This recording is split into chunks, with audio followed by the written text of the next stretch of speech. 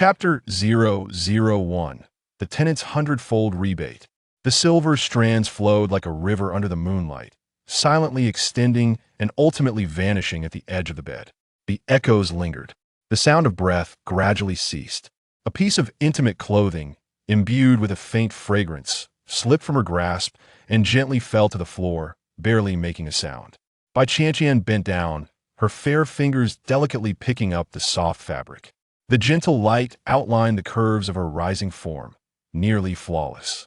She turned around, her expression devoid of emotion, as if stating a matter of little consequence.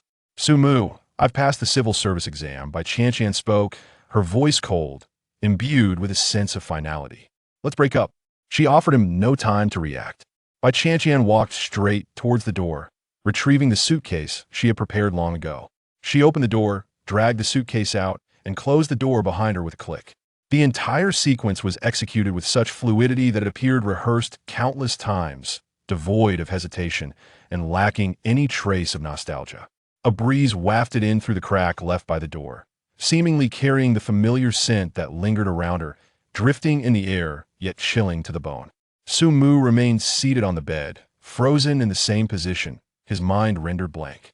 The unique emptiness of that post-coital moment was magnified by this sudden turn of events. Passed the civil service exam? A breakup? Just like that it was over? Moments later, an indescribable humiliation and rage surged to the surface. Bai Qianqian, you are nothing but a beast. A heart-wrenching scream erupted, nearly shattering the stillness of the night. He slammed his fist onto the pillow, feathers scattering silently.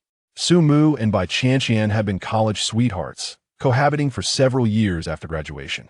Initially, in the name of fairness, they had solemnly agreed to alternate working each year, with one earning a living while the other could rest at home, preparing for exams or engaging in other pursuits at their discretion. Last year, it was Sumu's turn to work. He toiled tirelessly at the company, exhausted each day like a worn-out dog, diligently screwing in bolts for an entire year. And what about Qianqian? She had comfortably remained at home for a year, eating, sleeping, playing, and occasionally studying, all under the pretense of preparing for examinations. At the time, he felt content, believing she possessed ambition. Logically, this year, whether she had passed or not, it should have been her turn to work, allowing Sumu to take a break. But who could have anticipated that she would so abruptly sever ties, cutting off the one she loved at the very first opportunity? A breakup? In this day and age, breakups were hardly rare in Shanghai alone. Countless couples parted ways daily. Yet she could have at least finished her year of work before ending things. What was this? Had she merely used him as a tool, discarding him once he had served his purpose? Sumu sat despondently at the edge of the bed, his fingers unconsciously grazing the sheets, where her warmth still seemed to linger. The sweetness of their past repeatedly sliced at his heart. Where was the girl who had blushed in college, vowing to be with him forever? How had she transformed into such a stranger, so grounded in harsh reality, upon entering the workforce? Sumu abruptly withdrew his hand. Did he wish to hold on? As soon as the thought arose, he extinguished it himself. What was there to retain? What could he use to retain it? She had already become someone who had reached the shore, secured a stable and lucrative job, with a bright future ahead. And what about him? He was merely a struggling worker in the bustling metropolis, barely making ends meet. After paying the rent and utility bills each month, he was left with scant change, unable to afford even a decent piece of jewelry. To put it plainly, it was simply a disdain for his own poverty, lack of ability, and failure to satisfy her ever-growing vanity and ambition. Damn it, what a blatant act of dishonesty. The more Sumu thought about it, the angrier he became, slamming his fist onto the soft mattress. Wasn't it agreed to change once a year? What happened to the spirit of the contract? Did a dog eat it? Even if they had to part ways, it should have waited until he had a year to recover. The calculations were truly infuriating. Just as he was consumed by rage, feeling as though he might burst from the pressure, a mechanical voice suddenly echoed in his mind. Ding dong, the tenant hundredfold rebate system has been fully charged. Data panel generating. Host, Sumu age, 23 skills. None attribute value. Charm 65, physical ability 50 current number of tenants. 0 10,000 system mall. Not opened. Note 1. As a future wealthy landlord, Any reasonable expenses paid for tenants by the host will yield a hundredfold rebate. The source of funds is absolutely secure and can be withdrawn to a bank card at any time. Note 2. Life is filled with surprises. As an exemplary landlord, one must develop in all aspects: morality, intellect, physical ability, aesthetics, and labor. Completing specific achievements or triggering special events will yield corresponding rewards, including but not limited to money, skills, attribute points, etc. Note 3. The average attribute value for an ordinary adult is 60 points, with the theoretical human limit being 100 points. What on earth is this? Sumu jolted upright, nearly springing from the bed. Had he misheard? A hundredfold rebate for tenants? Spend 1 and receive 100 in return? This was akin to a money printing machine. In this society where money was the key to survival, what did wealth signify? It represented the right to breathe, the power of choice, dignity. Those once unreachable luxury cars and opulent mansions now seemed within grasp. As long as he had money, not only could he win back his ex-girlfriend, but he could also reclaim the affections of his past loves. Reality was indeed such a phenomenon. In a matchmaking market, even a balding man with a beer belly could secure a young wife simply by brandishing a few property deeds. And now he Sumu today, right now, would soon possess wealth. The pent-up frustration and indignation within him were instantly swept away by a wave of euphoric delight. The exhilaration surged through him like a volcanic eruption. However, this thrill lasted barely 3 seconds. Sumu deflated like a puncture balloon, his face contorted in despair as he raked his messy hair. "Wait, system, are you sure you've come to the right place?" he questioned. "Do I look like someone who could be a landlord? I can barely afford my own rent. My pockets are emptier than my face. Where am I supposed to find tenants for you? In the bustling metropolis, every inch of land is precious. It is no small feat to purchase a home. Even renting a modest room in a decent neighborhood can cost thousands." Currently, he resides in an old, dilapidated apartment, sharing it with by Chanchian, whose lease expires next month. When she departs, he will find himself without a roof over his head. Surely, he cannot expect his tenants to sleep under the bridge while he subsidizes their living expenses, lest he become a fool. Detection indicates the host currently lacks property. A novice gift package has been automatically issued. Novice gift package, a premier luxurious apartment in the heart of the city, Mingxing number 155 stories, fully furnished with top-tier decoration and appliances, valued at approximately 10 billion renminbi.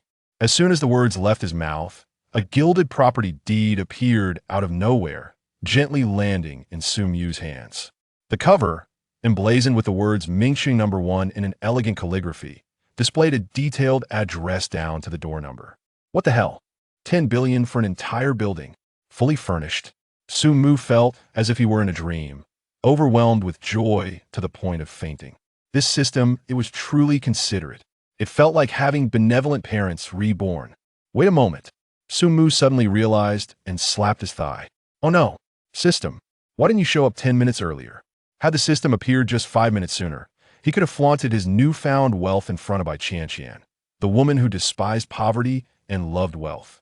He yearned to rush downstairs and thrust this 10 billion renminbi property deed in her face, letting her experience what true prestige felt like. However, upon reflection, he reconsidered.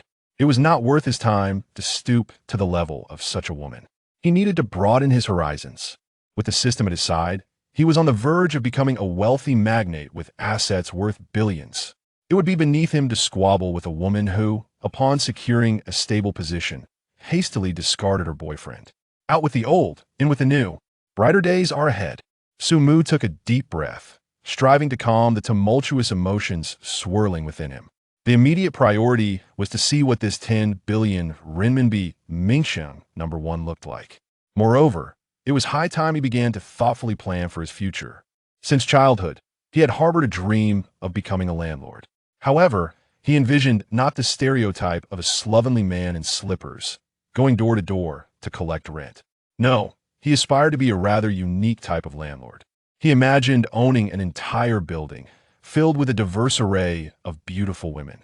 The innocent and charming younger girls, the striking and alluring mature women, the gentle and nurturing wives, the spirited and brave policewomen, the sophisticated and graceful professionals, and those glamorous celebrities one only sees on television.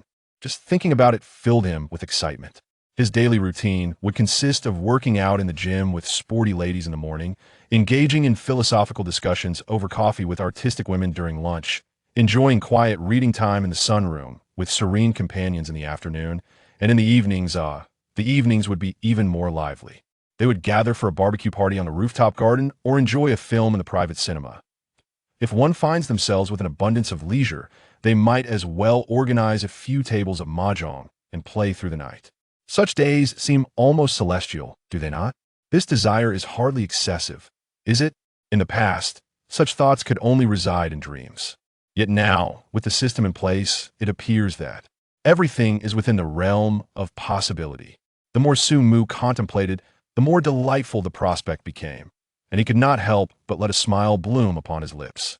He swiftly rose from his bed and donned a casual outfit. He must hasten to inspect his vast empire. With a spring in his step, he made his way toward the door, his pace noticeably lighter. Chapter 2. Sweet enough to drip honey. Su-mu lifted his foot and headed towards the gilded address inscribed on the property certificate. Ming City 1, a singular edifice, situated in the heart of the bustling metropolis, along the banks of the Huangpu River, a veritable treasure trove of real estate. Upon exiting the subway station, the humid breeze from the river greeted him. 3 towering luxury apartment buildings, each exceeding 50 stories, loomed above him. Su-mu gazed upward, nearly straining his neck. It was said that a premier team of private butlers was at hand, offering meticulous bespoke services. Additionally, there was a security team composed of former special forces patrolling the area around the clock to safeguard this opulent domain. The sales office and property management center held little interest for Su-mu. The mere thought of the procedural intricacies was enough to induce a headache. He was disinclined to meander through them. He strolled casually to the entrance kiosk, where a young security guard stood at attention like a slender poplar. With a nonchalant gesture, he lifted his chin. "I'm here to view a property." The guard appeared momentarily taken aback, his gaze swiftly scanning Su-mu's attire.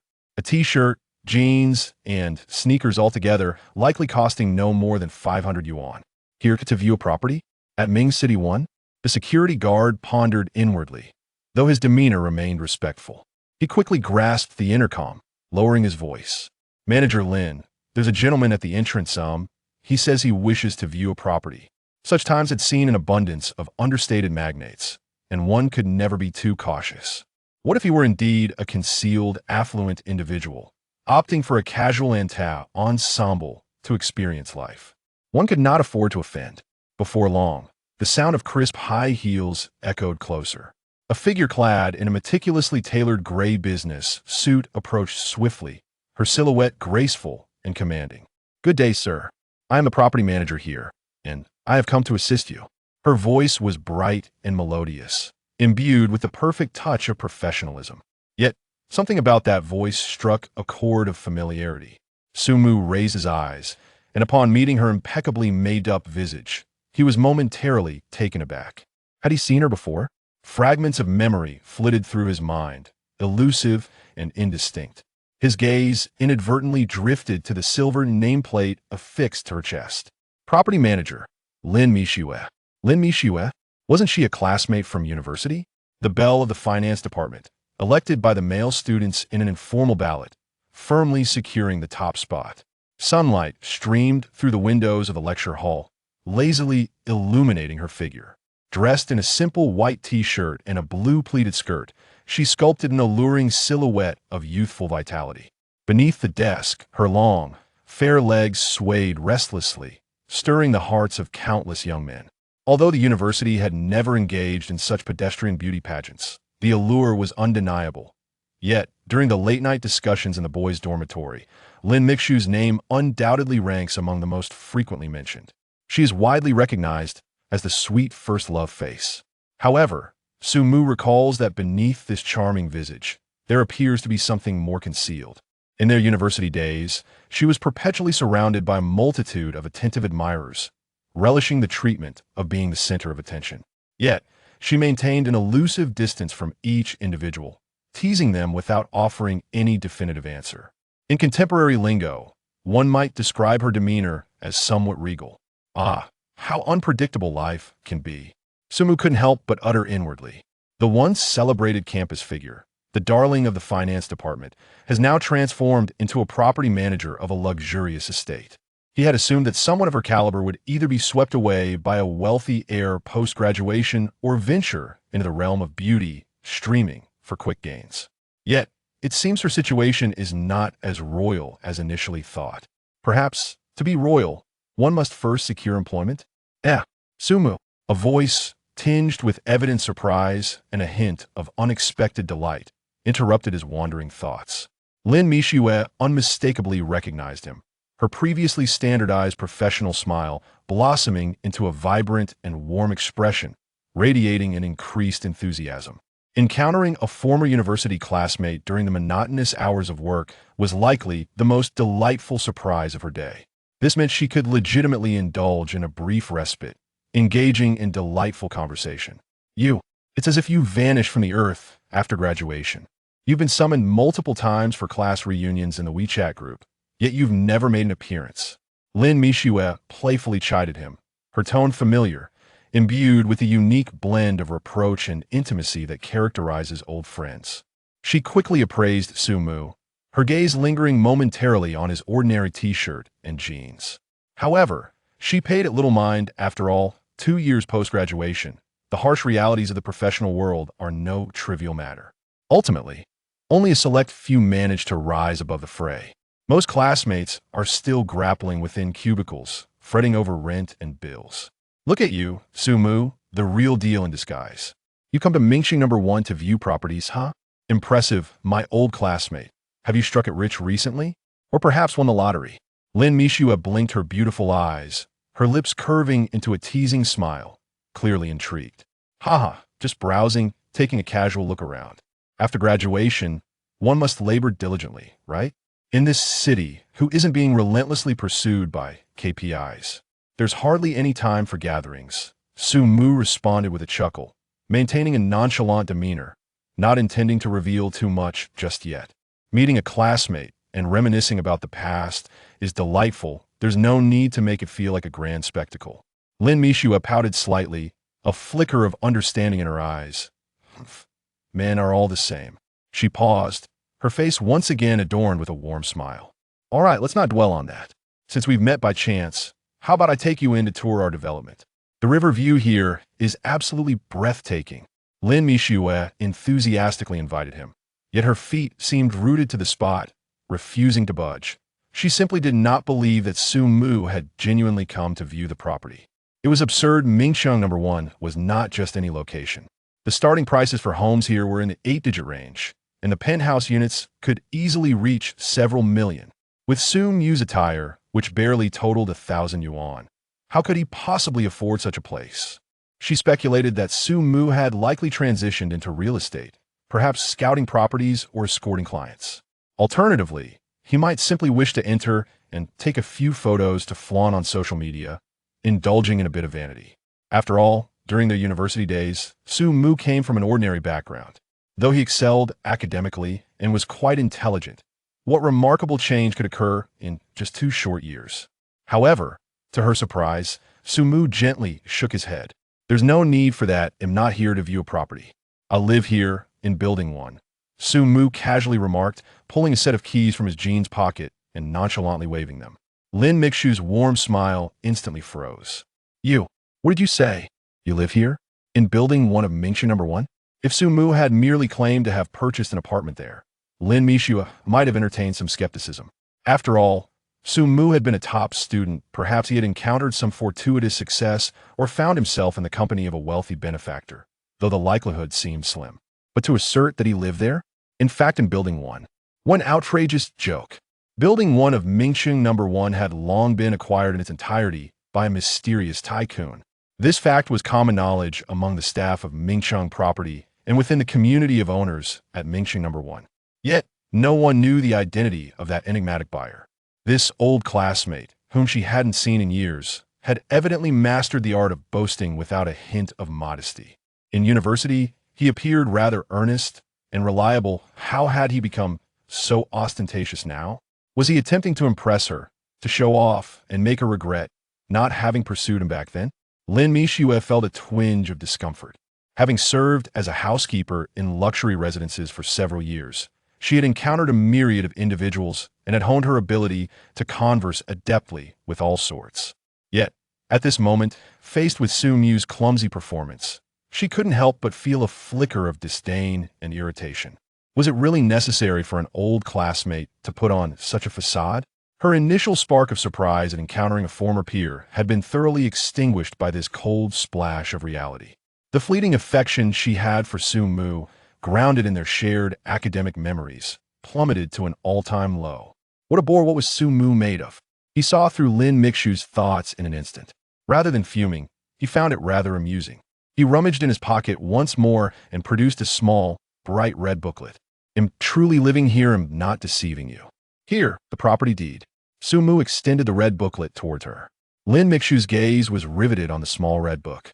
Her pupils dilated and then contracted in disbelief. This is impossible. She opened it, a blank sheet, black characters, and a vibrant red seal. The line of small print below rendered her momentarily blind. Mingxing number 1 building, entire unit. Not a specific unit, not a particular floor, but entire unit. The column for the owner's name distinctly bore 2 characters, Su Mu. Lin Mishue felt her mind reverberate with shock. This was Mingxing number 1 building. The entire structure. Having served as a steward here for nearly 2 years, she understood better than anyone what this building represented the legend of the entire Jiangxing real estate circle. A mysterious tycoon, with a mere wave of his hand, had acquired it all. When this news first broke, not only did discussions erupt within the property management company, but even the owners' group was ablaze with speculation. Various theories flew about, from overseas consortiums to secretive families, yet no one ever considered a young man in his 20s. Who could have imagined that this so-called god of buildings, who existed only in tales, was actually the seemingly unremarkable classmate standing before her, dressed casually? This must have cost a fortune. As far as she recalled, Su Mu had come from an ordinary working-class background during their university days. Though he was intelligent and academically gifted, he had no connection to the word wealth. It had only been a few years since graduation, just over 2 years, to be precise. What had transpired? Could it be that he was the sole heir of an ultra-low profile, inconspicuous wealthy family? Was his humble demeanor merely a personal preference? An attempt to experience life? Even television dramas would shy away from such a narrative. It was utterly absurd. Apart from this explanation, Lin Mishue could conceive of no other reasonable rationale. In an instant, she felt a wave of regret. Yes, regret. She recalled the past 2 years, during which she had exerted tremendous effort, striving to ascend the social ladder. She had attended various so-called elite gatherings, attempting to ingratiate herself with those second-generation rich kids who drove entry-level luxury cars and considered themselves youthful talents. She believed she had identified several promising potential stocks. Yet now, in comparison to Su Mu, those so-called potential stocks were utterly insignificant, not even worthy of carrying Su Mu's shoes. How had she been so blind? The greatest dragon had been right beside her all along, for years of university, and she had regarded him as nothing more than an ordinary classmate, excelling only in academics. Had she known Su Mu belonged to such an echelon? During their university days, she would not have merely exchanged a few casual words with him. She would have brought him breakfast daily, reserved seats, and toiled tirelessly to win his favor. How had she once thought he was somewhat dull, lacking in romance? In retrospect, that was called humility. That was called depth. Stunned, she stood frozen for a good half-minute before taking a deep breath and quickly plastering a smile on her face. Su Mu. No, Su classmate. Did you truly purchase the entire Mingxing number 1 building?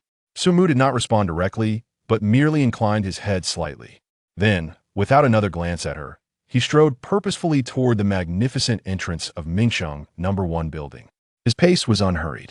Hey, Su classmate, wait for me. Lin Mishue, awakening from her reverie, cast aside all notions of decorum and, balancing on her 7 or 8 centimeter high heels, nearly sprinted to catch up. The sharp click of high heels resonated against the marble floor, producing a series of brisk sounds. She swiftly approached Su Mu, then abruptly halted, slightly angling her body, her waist twisting gracefully as she extended a perfectly respectful gesture, inviting him with a quintessential please. "Sue, over here. Allow me to show you around your home." She emphasized the word home with a subtle weight, creating an atmosphere of intimacy and ease. Lin Mishue immediately shifted into work mode, leading the way confidently. The high heels continued to strike the imported marble, the rhythm transforming into a lively and elegant cadence. The fitted design of her professional dress exquisitely accentuated the curves of her mature and voluptuous figure. Sumu followed leisurely behind, his hands comfortably tucked in his pockets. His gaze lingered on the familiar yet unfamiliar silhouette before him, stirring a sense of nostalgia. Years had passed, and the once naive and innocent campus goddess had undeniably matured. She resembled the most luscious and tempting peach hanging from branch. Sweetness was indeed present, as was allure. Yet, within this sweetness and charm, there was a noticeable absence of the innocence and unawareness that once characterized her, replaced instead by a calculated sophistication and intentionality. Nevertheless, it offered a unique charm. At the very least, it was a feast for the eyes. Chapter 003. The personal goddess butler Su Mu took a step forward, embarking on a tour of this towering edifice that wholly belonged to him. It felt somewhat surreal, akin to an ancient emperor surveying his own imperial garden. Yet, this garden was a vertical ascent. The grand lobby on the first floor was spacious enough to host a sports event. He then ascended to the second floor via the elevator. Lo and behold, each floor housed 2 residences, each spanning 500 square meters. Was this truly an apartment? More like a stacked sky villa. As Sumu wandered from floor to floor, he silently calculated in his mind: master bedroom, guest bedroom, children's room, study, media room, gym, game room, maid's quarters, storage. The number of rooms was overwhelming, causing a slight headache. Initially, he was quite exhilarated, brimming with novelty.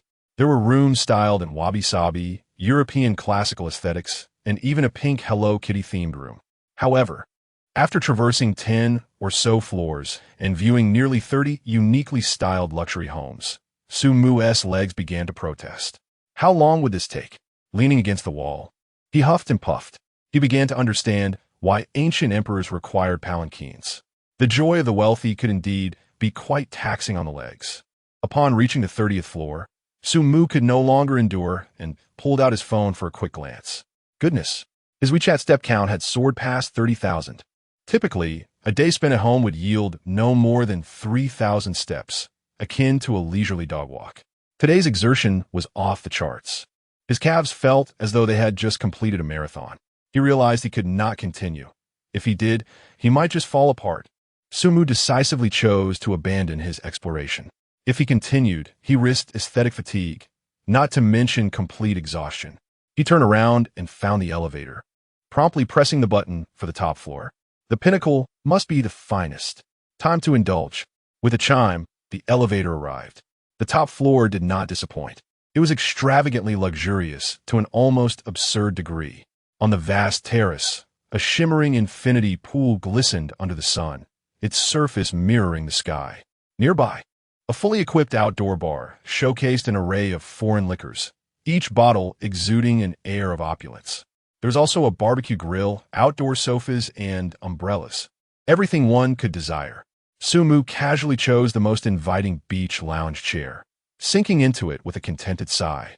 This chair was infinitely more comfortable than the bed in his rented apartment. He reached for a bottle of champagne, labeled in French from a nearby ice bucket, struggling for a while to figure out how to open it. With a pop, the cork flew off, narrowly missing the exquisite glass railing beside him. Pouring himself a generous half-glass, he swirled it like in the movies. The golden liquid danced in the glass, bubbles rising gently. He took a delicate sip. It was icy, refreshing, with a hint of fruitiness. The sensation of bubbles bursting on his tongue was utterly delightful. What a splendid life this was. He wouldn't trade it for anything, even if offered to a deity. After this extensive tour, he had garnered a comprehensive understanding of the building. The decor was nothing short of a kaleidoscope. The materials used were undeniably solid and exquisite. To summarize, it could be encapsulated in a single word: opulent. The elegant Chinese rosewood furniture, the opulent European crystal chandeliers, the sleek modern minimalist designs. There's always a style that can captivate the hearts of those goddess tenants. Perfectly tailored for every type of goddess. Sumu felt a surge of delight, already envisioning generous rebates beckoning to him. Suddenly, he recalled his tenant rebate system, the very foundation of his resurgence, his primary cash cow. What kind of tenants should he seek to maximize these rebates? Beauty? Figure? Fame? Or perhaps? His gaze inadvertently settled on Lin Mishua, who had been quietly accompanying him all this while. Today, Lin Mishua was clad in a perfectly tailored black professional suit that accentuated her graceful, curvaceous figure. Beneath the skirt, her long, slender legs were sheathed in sheer black stockings, shimmering temptingly in the evening light. Her face still bore that impeccable, professionally sweet smile, her voice soft and melodious. The first tenant, it's decided. You're the one. Sumu made up his mind. Lin Mishua, being a property manager, must be quite exhausting, right? Sumo casually remarked. Swirling his wine glass, Lin Mishua stiffened almost imperceptibly. Then, the mask-like standard smile on her face faded slightly, revealing a trace of genuine bitterness. Yes, it's quite tiring, she replied softly, her gaze drifting into the distance as she absently stirred her soda water. Every day, I have to deal with all sorts of trivial matters, and the demands from property owners are endlessly bizarre. Getting called in the middle of the night to handle leaks or mediate noise complaints between neighbors is just routine. Last quarter, just because I replied to an owner's WeChat inquiry a few minutes late, they complained directly to my supervisor, and I was docked 2,000 yuan from my performance bonus. Her voice gradually trailed off, her eyes dimming with unmistakable grievance. And that supervisor of ours, he's the epitome of a snob. Around wealthy, influential owners, he's practically groveling. But with us low-level employees, he barks orders like we're his personal servants. As she spoke, her eyes reddened slightly. She quickly lowered her head, blinking rapidly to suppress the welling moisture. Losing composure in front of an old classmate. How embarrassing. Seeing her forced smile and barely concealed distress, Sumu felt an inexplicable pang of discomfort. Back in their school days, Lin Mishua had been the department's belle, the center of admiration. When had she ever endured such indignities? Listen, Lin Mishua. Sumu set down his glass and turned to face her, his expression earnest. From now on, I'm entrusting this entire building to you, exclusively. How does that sound? Lin Mishua's head snapped up, her beautiful eyes widening in shock. What? Sumu, you're not joking, are you? Her voice trembled slightly. Sumu chuckled, spreading his hands. Do I look like I'm joking? This entire building is mine. As the sole owner, appointing a trusted, exclusive property manager is perfectly reasonable and legal, don't you think? He paused for a moment. The job is quite straightforward. You'll report directly to me alone. No need to deal with the whims of property owners or supervisors anymore. As for the salary, I'll offer you 3 times the market rate, with the highest tier Social Security and housing fund contributions, plus year-end bonuses. What do you think? A surge of warmth, mingled with indescribable excitement, instantly coursed through Lin Mishua's entire being. Her nose tingled sharply, and tears threatened to spill over. Never in her wildest dreams had she imagined Sumu would suddenly present her with such an opportunity. But Sumu, won't this be inappropriate? Lin Mishua bit her lower lip hesitantly. I'm just an ordinary housekeeper, and I'm afraid people might gossip if they find out. She knew all too well the rumors that would spread if word got out. A fresh graduate with only 2 years of experience suddenly appointed as the exclusive housekeeper of a mysterious property owner. With a doubled salary. Gossip? About what? Sumo teased deliberately. That you're being kept by your old classmate? Or that you finally hit the jackpot and landed a wealthy patron? Ugh, you're awful. Lin Mishua's cheeks flushed crimson at his blunt words, and she shot him a glare that was equal parts embarrassment and indignation. The fleeting charm of her expression stirred something in Sumu's heart. Besides, Sumu leaned slightly closer, closing the distance between them.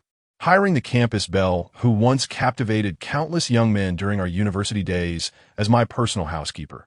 If word got out, how many of your former admirers would seethe with envy? He smirked. indulging my old admiration for the goddess of our department. Is that so wrong? You, stop talking nonsense. Lin Mishue's heart skipped a beat. This guy, still as sharp-tongued as he was in college. She took a deep breath to steady herself, as if suddenly remembering something important, and quickly clarified, by the way, Su-mu, I already have a boyfriend. His name is Li Tai. He went to the same school. She felt it necessary to make this clear up front to avoid any misunderstandings. Li Tai? At the mention of the name, the smile on Su-mu's face faded almost imperceptibly, his brow furrowing slightly. The world truly is pitifully small. Fate has a cruel sense of humor. He and Li Tai had a history, one of genuine animosity. Back in university, both had been suitors of Bai Qianqian. Yet, Bai Qianqian had chosen Su-mu, who at the time seemed utterly unremarkable, leaving the prideful Li Tai deeply resentful. He had regarded Su-mu as a thorn in his side ever since. Later, leveraging his position as student council president, Li Tai had wielded his petty authority to undermine Su-mu at every turn, even nearly sabotaging his thesis defense. What? You know Li Tai? Lin Mishue caught the subtle shift in Su-mu's expression. Know him? Su-mu's lips curled into a cold smile. Oh, we're old friends. Well, isn't this ironic? Who would have thought Lin Mishue's boyfriend would turn out to be him? The old debts of yesteryears seem to present an opportunity for both principle and interest to be reconciled. He gazed at Lin Mishue, whose cheeks were flushed and whose eyes reflected a hint of curiosity and unease, as his thoughts swiftly traversed various paths. The necessity of a dedicated steward for this position has become increasingly apparent. Chapter 004. The pinned-up hair, Su-mu's gaze swept over Lin Mishue, finally lingering on her tightly fitted blazer, as if he could discern the curves beneath the fabric through sheer will. Lin Mishue, how would you like to change your living arrangements? I have plenty of spare rooms here. I could rent one to you at a very reasonable price. Su-mu lifted his wineglass, swirling the liquid with deliberate grace. A flicker of surprise flashed in Lin Mishue's eyes before she lowered them, staring into her own drink. Su-mu, don't tease me. I could never afford rent in a place like this. Her voice was soft, tinged with resignation. Even the smallest studio here would cost over 20,000 a month. Wouldn't it? My salary wouldn't even cover that. Then casually draped an arm over her shoulder, his tone a blend of playfulness and sincerity. Between old classmates, why talk about money? Besides, I'm not discussing money with you. I'm simply admiring the beauty before me. The words, laced with flirtation and something deeper, sent Lin Mishue's pulse racing. Su-mu was making his move. He knew that in matters of the heart, hesitation was the enemy. If he didn't take the initiative, a woman's natural reserve might keep them at arm's length for years. And Lin Mishue, this goddess who had once been the unattainable dream of his university days, was no exception. Lin Mishue lifted her gaze, though she couldn't quite meet the intensity of Su-mu's stare. She faltered, unsure how to respond. Of course, she wanted to live here. This apartment was nothing short of paradise, spacious, luminous, exquisitely furnished, and situated in the most coveted district of the city. Step outside, and she'd be immersed in a world of neon lights and luxury. The high-end boutiques she had only ever window shopped. The trendy restaurants she'd longed to try. All of it would be within reach. Compared to her current dwelling, a dim, damp, cramped space where she could hear every argument from the couple next door, this was heaven and earth. Su-mu observed the conflict playing across Lin Mishue's delicate features and knew the moment was ripe. Enough hesitation, he murmured, leaning slightly closer. Just tell me, do you want to or not? His gaze was a hook, reeling her in. Imagine coming home every day to this breathtaking river view instead of that suffocating little room. Feel like shopping? The luxury boutiques are right downstairs. New handbags, limited edition dresses. Yours for the taking. Michelin-starred restaurants, chic bars, everything you could desire.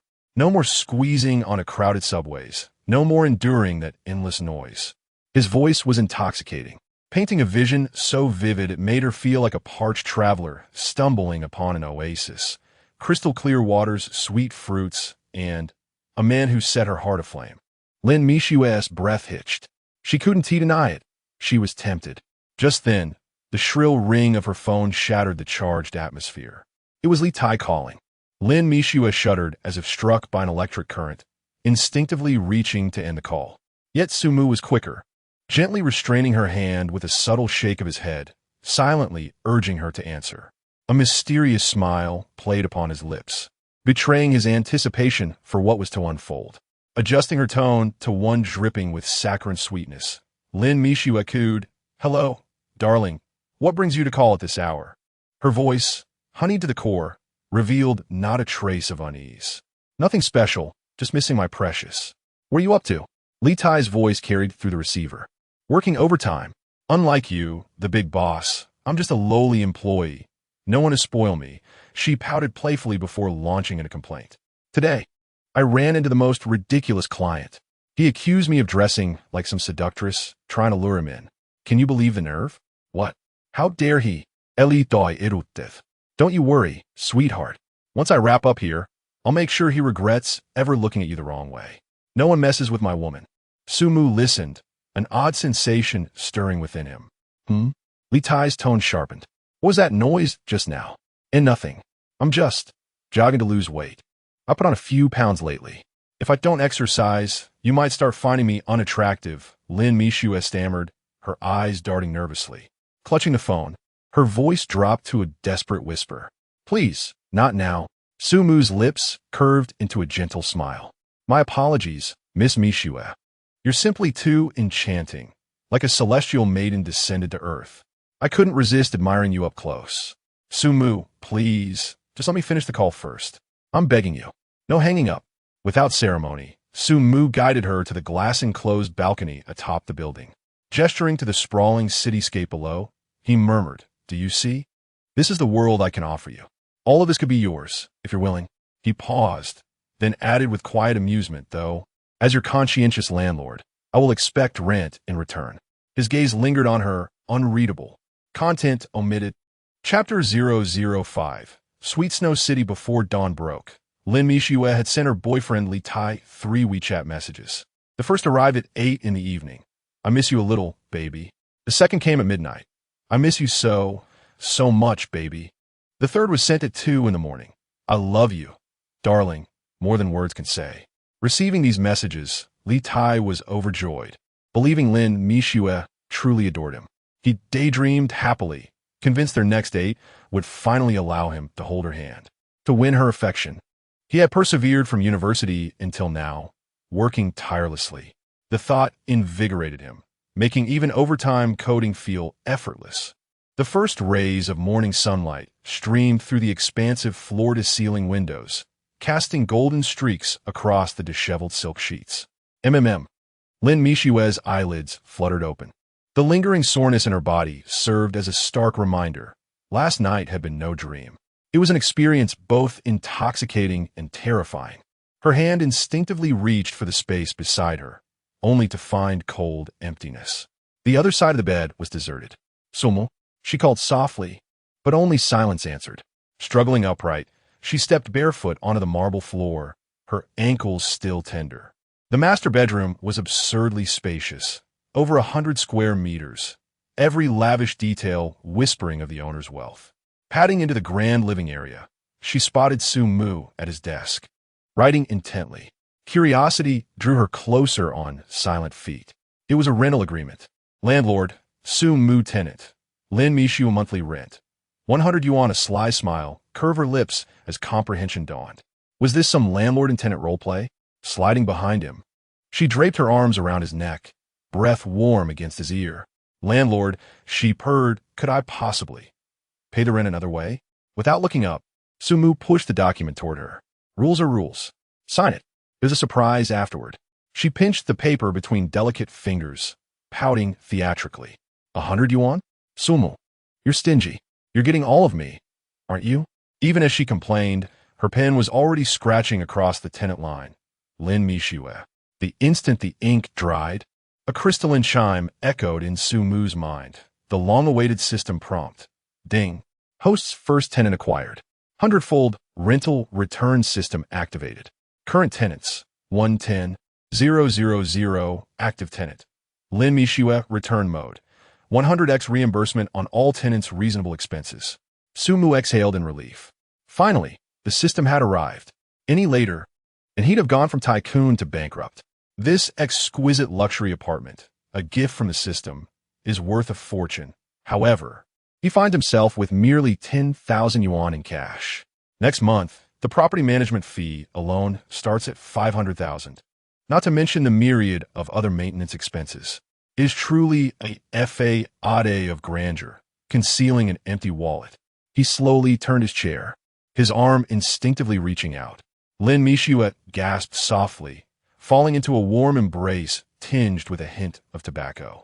From this day forth, you shall be my woman, Sumu declared, lifting his hand to gently caress her smooth cheek. Lin Mishua shivered imperceptibly, raising her head to meet Sumu's gaze, her eyes flickering with complexity. From now on, there is no need to go to work, Sumu stated, his voice calm, yet imbued with an undeniable authority. Your daily task will be to enjoy life joyfully. He paused, his tone deepening. However, you are forbidden from any contact with other men. Understood? These words sent a jolt through Lin Mishua, revealing a hint of reluctance on her face. As a seasoned socialite, she had cultivated a network of hundreds in her phone, engaging in daily chats with various suitors. The thought of severing all those connections abruptly left her feeling empty and somewhat distressed. Well, she hesitated, attempting to negotiate. Sumu, seeing through her intentions, chose brevity. He promptly picked up his phone, his long fingers deftly navigating the screen. Ding! The crisp notification sound from Lin Mishua's phone caught her attention. Confused, she pulled it out to find a bank notification on the screen. 10,000 yuan. This is for you. A first-night red envelope. Sumu's voice was deep and magnetic. Almost simultaneously, the system's voice resonated in Sumu's mind. Ding! A payment of 10,000 yuan for tenant Lin Mishua has triggered a hundredfold rebate. Rebate amount, 1 million yuan. Your Xia Country Bank account ending in XXXX has received 1,000,000,000 yuan. A subtle smile tugged at the corners of Sumu's mouth. This system was quite impressive. He continued to operate on the transfer screen. Before Lin Mishua could fully comprehend the impact of the 10,000 yuan red envelope, her phone vibrated again. Another bank notification. This time, the amount was followed by a string of zeros. 1 million. Ding! A payment of 100 million yuan for tenant Lin Mishua has triggered a hundredfold rebate. Rebate amount, 1 billion yuan. Your Xia Country Bank account ending in XXXX has received 100,000,000,000 yuan. This. Lin Mishua was utterly stunned, instinctively covering her mouth, her eyes wide with disbelief at the figures displayed on the screen. This is your settling-in fee, Sumu stated matter-of-factly, as if merely transferring a trivial sum. From now on, your allowance will be 200,000 every month. If you perform well, there will be additional rewards. He calculated inwardly. Maintaining a beauty of Lin Mishua's caliber in this market would likely cost around 100,000 a month. However, he is not short of money now, offering a generous 200,000, which not only demonstrates his magnanimity, but also prevents the market from being excessively inflated. What is this called? A strategic premium, albeit one that must be carefully controlled. Lin Mishua felt as though she had been struck by an enormous pie, her mind swirling in bliss as an overwhelming sense of happiness engulfed her. 1 million for settling down. Additionally, a monthly allowance of 200,000. This is infinitely more relaxed and enjoyable than her arduous efforts of navigating through various men to gain advantages. The fleeting reluctance she felt for the severed ties vanished instantly in the tide of wealth. Overcome with excitement, her words stumbled as she tightly embraced Sumu's waist. Classmate Sumu. Oh no, master. Wealthy benefactor. I promise to be obedient from now on. I will wear alluring outfits every day waiting for your return. I will shower you with kisses and hugs daily. Sumu was amused by her sudden declaration of loyalty. What a pragmatic little creature she is. He reached out, gently teasing the tip of Lin Mishua's petite nose with his finger. Silly girl, there's no need for such exaggeration. However, I am quite pleased to see that your earlier hesitation has vanished. Now, let me order a drink from Mishua's City. Content truncated. Chapter 006. Becoming a shareholder inside the luxurious mansion of Mingqing Yihao, Lin Mixue had changed into a JK uniform, looking as fresh and innocent as a college girl straight from campus. Her short skirt barely covered her thighs, revealing a pair of slender, porcelain legs that dazzled the eyes. She knelt obediently on the carpet beside Su Mu, her delicate hands encircling his calves as she massaged them with just the right pressure, a perfect blend of tenderness and devotion. Su Mu couldn't help but close his eyes in pleasure, a contented hum escaping his throat. "Master, is this okay?" Lin Mixue tilted her head slightly, her voice sweet and coquettish, laced with a hint of ingratiation. Su Mu reveled in this regal treatment, inwardly marveling at how this little enchantress was becoming increasingly skilled at serving him. No wonder so many men succumbed to the temptation of keeping mistresses. This kind of indulgence was truly intoxicating. Not bad, Su Mu responded lazily, the corners of his lips curling upward.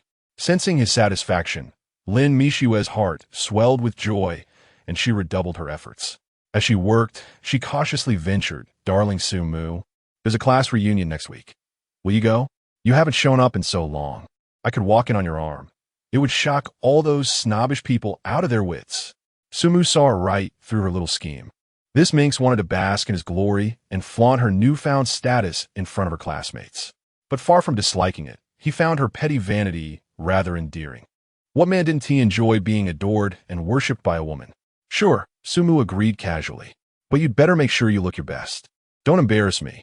"Don't worry, master. I'll make you proud." Lin Mixue nearly jumped with excitement, her cheeks flushing pink.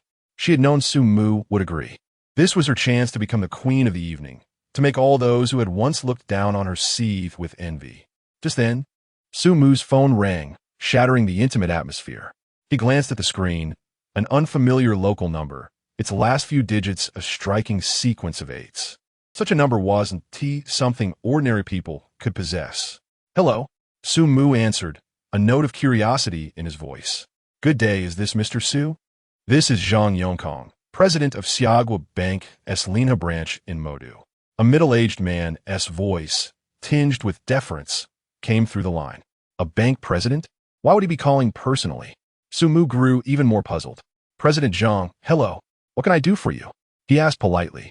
"Mr. Su, this morning, a substantial transfer of 200 million yuan was successfully deposited into your account." Zhang Yongkong's tone carried an unmistakable note of flattery. 200 million? Su Mu paused briefly before realizing. This must be the system's cashback finally arriving. Although internally astonished, he maintained a facade of composure, remaining serene and unruffled. "Ah, I see." Su Mu replied nonchalantly, expressing gratitude to President Zhang for his considerate phone call. "You are too kind, Mr. Su. It is our bank's honor to have garnered your favor and to be chosen by you," Zhang Yongkong hastily responded. "Your substantial deposit has indeed elevated you to the pinnacle of our esteemed clientele. To demonstrate our bank's respect, we are privileged to offer you an exclusive private banking channel, dedicated to curating all the services you may require. Might I invite you to dinner this evening? I would be delighted to elucidate the various exclusive privileges available to you." Su Mu pondered briefly. He was not particularly concerned with the prestigious services of a private bank, but rather intrigued by the origins of such a considerable sum. If the source of this wealth were dubious, or if subsequent complications arose, it could pose significant issues. "Very well, I shall trouble President Zhang then," Su Mu ultimately acquiesced. Meeting with the bank president to ascertain the particulars could only prove beneficial. 200 million. Such an immense influx of liquidity would be regarded as a most esteemed guest at any bank. For true elite individuals, substantial cash reserves are typically held in corporate accounts or anonymous black cards. The sudden influx of 200 million into his ordinary bank card would undoubtedly attract the bank's heightened attention. Su Mu had initially presumed that in this bustling metropolis, where every inch is precious, the most he might expect would be a warm reception from bank staff. To his astonishment, he had instead received a personal call from the branch president, extending such courteous dinner invitations. It appeared that the realm of the affluent was indeed a world apart from that of the ordinary. As night descended and the city was cloaked in a tapestry of enchanting lights, Su Mu donned a relatively formal casual outfit in preparation for his engagement. Just as he stepped beyond the grand entrance of Mingxing No. 1, an overly conspicuous figure obstructed his path. The individual was none other than He Yifei, a rising star on live streaming platforms, boasting millions of followers. Today, He Yifei had evidently made a concerted effort in her appearance. Her chestnut waves cascaded lazily over her shoulders, and her makeup was exquisitely radiant. Clad in a vibrant pink form-fitting yoga ensemble, she accentuated her curvaceous figure to perfection, devoid of any excess. Particularly noteworthy were her yoga pants, which clung to her shapely curves, exuding an irresistible allure and a palpable aura of femininity. This physique undoubtedly captivated attention, even inciting curiosity for further exploration. Objectively speak, this woman undoubtedly knows how to leverage her inherent advantages to capture attention. A beauty, indeed. Su Moquejoali remarked. He Yifei turned her gaze upon hearing his voice, and upon encountering Su Mu, her eyes first fell upon the backdrop of Mingxing No. 1 behind him, a flicker of barely perceptible interest crossing her beautiful eyes. Those who reside here are either affluent or noble. However, in the next moment, although his casual suit exuded a decent quality, it was far from a top-tier luxury brand, and his feet were clad in ordinary sneakers. Compared to the affluent individuals in her live stream, flaunting luxury cars and prestigious watches, he seemed somewhat lacking. The flicker of interest in He Yifei's eyes swiftly extinguished, replaced by a hint of disdain born from her assessment.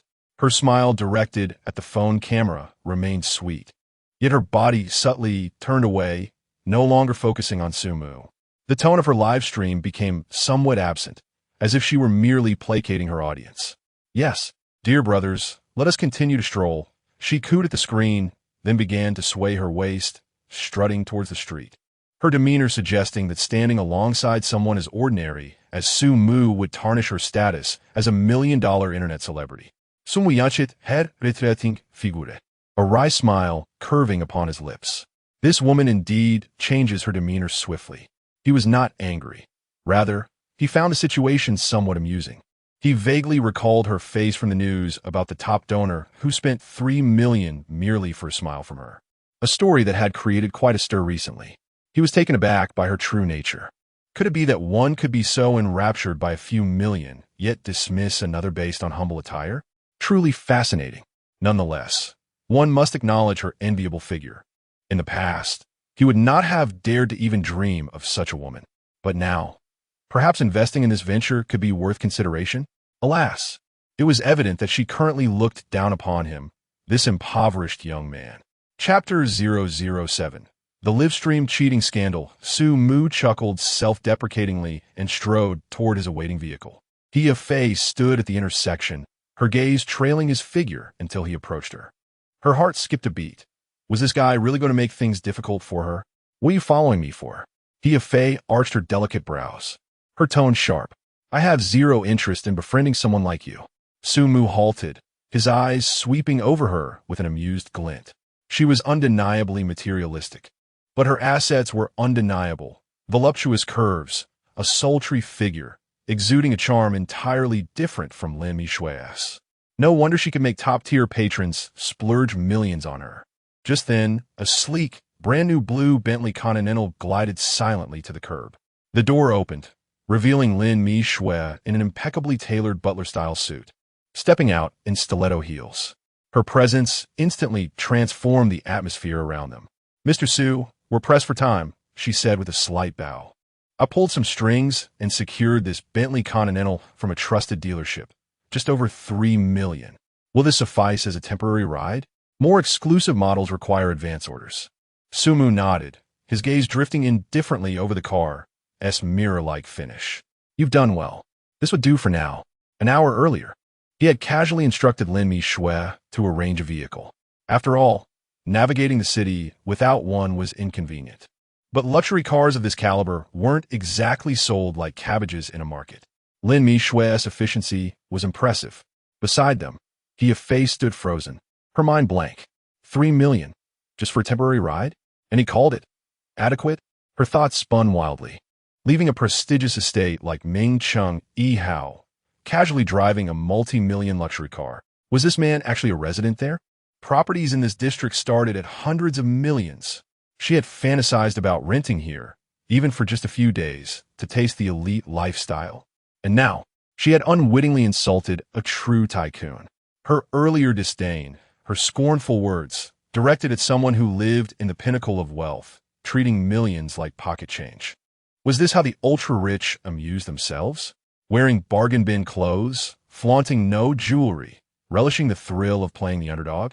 Regret twisted her insides. If only she had been slightly more polite, just a fraction less dismissive. She could he'd been seated in that pristine Bentley, cruising through Shanghai's most glamorous streets. With a little more effort, who knows? She might even become the lady of Ming Chung E. Hao. No, she couldn't let this once-in-a-lifetime opportunity slip away. She had to fix this. Hey, handsome, Fei's voice melted into honeyed sweetness, a complete reversal. About earlier, my apologies. The frost on her face melted instantly, replaced by a tearful expression. I just went through a breakup today, so I'm feeling particularly down. That's why I spoke so harshly earlier. Please don't take it to heart. She batted her meticulously made-up eyelashes. How about we exchange WeChat contacts? I'll treat you to dinner another day to properly make it up to you. Okay. As Fei spoke, she subtly arched her back, her voluptuous curves deliberately accentuated by the tight yoga pants that outlined her perfectly rounded hips, shimmering conspicuously under the sunlight. Any ordinary college student would have been utterly disarmed by such a sudden display of feminine wiles. Unfortunately for her, she was dealing with Sumu. Having just undergone a profound spiritual cleansing, his heart remained as still as water, his face adorned with that faint, enigmatic smile, his gaze clear and undisturbed.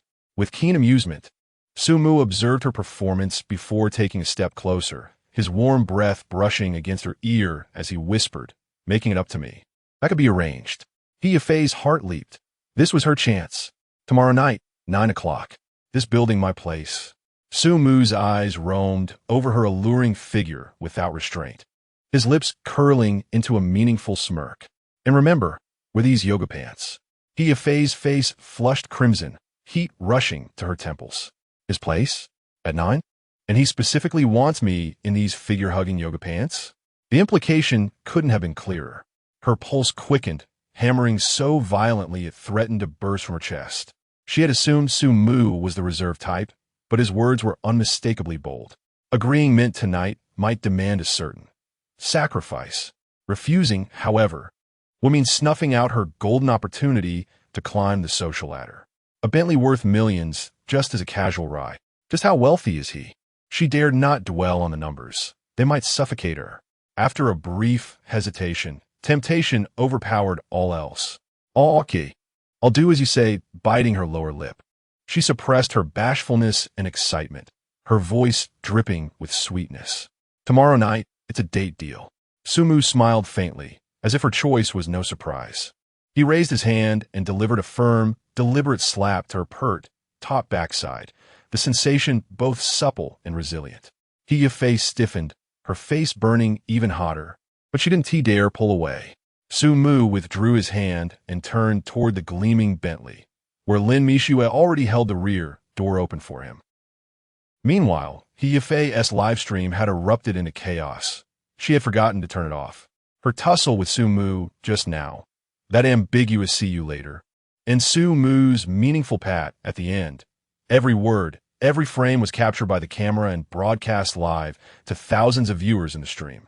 Instantly, the barrage of comments flooded the screen like a broken dam, dense and relentless, nearly obscuring the entire view.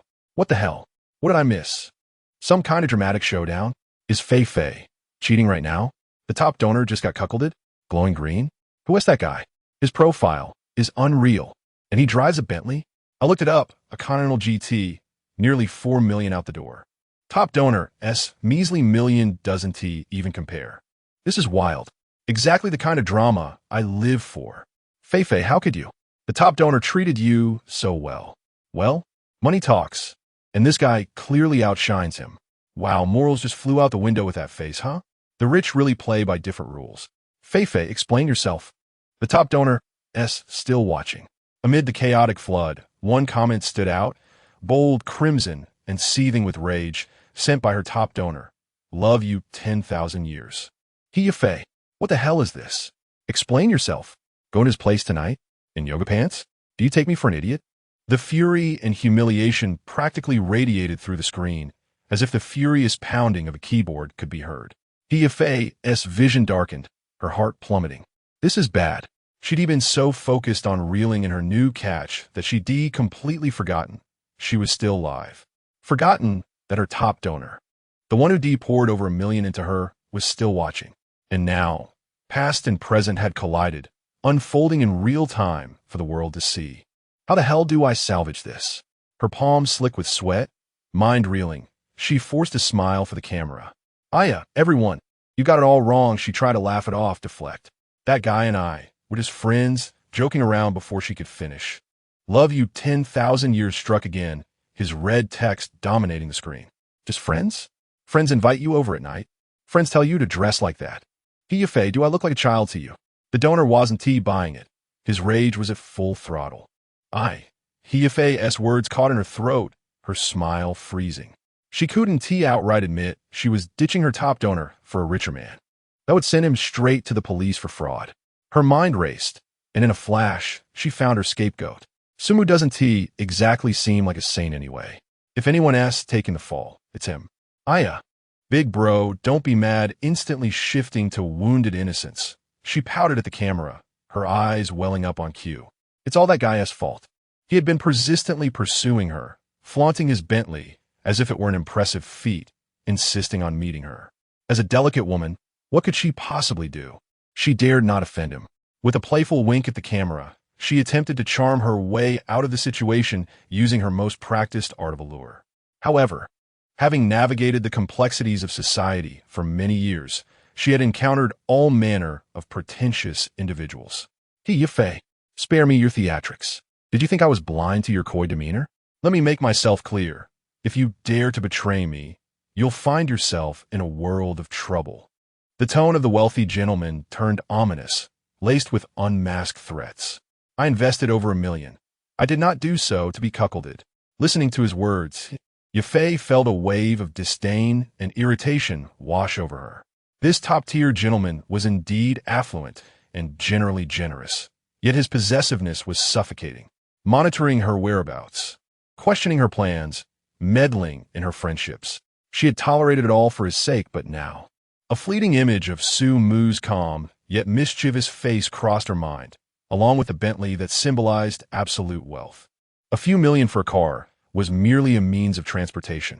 The owner of Ming, Chung, Yihao, in comparison to this gentleman, his mere millions seemed decidedly insufficient. A vague thought began to crystallize. Why endure such indignities? With that realization, the timidity within her was suddenly replaced by an inexplicable courage. Taking a deep breath, the look of grievance on her face vanished, replaced by a steely indifference. I say, my dear gentleman, are you not overstepping your bounds? Her voice turned icy. Who I meet, what I wear, and where I go seem to have little to do with you. The live stream fell into a momentary hush, only to erupt with a flurry of excited comments.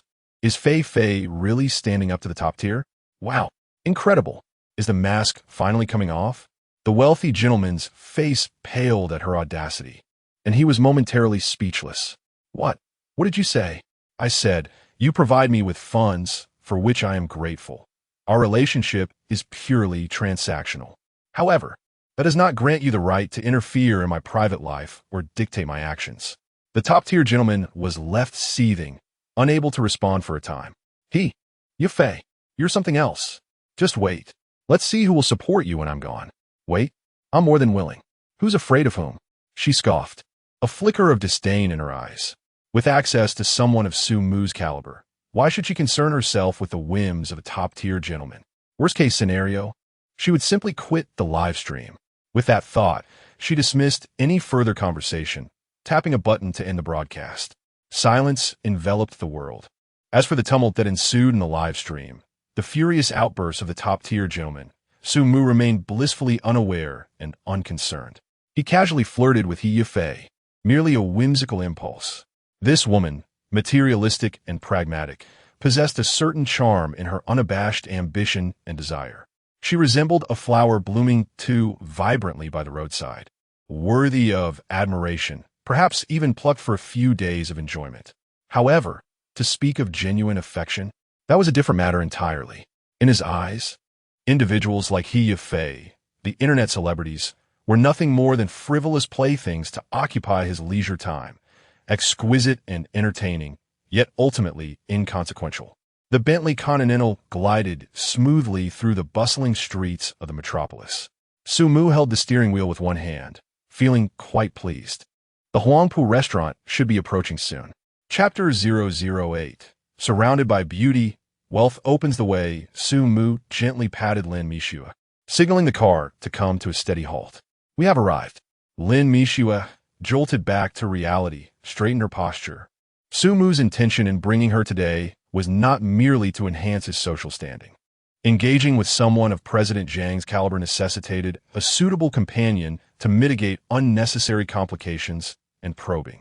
Moreover, it was time for her to broaden her horizons in such settings. As she accompanied him going forward, opportunities for such gatherings would only increase.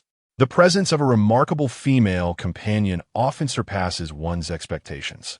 Lin Mishua's gaze fell upon the four elegantly gilded characters of Huangpu Restaurant, and her eyes sparkled with wonder. Wow, she exclaimed, unable to contain her excitement. Sumu, is this really Huangpu Restaurant? The legendary top-notch private dining establishment that's so hard to book? The restaurant's reputation was akin to a myth within her circle of affluent housekeepers.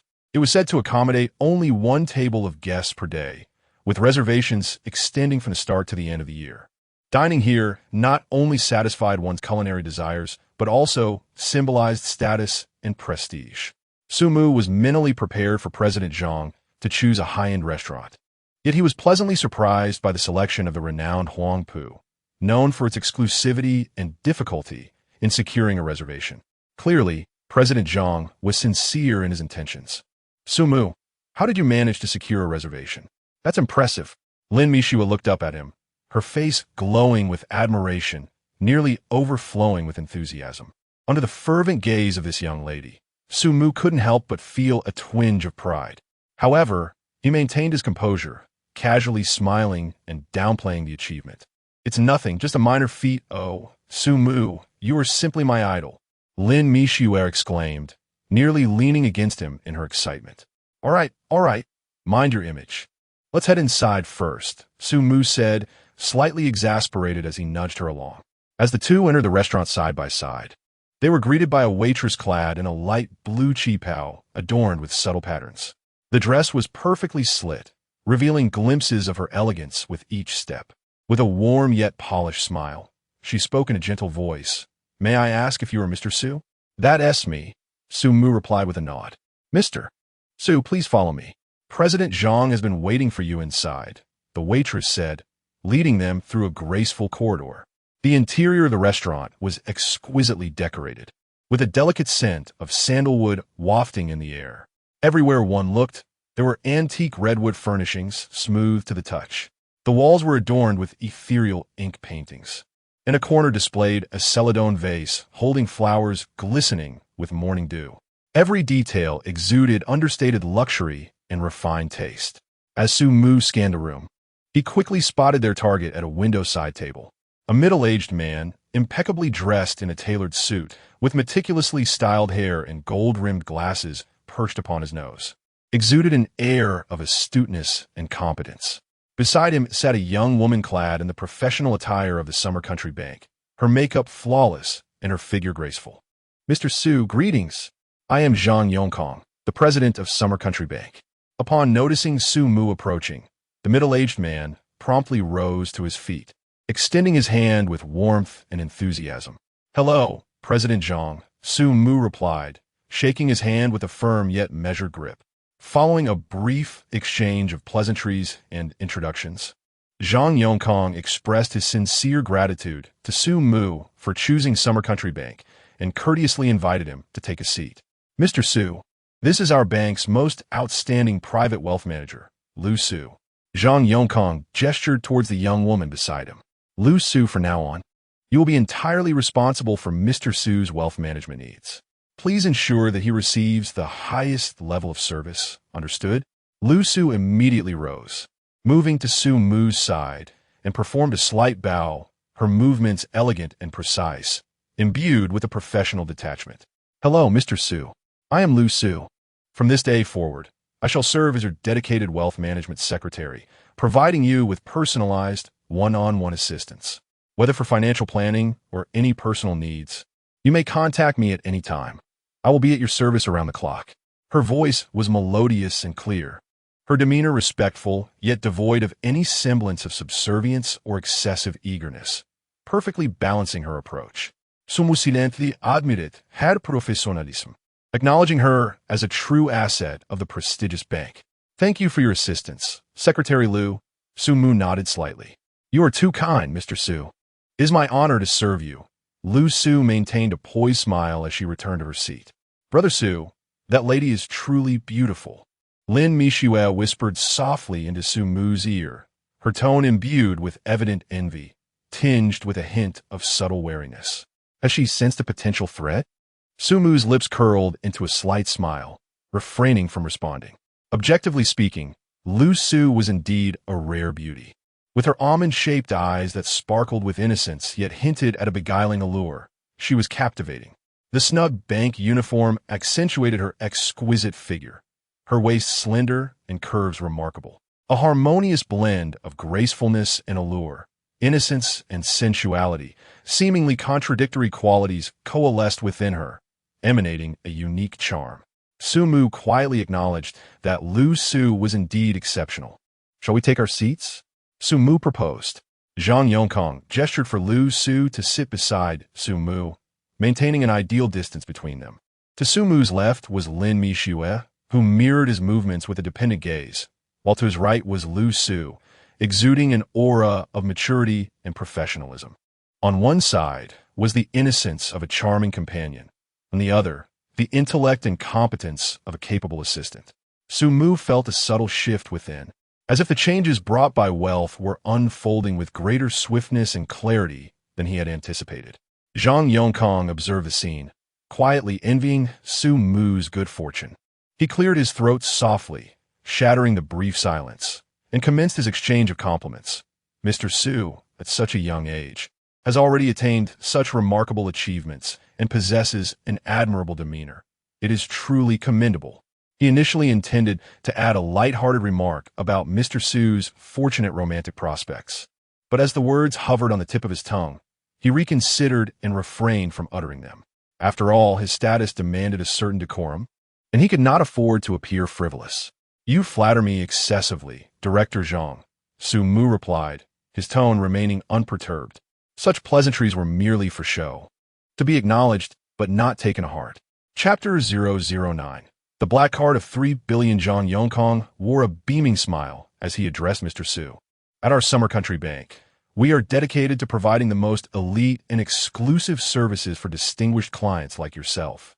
I hope to take the liberty of introducing myself to you today, fostering a relationship for future interactions. Additionally, I would like to present some of our bank's distinctive services, to see if there might be any that could cater to your needs.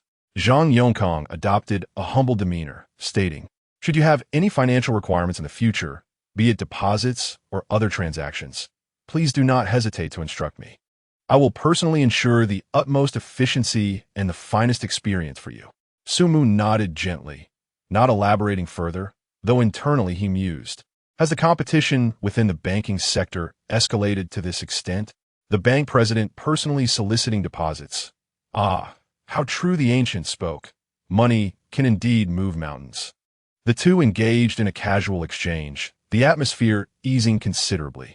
Lu Su sat quietly beside Su Mu, resembling a diligent secretary, ever attentive to his needs. Upon noticing Su Mu's teacup had run dry, she swiftly grasped the purple clay teapot, her wrist deftly twisting as a stream of amber tea flowed gracefully into his cup, her movements elegant and soundless. Lin Mishu, seated nearby, felt a pang of envy at the display. This woman is simply too skilled. No, she couldn't allow Lu Su to steal all the limelight. Su Mu, do try this delicacy.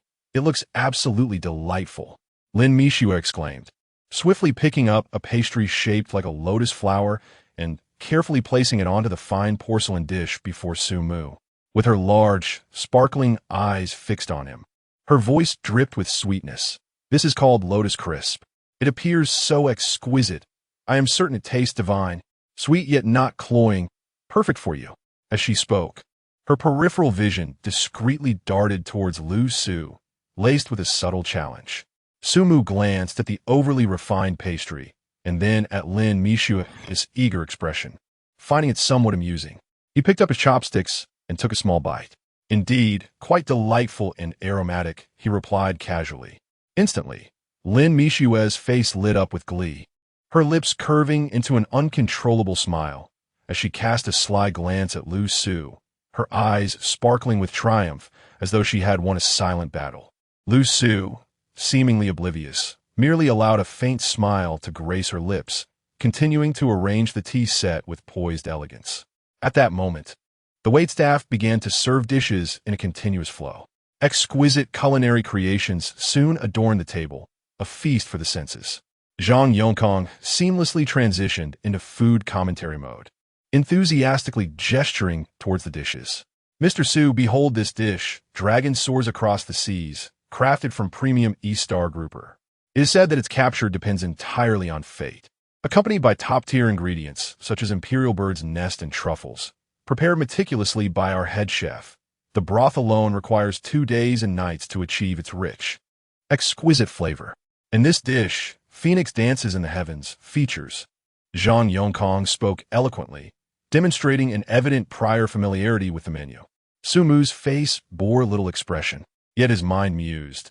It is truly a disservice for this bank president not to pursue a career in comedy. His eloquence surpasses even the most skilled of performers. Although he held little interest in the dishes themselves, he couldn't help but regard Zhang Yongkong's attentiveness with a measure of respect. A distinguished bank president, lowering himself to such humility, indeed afforded considerable face. For a moment, as toasts were raised and the atmosphere grew lively, Zhang Yongkong felt the time had come to unveil his true ace.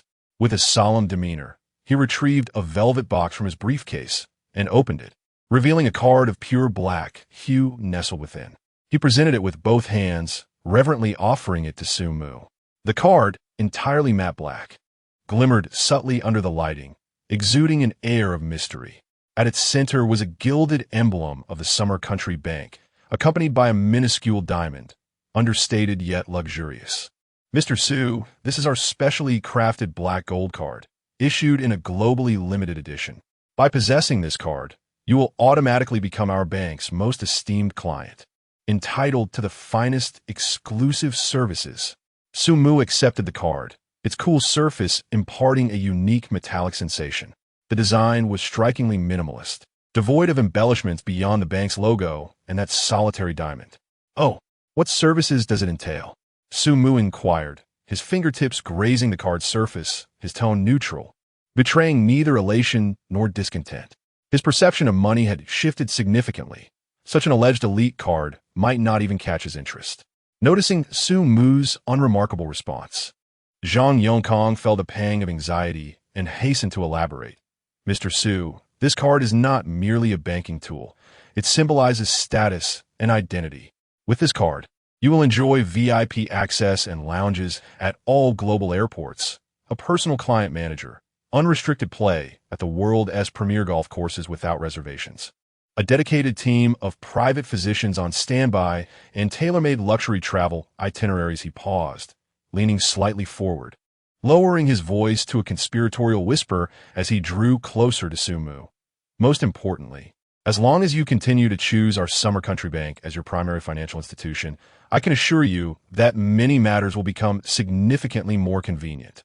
For instance, should you wish to secure a reservation at a restaurant, even one is sought after Ashuangpu restaurant, which typically requires months of advance notice. Just a single call from you will guarantee the finest table. With an even softer tone, laden with insinuation, Zhang Yongkong continued. Mr. Su, the marketplace resembles a battlefield. Sometimes, the flow of information and capital can decisively shape the outcomes of many endeavors. When our bank conducts risk assessments and formulates credit policies, we naturally prioritize esteemed clients, such as yourself, as well as the sectors and enterprises that you may be interested in. If there are aspects in your commercial strategy that require our collaboration, such as certain enterprises that appear less than stable or do not meet your approval, our bank will naturally exercise greater caution and stringency in assessing their credit risk. This statement could not be more explicit. The underlying implication is clear. As long as you deposit your funds with us, I can assist you in managing any financial connections you desire. Sumu raised an eyebrow slightly. The previously mentioned privileges, such as airport VIP lounges and golf courses, were of no interest to him. However, this last point held some intrigue. He was not one to instigate trouble, yet he was never one to shy away from it either. Having more friends opens more avenues, especially a friend like Zhang Yongkong, who wields the power of credit approval. Such a connection could prove invaluable in critical moments, particularly when dealing with certain indiscreet competitors. Director Zhang, Sumu remarked, a meaningful smile gracing his lips. Your sincerity is indeed commendable. He toyed with the black gold card, refraining from putting it away immediately. Zhang Yongkong had been closely observing Su Mu's expressions, detecting a hint of interest in his tone, and a heavy stone of apprehension in his heart finally settled. It seemed this move was a success. He quickly bowed slightly, adopting a more respectful demeanor. Mr. Su, you flatter us. Rest assured, as long as you choose to trust our Summer National Bank, we shall be your most reliable and steadfast support. We will go through fire and water for you. Su Mu did not rush to respond, his long fingers rhythmically tapping on the smooth mahogany table, producing a soft, resonant sound. He was weighing his options. The olive branch extended by Zhang Yongkong was substantial, particularly the last insinuation, which precisely scratched his itch. To accept or not to accept. After a moment, Su Mu ceased his tapping and looked up at Zhang Yongkong, his gaze scrutinizing. I sense your sincerity, Director Zhang. If your bank can indeed provide the level of service you promised, particularly in terms of information and efficiency that meets my satisfaction. Su Mu paused, shifting the tone of the conversation, then considering Summer National Bank as my primary partner in the future would not be out of the question. I happen to have a considerable sum of funds that requires a secure and reliable channel for management. My preliminary plan is to transfer no less than $3 billion to your bank. Of course, Su Mu added, the final decision will depend on your bank's subsequent performance and how long your sincerity can be maintained. $3 billion, and not less than that. Zhang Yongkong was taken aback. His highest expectation had merely been that Su Mu would transfer $5 to $10 billion, which would have been a monumental achievement, enough to boast about for years. He never anticipated that the initial offer would be a baseline of $30 billion. If this substantial sum were to be deposited, not only would his branch achieve the top performance, but he would also be able to navigate through the entire Summer National Bank system with ease. The coveted position of vice president of the head office, which he had long yearned for and dreamed of attaining, was now almost within his grasp. A tremendous elation surged through his mind like a volcanic eruption, leaving Zhang Yongkong feeling dizzy with happiness, his legs even slightly trembling beneath him. Suddenly, he sprang from his chair with such fervor that the legs scraped against the floor, producing a jarring sound. His hands trembled slightly with excitement as he bowed deeply to Su Mu, his voice shifting in pitch. Mr. Su, please, rest assured, I am profoundly grateful for your trust. You can have complete confidence. Our Xiaoguo Bank will absolutely, without question, live up to your expectations. I, Zhang Yongkong, will personally serve as your dedicated account manager from this day forth. I will oversee all your affairs personally, ensuring that you receive the highest standard of service, most private, most convenient, and most satisfactory. This overwhelming surprise made his heart race like a drum. He could almost envision himself stepping into the role of vice president, embarking on a promising future where he would soar to great heights. He endeavored to calm his racing heart and earnestly reassured Su Mu once more. Mr. Su, should you have any requests in the future, simply say the word. Our entire bank will undoubtedly spare no effort. Chapter 010. The considerate Lin Mishue Lu Su, seated beside, momentarily faltered with the teapot in her hand. $3 billion, or rather cash flow. A rapid procession of the young elites she knew raced through her mind, along with the so-called successful individuals who frequented the bank. To even contemplate $3 billion in cash was a feat. Those capable of producing $300 million at a whim deserved careful consideration. This man, Lu Su's gaze uncontrollably returned to Sumu. Clad in seemingly ordinary attire, he radiated an invisible aura following his earlier remark. Composed, enigmatic, exuding an exhilarating sense of control that quickened her heartbeat. A long-forgotten thrill, akin to a stone cast into a lake, stirred ripples deep within her heart. She hastily lowered her eyes, lifting her teacup for a sip, yet the scalding tea could not quell the peculiar sensation. Lu Su, dear Lu Su, you are a married woman. Your daughter is already in university. What are you daydreaming about? She inwardly admonished herself, striving to suppress those inappropriate thoughts with reason. Yet reason was one matter, and the rapid thumping of her heart was another.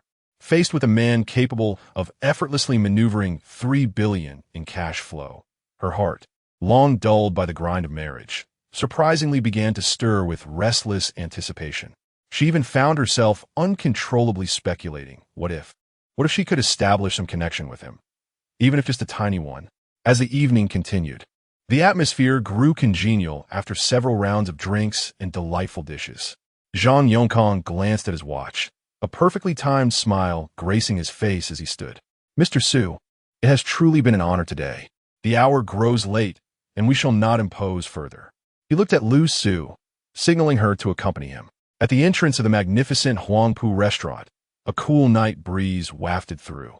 Gang Gongkang, vormli shuk sumoiskind. Already calculating the potential achievements that $3 billion could bring, and how splendidly it would embellish his or some. Just then, Lu Su, who had been quietly following, suddenly spoke up. President Zhang, perhaps you should head back first? I would like to see Mr. Su off. Her voice, though soft, resonated distinctly in the quiet corridor, laced with a tension she herself was unaware of. Zhang Yongkang paused, his grip on Su Mu's hand faltering momentarily before he released it, turning to Lu Su. A flicker of surprise crossed his eyes, swiftly replaced by understanding. Having navigated the professional realm for years, he possessed sufficient insight.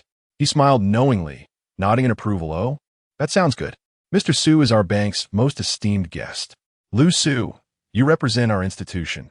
You must ensure Mr. Su's safe departure. He raised his hand, gently patting her shoulder, his tone imbued with unmistakable implication. Service, please be thorough. In an instant, Lu Su felt her cheeks flush with heat. She quickly averted her gaze, evading Zhang Yongkang's perceptive stare. Yes, I understand, President Zhang. Her heart raced like a drum, her thoughts in disarray. Half of her reason screamed in protest. No, you are a married woman. How could you engage in such acts? Yet the voice of your other half tempts you. $3 billion. Consider your ineffectual husband and the exorbitant college expenses awaiting your daughter. This may very well be your only opportunity in this lifetime.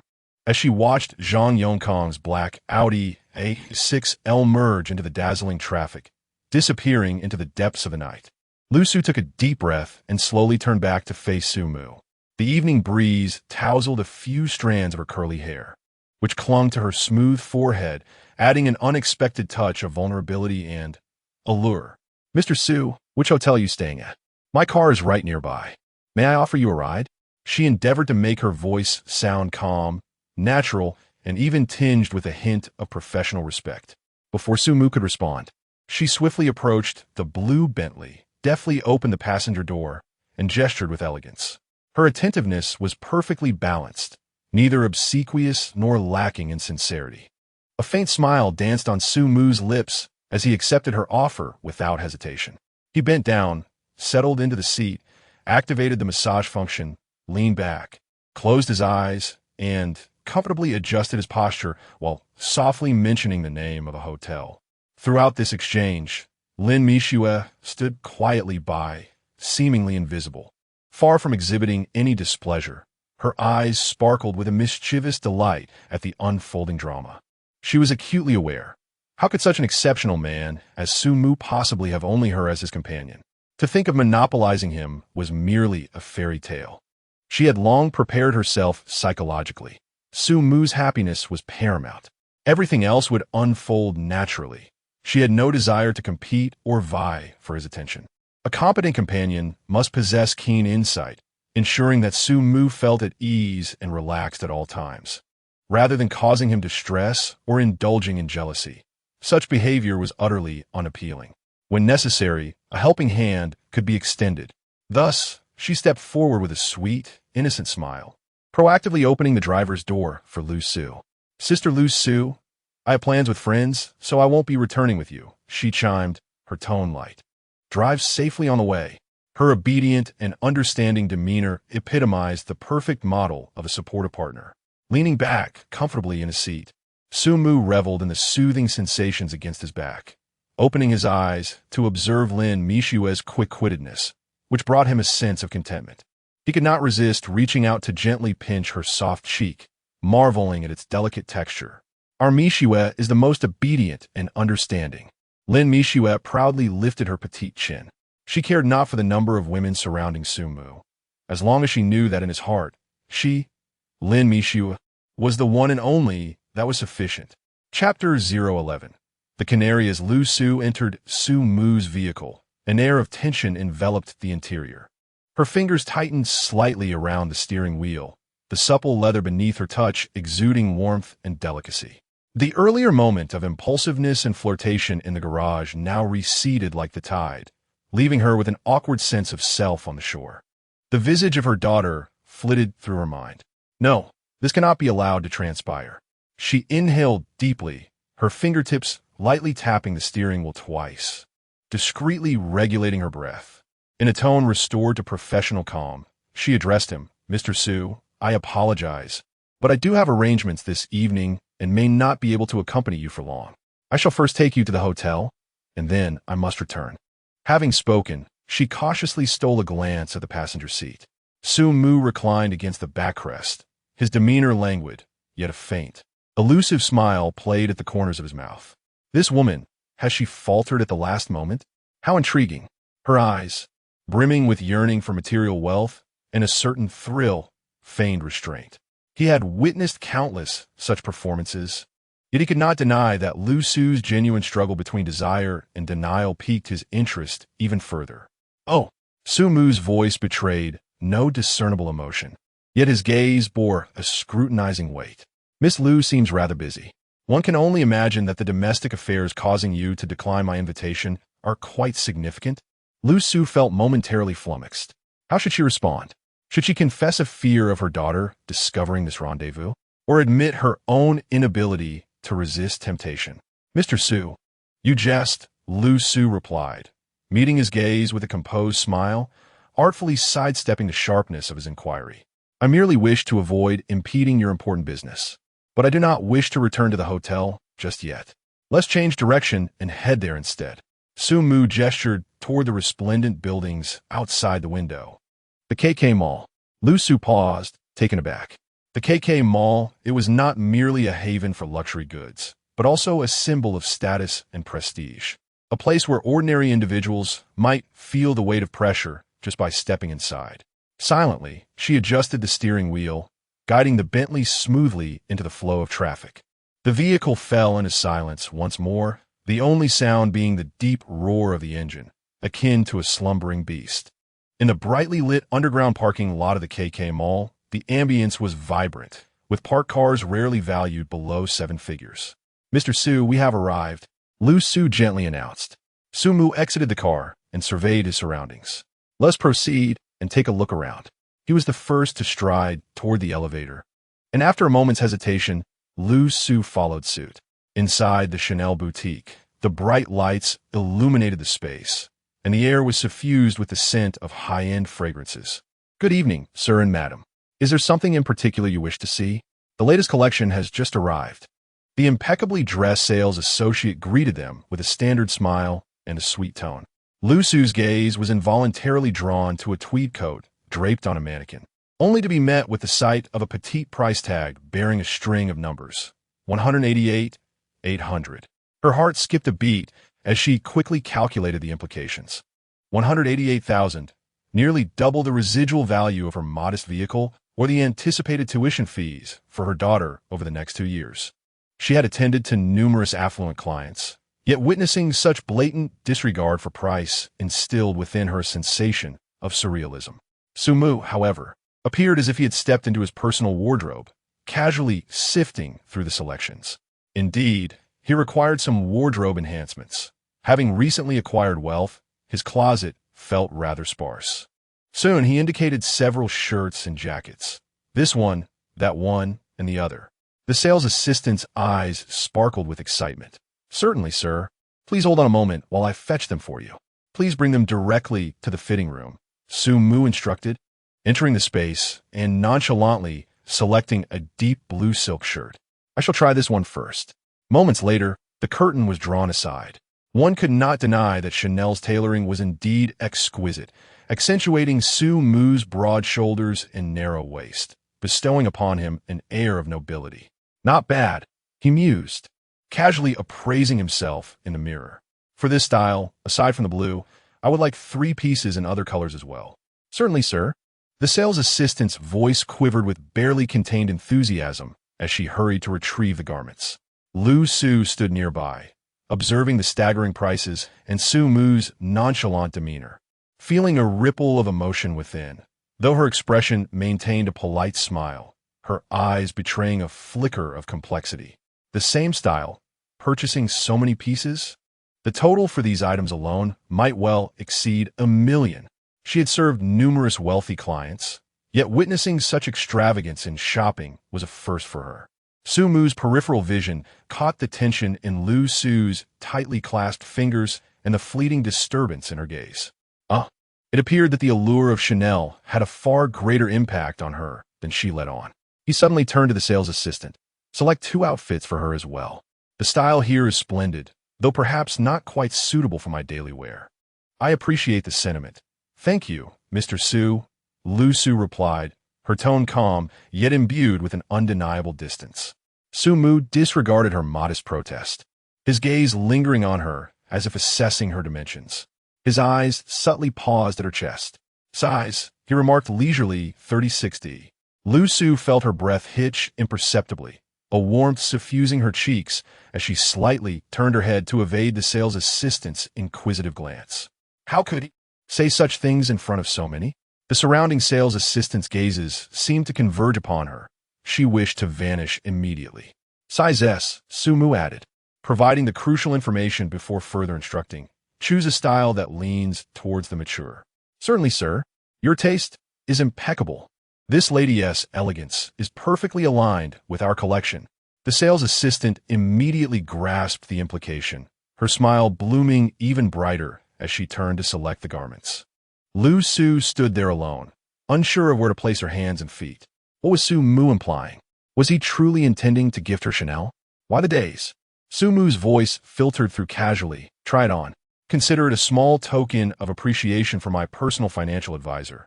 A mere gesture of goodwill. Do not overthink it. His tone was as ordinary as if he were commenting on the pleasantness of the weather. Lu Su fell silent for a few seconds, meeting Su Mu's unwavering gaze that brooked no refusal. Ultimately, she nodded, her tone calm and unruffled. Then, I must trouble you. Thank you, Mr. Su. Her steps toward the fitting room remained steady, yet the sound of her high heels striking the floor seemed to resonate more loudly than usual, betraying the turmoil within her. Her fingertips brushed against a cool, silky fabric, the belt of a dress.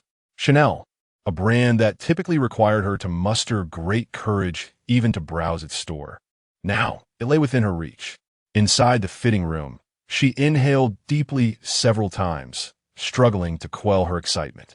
Outside, she could hear the sales assistant whispering in hushed tones. That gentleman used a black card. A Centurion black card? I know this. At least $1 billion in credit. A black card. Lu Su's heart tightened once more. That very card was one she had personally handed to him. She removed her ordinary work attire and donned the crescent white ensemble chosen by the sales assistant. The tailored top accentuated her graceful waistline, paired with wide-legged trousers of the same hue, exuding a blend of professionalism and femininity. Standing before the expansive dressing mirror, Lu Su gazed at her reflection, feeling somewhat dazed. The woman in the mirror bore the same makeup, yet her aura was entirely transformed. Exquisite, elegant, imbued with a sense of preciousness that suggested she had been meticulously cared for. Wasn't this precisely the depiction of the pampered canaries mentioned in those tabloids? This thought sent a shiver through her, stirring a mix of resistance and an inexplicable thrill within her. Chapter 012. Under the moonlight, heartstrings entwined, how do you find it? Are you satisfied? Sumu had unknowingly leaned against the door of the fitting room. Lu Su steadied her breath, her fingers unconsciously gliding over the fabric of the dress. Soft and cool to the touch. Mr. Su possesses exquisite taste. This dress truly compliments me. The garment enveloped her perfectly, accentuating her fair complexion and delicate figure. The woman reflected in the mirror appeared both familiar and foreign.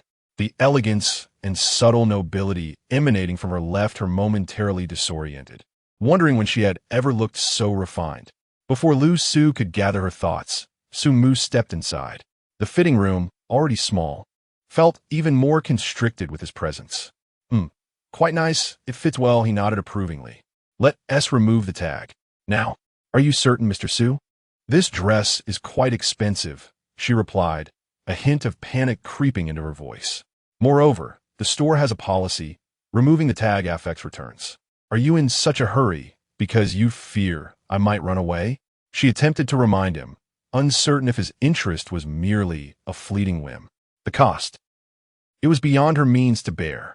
What, don't you like it? Sumu raised an eyebrow. Or perhaps you prefer I take care of it myself? He advanced a step closer, causing Lu Su to instinctively retreat until her back met the cool mirror, leaving her with nowhere to escape. The mirror captured their intimate tableau, the tall man overshadowing the petite woman entirely. Mr. Su, I appreciate your kindness, but this gift is too extravagant. I cannot accept something without having earned it, Lu Su asserted. Sumu chuckled softly, seemingly amused by her resistance. What is there to refuse? I stated it's a gift for you. He extended his hand, his long fingers deftly pinching the small tag at the side of her dress. The warmth of his touch inadvertently brushed against the soft flesh at her waist, sending a shiver through her. Please, Mr. Su, I can manage it myself, Lu Su stammered, wishing to push him away, yet feeling it inappropriate, her hand frozen in mid-air. With a crisp sound, the tag was severed. Sumu casually tossed the discarded tag into a nearby trash bin. All done. Now, let us go find a few pairs of shoes to match this dress. Lu Su took a moment to compose herself, inhaling deeply to suppress her racing heart. She smoothed the hem of the dress and stepped out of the fitting room with as much calmness as she could muster.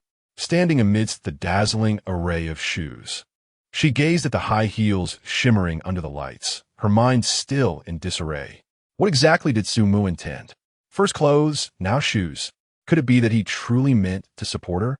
The thought tightened her chest, quickly followed by a wave of humiliation. She, Lu Su, was not that kind of woman. Absolutely not. Yet, as her eyes drifted over the elegantly designed heels with their flowing lines, a voice within her stirred. They were breathtaking. What woman could genuinely reject such exquisite beauty, especially when it was so readily available? This pair, in a nude shade, size 37. The pair of black shoes beside me. The same style. I want those as well. And over there on the shelf, the silver stilettos, yes, precisely those. Sumu's voice resonated once more. Mr. Su, your taste is impeccable.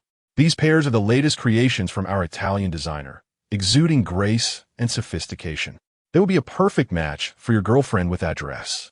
The sales assistant efficiently retrieved and packaged the shoes while sweetly flattering him. Girlfriend? A flicker of surprise stirred within Lu Su, who discreetly cast a glance at Sumu. He paid no heed to the term girlfriend, neither confirming nor denying it, his expression impassive as he observed the assistant pack the shoes. What game was he playing?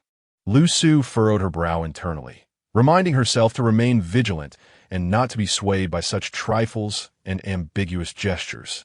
This man was perilously intriguing. Yet, the sensation of being cherished and effortlessly acquiring luxuries was undeniably delightful. Damn it, it truly felt wonderful. Watching the assistant carefully place the exquisite high heels into a beautifully adorned box, Lu Su's emotions became a tangled web. Charge it. Su Mu produced a sleek black card and handed it to the assistant without glancing at the bill. The assistant accepted it with both hands, her smile nearly overflowing. Certainly. Mr. Su, please hold on. The transaction was seamless. Swipe, sign, done.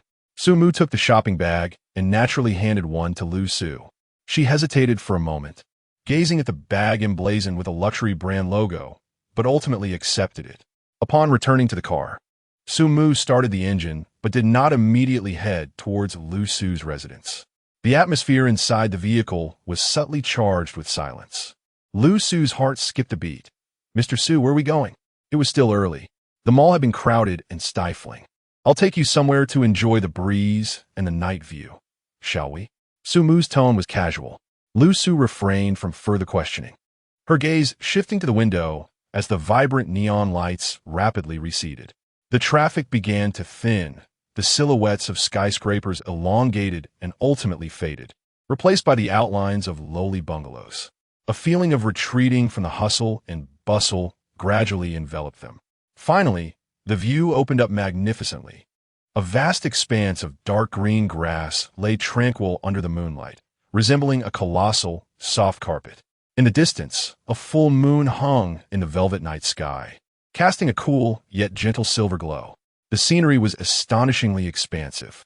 The car came to a steady halt at the roadside bordering the grassy field, and Su Mu turned off the ignition, leaving only the faint sound of their breathing within the vehicle. Lu Su surveyed the surroundings. The empty field was illuminated solely by moonlight and distant scattered lights. She chuckled softly, attempting to break the somewhat excessive silence. Mr. Su, your choice of night view is rather unique. I had imagined we would be at a rooftop bar overlooking the entire city or a riverside terrace. Su Mu removed the car key, the metallic clink resonating crisply. Shall we take a walk? They exited the vehicle.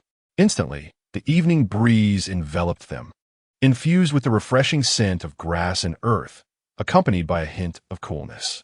The wind gently tousled the stray strands of willow fluff that framed her forehead, seemingly dispersing some of the turmoil and dizziness brought on by shopping. Ah, the air is rather pleasant. She gathered the disheveled locks, her feet sinking into the soft earth. With a subtly discerning tone, she surveyed this unexpectedly open space. Little did she anticipate that beside this bustling metropolis lay a sanctuary that could momentarily alleviate one's troubles.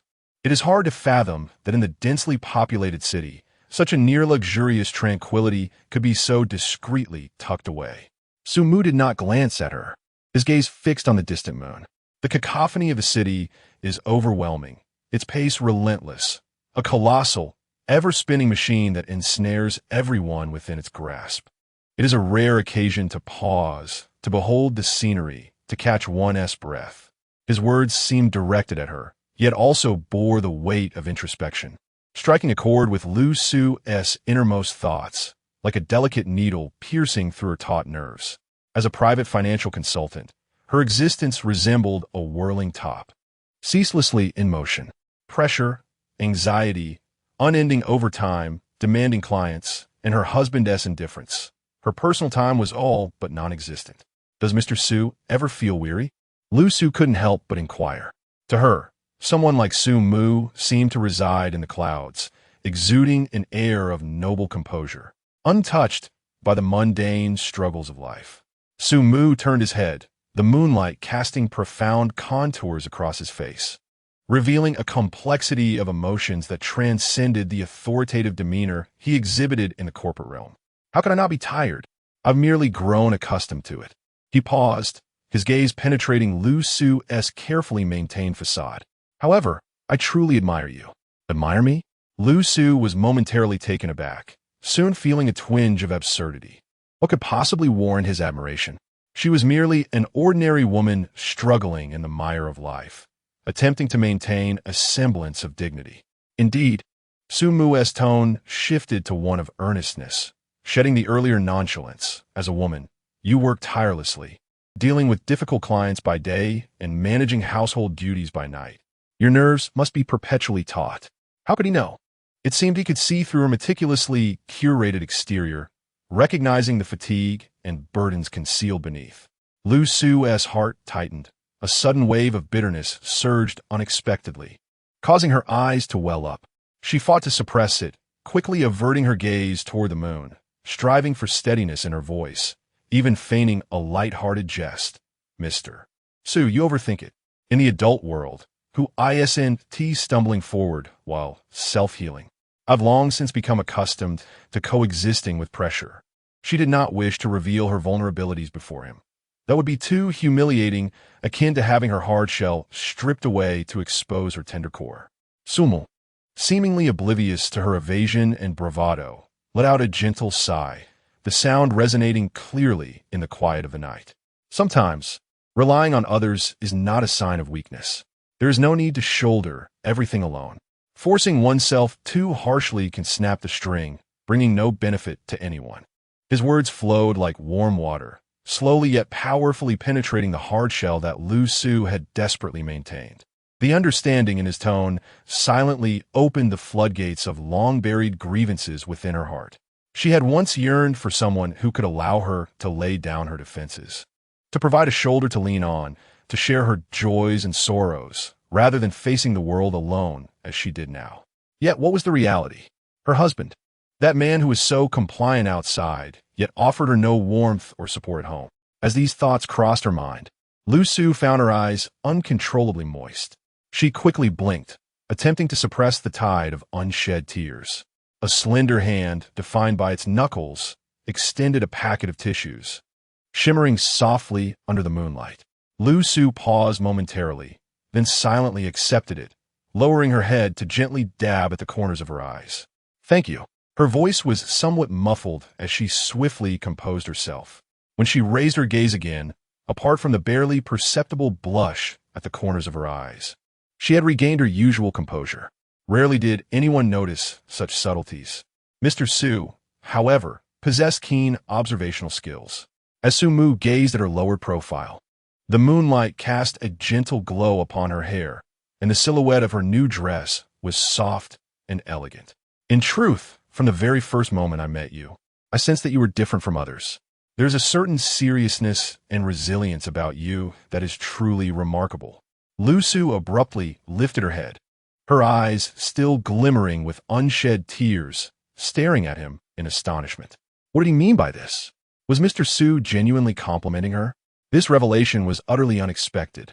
I mean to say, you are captivating to me. As I come to know you, I find you even more alluring than I initially imagined. I understand that this may come across as somewhat abrupt, considering we have not known each other long, and the setting may not be entirely appropriate. Nonetheless, I genuinely have a fondness for you, and cannot help but wish to learn more about you. Lu Su was not an inexperienced girl. She understood the implications of Su Mu's words. Yet it all felt too surreal, like a meticulously orchestrated dream. A man of his stature must have encountered countless remarkable women. Why would he be drawn to her? She struggled to maintain her fade of composure, striving to keep her voice steady despite her inner turmoil. Surely, Mr. Su had seen many exceptional women, and Lu Su steadied her nerves, attempting to defuse the sudden tension and awkwardness with humor. Though a hint of discomfort lingered in her tone. How could you suddenly develop an interest in someone like me, who is, well, steeped in the mundane realities of life? I find it hard to take your words seriously. Su Mu smiled, and that smile appeared especially vivid under the moonlight, radiating a sense of clarity and inevitability. The mundanity of life? That is the essence of reality, quite genuine. In my eyes, you are simply you, a woman of great charm. Nothing more. I regret not having met you sooner. Those words fell like a stone into the tranquil waters of her heart, sending ripples cascading through her emotions. Willow catkins made her heart race, and she hurriedly lowered her head, too timid to meet his gaze. The moonlight gently cascaded upon her, outlining the graceful curves of her new dress. Indeed, as Su Mu had remarked, she had shed the rigidity and sharpness of her daytime attire, embracing the soft, ethereal beauty exclusive to the night. The air seemed to thicken, leaving only the unspoken, intimate tension that flowed silently between them, accompanied by the occasional chirp of unseen insects in the grass. Willow catkins felt her cheeks flush, and her breath became somewhat labored. Rationality frantically rang alarm bells. This was perilous. His identity and intentions were unclear, and she should immediately push him away and flee back to the safety of her mundane existence. Yet, deep within, another voice urged her on, like a devil's whisper, beckoning her closer, urging her to seize this sudden, long-forgotten flutter of the heart and attention. Mr. Sue, Willow Catkins furrowed her brow, forcing herself to raise her head, her tone becoming more serious as she sought to create distance. This kind of jest is not quite suitable for our current relationship. You're causing me distress. I am not jesting, Willow Catkins, Sumu interrupted, his tone calm, yet resolutely firm. I'm serious. He took a small step forward. Just that one step made the distance between them diminish drastically. Instinctively, she wanted to retreat, only to find her back pressed against the cold, hard surface of the car, leaving her with nowhere to escape. She was completely enveloped in a shadow. Mr. Sue, please don't do this. I'm a bit scared. Her voice carried a trace of genuine panic. The smile at the corner of Sue Moo's lips deepened, seemingly amused by her startled demeanor. Do not call me Mr. Sue. Cool, Miss Sumu. Sue. Moo. Willow Catkins struggled to articulate the name, slightly turning her head to avoid his intensely heated gaze. Are we perhaps moving too quickly? This addressed Willow Catkins, his voice dropped to a near whisper, brushing against her ear with warm breath. You are truly beautiful. Willow Catkins' face instantly flushed crimson, the heat spreading from her cheeks to her neck as if she might ignite.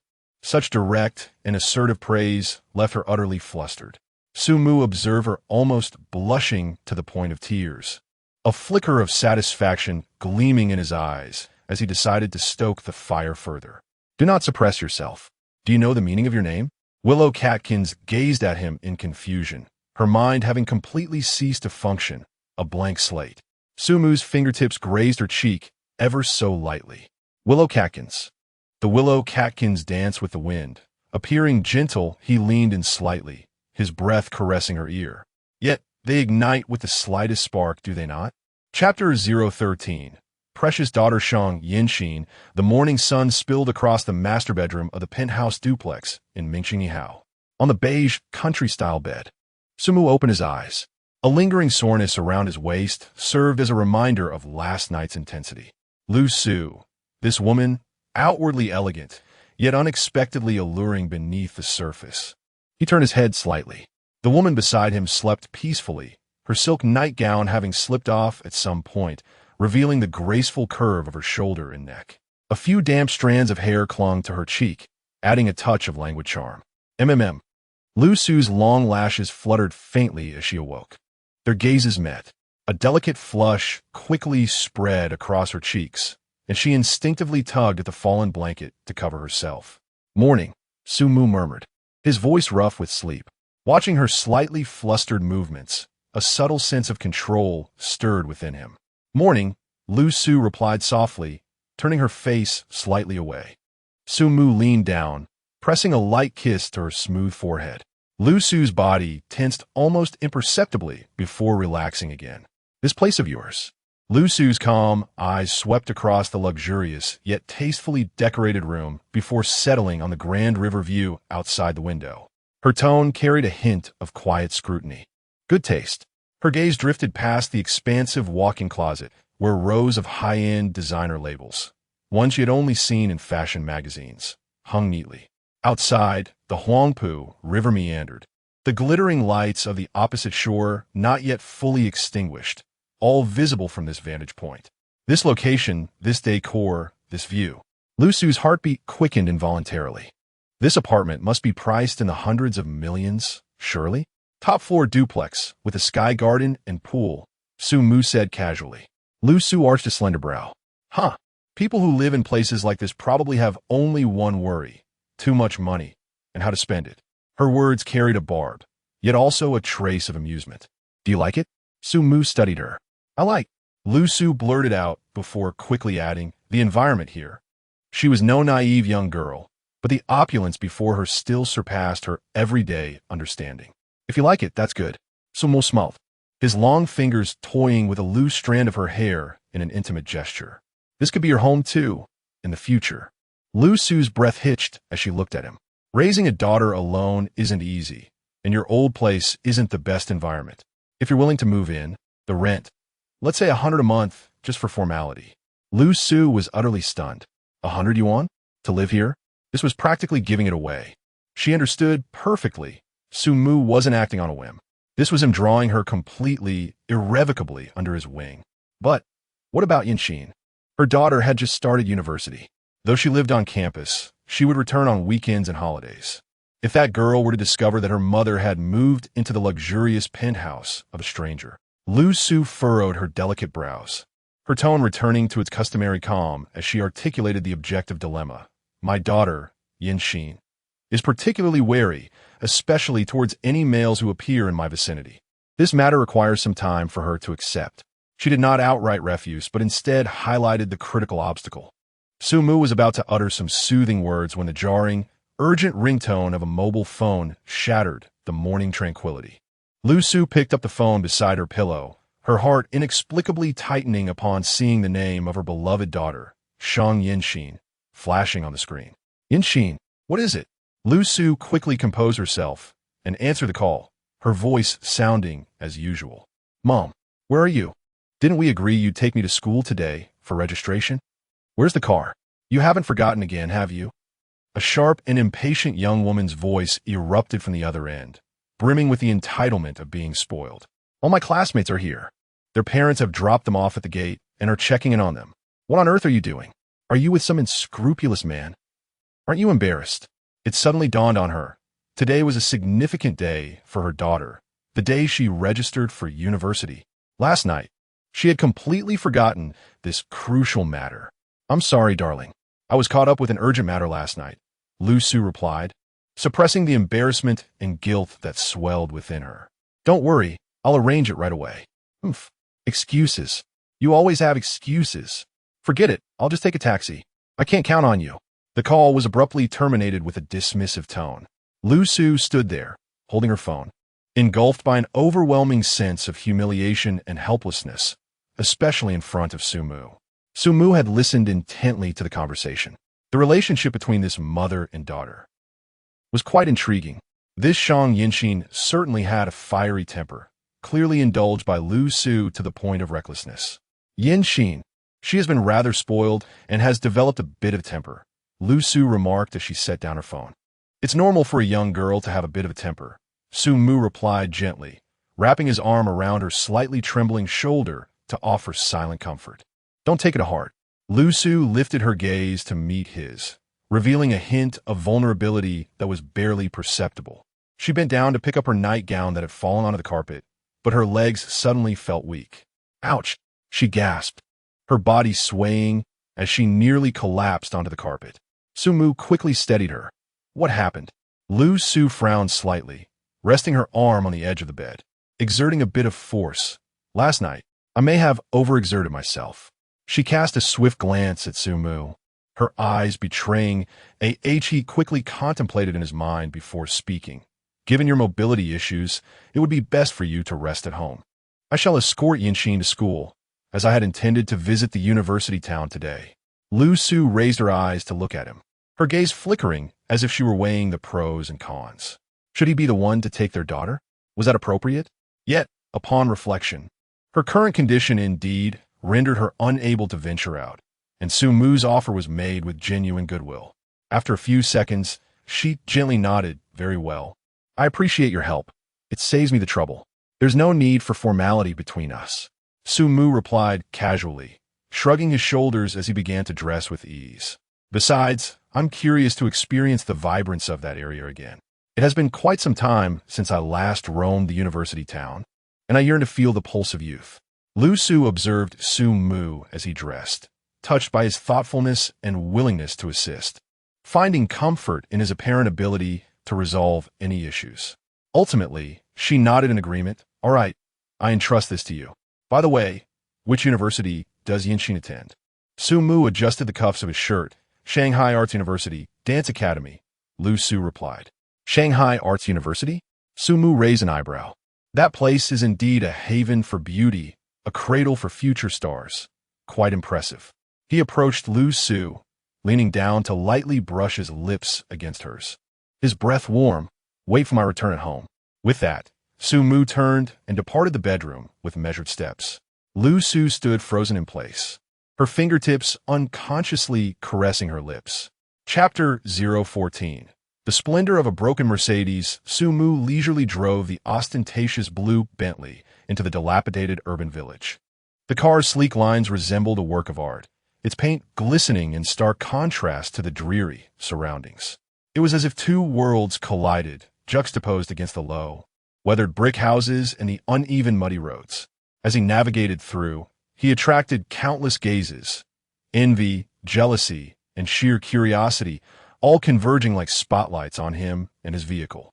Lowering the window slightly, Su-mu rested his fingers on the steering wheel, lazily surveying the exterior. To his surprise, he noted that Lu-su and her daughter resided in such an environment. This place, when compared to his lavish penthouse overlooking the river in the city center, felt like a slum. Yet, the image of Lu-su's ripe figure and the charming allure in her eyes, along with the sultry voice of her fiery daughter, Shang Yinxin, that he had heard over the phone, caused a subtle smile to tug at his lips. The initial sense of disparity was swiftly replaced by an inexplicable anticipation. A beauty is a beauty, no matter the setting. Moreover, roses with thorns cultivated in such an environment seemed to possess an even richer flavor. The appointed time to meet Shang Yinxin had not yet arrived. Su-mu took out his phone, the screen illuminating, and began to fiddle with his apartment rental information. The city center Mingxing No. 1 felt too spacious. With 50 floors and 2 units per floor, each boasting 500 square meters of opulent space. Currently, only he, Lu-su, and a recently taken in Lin Mishue occupied it. The emptiness rendered it particularly desolate. At night, it could even feel somewhat eerie. Relying solely on himself to scout for attractive female tenants? That would take an eternity. Gazing out at the bustling crowd, predominantly youthful faces, a thought crossed his mind. The building was vacant as it was, and the management fees were substantial. Why not rent out the floors below 20? To young, attractive female college students, perhaps. This would not only breathe life into the building, infusing it with vibrant energy, but also allow for the careful selection of quality neighbors. Proximity to beauty often yields rewards. As for the floors above 20, those would naturally be reserved for his future prized possessions. City Center, Mingcheng No. 1, stunning river view. Single rooms at a bargain price for rent. Unbeatable location, exquisitely decorated and ready for move-in.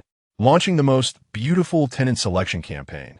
Enter with a personal photo for a chance to win a monthly rent of only 1,000 yuan. Priority for females, with an emphasis on beauty. Su-mu's fingers danced across the screen, swiftly crafting the advertisement. After a moment's contemplation, he opened the ziof beneath her. A light blue denim skirt fit impeccably, modestly concealing only the essentials. Her legs, fair, straight, and elongated, displayed an astonishing proportion, devoid of any excess fat, as if she had stepped out from the pages of a comic. The epitome of leggy elegance. Sumurejoknizit had immediately, Shangyanjin, with a physique and those long legs. She was undeniably a mirror image of her mother, Lu-su, a testament to the wonders of genetics. Shang Yinxin stood by the roadside, her brow slightly furrowed as she scrolled through her phone, the screen's glow illuminating her exquisite face tinged with impatience, seemingly awaiting transportation. Today was likely the day for reporting at Moda University, and it appeared she was preparing to head to campus. At that moment, a pristine white Mercedes-Benz C-Class glided into view, exuding the scent of new leather, and came to a steady halt before Shang Yinxin. The window rolled down, revealing the faces of 3 young girls, giggling and appearing to be acquainted with Shang Yinxin. The driver, Yu Huirue, tilted her chin slightly, casting a glance at Shang Yinxin. Her tone laced with a hint of ostentation. Yinxin, heading to school? Need a ride? She paused, her gaze flickering to the empty road behind Shang Yinxin, and added, her voice neither too loud nor too soft, just enough for those nearby to hear. Oh dear, is your mother too busy to see you off again? Or do you still lack a ride? Shang Yinxin did not even lift her eyelids, her fingers continuing to glide across the phone's screen, as if she had not heard a word. Get lost, you Huirue. Who would want to ride? The tone was frigid, laced with undisguised annoyance. Yu Huirue seemed unfazed by the rudeness, her laughter only growing more pronounced, the three-pointed star emblem on the steering wheel glistening in the sunlight. Oh, don't be so stubborn, Yinxin. I'm offering you a lift. It's on my way. Besides, look, my dad just got me this new car, a Mercedes C-Class, worth $450,000. She enunciated the figure with particular clarity, the final syllables drawn out, as if fearful that others might miss it. Yu Huirue felt an overwhelming sense of pride.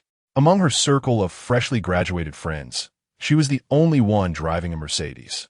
She wanted Shang Yinxin to see that despite high marks and beauty in high school, it meant little now when one was left standing by the roadside waiting for a bus. Meanwhile, she, Yu Huirue, had already taken the wheel of a Mercedes. This was a stark, unvarnished demonstration of disparity. Finally, Shang Yinxin raised her head, a glimmer of mockery flashing in her beautiful eyes as she scoffed. Oh, a C-Class? I thought it was a Maybach. Is that all there is to it? She understood Yu Huirue's motives all too well. It was merely an attempt to seek superiority in her presence. Throughout their high school years, the two had been pitted against each other, both openly and covertly vying for distinction. Shang Yinxin, with her academic prowess and striking looks, had consistently overshadowed Yu Huirue, leaving her feeling oppressed for 3 long years. Now that they had graduated, Yu Huirue had finally seized the opportunity to reclaim her lost prestige through wealth. You're just bitter over the grapes you can't reach. Yu Huirue's face flushed with a mix of red and white, her grip tightening on the steering wheel. I see you're just jealous, utterly envious. Jealous of you? Jealous of the unmistakable nouveau riche aura that clings to you? Shang Yinxin continued her sharp-tongued remarks, deliberately targeting her opponent's vulnerabilities. You, Shang Yinxin, you miserable pauper. Yu Huirue was utterly infuriated, speaking without restraint. Why don't you just take your mother's dilapidated 10-year-old Honda to report in? Be careful not to break down halfway and embarrass yourself. The 2 girls in the back seat giggled, their mockery and schadenfreude unmasked. Shang Yinxin clenched her phone tightly, her knuckles whitening from the pressure. Her chest heaved slightly in anger. Her beautiful face tinged with crimson, yet she found herself at a loss for words to retort. The truth in Yu Huirue's words stung. Her family was indeed of modest means. Her mother, Lu Su, provided her with a meager 2,000 yuan for living expenses each month, barely enough to survive in a city like Shanghai, where frugality was paramount. As for her so-called father, he was utterly unreliable, as good as deceased. In comparison to Yu Huirue, whose parents casually gifted her a Mercedes for transportation, she was undeniably a veritable pauper. Su Mu sat in his Bentley, observing with keen interest the petty rivalry and verbal sparring among the young women. It was juvenile, yet strikingly authentic. Youth, he murmured softly, feeling an inexplicable itch within. Just 2 years post-graduation, he felt almost ancient, as if he had nearly forgotten the thrill of such competitive banter. A part of him longed to relive it, or perhaps to intervene. His gaze fell upon Shang Yinxin's flushed, exquisite face and her perfectly sculpted, long legs. Yes, let us start with this prickly little firecracker. Su Mu raised his hand and gently pressed his finger on the emblem of the Bentley at the center of the steering wheel. Beep, a crisp, melodious honk resonated through the somewhat noisy street, distinct from the ordinary car horns, imbued with a unique timbre. However, the girls, engrossed in their heated exchange, paid no heed to the sound. Yu Huirue continued her relentless tirade against Shang Yinxin. Su Mu raised an eyebrow, feeling a hint of exasperation. Clearly, his initial attempt had been insufficiently forceful. He pressed the horn again, this time with greater duration and intensity. Beep, beep, the sound was louder and more penetrating, carrying an undeniable presence. Indeed, Yu Huirue, in the midst of her vitriol, was interrupted, turning her head in annoyance to see who dared to disturb her reprimanding of Shang Yinxin. Shang Yinxin and the 2 girls in the back seat instinctively turned to look as well. Then, they simultaneously beheld the magnificent vehicle parked not far away. Entirely clad in a striking blue hue, its sleek silhouette exuding an aura of unparalleled luxury. A Bentley. Moreover, it was in an audaciously flamboyant Klein blue. The air seemed to freeze instantaneously. Chapter 015. Thank you for picking me up, as Yu Huarui was fervently cursing. Her flow of words was abruptly interrupted, leaving her feeling quite irritable. She turned her neck sharply, ready to unleash a tirade of invectives. Yet in the next instant, upon catching sight of the magnificent vehicle parked not far away, radiating an ethereal blue sheen, all the expletives she had prepared lodged firmly in her throat. What the? A Bentley? And a Continental GT at that. Is that color? Klein blue? It's ostentatiously dazzling. Yu Huarui felt her mind buzz with disbelief, momentarily dazed. Surely, this marvel must have a starting price of no less than 4 million? It was incomparable to her modest C-Class, which had merely cost her 450,000, even if Su Mu regarded it merely as a means of transportation. In the eyes of an ordinary second-generation rich like Yu Huarui, this was the epitome of luxury cars, a ticket into an entirely different echelon. Anyone who drives such a car, her father would surely bow in deference. The arrogance she had felt from recently acquiring a new vehicle was instantly extinguished. No matter how boastful she might be, she understood whom she could provoke and whom she must avoid. The occupant of that car undoubtedly belonged to the latter category.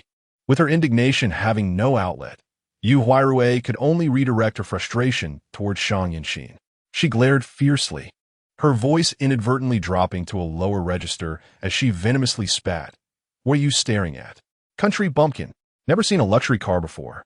She wished to say something further to salvage her dignity, perhaps mocking Shang Yinxin for not being able to afford such a sight, but before she could formulate her thoughts, the window of the blue Bentley slowly descended, revealing a jaw-droppingly handsome profile. Then a deep, melodious voice, laced with a hint of casual amusement, asked Shang Yinxin, "What are you doing standing there?" Upon hearing her name called, Shang Yinxin instinctively looked up. Her gaze locked onto a pair of deep, smiling eyes, and she was momentarily taken aback. This man was extraordinarily handsome. Wait, how does he know me? Yu Huarui and her two friends in the back seat were equally stunned, their jaws nearly dropping to the ground. A stunning gentleman driving a Bentley knows Shang Yinxin, the very person they considered a mere pauper. What on earth is happening? Did we receive the wrong script? The atmosphere around them seemed to freeze, with only the sound of their heavy breathing lingering in the air. Su Mu's eyes roamed over Shang Yinxin, from her delicate collarbone down to her long, slender legs, eventually resting on her face, which was slightly agape in astonishment. His interest deepened. Shang Yinxin felt utterly unsettled under his gaze, her cheeks flushing as she instinctively tugged at the hem of her skirt, her heart racing as if it might leap from her throat. What Ms. Lu Su, an ordinary office worker, commutes daily in her dilapidated Honda. How could she possibly know someone of such high caliber? And to have him arrive in a luxury car worth millions to pick her up for school? This is even more absurd than her drunken father boasting about having a connection with a billionaire. Astonishing. Incredulous. Shang Yinxin wondered if she was dreaming or if her late-night novel reading had induced some hallucination. She discreetly pinched herself hard on the thigh. Ouch, that hurt. It's not a dream. She stared blankly at Su Mu, her eyes brimming with confusion and shock. Observing her bewildered expression, Su Mu found it amusing. Just moments ago, she had been so sharp-tongued. Now she appeared utterly dazed. He arched an eyebrow and added, "What? Don't believe me? Shall I call your mother? And you can ask her yourself?" With that, he actually took out his phone, pretending to dial. "Ah, no, that won't be necessary." Shang Yinxin snapped back to reality, quickly waving her hands in protest. Though she remained perplexed, her instincts told her that this man was not jesting. Moreover, even if he were a fraud, what did she do? Should she really allow Yu Huarui to laugh at her while waiting for her mother's old Honda? Or slink away to squeeze onto the subway? That would be an embarrassment she would carry back to her grandmother's house. A gamble it would be. Taking a deep breath, Shang Yinxin suppressed the tumult within her and forced a sweet yet slightly bashful smile, softening her voice as she sweetly said, "Thank you. Thank you for picking me up, brother." The way she addressed him as brother was imbued with a nuance of tenderness, laced with just the right amount of intimacy. She intentionally raised her voice a notch to ensure Yu Huarui could hear her clearly. She aimed to infuriate her. A satisfied smile curved Su Mu's lips. Well, this little girl knew how to play the game. He opened the car door and gracefully gestured for Shang Yinxin to enter the passenger seat. His movements were elegant and fluid, and combined with his striking features and a luxurious car, he resembled a leading man from a romantic drama. Shang Yinxin's heart raced, her toes nervously fidgeting in place. Stealing a glance at the pale-faced Yu Huirue, she felt a surge of vindictive pleasure. Ultimately, she straightened her back like a proud little swan, lifted her skirt, and elegantly strode toward the blue Bentley, a symbol of opulence and status. Each step felt as if she were walking on clouds. A Bentley, an actual Bentley. She was about to get inside, to sit in this top-tier luxury car she had only ever seen in dreams and magazines. She couldn't help but steal another glance at Su Mu in the driver's seat. His perfect profile, high nose, and an air of noble nonchalance. He was leagues above the self-important so-called school heartthrobs who hadn't even fully matured yet. The key point was, he was incredibly wealthy, driving a car worth millions as if it were a toy, yet maintaining such understated elegance. How unlike Yu Huirue, who, upon driving a dilapidated Mercedes-Benz C, feels compelled to announce to the world, fearing that others might remain unaware of her family's wealth. The scent of nouveau riche emanates from her, perceptible even from 8 streets away. Shang Yinxin suddenly realized how absurd it was to have previously contested trivial matters with Yu Huirue. Perspective, vision, in comparison to the man before her. Yu Huirue is utterly insignificant, not even worthy of carrying her shoes. She clenched her fists tightly, her nails almost embedding into her palms. This is an opportunity, a once-in-a-lifetime chance. Perhaps she could truly seize this moment like the heroines in novels, transforming the trajectory of her life entirely. Meanwhile, Yu Huirue and her 2 followers had become rigid background figures. Their expressions were a spectacle in themselves, particularly Yu Huirue, whose face fluctuated between red and white. The pride she had just displayed was now replaced by profound embarrassment. She could not fathom how Shang Yinxin, the impoverished girl she had always looked down upon, had managed to associate with a magnate driving a Bentley. Moreover, it seemed their relationship was quite intimate. Was it arranged by her mother? Could it be that Shang Yinxin had been feigning humility all along? Was her family truly discreet? Why? Why should all the good fortune favor Shang Yinxin? Her 2 companions displayed expressions filled with envy and resentment. One of them could not help but mutter in a sour tone, "What is so impressive? Perhaps she is being kept by an older man." The other quickly chimed in, "Exactly. Just look at her vixen-like demeanor. She clearly isn't a decent person." Though their voices were hushed, they still faintly reached Shang Yinxin's ears as she was about to close the car door. She paused momentarily. Mere clowns. She could hardly be bothered with these foolish gossips. All she desired now was to relish the interior of this luxurious vehicle. The soft, exquisite leather seats enveloped her gently, and a subtle aroma of wood and mixed leather wafted through the cabin, understated yet opulent. The dashboard and central control screen, every detail exuding refinement and extravagance. Is this truly the realm of the affluent? Delightful. Su Mu returned to the driver's seat, effortlessly closing the heavy door, isolating them from the external clamor and unfriendly gazes. He pressed the ignition button, and the V8 engine emitted a deep, resonant growl, announcing its exceptional nature. The Bentley Continental GT glided forth like an elegant blue leopard, smoothly and swiftly merging into the flow of traffic. Only Yu Huirue and her 2 companions remained, dumbfounded and frozen in place. Under the sunlight, the 3-pointed star emblem of the Mercedes-Benz C-Class appeared so dull and even somewhat ridiculous. Yu Huirue watched the Bentley disappear into the distance. Trembling with rage, she slammed her fist onto the steering wheel.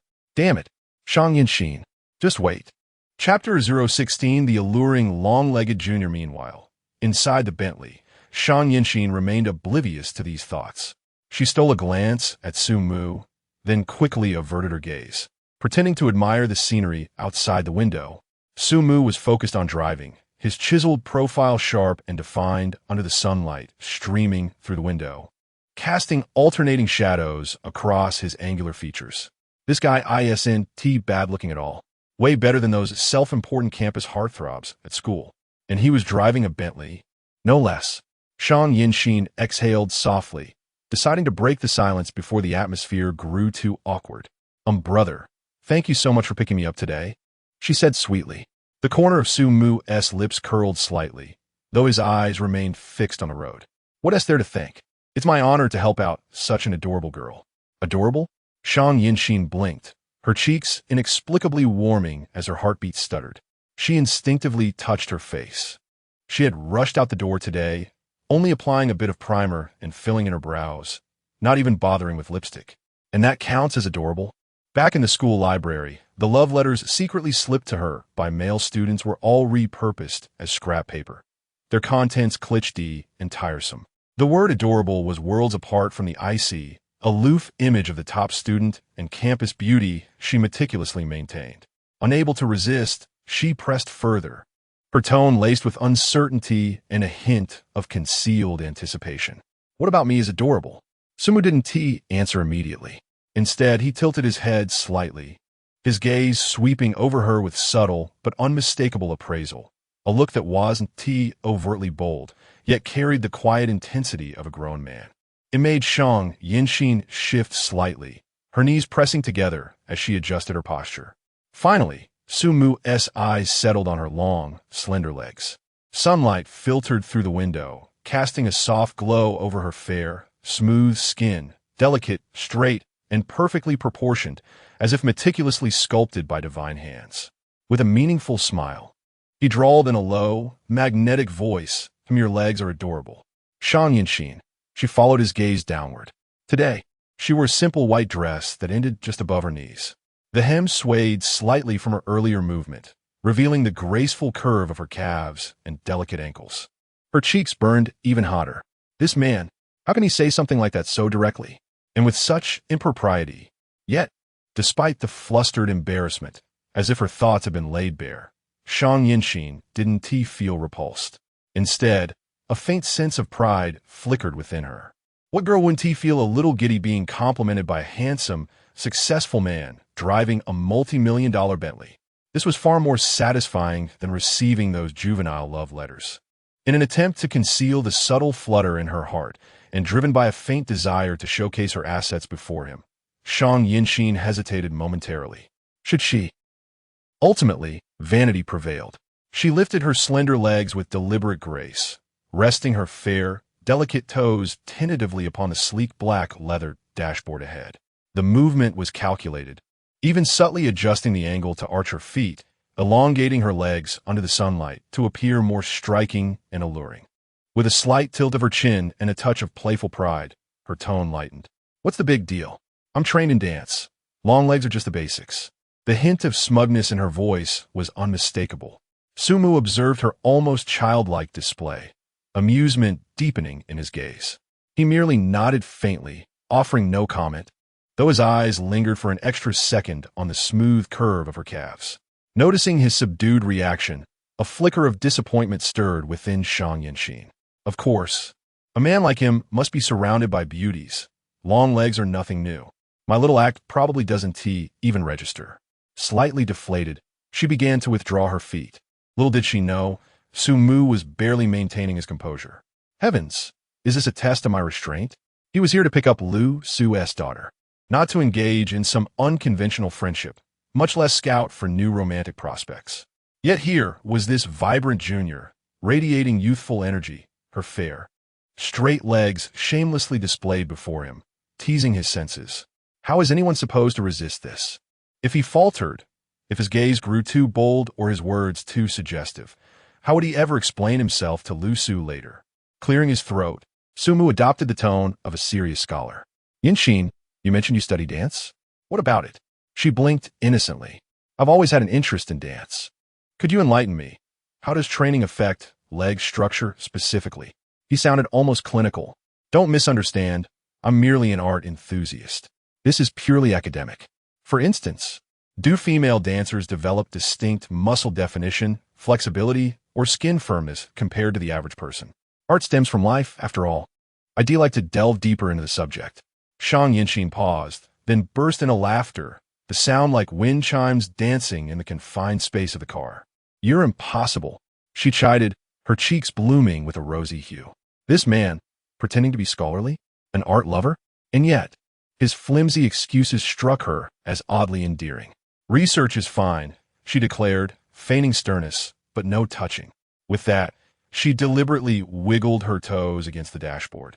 "Unless you first inquire whether my mother approves." No, no, no. Sumu was rendered speechless.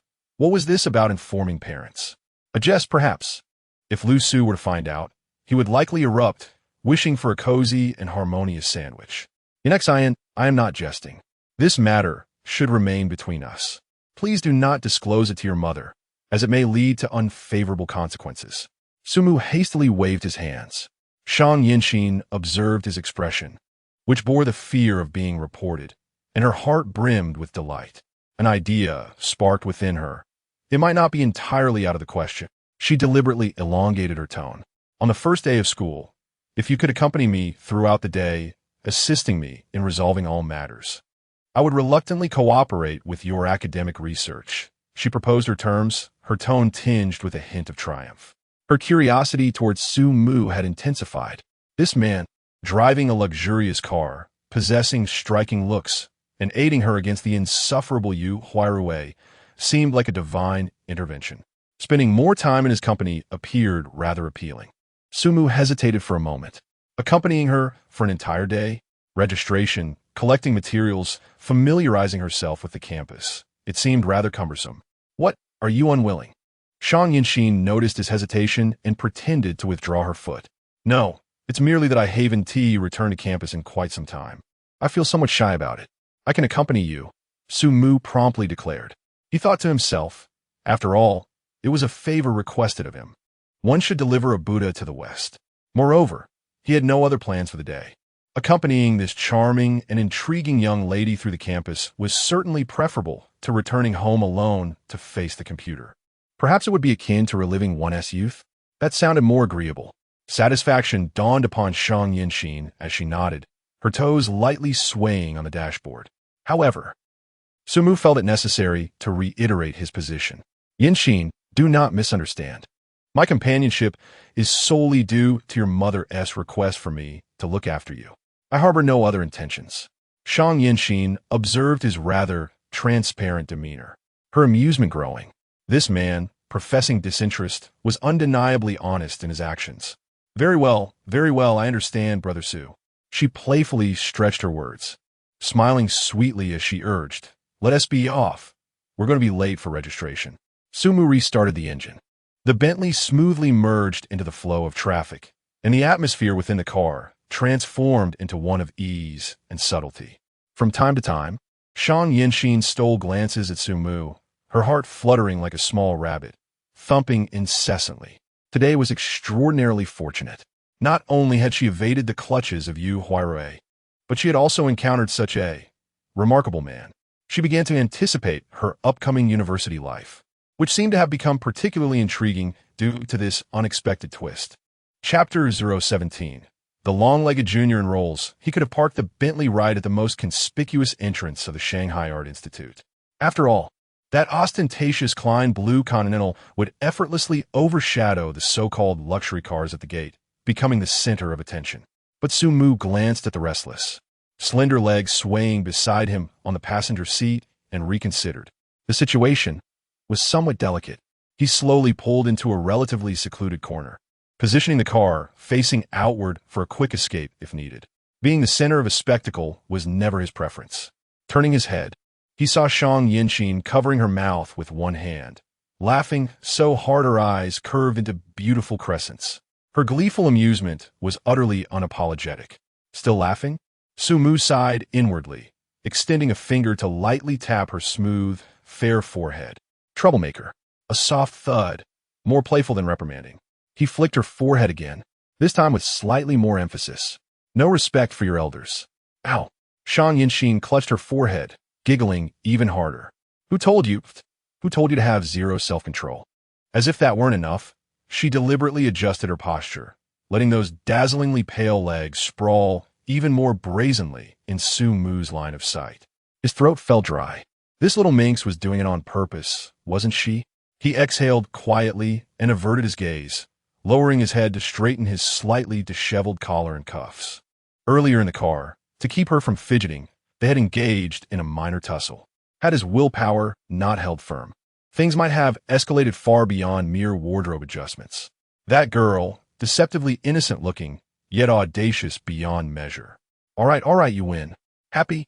Sumu's tone was dismissive, but his mind involuntarily replayed the earlier scene. The astonishing elasticity, the delicate texture beneath his fingertips. No, stop. He forced himself to focus on the scenery outside the window, hoping to soothe his restless mood. The tree-lined paths of the Art Institute. Yes, the foliage was quite verdant. Noticing his indifference, Shang Yinxin leaned in closer, her warm breath nearly grazing his cheek. She poked his arm with a slender finger. Hey, Sumu, you're not actually mad, are you? No.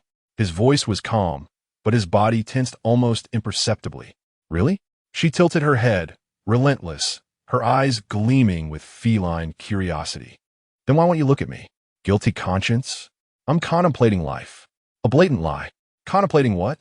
Reliving earlier moments? She blinked, a mischievous smirk playing on her lips.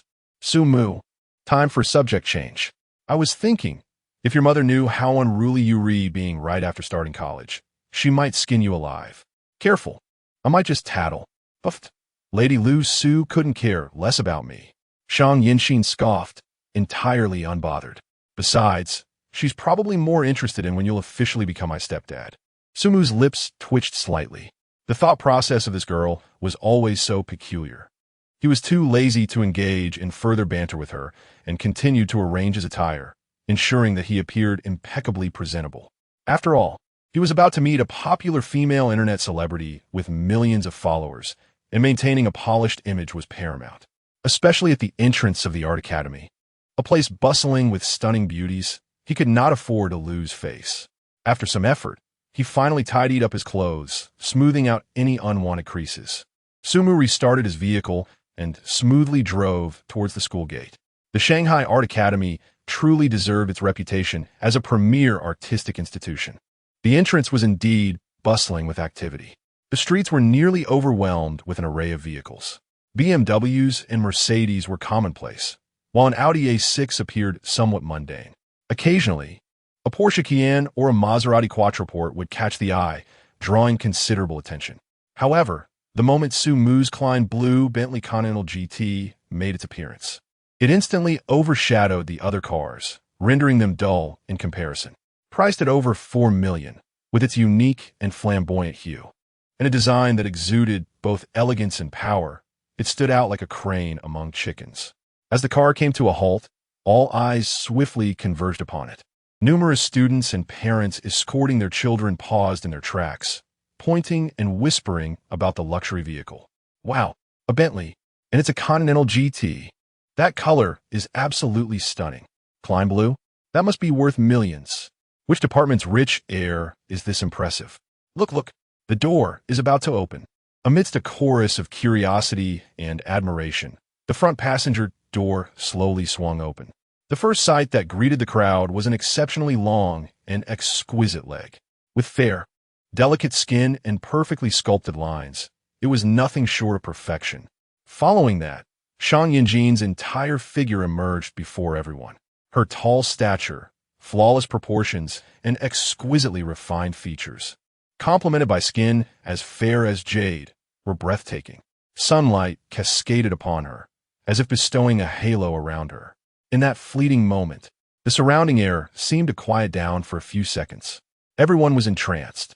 Wow, so beautiful. Is she a freshman? This beauty, this figure, is simply extraordinary. She must be the new campus goddess. Oh my gosh, those legs are incredible. I can't believe it. I think I'm in love. I must get her WeChat. The surrounding boys erupted in excitement, their eyes gleaming as they animatedly discussed the stunning girl, eagerly preparing to make their move.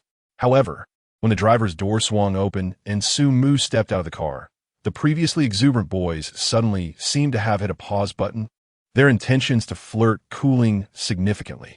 Though Sumu was dressed simply, moreover, today marks the beginning of the semester for Shang Yinxin, undoubtedly filled with numerous tasks, leaving her little time for companionship. It is unreasonable to remain and assist her with her luggage and bedding. After all, he is not a devoted boyfriend. Therefore, a swift departure is indeed the wisest course of action. Furthermore, when dealing with someone like Shang Yinxin, who possesses a hint of pride and a touch of temperament, one must employ a bit of strategy. Things that come too easily are often not valued. A little distance could help her realize that Su Mu is not merely a willing servant at her beck and call. Yanjin, sumugenti patit hashuldev. His tone soothing. I have some pressing matters at the company, so I must take my leave. Register on your own, and call me if you need anything. With that, he intended to turn away. Upon hearing his words, Shang Yinxin was momentarily taken aback, but quickly regained her composure and seized Su Mu's arm. She widened her beautiful eyes and, with a huff, demanded, Su Mu, how can you do this? Didn't you promise to spend the day with me? Her lips were so pursed they could almost hold an oil bottle. Su Mu halted his steps and turned back, finding her indignant and aggrieved expression somewhat amusing. I truly have matters to attend to. It is not my intention to stand you up, he explained patiently. I have a meeting with a friend this evening. A friend? Male or female? Shang Yinxin's radar instantly activated, her gaze turning wary. Female, Su Mu replied candidly. Female. Shang Yinxin's voice rose sharply. Ah, Su Mu, you truly intend to abandon me for another woman. Around them, a few onlookers gasped in intrigue. Su Mu was amused by her accusatory demeanor. He playfully tapped her nose and chuckled. What nonsense are you spouting? Just an old friend, nearly as beautiful as your mother. I'll introduce you one day. Mentioning my mother again. Shang Yinxin stomped her foot in frustration. Su Mu, you scoundrel. Noticing her wide, startled eyes, it was evident she was genuinely annoyed. Su Mu softened his tone, adding a touch of coaxing. All right, I really have something to attend to. It was not my intention to leave you behind. As he gazed at her pouting cheeks, flushed like a ripe peach, he felt an irresistible urge to take a bite. I'll contact you once I'm finished, all right? He reached out, intending to ruffle her hair, as was his habit, but considering the crowd, he instead gently pinched her cheek. The warmth and delicate texture of her skin sent a slight flutter through Su Mu's heart. Feeling the warmth of his fingertips, Shang Yinxin's cheeks reddened further. Looking into his earnest eyes, her irritation dissipated significantly. She huffed and turned her head, begrudgingly conceding. Su Mu smiled, finding her rather easy to appease. He turned to leave, but was suddenly called back by Shang Yinxin. Wait! Su Mu glanced back in confusion. In the next moment, the girl rose onto her tiptoes and swiftly pressed her soft, warm lips against his cheek, leaving behind a faint fragrance. It was a fleeting touch, yet it caused Su Mu's heart to skip a beat. Finish your work early, and remember to find me. With a flushed face, Shang Yinxin hastily uttered those words and, without waiting for Su Mu's reaction, darted into the school gate like a startled fawn, disappearing into the crowd. Only after she had run a considerable distance did she dare to steal a glance back. There stood Su Mu beside a blue Bentley, and an indescribable feeling welled up within her as she beheld him. This fellow seemed quite different from the boys who had pursued her in the past. He was not clingy, had a hint of mischief, and possessed an enigmatic charm. Su Mu remained rooted to the spot, instinctively touching his cheek where her lips had brushed against him, as if he could still sense the softness of her touch and the lingering fragrance. It felt as though a feather had gently grazed his heart, leaving behind a tantalizing itch. This girl, truly a captivating little enchantress. He shook his head in resignation, yet a faint smile tugged at the corners of his mouth. Turning, he opened the car door and settled into the luxurious confines of the Bentley. Chapter 018. The footprint contract the Bentley Continental roared softly as it glided into the underground garage of Mingxing No. 1, coming to a precise stop in its designated space. Beside it, a petite pink electric car, a charming little lamb, unmistakably bore the style of Lin Mishue. In the corner, an unassuming, dusty Honda stood, a vehicle of some age that belonged to Lu Su, exuding a subtlety that starkly contrasted with her vibrant personality. A sweet girl paired with a little lamb, while a sophisticated woman drives an old Honda. Su Mu mused, a playful smile curling his lips. It seemed the time had come to enhance the transportation conditions for his tenants. It wouldn't do to have them residing in luxury while venturing out in such modest vehicles. With it, as he pushed open his door, a familiar aroma, lang of various feminine fragrances, enveloped him. He relaxed into the soft embrace of the plush mattress in his spacious, opulent penthouse, letting out a contented sigh. Returning to this grand and airy abode, Sumu opened the system interface that resided in his mind. Ever since he acquired this extraordinary rental system, his life had undergone a remarkable transformation. Wealth, beauty, and a lifestyle once deemed unattainable were now within his grasp. With the arrival of his third tenant, Shang Yinxin, the system had seamlessly upgraded to level 2, unlocking new functionalities. Sumu closed his eyes, allowing his consciousness to delve into the system space. 3 exquisite avatars floated side by side. 1. Lin Mishue, the campus belle of Jiangxing University, pure and sweet, a demure lover. 2. Lu Su, a bank wealth management manager, mature and graceful, easily toppled. 3. Shang Yinxin, a spicy girl from the dance academy, delicate yet fierce, a rose with thorns. The system's annotations were quite perceptive. Sumu clicked through them in order. Under Lin Mishue's avatar, a new metric appeared, intimacy level 70. Just above the passing mark, there's room for improvement. Next was Lu Su, intimacy level 80. Indeed, perhaps the affection for the intellectual older sister is more readily cultivated? Sumu pondered, wondering if the gifts he had offered played a role. Lastly, Shang Yinxin, intimacy level 60. Ah, this little wildcat is indeed quite proud. Sumu chuckled, shaking his head as he retrieved the distinctive rental agreement belonging to Shang Yinxin. His fingers traced the surface of the paper. The terms were rather mundane, akin to those of other tenants. However, at the end, where signatures and fingerprints were to be affixed, there lay an unmistakably vivid, small footprint. Its shape was well-defined, the arch beautifully curved, even hinting at the outlines of her toes. Sumu's lips twitched, unable to suppress a smile as the memory of their contract signing that morning flooded back. Shang Yinxin, that little enchantress, had claimed her finger was injured and could not provide a fingerprint. She insisted on removing her shoes, using her vividly polished crimson toes to stamp her mark. Her reasoning was quite assertive. My fingers are temporarily incapacitated, but my toes are perfectly fine. At that moment, Sumu had been stuck in traffic, waiting at a red light, and from the rearview mirror, he caught a glimpse of Shang Yinxin's mischievous gaze, realizing she harbored some ulterior motive. In the next instant, a delicate pale foot emerged through the gap in the passenger's seat, its toes stained with red ink pads. Like freshly plucked cherries, it swayed playfully in the confined space of the car. Stop fooling around. Pull it back and press your fingerprints properly, Sumu reprimanded in a hushed tone. He reached out to push the mischievous foot away, only for his palm to be met with an unexpectedly warm, smooth sensation, the sole of Shang Yinxin's foot. Soft, supple, carrying the faint fragrance and slight moisture unique to a young woman. Sumoe's pulse quickened, his grip on the steering wheel tightening. There's a surveillance camera ahead, he reminded her, his voice slightly strained. Come on, senior. Help me out. Shang Yinxin instantly switched to a coquettish tone, her voice dripping with sweetness. Her toes curled mischievously, lightly brushing against his wrist, like a playful kitten teasing with its claws. Otherwise, her tone shifted abruptly, laced with threat. I might just expose you on Zaihongshu. Hashtag unscrupulous landlord discriminates against disabled tenant. One to even let her stamp her fingerprint.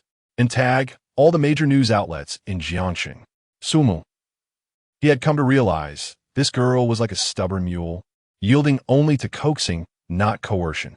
The more he resisted, the more she persisted. In the end, this bizarre rental agreement was finalized in a temporary parking spot outside a nearby police station. The scene was nothing short of awkward. Shang Yinxin lounged with one leg crossed, barefoot, scrolling leisurely through her phone, her ankle swaying tantalizingly before Sumu's eyes. Passers-by cast frequent glances, and even the female officer in the police booth couldn't resist peeking out. Feeling his cheeks burn, Sumu seized the opportunity to grab the troublesome foot and swiftly pressed it onto the document's signature line. Sumu, what are you, that tickles. Shang Yinxin yelped, jerking her foot back and nearly leaping out of her seat. drawing even more bewildered stares. Su-mu feigned nonchalance, though inwardly he sighed in relief. Finally, the little troublemaker was dealt with. Though the process had been absurdly convoluted, even bordering on suggestive, the outcome was acceptable. His indulgence toward Shang Yinxin wasn't solely due to her striking beauty, but more so her untamed vitality. Unlike Lin Mishua's innocence or Lu Su's gentleness, her aggressive liveliness felt refreshing, even thrilling. System, level up to 2. Let us see what new tricks you've got. Su-mu shook off his thoughts, rubbed his hands together, and opened the newly unlocked system interface. Name, Su-mu. Age, 23. Skills, part-time work, system S-friendly reminder. Host, seriously? Attributes, charm 65-70. Stamina, 50-40. Current tenants, 310-000 at the skills column. A vein throbbed on Su-mu's forehead. This damn system, its sarcasm is getting sharper. Still, his charm had increased by 5 points. Apparently, fine feathers made fine birds. Driving a luxury car did elevate one's aura. As for the stamina, dropped by 10 points? Su-mu's lips twitched as he recalled the past few days. Indeed, he had been experiencing a slight discomfort in his lower back. It seemed that the gentle embrace of comfort was a hero's grave, and the ancients were not deceiving him. He quickly turned his attention to the newly added features. Tenant gift rebate. When a host purchases gifts or makes expenditures for tenants, the system will return a certain percentage of physical or cash rewards based on the value or amount spent. Note, the rebate ratio is related to the intimacy level with the tenant, the suitability of the gift, and other factors. Tenant points lottery. When tenants experience joy, happiness, or other positive emotions during their stay, the system will randomly generate tenant points. For every accumulation of 10 tenant points, the host may enter a lottery. The prize pool includes cash, skills, attribute points, special items, and more. Gift rebates, physical rewards as well. Su-mu's eyes sparkled with excitement. This was nothing short of an encouragement for him to indulge his tenants with gifts. Spending money could yield returns? How marvelous! Tenant points lottery? He had to ensure their happiness? Su-mu pondered, stroking his chin. It appeared that he would not only be a landlord, but also a part-time psychological counselor and emotional masseur. Glancing at the system interface, he noted the current tenant points, 10. Just enough for one lottery. Let us test his luck. Without hesitation, Su-mu clicked on System Lottery.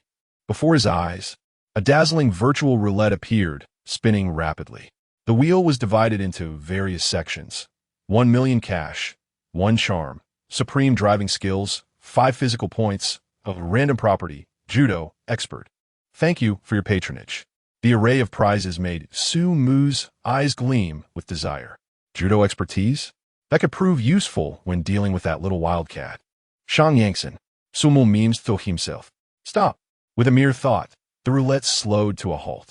Ultimately, amidst a brilliant golden glow, the pointer settled steadily on a small segment. Congratulations, host. You have received Physical Enhancement Potion 1. Physical Enhancement Potion, a one-time consumable that permanently increases the user's physical points by 20. No side effects. Su-mu's eyes widened in astonishment at the item description. 20 physical points. This was akin to receiving a pillow when one was drowsy. Just as he had been lamenting his declining physical condition, here was a powerful remedy. System, you truly are my thoughtful little treasure. In high spirits, Su-mu lavishly praised the system. With this potion in hand, not only would he no longer suffer from back pain, but he would also be more than capable of handling a few more little temptresses like Shang Yangxin with ease. He promptly selected Extract. With a flash of light, a delicate glass vial containing a light blue liquid appeared in his palm. The vial felt cool to the touch, and the liquid shimmered like starlight, exuding a mysterious glow. Without hesitation, Su-mu twisted off the cap and down the potion in one swift motion. The potion had a subtly sweet taste, accompanied by a refreshing sensation. In the next moment, an indescribable warmth erupted from his dantian, surging through every limb, especially in his lower back. It felt as though a powerful energy had been infused, banishing all traces of soreness.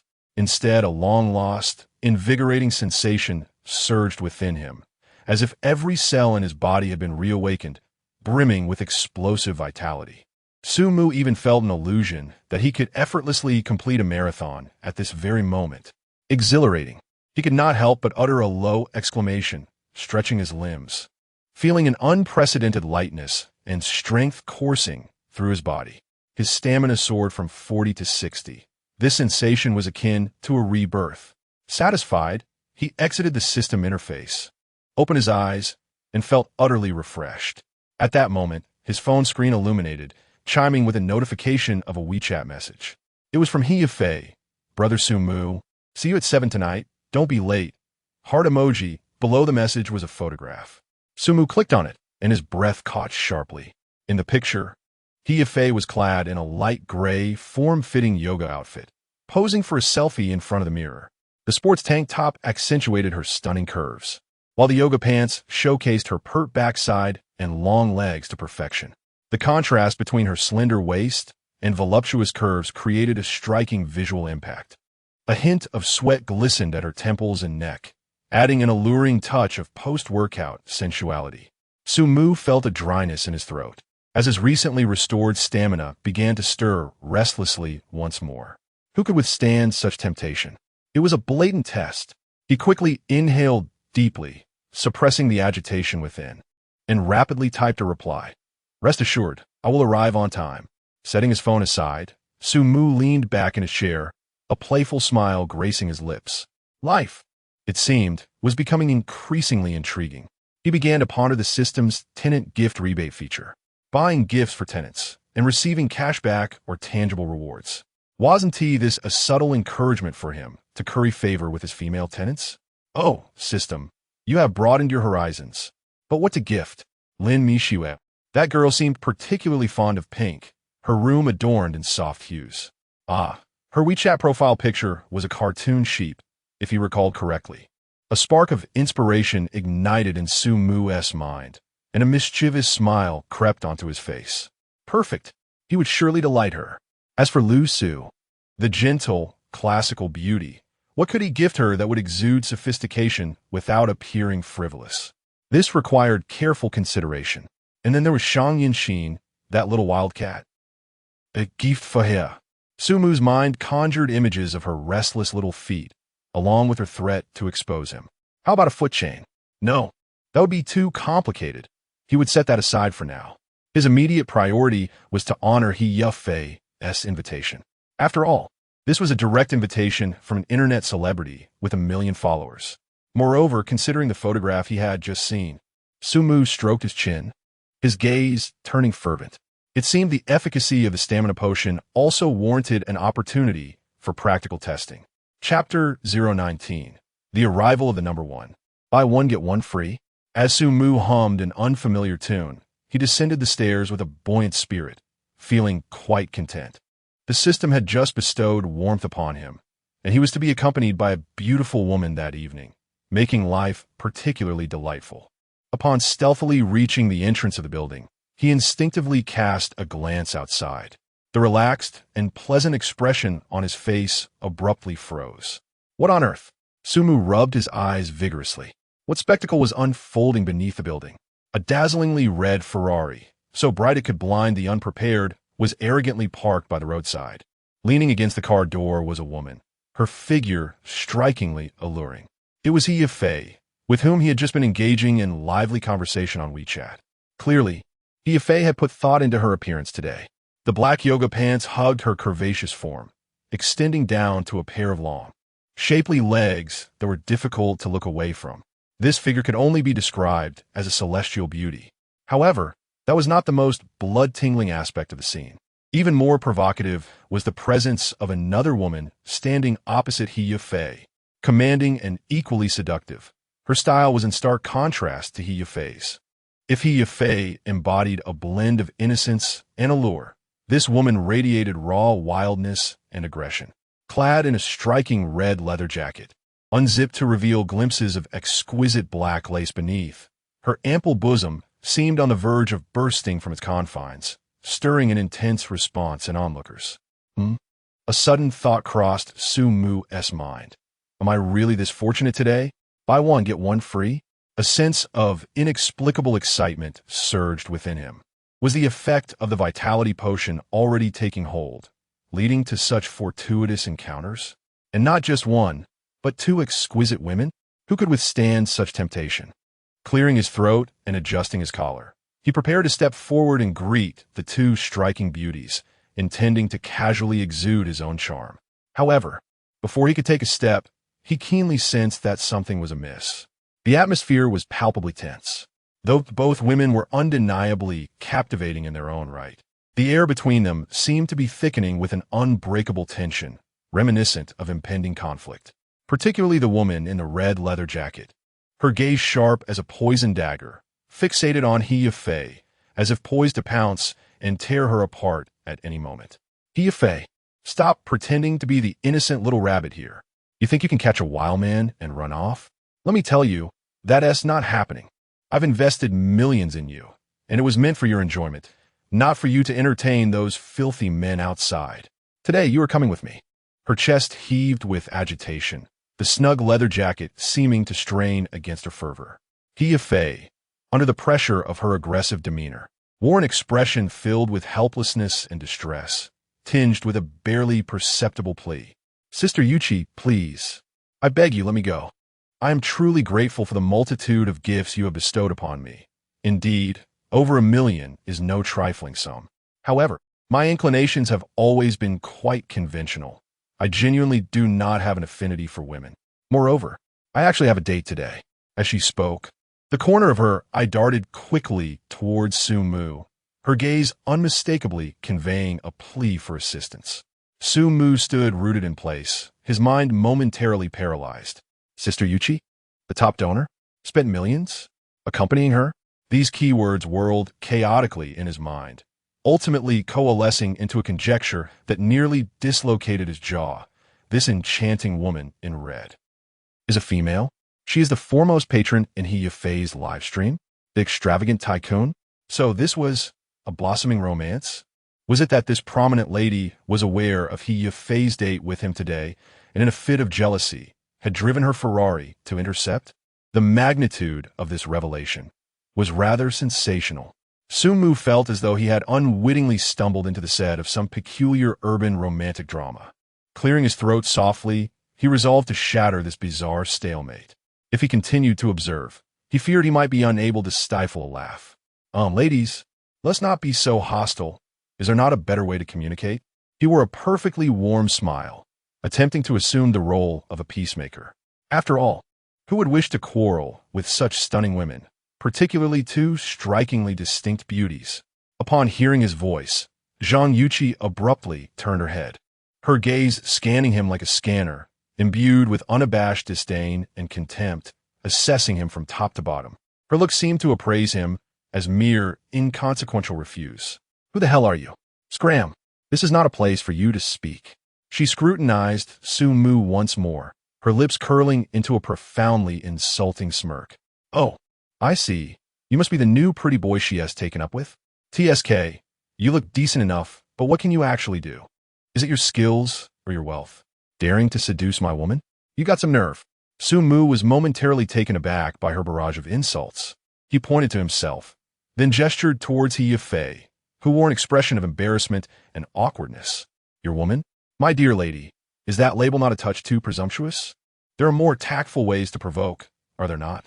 Zhang Yuqi paid no heed to his retort, crossing her arms defiantly, her gaze audaciously roaming over him, lingering on his arms and legs. Look at these skinny arms and legs. A gust of wind could topple you, couldn't it? With such a specimen, how could you possibly afford her a Hermes or escort her into an upscale club? Do not jest. You are clearly a pretty face lacking substance, capable of little more than idle chatter.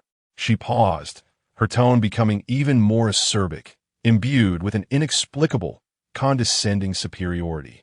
I must tell you, the type of men who possess nothing but a pretty face is the least appealing to me. Su-Mu was nearly amused by her bizarre logic. From which mental institution did this woman escape? Is it persecution paranoia or an early onset of menopause? She begins with personal attacks, escalating to gender discrimination. I must say, dear lady, enough is enough. Su-Mu's smile gradually faded, and his tone grew cooler. It seems we are unfamiliar with one another. Yet you choose to unleash such vitriol right away. Does that not reflect a lack of upbringing? Furthermore, he Fei is an independent adult, not your possession, nor a commodity to be measured by wealth. I kindly ask you to speak with more respect. Zhang Yuqi abruptly stepped forward, her high heels striking the floor with an assertive sound, nearly piercing Su Mu's foot. Respect? You, from such a lowly social standing, dare to speak to me about respect? I assure you, I have no time to squander on someone of your caliber today. If you have any sense, you should promptly leave. Do not linger here and obstruct my communication of feelings with He Fei. Open your eyes wide and see clearly. I am the one who has lavished millions on He Fei. Su Mu was utterly bemused by this woman's arrogance and irrationality. Engaging in reasoned discourse with such a deranged individual, it was akin to playing a lute to a cow, a sheer waste of breath. He chose to disregard Zhang Yuqi entirely, turning his attention to the pitiable He Fei beside him. Let's depart. There is no need to stoop to the level of madness. With that, he naturally extended his hand, gently grasping He Fei's wrist. He Fei seemed taken aback by his directness, her body momentarily stiffening, but she soon relaxed, allowing him to lead her. Su Mu held onto He Fei, not casting another glance at Zhang Yuqi, and turned toward his Bentley parked nearby. Entangling oneself with such a nonsensical woman was a frivolous expenditure of precious life. The evening's date was the priority. Stop right there. Zhang Yuqi, feeling utterly insulted by Su Mu's audacity to ignore her completely and attempt to take He Fei away in front of her, felt a surge of anger rise to her head. She clacked her heels as she hastily pursued them, arms outstretched, rudely blocking their path. Who the hell allowed you to leave? Su Mu halted, his brow furrowing tightly, impatience clearly etched in his gaze. Zhang Yuqi's eyes drifted past Su Mu, landing on the ostentatious Klein blue Bentley behind him, followed by a derisive laugh. Oh, driving such a wretched Bentley, you dare to imitate others in pursuit of women? In my eyes, that pitiful thing is worth less than 400,000, merely a ruse to deceive those naive, materialistic girls. She proudly raised her chin, pointing to her gleaming red Ferrari, as if showcasing her spoils. Behold this. This is what one calls a sports car. Ferrari, 12 cylinders, top configuration. I just acquired it. And it cost a staggering $8 million. With the money spent on your dilapidated vehicle, I could purchase two and still receive change. Su Mu casually glanced at the brand new Ferrari in the direction she indicated. Indeed, the naturally aspirated V12 engine emits a delightful roar, and its design is undeniably striking, with a color that certainly turns heads. Perhaps acquiring one for leisure could be an option. Alternating the drives would be enjoyable. Seeing that Su Mu remained silent, Zhang Yuqi assumed he was awestruck by her luxurious car, which only served to bolster her haughty demeanor.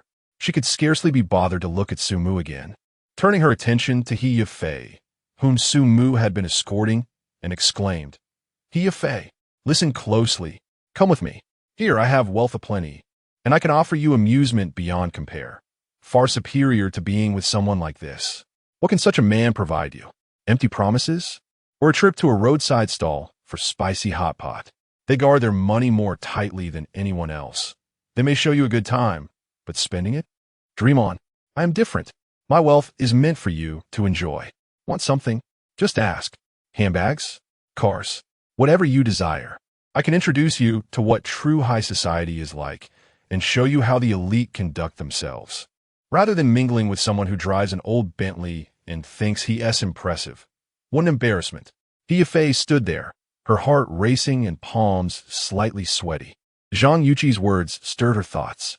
Indeed, Sister Yuqi is quite generous. She casually gifts millions in her live streams. That flamboyant red Ferrari eclipses Su Mu's seemingly ordinary Bentley in allure. Accompanying Sister Yuqi guarantees a life of material abundance, where desires are readily fulfilled. As for the rest, He Fei bit her lip, contemplating. After all, it merely entails wearing a smile, uttering sweet words, and occasionally indulging whims. Perhaps not an entirely unacceptable arrangement. Surely, it is preferable to being with Su Mu. This man, who appeared out of nowhere, shrouded in mystery, drives a Bentley. But this Bentley, in comparison to Sister Yuqi's Ferrari, undeniably lacks grandeur. Su Mu, ever perceptive, immediately sensed He Fei's subtle wavering. While irritation flickered within him, amusement followed closely behind. This woman dares to undermine him right in front of his eyes, and in such a straightforward manner, throwing money around? He acknowledged that Zhang Yuqi indeed seemed affluent, and that Ferrari was quite dazzling. A week ago, he might have found himself at a loss in such a situation. But now, times have changed, my dear. He Fei, do not rush to a decision. Su Mu gently patted the back of He Fei's hand, signaling her to remain calm, then turned his gaze toward Zhang Yuqi.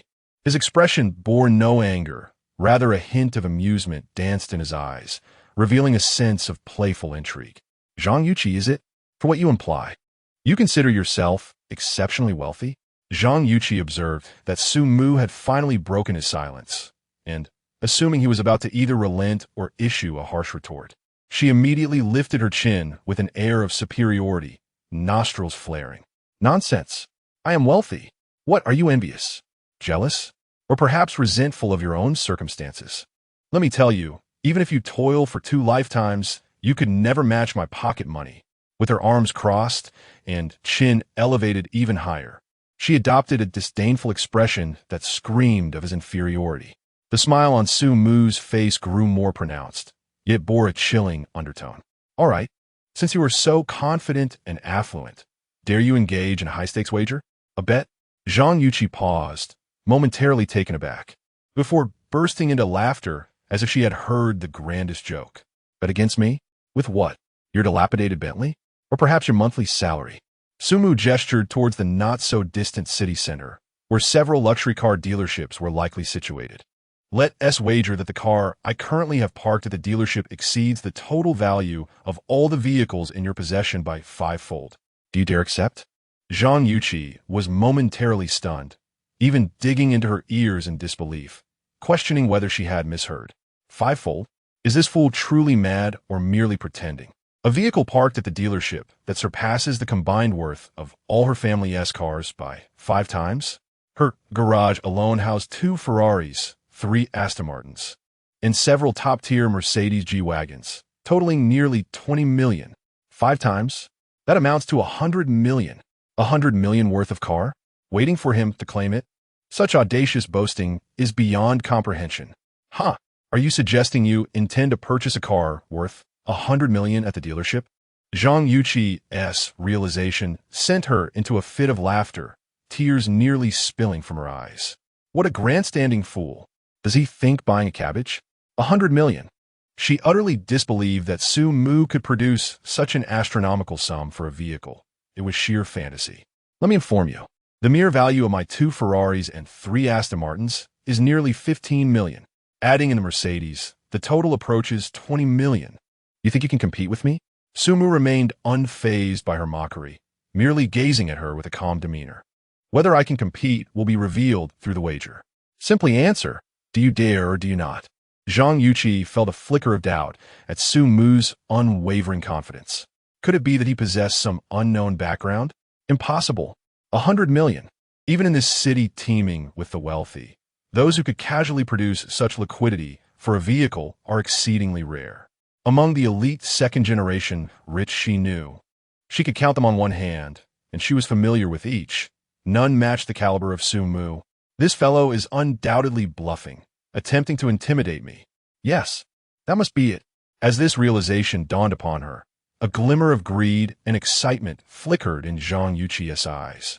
This is akin to a pie falling from the heavens, a sumptuous prize delivered right to one's doorstep. To let such an opportunity slip by would be a travesty. Gamble. What is there to fear? Zhang Yuqi gritted her teeth and declared resolutely, anxious that Su Mu might reconsider. Speak, what shall the stakes be? How grand shall your wager be? The wager, you ask. Su Mu deliberately elongated his tone, first casting a glance at Zhang Yuqi's flamboyant red Ferrari, then casting a significant look at He Fei beside her. Quite simply, if I lose, my Bentley is yours, along with an additional 10 million in cash. However, should I emerge victorious? He paused, a mischievous smirk playing at the corners of his mouth. Your 8 million Ferrari will belong to me, and additionally, He Fei, You shall accompany me tonight. You, He Fei exclaimed, her face instantly aflame with a mixture of embarrassment and anger upon realizing that Su Mu had the audacity to include her as part of the wager. How can he be so outrageous? Yet, Zhang Yuqi seemed to be ignited by a fierce determination, her eyes shimmering with ambition. Winning would not only secure her a Bentley and 10 million, but also allow her to utterly humiliate Su Mu and claim the beauty as her own. This deal was simply too advantageous. Absolutely. It is settled. I accept your wager. She nearly burst forth with her agreement, as though she could already envision the scene of her triumph. And what of you? Is your wager merely a dilapidated Bentley and 10 million? Insufficient. Zhang Yuqi deemed the stakes unbalanced and sought to escalate the wager, desiring Su Mu's defeat to be even more humiliating. Sumo shrugged, adopting a nonchalant demeanor. Very well. What do you propose to add? Zhang Yuqi fixed her gaze on Su Mu with fierce intensity, a particularly derogatory thought flashing through her mind. Let us add another. The loser must on a collar and kneel, barking like a dog 3 times. Woof, woof, woof. Just like that. Agreed. Su Mu consented with surprising ease, a smile gracing his features.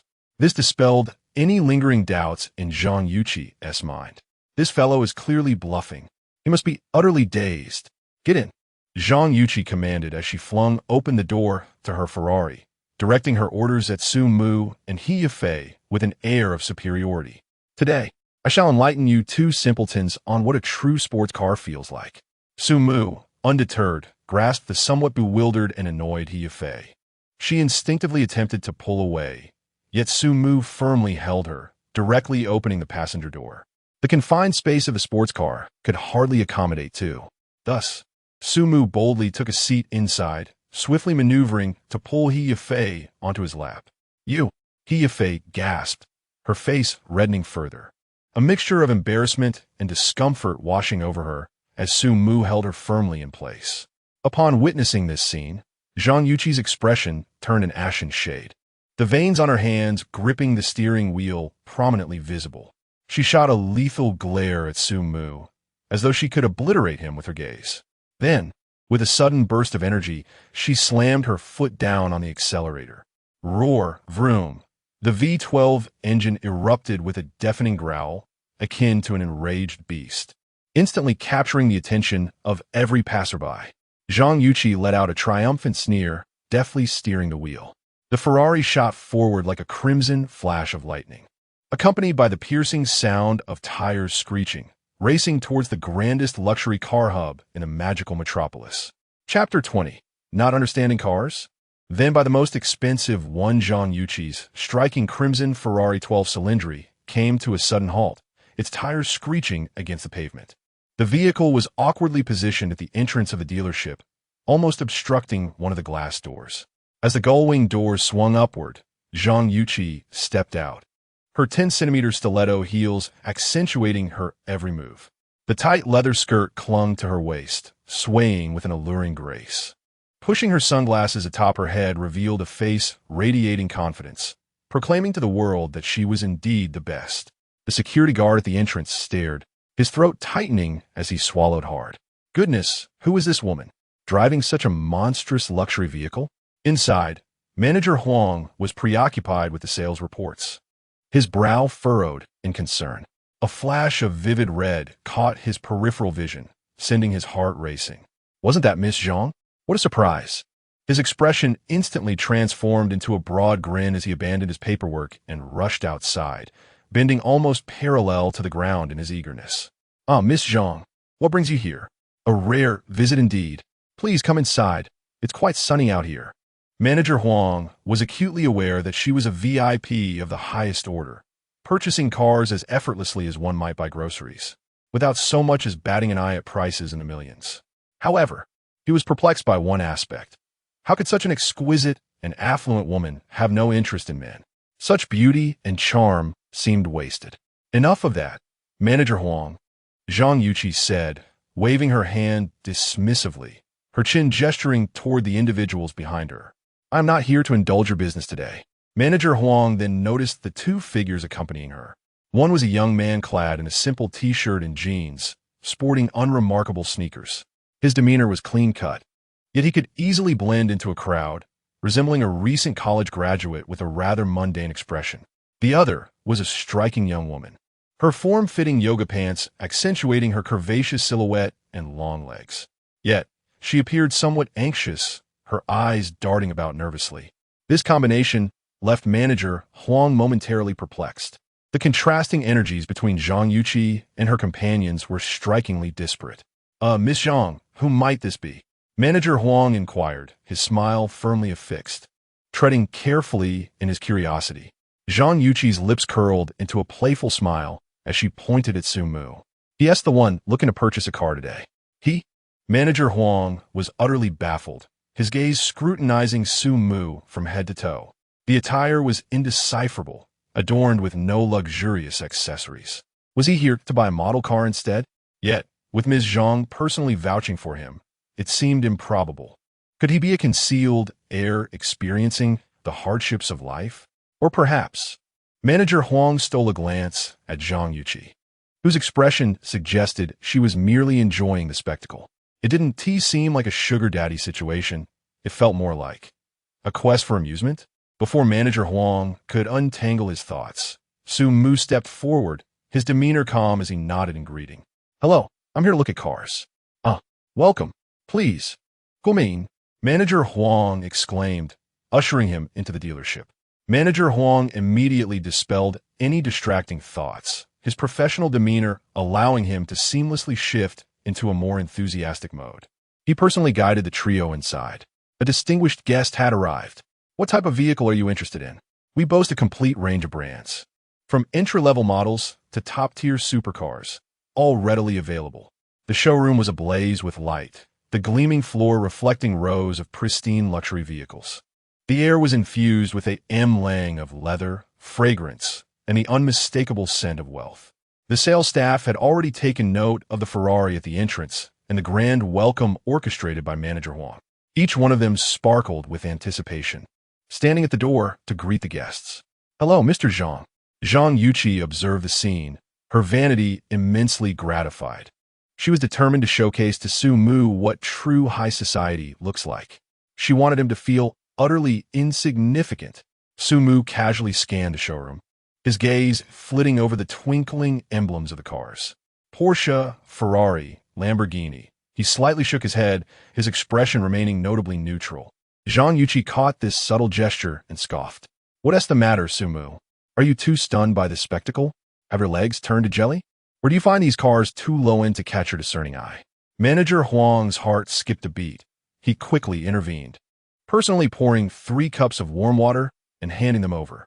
Miss Zhang is merely jesting. Sir, please have some water to soothe your throat. Might I inquire about your specific preferences regarding vehicles? For instance, any brand you favor? Or, what is your approximate budget? He cautiously mentioned the word budget, his gaze briefly darting to Su Mu's unassuming athletic shoes. Zhang Yuqi crossed her arms, eagerly awaiting Su Mu's response. Today, she had intentionally brought him to such a venue, aiming to humiliate him publicly. She wanted to see how he could maintain his air of profundity in front of her, and he Yafei, anxious and sweating, subtly tugged at Su Mu's sleeve. Her voice was barely above a whisper. Su Mu, perhaps we should leave? The vehicles here are far too expensive. She understood that Su Mu had engaged with Zhang Yuqi to stand up for her. However, each car here started in the millions, even reaching tens of millions. This was not a jest to be taken lightly. Su Mu lifted the cup, savoring a deliberate sip. The warm liquid slid down his throat, and as he set the cup down, the glass met the table with a crisp sound. Only then did he raise his eyes to meet Manager Huang's gaze. His tone is calm, as if discussing the weather. I don't have much knowledge about cars. I would consider myself a novice. Zhang Yuqi burst into laughter, unabashed. I knew it. You dare to play the affluent here without even understanding cars? Su Mu, you truly broaden my horizons. You can't even pretend properly, can you? She swayed her hips and approached a bright yellow Porsche 911, her fingers gliding over the smooth paint. What is the matter? Afraid of saying something foolish? Or do you not even recognize all these emblems? Manager Huang, don't be deceived by him. Someone like this probably can't even afford to change a tire for such a car. Buying a vehicle? What a daydream. Yafei's face instantly flushed crimson, and she lowered her head in embarrassment and indignation, wishing she could disappear into the ground. The surrounding salespeople exchanged knowing glances, their lips curled with barely concealed mockery. Sumu seemed oblivious to Zhang Yuqi's biting remarks, gently patting Yafei's hand in a gesture of comfort. Manager Huang's forehead glistened with beads of sweat, and his smile was on the verge of faltering. Ah, sir, you certainly have a sense of humor. When it comes to purchasing a car, lack of knowledge is not a concern. What truly matters is the connection. The chemistry is paramount. He spoke while forcefully leading Su Mu towards the center of the showroom. You may begin by examining these models. The Porsche 911 Turbo S and this Maserati MC20. Both are classic vehicles that excel in both performance and aesthetics. Immensely popular among the youth for their exceptional capabilities. He cleverly sidestepped the topic of pricing, hoping to gauge Su Mu's reaction before determining the next step. Su Mu's gaze lingered on the two cars for less than 2 seconds before drifting away with a hint of disinterest, even subtly curling his lips in disdain. He turned to Manager Huang, his expression still placid. Manager Huang, his voice was neither loud nor soft, just sufficient to overshadow Zhang Yuqi's derision. Let us forget about these entry-level vehicles. After a brief pause, as both Manager Huang and Zhang Yuqi were momentarily taken aback, he continued slowly, his voice low yet resonant throughout the now silent showroom due to his proclamation. Take me directly to see your most expensive offerings. Chapter 021. Does this car run on 92 or 95 octane fuel? Manager Huang led the way with a buoyant step, his face adorned with a professional and enthusiastic smile. The two traversed the impeccably polished marble floor, bypassing the ostentatiously displayed entry-level sports cars, and proceeded directly to the innermost sanctum of the showroom, an area bathed in distinctive lighting. Here lay the true exhibition of elite collectibles. Each vehicle parked in this hallowed space was not merely a means of transportation. It was the pinnacle of industrial design and the aesthetic of speed. The air seemed to be infused with the unique aroma left behind by money burning, intoxicatingly luxurious. The sales consultants responsible for this domain, both in attire and demeanor, were markedly superior to those outside. They had already noticed Manager Huang personally escorting a casually dressed young man inside. Their gazes exchanged a mix of curiosity and inquiry. After all, someone who could command such earnest attention from Manager Huang was surely no ordinary individual. Zhang Yuqi, clad in 10-centimeter high heels, followed closely behind, arms crossed in front of her chest, clearly poised to observe the unfolding drama. She was eager to discern what this Su Mu was truly up to, and how far he intended to take it. Su Mu ambled through the space with his hands in his pockets, surveying his surroundings with the ease of one perusing his own garage, relaxed and nonchalant. His gaze landed on a strikingly red sports car with an aggressively aerodynamic design. The sleek body and exaggerated aerodynamic features resembled a ferocious beast poised to pounce. Even at rest, it exuded an exhilarating allure that quickened the pulse. He raised a finger towards the car and turned to Manager Huang, inquiring with casual ease, "This one looks impressive. What model is it? And what is the price range?" His tone was as relaxed as if he were asking the cost of skewers at a street vendor. Manager Huang followed the direction of his finger and felt his heart skip a beat, nearly losing his balance. Goodness, this gentleman's taste is astoundingly discerning. That is the LaFerrari, a Ferrari LaFerrari. Limited to just 499 units globally, the qualifications for purchase are exceptionally stringent. Wealth alone cannot secure one. The model in their showroom was acquired through immense effort, serving as the crown jewel of their collection. Due to its rarity and stringent purchasing conditions, the actual market price had soared to 60 million. Suppressing his excitement, Manager Huang quickly adjusted his breath and introduced with utmost professionalism, "Sir, you possess remarkable insight. This is Ferrari's flagship hypercar, the LaFerrari, colloquially known as La F. It boasts a V12 naturally aspirated engine paired with the HYKRS hybrid system, delivering a combined output exceeding 960 horsepower, with a 0 to 100 kilometers H acceleration time of under 3 seconds. Manager Huang eloquently extolled the specifications and illustrious history of the LaFerrari. each word resonating with reverence for this masterpiece. Yet, amidst his fervent presentation, he could not shake the anxious thought. Could this young man be jesting with him? Or perhaps he was a concealed magnate incognito. Zhang Yuqi, listening from the side, felt her eyelids twitch. LaFerrari? 60 million? The price of this car is certainly several tiers above her 12-cylindry. If Su Mu were to purchase this vehicle, no, it is utterly impossible. She could not fathom that Su Mu could procure such a substantial sum. What grounds does he have? The onlookers gradually gathered around, whispering among themselves. Did I hear correctly? Is he truly inquiring about a LaFerrari? His attire and demeanor do not suggest it. He appears quite ordinary. Perhaps he is merely here to broaden his horizons. As who could possibly afford such a luxury? Shu, keep your voices down. Did you not notice Manager Huang personally accompanying him? Su Mu listened intently to Manager Huang's introduction, occasionally nodding and posing several questions that left the professionals cringing in embarrassment. Is 98-octane fuel sufficient for this vehicle? What is the precise time for acceleration from 0 to 100? I wasn't paying close attention earlier. How much does maintenance cost? Is changing the oil a hassle? It was not entirely Su Mu's fault. After all, his sudden wealth had come too swiftly, and many common practices and knowledge of the affluent had yet to be ingrained in him. However, his attitude was commendable. He asked questions without hesitation, unperturbed by the potential ridicule. Wealth affords one the audacity to be unabashed. Manager Huang's forehead began to bead with sweat. What kind of absurd inquiries are these? Who among LaFerrari owners concerns themselves with fuel types? Does the cost of maintenance even warrant consideration? Yet, he dared not dismiss the questions, patiently providing thorough answers, all the while feeling increasingly uncertain. Could it be that he's indeed a super-rich heir experiencing life incognito? Zhang Yuqi, standing with her arms crossed, had been observing the scene for a while. Unable to contain herself, she exclaimed, Su Mu, enough is enough. Cease this charade. A LaFerrari? Is this even something you can touch? Do you have any idea of its price? 60 million. That's an amount that would take you, an average person, several lifetimes to earn, if not hundreds. You should leave at once and not embarrass yourself any further, hindering their business. Her voice rose, and the previously bustling showroom fell into an immediate hush, with all eyes fixated on Su Mu. There were expressions of astonishment, curiosity, and those eagerly anticipating the unfolding drama.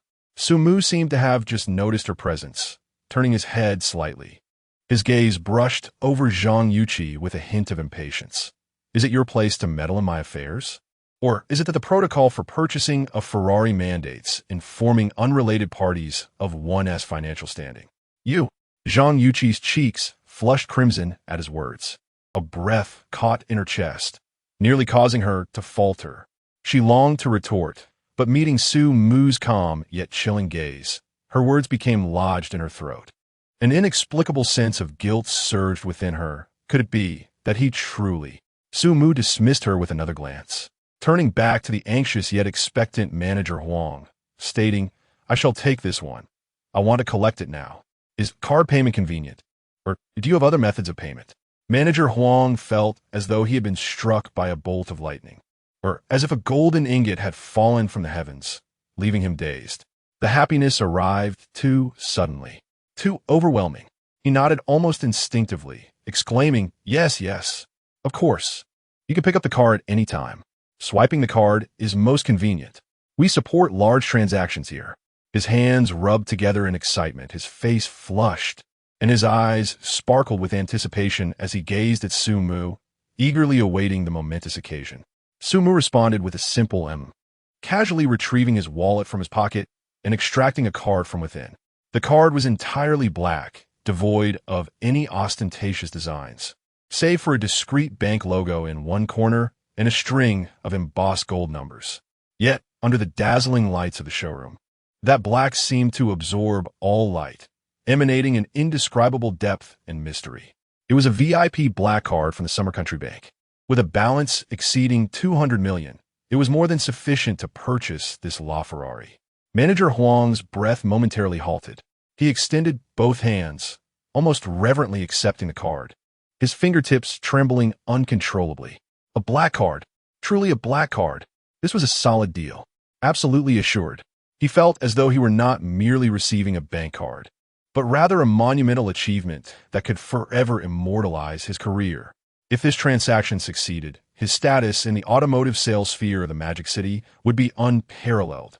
Nearby, several young salespeople were wide-eyed with astonishment. Wow, with that card, this is a sure thing. What a big shot. Buying a LaFerrari is as simple as purchasing cabbage. And using a black card. What is this guy's background? Zhang Yuqi felt a wave of embarrassment wash over her. She fixed her gaze on the black card, her mind filled with disbelief and reluctance to accept the reality. This was impossible. How could Sumu possess such a card? The threshold for such a card required at least hundreds of millions in liquid assets. Heia fis tut beside Sumu, her palms direnchet in civet. Tightly clutching the hem of his clothing, she felt her cheeks flush, her breath quickening. Even her yoga pants felt sticky, soaked with nervous perspiration. She knew Sumu was wealthy, but she had never imagined he could be this affluent. A $60 million car, purchased without a moment's hesitation. This was on a completely different level compared to those so-called top spenders in her live stream, who merely flashed tens of thousands or hundreds of thousands. Stealing a glance at Sumu's profile, she noted his sharp features and focused expression. In that moment, she felt not only shock but also an indescribable sense of pride, self-esteem, and a dizzying sweetness. Wealthy, handsome, and fiercely protective. Who needed a top spender when the true tycoon stood before her? Manager Huang cradled the seemingly weightless yet immensely significant black card in his hands, taking a deep breath to steady his wavering steps. He hurried toward the nearby exclusive POS machine, his white shirt already damp with cold sweat.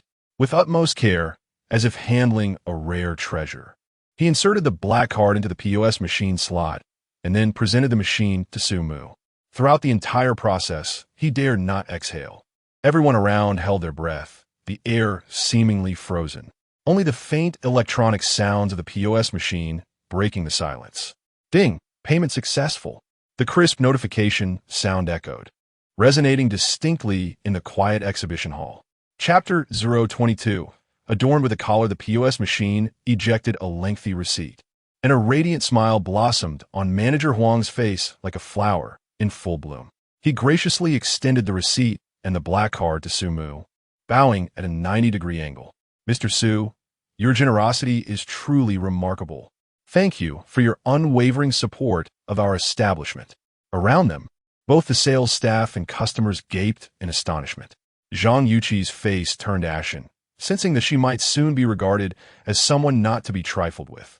Sumu accepted the receipt, barely glancing at it before casually handing it to He Fei beside him. I want the car. Expedite all necessary procedures. He gestured toward the Aston Martin nearby, finding it quite reasonably priced, and added, oh, and please arrange for 5 Aston Martin Vanquish GTs, all top configurations. As for the colors, each should be distinct for the women in my household to use. Sumu's tone was as relaxed as if he were merely placing an order at a restaurant. He Fei covered her mouth, nearly gasping in disbelief, her heart racing as if it might leap from her throat. 5 vehicles, and all top-of-the-line Vanquish GTs. The total cost would exceed 40 million. She gazed at Sumu with a mixture of admiration and newfound reverence. Manager Huang was so elated that he could scarcely think straight, his mind consumed with visions of commissions. He nodded vigorously. No problem. Absolutely no problem. Mr. Su, your taste is impeccable. I will arrange everything immediately. I guarantee the fastest service. He abruptly turned and bellowed at the sales team, who were rendered speechless. Why are you all standing around? Hurry and prepare the contract for Mr. Su. Ensure the service matches his expectations. In an instant, the entire 4S dealership transformed into a well-oiled machine, with everyone bustling around Sumu. Amidst the flurry of activity, Manager Huang personally accompanied Sumu, carefully guiding him through the showroom. He believed that this sale had reached its zenith, and Mr. Su would likely make no further purchases, merely fulfilling his role as a gracious host while showcasing the dealership's other prized possessions. Mr. Su, take a look at this Koenigsegg Jesko, which has recently arrived. It boasts a 5. 0-liter V8 twin-turbo engine, capable of producing a staggering 1,600 horsepower when fueled with E85. It accelerates from 0 to 100 kilometers per hour in just 2.5 seconds, with a top speed of 483 kilometers per hour. An absolute performance beast. Priced at $30 million. Manager Huang's enthusiasm was palpable, primarily wishing to showcase the vehicle. Su Mu's gaze lingered on the powerful black beast for a few moments before he pointed. This one seems acceptable. Let us include it as well. Another one. A top-tier supercar priced at $30 million. Manager Huang's mind momentarily malfunctioned, only to be overwhelmed by immense joy. Excellent. Excellent. Mr. Su, you are truly. He was so overwhelmed that he stumbled over his words, simply nodding and bowing, astounded by Su Mu's exquisite taste. He felt as if good fortune was gracing his family, and he dared not even calculate the commission figures. 7 brand new, top-tier luxury cars stood majestically in a row at the plaza outside the dealership, creating an astonishing spectacle that instantly ignited the curiosity of passersby. The fiery red LaFerrari blazed like a burning flame, captivating all who beheld it. The pure black Koenigsegg Jesko resembled a lurking beast, exuding an overwhelming aura of dominance. Yet, it was the 5 vividly colored, ostentatious Aston Martin Vanquish GTs that truly commanded attention, one of which was an eye-catching Barbie pink, a veritable embodiment of youthful exuberance. Pedestrians halted in their tracks, eagerly pulling out their phones to capture the moment through photographs and videos. Wow! Which celestial being has graced us with their presence? This is even more extravagant than a car show. My goodness, how much must these cost? Together, they must amount to quite a small fortune. Look at those 5 Martins. And the pink one. Which girl could possibly resist that? Who is the owner? Who could this illustrious figure be? Manager Huang cradled a heavy bunch of car keys in his hands, his smile radiant, with deep creases that could ensnare a mosquito. Mr. Su, here are the keys to all the vehicles. Please confirm if you have any further instructions. Su Mu nonchalantly accepted the hefty bundle of keys, weighing them in his hand. He then selected the key to the pink Aston Martin, tossing it effortlessly to He Yifei without even a glance. Yifei, this one asked for you. Do you like it? He Yifei was taken aback by this sudden gesture, hurriedly reaching out to catch it. The icy key felt warm in her palm, sending a tingling sensation through her fingertips. An $8 million hypercar, given away so casually? She felt as if she were in a dream, a bit dazed. And no, Mr. Su, this is far too valuable. I cannot accept it. He Yifei quickly shook her head, wishing to return the key. Holding onto it made her anxious, and she dare not drive it. Su Mu raised an eyebrow, insisting, if I say it's a gift, then take it. No need for such formalities. Consider it a token of gratitude for accompanying me today and assisting with these minor matters. He offered no opportunity for her to refuse. Pressing down on her hand that held the key, He Yifei felt the warmth and strength of his hand, a surge of complex emotions washing over her, mingled with a hint of unease. Could she truly accept this car? What would it mean if she did? In the corner, Zhang Yuqi, who had been overlooked until now, witnessed the entire scene unfold. She observed Su Mu lavishly spending, casually gifting an $8 million luxury vehicle as if it were a mere toy.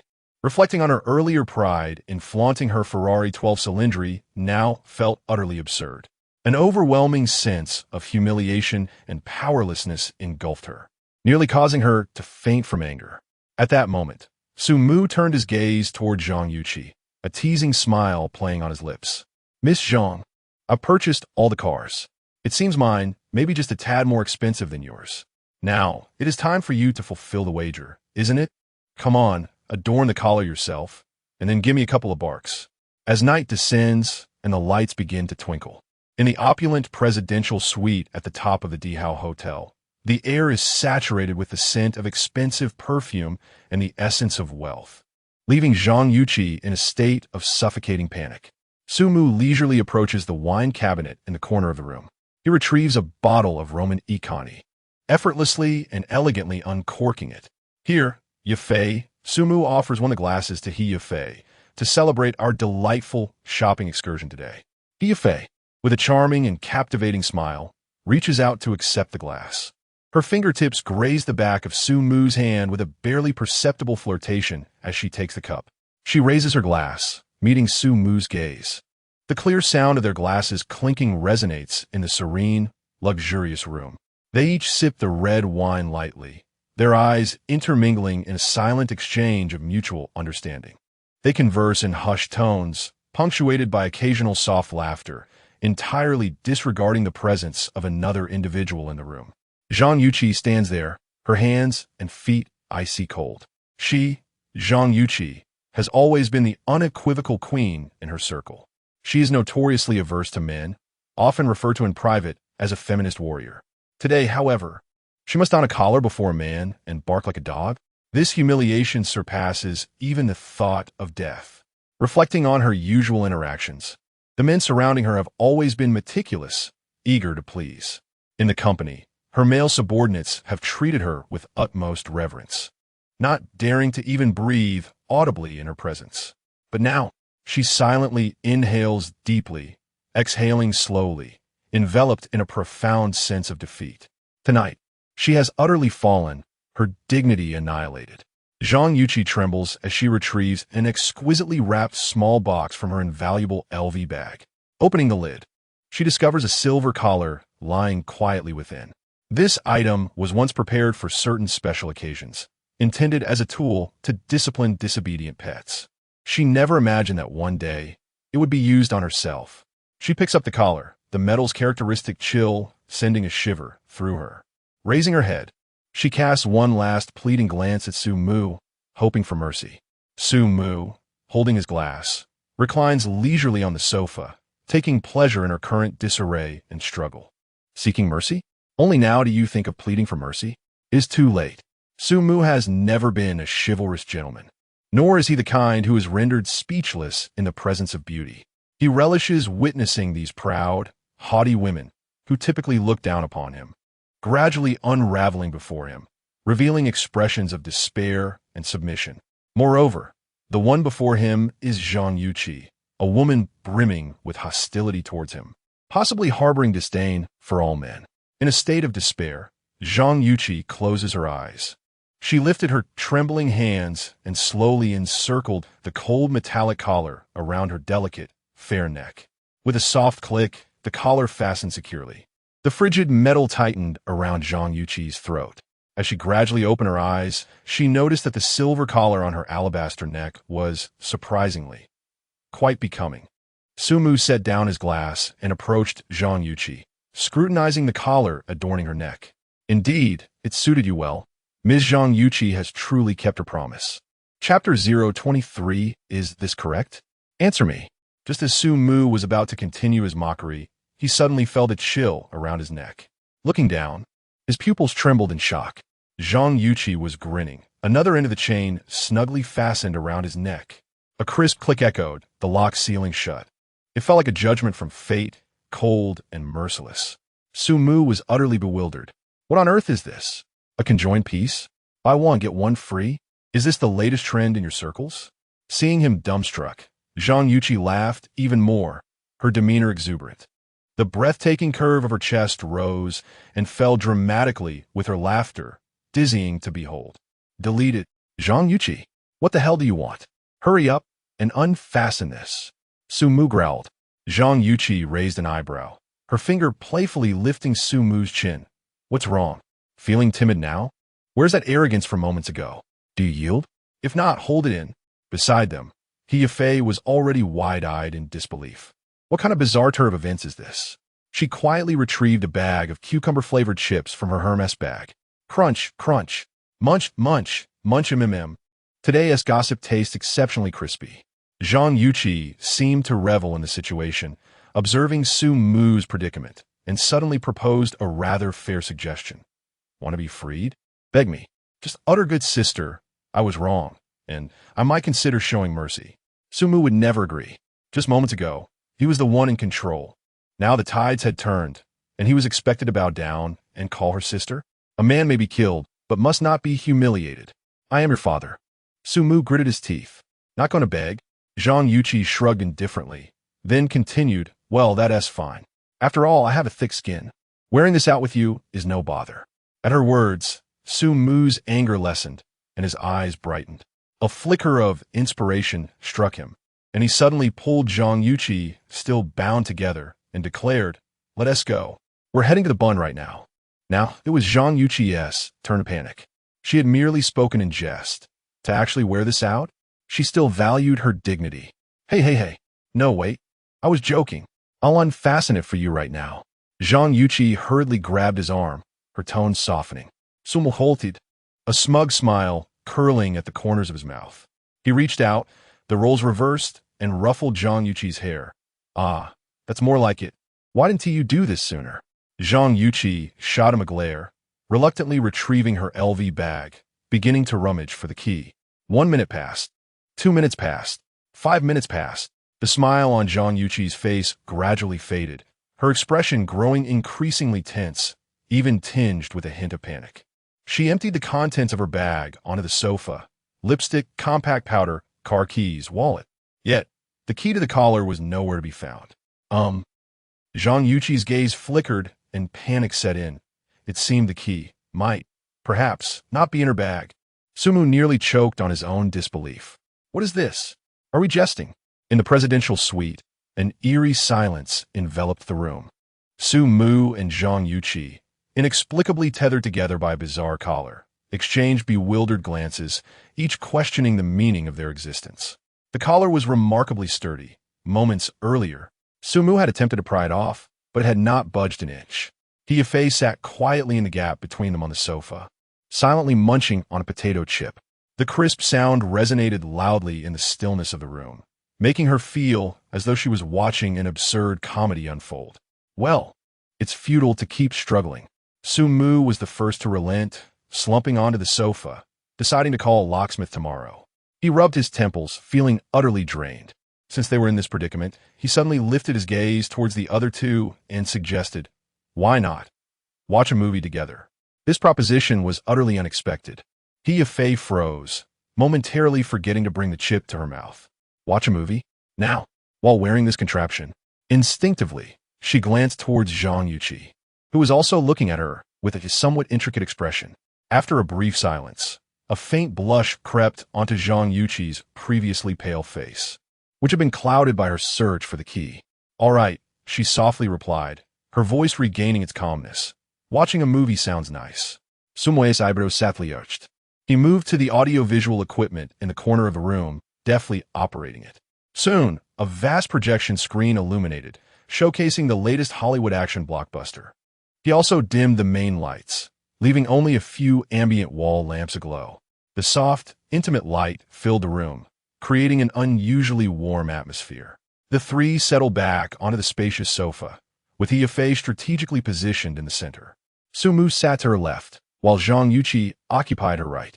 The collar's chain limited the distance between Su Mu and Zhang Yuqi, with Yafei perfectly bridging the gap in between. The surround sound of the movie was superb, with explosions, gunfire, and roaring engines echoing in succession. However, no matter how thrilling the sound effects, they could not mask the peculiar undercurrent of tension among the three. Yafei felt like an Oreo filling, tightly squeezed between two cookies. To her left was the faint scent of Su Mu's cologne, and to her right, the rich fragrance of Zhang Yuqi's perfume. The mingling of these aromas left her slightly dizzy. She felt rigid, restless, as though needles were pricking beneath her. Stealing a glance at Zhang Yuqi from the corner of her eye, she observed that Zhang Yuqi appeared engrossed in the film. Yet Yafei noticed that her hand resting on her lap trembled slightly. As the movie reached a climactic chase scene, Zhang Yuqi made a move. Harmonized, Chapter 024. Together through the window in the early morning, sunlight streamed through the floor-to-ceiling windows of the presidential suite. The necklace that had remained stubbornly in place throughout the night suddenly loosened on its own. It was utterly absurd. Zhang Yuqi rubbed her sleepy eyes and instinctively touched her neck. Empty? She abruptly looked down, discovering her neck bare, marked only by a faint red ring. It opened.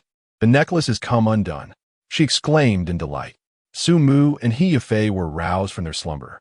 Both, still dazed, sat up and stared at Zhang Yuqi's smooth neck, momentarily stunned. "It really came off?" Yafei leaned closer, her delicate fingers gently caressing Zhang Yuqi's neck. The necklace was indeed gone. She clicked her tongue in wonder. This peculiar object seems to possess a mind of its own, choosing to flee when it no longer desired to stay. Sumu stretched lazily, the sound of cracking bones echoing in the air. Rising from the bed, he eased his aching body, having endured quite an adventure the night before. It's good that it's off. He moved to the window, drawing back the heavy curtains with a swish, allowing a flood of brilliant sunlight to pour in. Fei followed suit, positioning herself beside him. Sumu, what am I to do now? She bit her lip, beginning to plead for support. Sumu turned to her. Worry not. Henceforth, you shall be mine. I shall provide you with a settlement of 300,000. Let us proceed immediately. With that, Sumu walked over to the table, picking up the rental agreement that had been prepared in advance and handed it to Fei. Here is the lease for Mingxing No. 1. Take a look, and if all is satisfactory, please sign. This had been a matter discussed the previous night. Fei took the contract, her heart fluttering with uncertainty. What could this possibly mean? She quickly skimmed through, her gaze landing on the rental fee section. Monthly rent, 100 yuan. 100 yuan. Fei thought she had misread, rubbing her eyes and glancing again. Indeed, it was 100 yuan. 100 yuan a month to reside in the luxurious Mingxing No. 1 in the magical city? She lifted her head, disbelief etched on her face as she looked at Sumu, her voice slightly wavering. Sumu, are you certain the rent is 100? Not 10,000? Or perhaps 100,000? She even doubted whether a few zeros had been omitted. Sumu raised an eyebrow, maintaining his calm demeanor. Indeed, 100 yuan. What is the matter? Is it too expensive? We can negotiate if it is. No. It's not expensive at all. Not in the slightest. Fei hastily waved her hands, fearing Sumu might reconsider and raise the price. She quickly seized the pen on the table and swiftly signed her name at the contract's conclusion. Sumu took the signed contract from her, nodding in satisfaction. All settled. His roster of female tenants had expanded. There were now 4. Although Fei appeared somewhat materialistic and cunning, he paid it no mind. After all, she was merely a tenant. As long as she paid the modest rent of 100 yuan on time and provided good emotional value, it sufficed. He turned to Zhang Yuqi, who had been observing the scene with amusement, and casually inquired, Zhang Yuqi, would you care to rent a unit as well? I can offer you a friend's rate of 99. Zhang Yuqi scoffed, her gaze appraising him as though he were a fool. Rent your apartment? Sumu, has your mind gone awry? Am I, Zhang Yuqi, someone in need of a place to stay? The haughty tone in her voice was practically overflowing with aristocratic pride. Sumu merely asked out of curiosity, never truly expecting her to agree. What a jest it would be if she were to move in. The other female tenants would surely suffer the consequences. However, Zhang Yuqi abruptly shifted her tone, a playful smirk dancing upon her crimson lips. I harbor no interest in your abode, but I find you rather intriguing. Sumu's heart skipped a beat. The woman's gaze was too aggressive, leaving him with an unsettling feeling that her intentions were dubious. Before he could decipher her motives, Zhang Yuqi approached him, extending her well-manicured hand to lightly pat his shoulder. Little brother, I find you quite pleasing to the eye. How about this? I shall bestow upon you a grand gift. What say you? Sumu took a half-step back, maintaining a safe distance. What kind of grand gift? I must clarify, I do not wish for anything overly extravagant. Primarily, I fear it may be a ruse. Zhang Yuqi flashed a mysterious smile, exuding charm. She retrieved a document from her beloved Hermes bag and handed it to Sumu. Take a look at this. I assure you, you will be pleased. Sumu skeptically accepted the document and opened it. Just a glance at the title left him speechless. A share transfer agreement for Yuqi Beauty? This is... Sumu lifted his gaze to Zhang Yuqi, his expression a mix of bewilderment. Yuqi Beauty, 10% of the shares. Zhang Yuqi raised an eyebrow with pride. Based on the current market value, it should be worth around 10 million. What do you think? Isn't that generous of me? The previously mentioned second-hand Ferrari is off the table, as I suspect you would find that paltry. Sumu was utterly stunned. 10 million in company shares? Just like that? Such a grand gesture. Could it be that his cinematic critique from the previous night had so impressed her that she felt compelled to express her gratitude through shares? My dear sister Yuqi, You are quite something. I did not expect you to be so generous. Sumu found himself momentarily at a loss. The money felt almost too hot to handle. Addressing her as Sister Yuchi was indeed appropriate. Zhang Yuchi was pleased with the title, and she reached out to adjust Sumu's collar. Consider this share as a welcoming gift from your elder sister. Henceforth, you shall be the second largest shareholder of Yuchi Beauty, bearing the title of Deputy General Manager. Whenever you find time, feel free to visit the company and experience the thrill of being a domineering CEO. Of course, I primarily wish for you to accompany me to the cinema more often. Sumu gazed at the share transfer agreement in his hand, his emotions a tumultuous blend. He felt gratitude, yet was predominantly taken aback. However, when fortune lands in one's hands, it is folly to decline it. He decided to abandon any pretense and accepted it outright. Then I shall thank you, Sister Yuchi. There are 3 immutable bonds among people, having shared a roof. What transpired last night was merely a prelude. Sumu felt that his connection with Zhang Yuchi was undoubtedly solid. Suddenly, he proposed, Zhang Yuchi, since we resonate so well together, complementing one another perfectly, why not form a brotherhood? From now on, I shall be your best male confidant.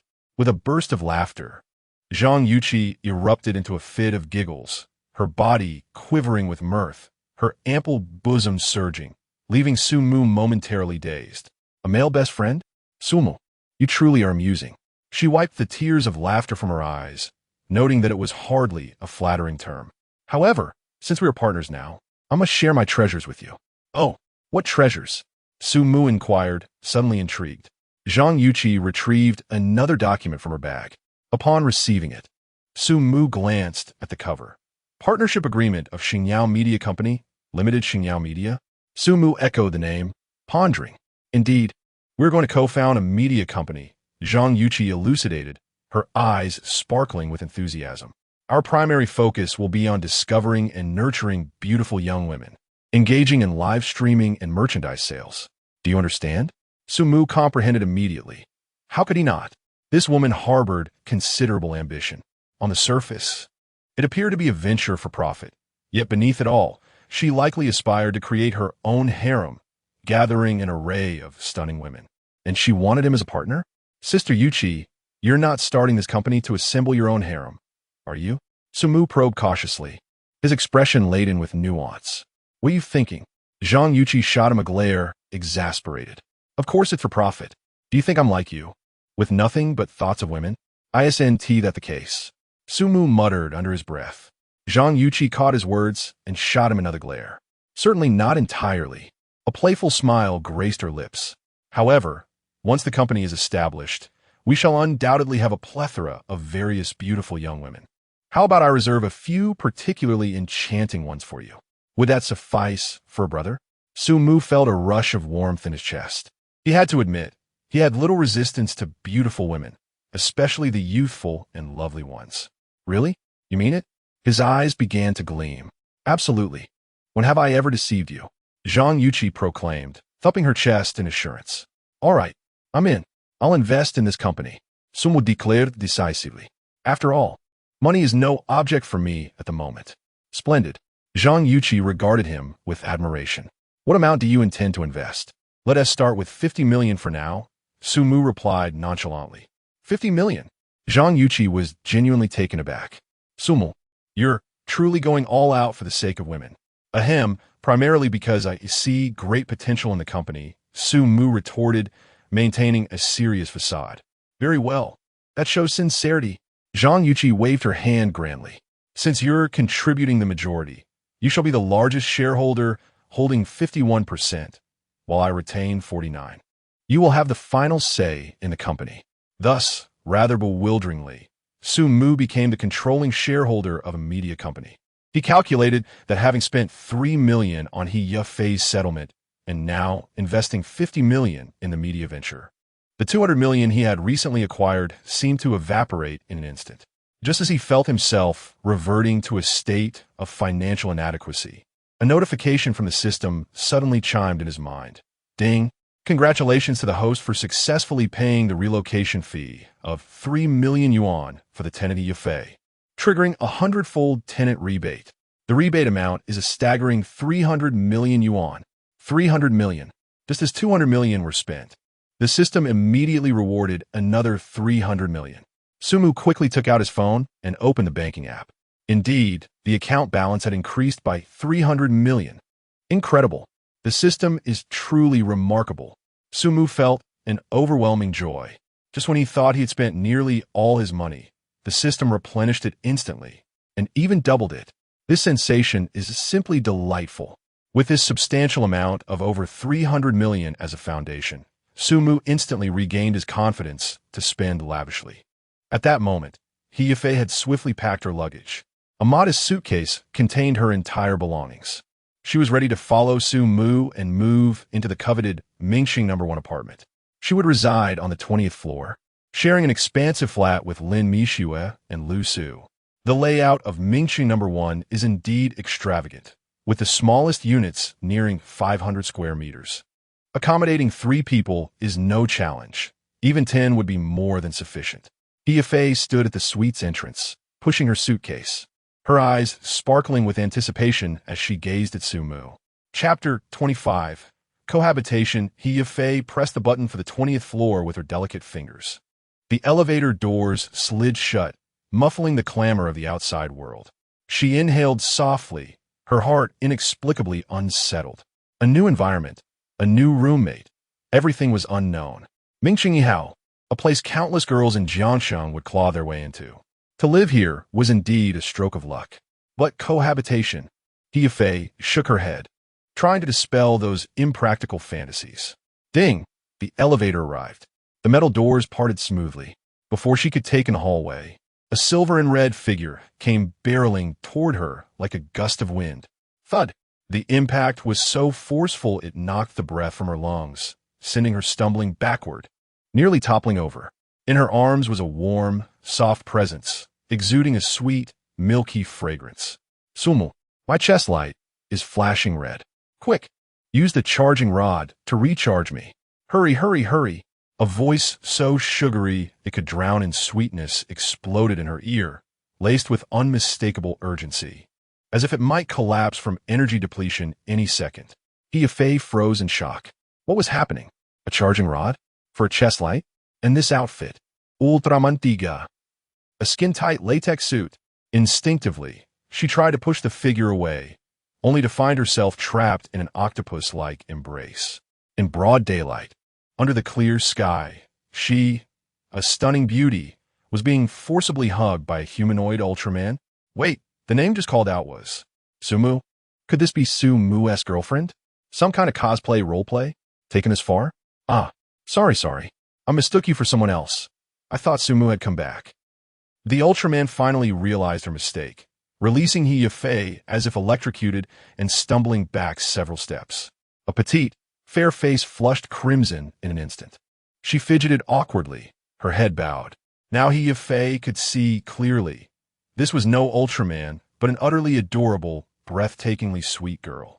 With looks like that, she could easily be the campus belle at Jiangxing University. Hiyafei marveled inwardly. She considered herself a beauty as a live streamer, but against such natural sweetness, she might not hold much advantage. Sumu, you sly dog. Hiding a treasure like this in your golden cage? Apologies. Lin Mixue is rather fond of Ultraman, especially Tiga.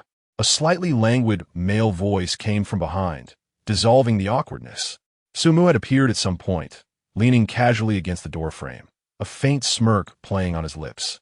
His hand rested lightly on Hiyafei's yoga pants-clad waist, giving it a gentle pat. Though personally, I prefer the Guts team members, especially their uniforms. His tone was teasing, but his gaze drifted meaningfully toward the room. Before he could finish, a tall figure clad in the blue and white Guts uniform strode out with model-like precision.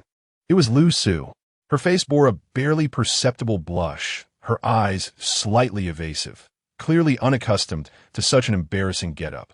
But the form-fitting uniform perfectly accentuated her tall, well-proportioned figure, her long, straight legs, slender waist, and full bust, exuding an oddly alluring blend of restraint and temptation. A striking fusion of valor and charm seemed to radiate from her. Wow! Sumu let out a low whistle, his gaze roaming brazenly over Lu Su's figure. He was utterly dumbfounded. A Tiga Ultraman, a member of the Guts team.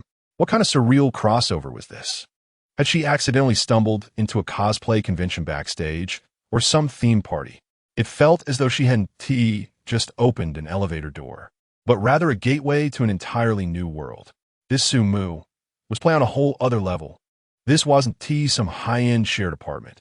It was practically a den of enchantresses, and a hypercharged anime special edition at that. Ahem.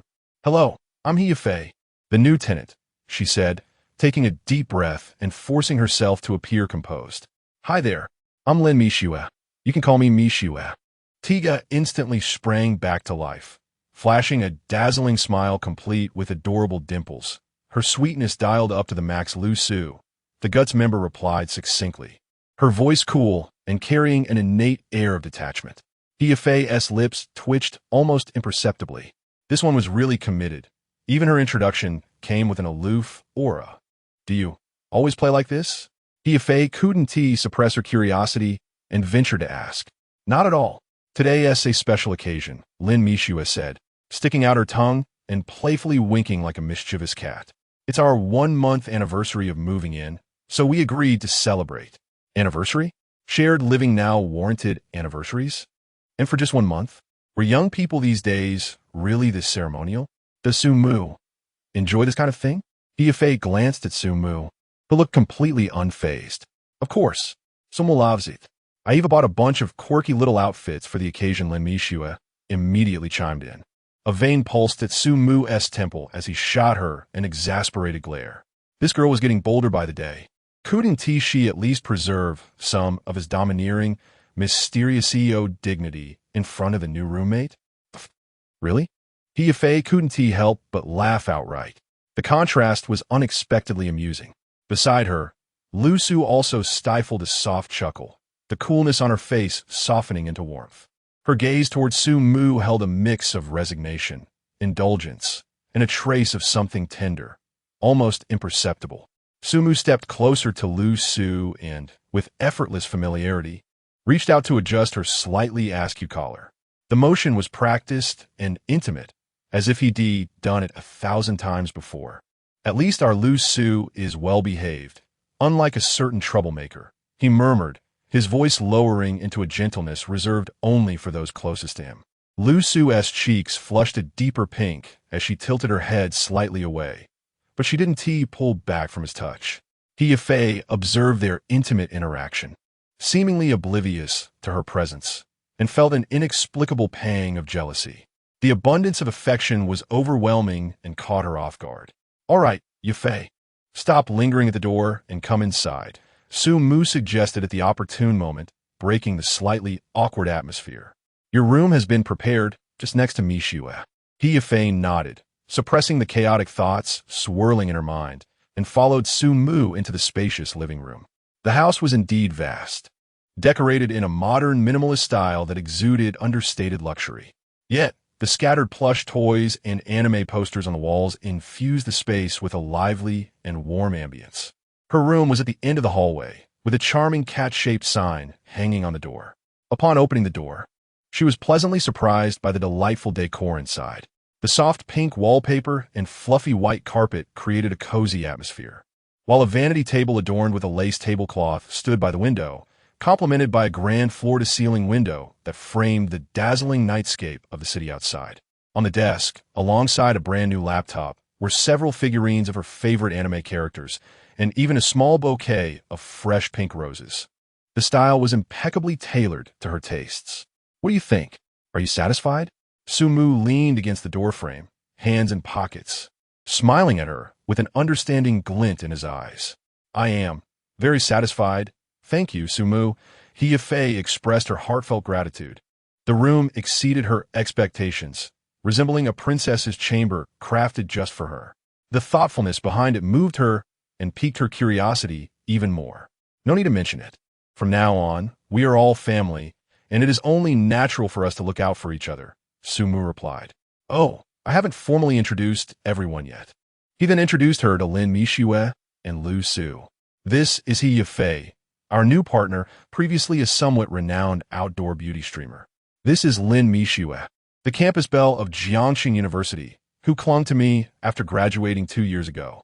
Now she's my dedicated housekeeper, beautiful and melodious, though slightly obsessed with Ultraman. Requiring a bit of electric shock therapy, he teased. Lin Mishue pouted in discontent and playfully waved her small fist at Sumu. And this is Lu Su, my personal financial and legal advisor. She's a cool, aloof goddess. Tread carefully around her. Sumu's tone remained lighthearted, yet subtly delineated the closeness of their relationships. Welcome, Yafei's sister. Lin Mishue eagerly approached, warmly linking her arm with Yafei's and sweetly calling out, exuding an infectious familiarity. The sweetness of her voice made Yafei feel as if her bones were melting. Welcome, Lu Su succinctly acknowledged with a polite nod, her expression calm and composed. Though few in words, her beauty, figure, and demeanor exuded an undeniable icy allure. Yafei endeavored to maintain her smile, yet her heart was already tumultuous with thoughts. One extraordinary ensemble. The campus belle as a housekeeper, the icy goddess as a financial advisor, and here she was, a once prominent outdoor streamer. Is Sumu renting a house or collecting beautiful figurines of girls? The three distinctly different girls exchanged a few simple words. And under the lively influence of Lin Mishue, the atmosphere gradually became harmonious. Yafei also relaxed a little. By the way, I have prepared some small gifts for you. Sumu suddenly smiled mysteriously and took out an exquisite gift box from behind. A gift? The eyes of Lin Mishue and Lu Su lit up, curious about the surprise Sumu would unveil. Chapter 026. Bullying the Little Monster. Sumu led them to the underground garage. The well-lit garage exuded a slight chill in the air. Two brand-new pink sports cars lay side by side, poised like two vibrant pink leopards ready to spring into action. The sleek lines of the car bodies were astonishing, shimmering under the cool white lights with an enticing, dreamlike luster. Aston Martin Valhalla, in pink. Two of them. Lin Mishue gasped, her eyes widening in disbelief as she instinctively covered her mouth, nearly crying out. This gift is too extravagant. Isn't it? Lu Su was equally stunned, although she prided herself on her worldly experiences. This scene still made her heart skip a beat. 800,000 for a top-tier supercar, and she presents two without a second thought, and in such flamboyant pink. In an instant, her mind flashed through her treasure collection of bags and jewelry, suddenly feeling a bit inadequate. Leaning against one of the car doors, Sumu playfully tapped the smooth surface with his fingers, a hint of a smile playing on his lips. So what do you think? Do you like them? His tone was as casual as if he were inquiring about their dinner preferences. Sumu, Lin Mishue, overwhelmed with excitement, stumbled forward and wrapped her arms around him in a tight embrace, the warmth of his presence enveloping her. I love them. I love them so much. Thank you, Sumu. Her voice was sweet and bright, brimming with the exuberance of a child receiving a long-desired toy. Lu Su remained composed, unlike Lin Mishue, but her beautiful eyes shimmered with excitement and a more complex emotion intertwined. As she gazed at Sumu, something profound seemed to shift within her. In the future, you shall be my exclusive drivers, Sumu remarked, playfully patting Lin Mishue's back. Absolutely. We'll be at your beck and call. Lin Mishue nodded enthusiastically, nuzzling against him. Lu Su softly murmured her agreement, a subtle blush creeping onto her cheeks as she lowered her gaze. In the living room, Big Burr Monster. Take this ultra-light beam. Lin Mishue donned a children's version of a Digga Ultraman bodysuit, a costume that should have been playful, yet her alluring figure accentuated its curves, creating a strangely captivating allure. She struck a classic pose to simulate launching a light beam, making sound effects as she went. Sumu, however, was even more outrageous, wearing a plush monster headpiece that concealed all but his smiling eyes, playfully pouncing towards Lin Mishue. Roar! The monster is here. Watch as I catch you, peace-destroying Ultraman. The two laughed and chased each other through the spacious living room, cushions flying in every direction. Their laughter, as melodious as silver bells, intertwined with the roars of the monster. Ultimately, the crafty monster, Sumu, outmaneuvered the Digga Ultraman, triumphantly pinning him down onto the carpet. Now you know how it feels to bully the little monster. Wow. Do you enjoy the energetic impact of little monsters? Sumu lowered her voice, a mischievous smile playing on her lips. I do, Lin Mishue replied, her voice elongated with playful allure. And what about your dynamic lightwave? Wait. It's coming. BIU.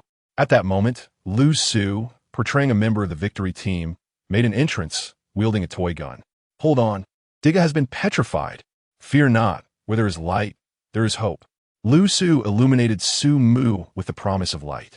On the sofa, He Yifei held a coffee cup, elegantly sipping while observing the chaotic scene before her, unable to suppress a twitch at the corners of her mouth. One Ultraman, one monster, and a member of the victory team. What kind of low-budget special effects film is this? Moreover, the dialogue and actions, everything felt off. She sensed her esteemed knowledge being challenged like never before. Compared to the borderline live streams in the influencer circle, this was child-esque play, as innocent as a blank sheet of paper. City dwellers truly know how to have fun, she thought, massaging her temples while silently critiquing. Just then, the doorbell rang abruptly, its clear chime piercing through the century-long battle in the living room. Oh dear, I almost forgot. The new tenant I arranged might have arrived. Sumu suddenly remembered, hastily climbing off Lin Mishue and pulling her along. You too, hurry back to your rooms and change. Is this how you want to present yourselves? Lin Mishue stuck out her tongue, her cheeks flushed as she pulled the equally embarrassed Lu Su and dashed back to the room. In a flurry, Sumu removed the monster headpiece and tidied her somewhat disheveled attire before approaching the door. Clearing her throat, she endeavored to appear more composed and reliable. The door swung open.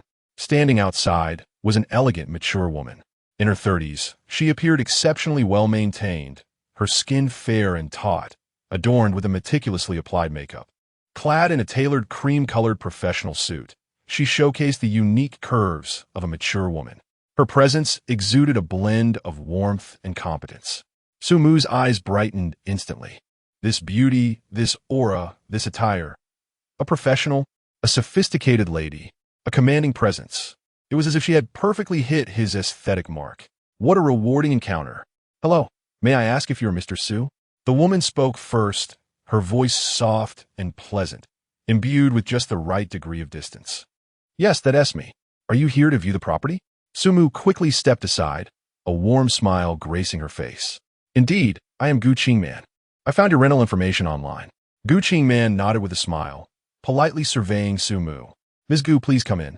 Sumu ushered Gu Qingman into the house. As she stepped into the living room, her gaze swept across the layout and decor, revealing unmistakable satisfaction in her eyes. This house is truly wonderful. The decor is tasteful, and the lighting is excellent, she remarked sincerely. The living room bore the remnants of their earlier playfulness. Several cushions lay askew on the floor, and Sumu felt a twinge of embarrassment. As long as you like it, please make yourself comfortable, Sumu said with a smile, discreetly kicking an Ultraman mask that had rolled to her feet beneath the sofa.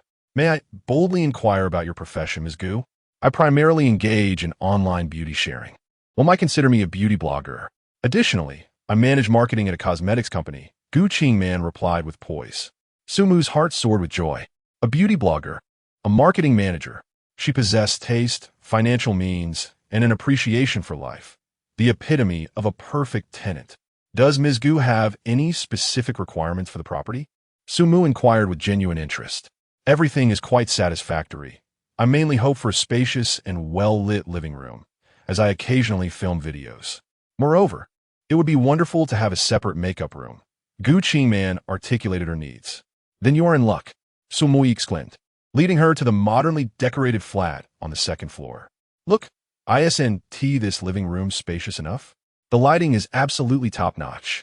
That room over there, I specifically transformed into a makeup room, considering lighting, mirrors, and storage. Would you like to take a look? Upon hearing this, Gu Qingman displayed genuine interest and stepped into the repurposed makeup room. Moments later, she emerged with a look of delight. This is fantastic. Mr. Su, this makeup room exceeds my expectations in terms of professionalism. Your considerations are truly thoughtful. Your satisfaction is what matters most, Sumu replied, his eyes crinkling with joy. The two engaged in pleasant conversation, with Gu Qingman praising the property, and she promptly decided to rent it. While signing the contract, Su Mu observed Gu Qingman's profile as she signed, noting the soft contours and focused expression. A sudden pang struck his heart. Why did she seem somewhat familiar? As if he had encountered this visage before, like a certain old acquaintance? Su Mu pondered, considering that Miss Gu appeared to be in good financial standing. With a rent set at $5,000 a month, it seemed reasonable enough to assure her peace of mind. After the contract was signed, Su Mu casually remarked, with such an admirable demeanor, "The daughter must be quite lovely as well. Ms. Gu?" Gu Qingman chuckled softly, a hint of maternal pride and exasperation in her tone. "Oh, Mr. Su, you flatter me. I do have a daughter living in Jiangxing." "Oh, what a coincidence." Su Mu continued, "Your daughter must surely be exceptional." Exceptional may be an overstatement. She is merely a spirited little girl. Recently, she won the lottery and opened a bubble tea shop. Gu Qingman replied with a doting tone. Su Mu felt a surge of curiosity and casually asked, "Impressive. What's her name?" "Her name is Bai Qianqian," Gu Qingman said with a smile. Bai Qianqian. The name struck Su Mu like a thunderclap, freezing the smile on his face. His ex-girlfriend, the one who had led him in circles, only to vanish without a trace under the pretext of passing the civil service exam. Could it be that this elegant lady before him was the mother of his former love? Su Mu felt as though his heart was ensnared by an invisible hand, making each breath a laborious task. He compelled himself to remain calm, yet his voice involuntarily quivered with a barely perceptible tremor. "Bai Qianqian, I believe I know her." He endeavored to make his tone sound casual, but how could it be that she, who had supposedly passed the civil service exam and returned to her hometown, was now opening a milk tea shop in Jiangxing? Gu Qingman, upon hearing this, displayed unmistakable confusion and astonishment.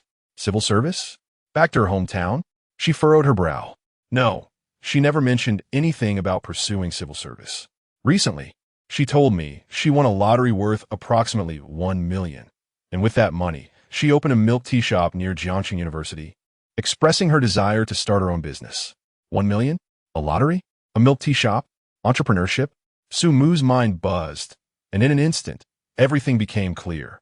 The notion of passing the civil service exam was utterly absurd. The idea of working hard together and taking turns to earn a living was a farce. Instead, she must have won the grand prize, deemed him, her impoverished boyfriend, an encumbrance, concocted a pretext, and unceremoniously discarded him, all while gallivanting with her newfound wealth. How foolish he had been to wallow in sadness for so long. How naive to believe she genuinely cared for her future. That wretched woman. A surge of rage coursed through Su Mu, igniting a fire that clouded his vision. He had always thought that once he acquired wealth, his mindset would shift towards tranquility, rendering him less prone to anger. Yet now, all he desired was to confront Bai Qianqian, to demand answers from her. Gu Qingman observed Su Mu's face contort into an exceedingly unpleasant expression, his eyes betraying a raw mixture of shock and fury. Her heart sank, and she tentatively inquired, "Mr. Su, you don't seem well. Is something troubling you? Or perhaps, do you know my daughter Qianqian? Is there some past grievance?" The young landlord's reaction seemed rather unusual. Su Mu abruptly snapped back to reality, meeting Gu Qingman's concerned yet probing gaze. He inhaled deeply, then exhaled slowly, forcibly suppressing the tumultuous emotions within him. He managed to muster a smile that was more akin to a grimace than anything else. "It's nothing, Mrs. Gu. I'm fine, just suddenly reminded of some rather unpleasant old memories." At this moment, he was consumed by an overwhelming desire to see Bai Qianqian. Right away, without delay. Chapter 027. The Pure Goddess. Su Mu ushered Gu Qingman out the door, a standard, somewhat detached polite smile lingering on his face. As the elevator doors chimed shut, sealing off the outside world, the smile vanished in an instant, as if it had never existed. He pivoted, his expression devoid of emotion, and made his way to the bathroom. The sound of rushing water filled the air. A cascade of icy water poured down upon him, invigorating his skin, yet failing to extinguish the fire within his heart. With his eyes closed, he allowed the cold water to wash over him. By Chantian, do you truly believe that winning a mere 1 million can liberate you? That you can entirely rid yourself of me? Dream on. He clenched his jaw tightly, droplets of water cascading down his jawline. A few minutes later, the sound of water ceased. Su Mu dried his body, wrapped himself in a towel, and returned to the living room, still enveloped in steam. The sight before him eased his taut nerves somewhat. Lin Mixue had donned a delicate pink silk camisole, lazily curled up on the sofa, engrossed in her phone. The glow from the screen illuminated her face, making her porcelain skin radiate. Her long, straight legs casually intertwined, captivating under the warm light. At the bar, Lu Su held a glass of red wine, exuding elegance with a hint of the languorous charm of a mature woman. The black lace robe accentuated her graceful curves, every gesture imbued with allure. Noticing Su Mu's entrance, Lin Mixue set her phone aside, her voice soft and melodious. Why did you take so long? Did you break the faucet? Su Mu strode over and sank onto the sofa between the two women. Embracing them, he felt their soft warmth, and the gloom in his heart seemed to dissipate somewhat. A mischievous smile crept across his lips. Ladies, it appears that your husband has been outsmarted by a rather dim-witted woman. I could use a little assistance. Lu Su's interest was piqued, her slender brows arching. Oh? A bad woman? Who's the fool? Lin Mixue stifled a laugh, her chest gently rising and falling. No way. Su, you two have your moments? I must be mistaken. Who would dare deceive you? Su Mu raised his hand and playfully tapped Lin Mixue's forehead. Then, in a few succinct sentences, he recounted the encounter with Gu Qingman, revealing that his ex-girlfriend by Chantian had won a prize and was opening a bubble tea shop, all while intentionally concealing it from him. Lin Mixue's eyes sparkled with intrigue, while Lu Su leisurely sipped her wine. Setting down her glass, Lu Su spoke in a calm tone. So, what do you intend to do? Su Mu's gaze turned icy, a glint of ferocity emerging. I intend to make that self-satisfied woman pay the price. She thinks that with 1 million, she can start a bubble tea shop and maintain her pure goddess facade. I will show her what it means to reap nothing from her efforts. I will make her repay every bit, kneeling before me in tears. Lin Mixue, upon hearing this, was nearly propelled off the sofa with excitement, the hem of her pink nightgown fluttering. Hooray! This is exactly what I like. I find those pretentious individuals who feign innocence while harboring ulterior motives utterly insufferable. Their duplicity is infuriating. Su Mu, my dear brother, what do you propose we do? I shall lend my unwavering support. Su Mu cast her a sidelong glance, contemplating that, in terms of pretentiousness, she might very well be the archetype. Lu Su, however, exhibited a remarkable composure. Her slender fingers absently caressed the rim of her goblet as she pondered aloud. I am aware of Bai Chantian's establishment. It is situated in the university town and indeed enjoys a thriving business. I have witnessed long queues during my past visits. Her irritation stemmed not only from the gimmick of the pure goddess returning to campus to start a business, but also from the strategically chosen location. Nevertheless, Lu Su shifted her tone, noting that the flavors of her milk tea were rather unremarkable, lacking any distinguishing qualities. The prices were exorbitantly high, merely sustained by her persona and marketing efforts. So, Su Mu raised an eyebrow, sensing that Lu Su had a clever plan in mind. A knowing smile played at the corners of Lu Su's lips, radiating confidence as she declared, to undermine her, we must target her strengths, striking at the very foundation of her success. By addressing the pricing, product quality, and her public persona simultaneously, we can create a scenario where she falters. Su Mu's eyes sparkled with intrigue as she leaned forward, eager for specifics. Pray enlighten me. Such convoluted strategies are indeed a forte of your kind. Lu Su parted her red lips and, with measured calmness, remarked, Who reigns as the butcher of prices in the realm of milk tea? It is none other than Mixue Bing Cheng. If we establish a shop nearby, I can assure you, we will capture over half of her clientele. She then turned to Lin Mixue, her eyes twinkling with amusement. Mixue, this mission is yours alone. Open a Mixue Bing Cheng, ensuring the signage is grand, the price is aggressive, and the emphasis on volume sales. Lin Mixue immediately puffed out her chest, her chin raised high with determination, exclaiming, "Not a problem. I shall ensure all products are at least half the price. No, two-thirds cheaper." I am curious to see if those financially strapped students will still flock to her as unwitting patrons. Lu Su smiled alluringly, exuding charm.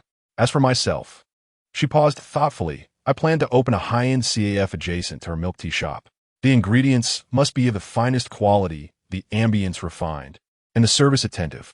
I wish to show those infatuated boys what true goddess-like elegance entails and what constitutes a genuinely tasteful choice. Let her cheap pure persona crumble to dust. Sumu erupted into laughter, wrapping his arms around the two women more tightly. Excellent. Splendid. One of you shall seize her profits with low prices, while the other captivates her patrons with sophistication. A double-pronged assault.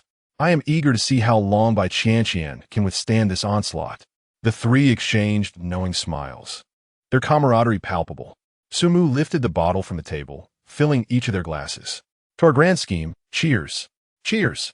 The clear sound of glass clinking resonated throughout the living room as the trio downed their drinks in unison. Thus commenced the meticulously devised campaign against Bai Qianqian. The following day, Lin Mishui and Lu Su demonstrated remarkable initiative. Two individuals, leveraging their respective networks and resources with little regard for expense, swiftly secured two adjacent storefronts on either side of Bai Qianqian's quaint milk tea shop, Qianqian Time. Their speed left even the agents astounded. Lin Mishui's business, Mishui Ice Orange, commenced renovations at a breathtaking pace, adopting an entirely mirrored aesthetic, a vibrant red sign, striking tables and chairs, exuding an air of youthfulness, vitality, and affordability. Their grand opening promotion was straightforward and audacious. Buy one, get one free, and ice cream cones for merely 1 yuan each. Meanwhile, on the other side, Liu Xiu enlisted a renowned designer to create an upscale CAF named Furue Bai. The Fade featured understated black stone panels, complemented by a brass logo, radiating an aura of mystery and luxury. The interior was meticulously curated, showcasing imported coffee beans, artisanal brewing methods, plush leather sofas, and atmospheric lighting accompanied by music, adorned with artworks that, while unknown, appeared undeniably expensive. Their target clientele consisted of college students and nearby white-collar workers with a penchant for a touch of sophistication. At this moment, Bai Qianqian remained blissfully ignorant of the impending storm. Ever since winning 1,000,000 yuan, her life seemed to have taken a turn for the extraordinary. She invested 500,000 into the university town, establishing her lavishly decorated milk tea shop, Qianqian Time, which was even more opulent than many trendy establishments. Possessing a modicum of cleverness, she capitalized on her physical allure, fabricating an inspiring narrative of a once privileged school beauty who, to alleviate her family's burdens, resolutely returned to school to embark on her entrepreneurial journey. This tale, coupled with a barrage of posts from internet promoters across campus forums and social media, solidified her image as a pure goddess, attracting throngs of oblivious students eager to pay homage. Long queues formed daily outside her shop, primarily comprising young men drawn by the enchanting proprietress. Business flourished astonishingly, with daily revenues effortlessly exceeding 10,000 yuan. After deducting expenses, she pocketed a net profit of 60 to 70,000 yuan monthly, a figure so astronomical it made her chuckle as she counted her earnings each night. With 300,000 yuan in reserve in her bank account, Bai Qianqian felt like a chosen one, embodying the quintessential wealthy and beautiful woman, radiating confidence in her stride. Her current daily routine revolved around presenting herself in splendid fashion.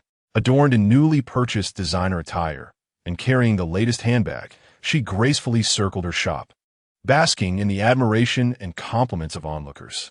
Occasionally, she would snap selfies enhanced with multiple filters, sharing them on her social media platforms accompanied by seemingly casual musings that hinted at her diligence and taste, further entrenching her persona while relishing the adulation from her admirers.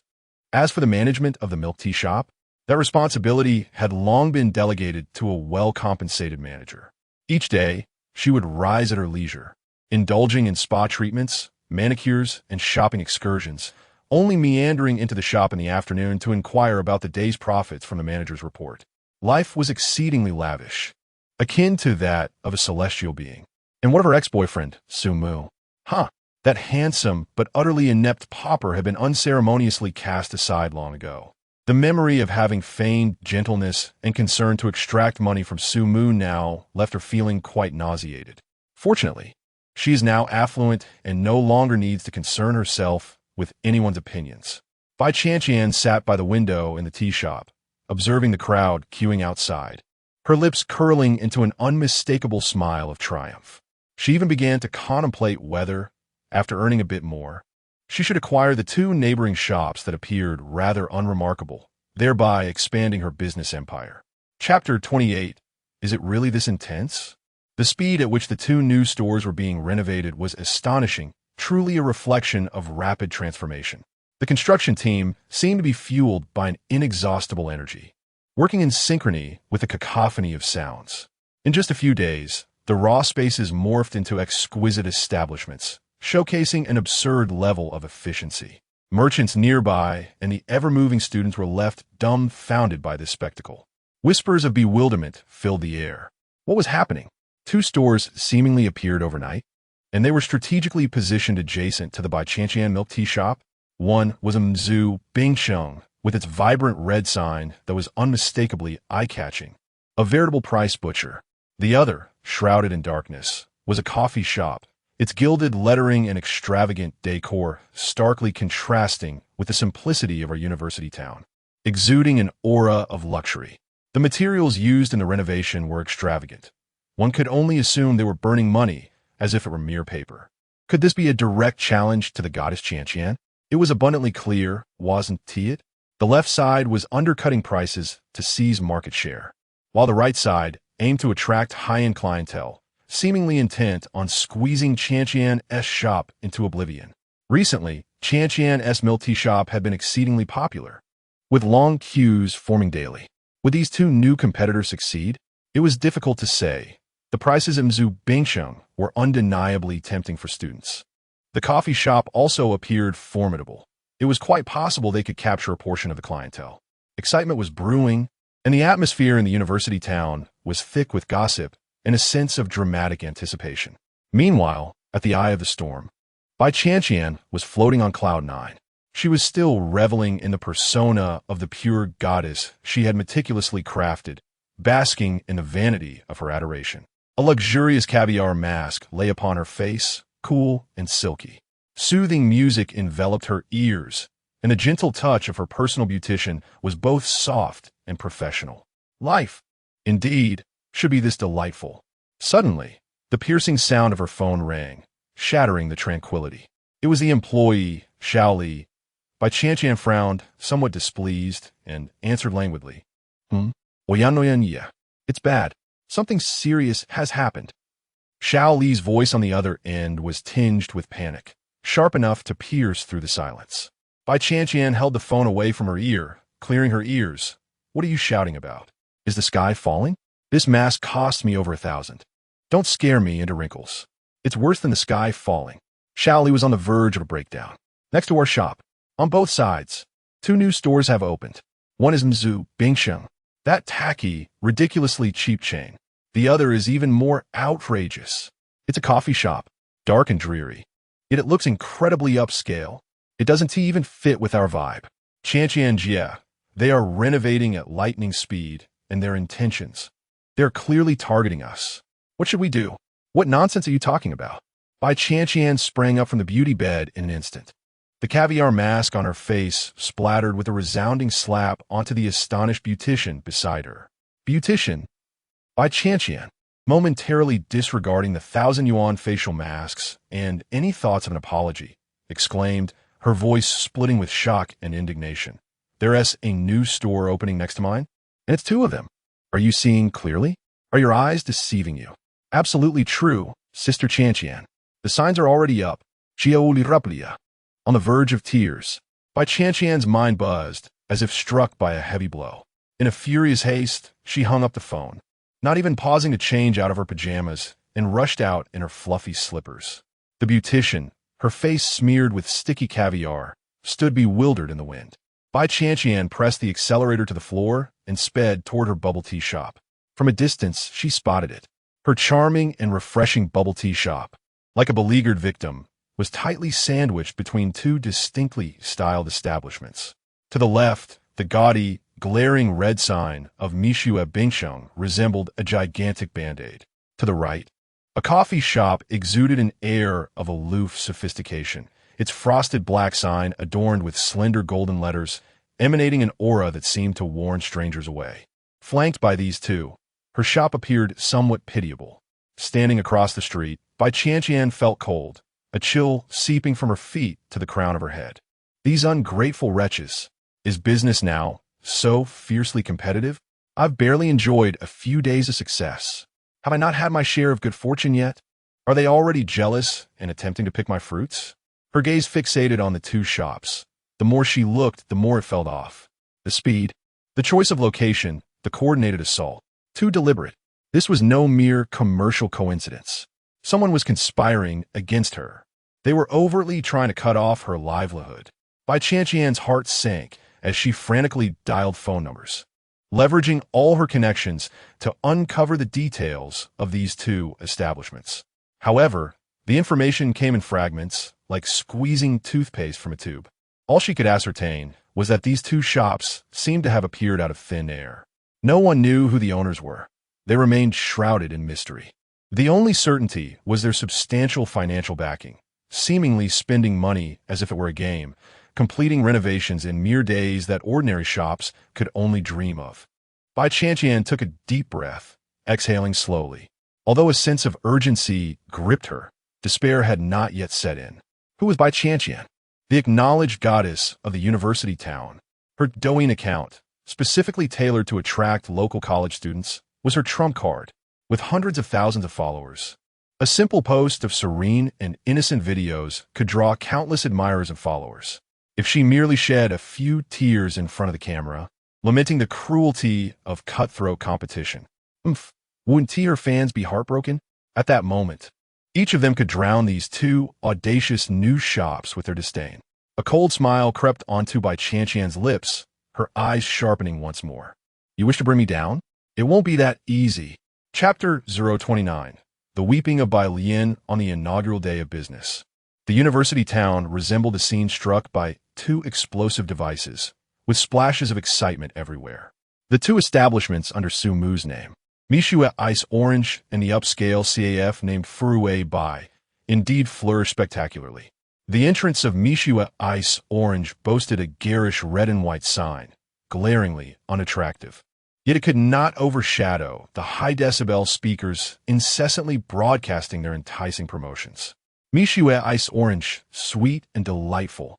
Grand opening celebration. Buy one, get 3 free. Second cup at half price. Toppings at no extra cost. With lemonades and sweet cones priced at just a few coins. It was a veritable boon for students on a limited budget. The queue snaked far beyond the store's entrance. A sea of youthful heads twisting around several corners, seemingly endless.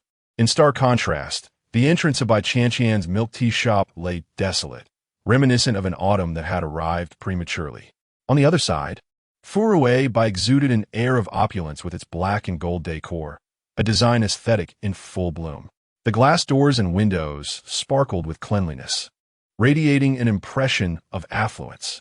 Inside, the warm yellow lighting and inviting furniture created a comfortable ambience, while the rich aroma of freshly roasted coffee beans wafted through the air, reminiscent of a quaint art gallery. A cup of coffee started at 20 or 30 yuan, a steep price for students. Nevertheless, many sought this tranquil haven to read, enjoy a date, or engage in group discussions, clutching paper cups adorned with a minimalist logo by the window, gazing out at the bustling Mishue Ice Orange with a sense of detached leisure. Bai Qianqian stood in her empty shop, her heart sinking gradually. The previous day, a long queue had filled her store, yet today, not a single soul lingered. Occasionally, familiar customers would pass by, peeking in, but ultimately turn away, heading next door instead. It was either the allure of bargain prices that lured them away, or the sophisticated atmosphere of the neighboring CF that captivated their senses. Qianqian, look outside. There is hardly anyone left. One shop slashes prices while the other exudes elegance, and we find ourselves caught in the middle. Today's revenue has plummeted by more than half compared to yesterday. At this rate, we won't even be able to pay next month's rent, exclaimed a nearby staff member, her eyes reddening with distress. Taking a deep breath, Bai Qianqian recognized that panic would yield no results. Her mind raced, and then it struck her Douyin account. She had invested considerable effort into cultivating it, amassing tens of thousands of followers. Without delay, she retrieved her phone, expertly activated the beauty filter, and positioned herself at an angle that accentuated her features. With a gentle bite of her lower lip and her eyes glistening with unshed tears, she began recording, her voice quivering with the perfect blend of tremor and emotion. Dear friends, I truly don't know what to do.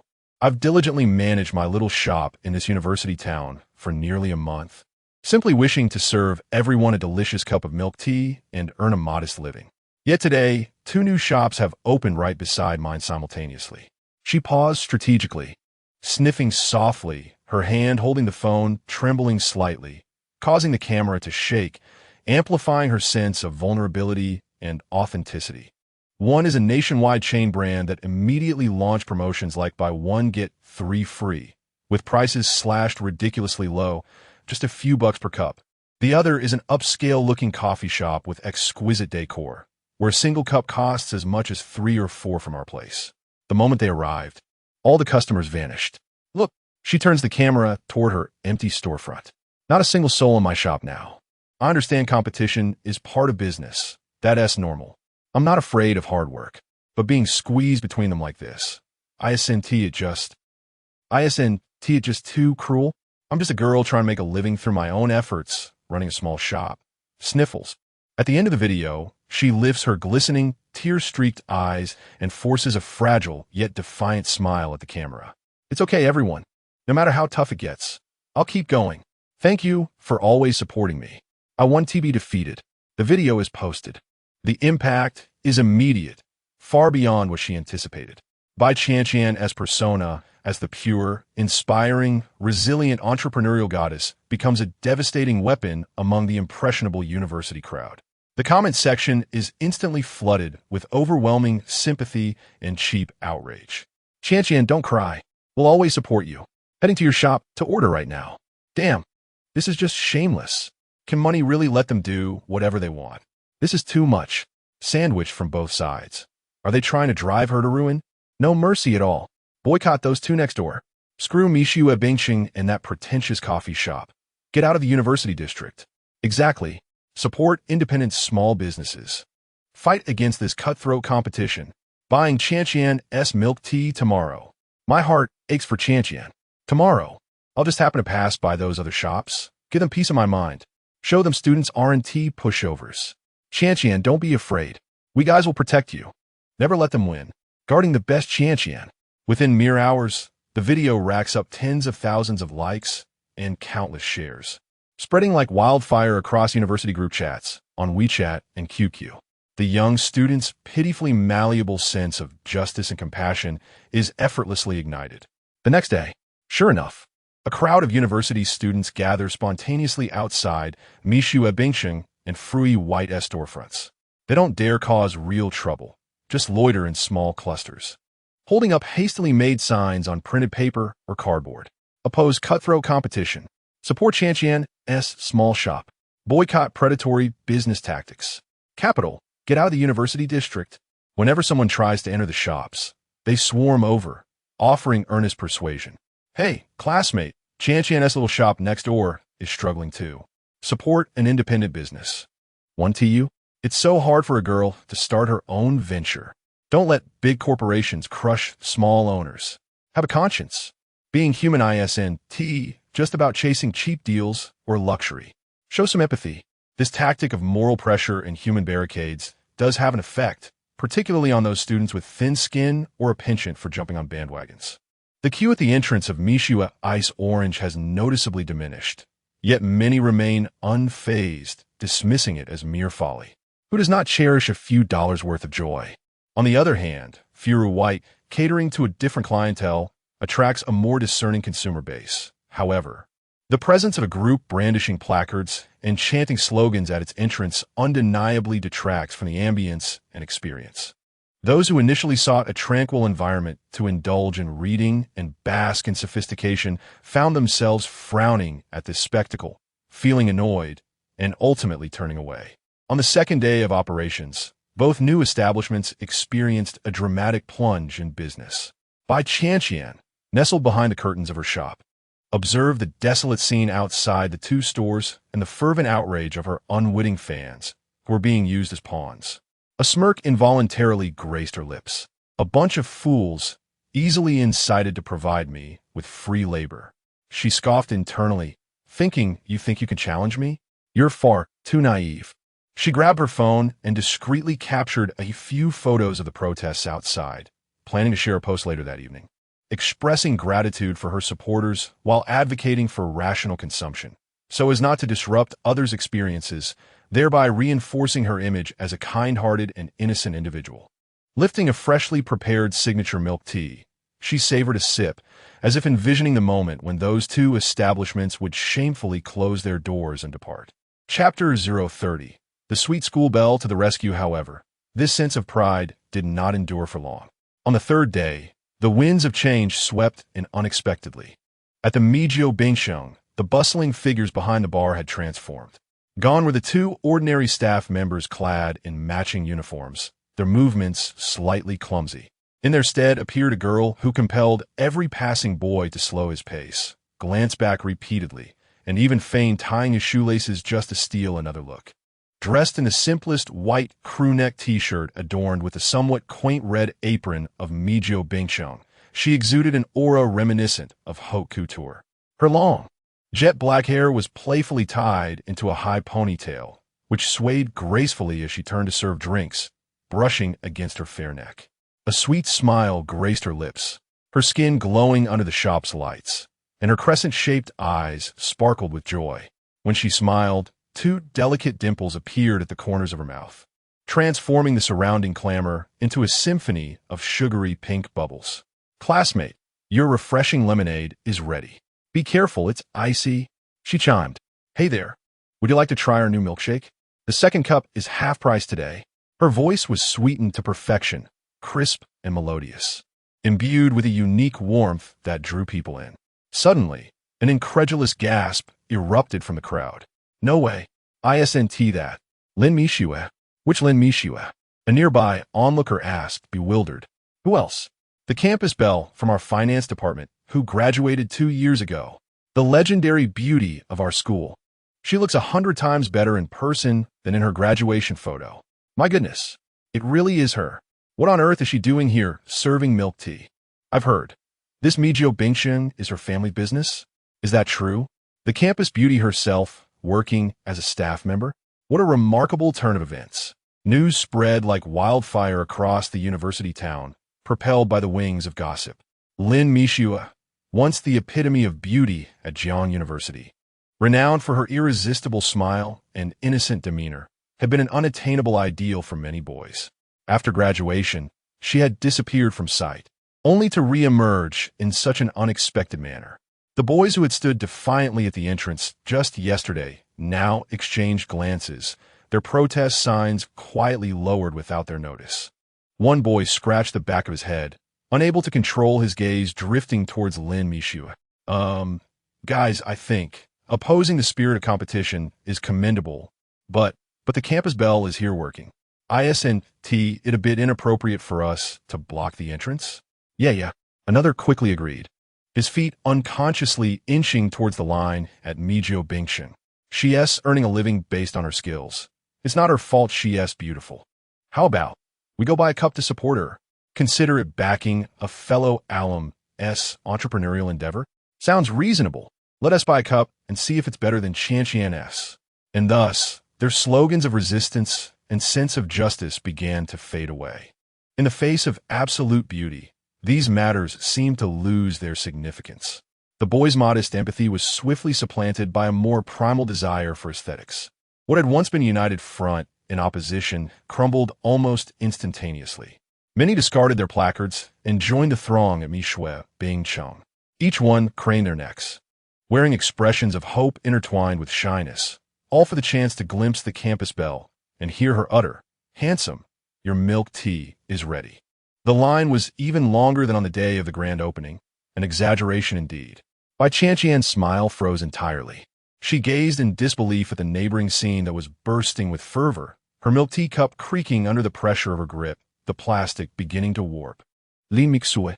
How could she possibly be here? Did this woman harbor a grudge against her? Bai Qianqian was seething, nearly spilling her milk tea. These ungrateful boys. They had just vowed to protect her. Now, upon sighting a beauty, they had lost all sense of self. On the other side, at the Fu Rue by coffee shop, a young man clad in a Chanel white shirt sat peacefully by the window. He was none other than the proprietor of this establishment, Su Mu. To exact revenge on his former girlfriend Bai Qianqian, he had dispatched half of his female tenants. Fortunately, they seemed quite willing, especially Lin Mi Shui, who, upon hearing of this opportunity for revenge, was eager to take part. Tirelessly hammering away at the lemons at Mi Shui Bing Cheng as if in a trance. Outside the window, the entrance to Mi Shui Bing Cheng was teeming with people, the din faintly audible through the thick glass. In stark contrast, the modest little shop in between lay desolate, its doors scarcely a foot. Su Mu surmised that the owner's expression must be rather grim. He sipped his hand-brewed coffee, his gaze casually drifting outside. A few boys had discarded their placards and turned to join the long queue at the neighboring tea shop, grinning foolishly. Truly, was Lin Mi Shui's allure so profound? He had not perceived it. Perhaps the daily intimacy had grown somewhat tiresome. Su Mu observed like a detached chess player, taking delight in the futile struggles of the pieces upon the board. His mood bore a hint of theatrical amusement. A soft patter of footsteps approached. Lu Su entered, carrying an exquisite white porcelain tray with a freshly brewed cup of coffee adorned with an elegant leaf design. Today, she had eschewed her usual sharp attire for a flowing forest green dress that exuded a gentle, artistic vibe befitting the CF's ambience. Her long hair was loosely gathered, with a few strands cascading softly beside her cheeks, enhancing her snow-like complexion and adding a touch of graceful maturity. This was a deliberate effort to cultivate the CAF's cool, literary atmosphere. Su Mu, you must try this newly arrived Yunnan coffee bean. It's sun-dried, and I believe its flavor is particularly unique, perhaps more suited for our upcoming season's highlight. Lu Su gently placed the coffee before Su Mu. His gaze shifted from the window back to the meticulously crafted figure of Lu Su. His gaze lingered for a moment on her fair and elongated neck, which appeared strikingly bare. As if recalling something significant, he set down his coffee cup and retrieved a small, exquisitely crafted box from his pocket. He gently pushed the box towards Lu Su, revealing a magnificent pigeon blood ruby necklace. The central gem, roughly the size of a thumb, represented the pinnacle of ruby quality. Such a precious specimen, once unearthed from the Myanmar mines, often incites a tempest of fervor and contention, fetching astronomical prices at auctions, sometimes reaching tens of millions or even over 100 million. These past few days have been demanding with the opening preparations, my dear Lu, and I wanted to express my appreciation. Please accept this small token. Chapter 31. The blood-red gift for the beautiful lady. Su Mu's tone was nonchalant, as if he were merely bestowing a trivial trinket. Lu Su was momentarily taken aback. Her curiosity piqued as she opened the box. Nestled within was a magnificent pigeon blood red gemstone necklace, resting quietly. Su Mu, this is far too precious. I am merely assisting you in managing the shop, offering but a modicum of my efforts. I cannot accept such a grand gift. Lu Su's heart skipped a beat, instinctively wanting to close the box. She was not oblivious to value. The quality of this ruby far surpassed anything she had ever encountered. Try it on. It will complement your attire today, Su Mu asserted, his tone leaving no room for dissent. He had not inflated the price. Lu Su was a gentle and understanding woman, holding a high regard for him, and she had accrued the most tenant points, making her worthy of such a gift. Biting her lip, Lu Su battled internally, but ultimately succumbed to the allure of the exquisite gemstone. With great care, she retrieved the necklace, slightly turning to the side. Su Mu rose and naturally took the necklace from her, assisting her in fastening it around her neck. The thumb-sized pigeon blood ruby dangled elegantly at the front of her deep green dress. The profound red and serene green complemented each other, instantly illuminating her entire demeanor, imbuing Lu Su with an ineffable air of nobility and mystery. Lu Su approached the nearby, full-length mirror. The figure illuminated by the deep crimson hue appeared almost unfamiliar to her. "It's very beautiful. Thank you, Sumu." She turned back, her fingers unconsciously caressing the smooth gemstone at her chest, her eyes betraying a mix of shyness and delight. Sumu observed the reflection in the mirror, nodding in satisfaction. The system's prompt resonated in his mind. Tenant points, 1 tenant points, 1 tenant gift rebate activated. Lu Su's intimacy level is 82, triggering a tenfold critical hit, rewarding 20 grams of auction-grade pigeon blood ruby rough stone, valued at 200 million. Excellent. The gift rebate has been received, and tenant points have increased. With this rebate combined with prior accumulations, he now had sufficient tenant points for a lottery draw. Sumu felt a stir of excitement. It seemed the timing of this gift was impeccable. He discreetly accessed the system interface and selected the lottery option. The wheel spun rapidly, glimmering with light. Ultimately, the pointer settled on a skill icon. Congratulations, host has acquired Master Level Piano Proficiency Piano. Sumu was slightly taken aback, then accepted this new skill, which harmonized beautifully with the CAF atmosphere. His gaze fell upon the polished black grand piano in the CAF's corner, a decorative piece Lu Su had specifically placed, which she occasionally played when in high spirits. Little did he know, it would come in handy today. He turned to Lu Su. "Do you play the piano?" Lu Su paused, momentarily stunned before responding. "I know a bit, but I wouldn't call myself proficient. It's merely for my own amusement in my leisure time." She spoke modestly, having started learning the piano at a young age, which was why she had a piano here in the first place. "I can play a little as well," Sumu said, rising and walking toward the piano. "Would you like to hear?" A flicker of evident surprise and curiosity passed through Lu Su's eyes. "You can play the piano? How remarkable." In her memory, Sumu seemed rather distant from such artistic and romantic pursuits.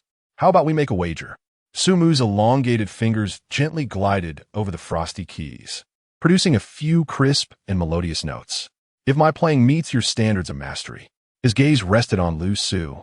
"Then we shall retreat to that small room, and you must heed my words." Lu Su's cheeks flushed a deep crimson. She was well aware of the small room he referred to, which featured a unique one-way glass that allowed one to see the CAF outside while remaining hidden within.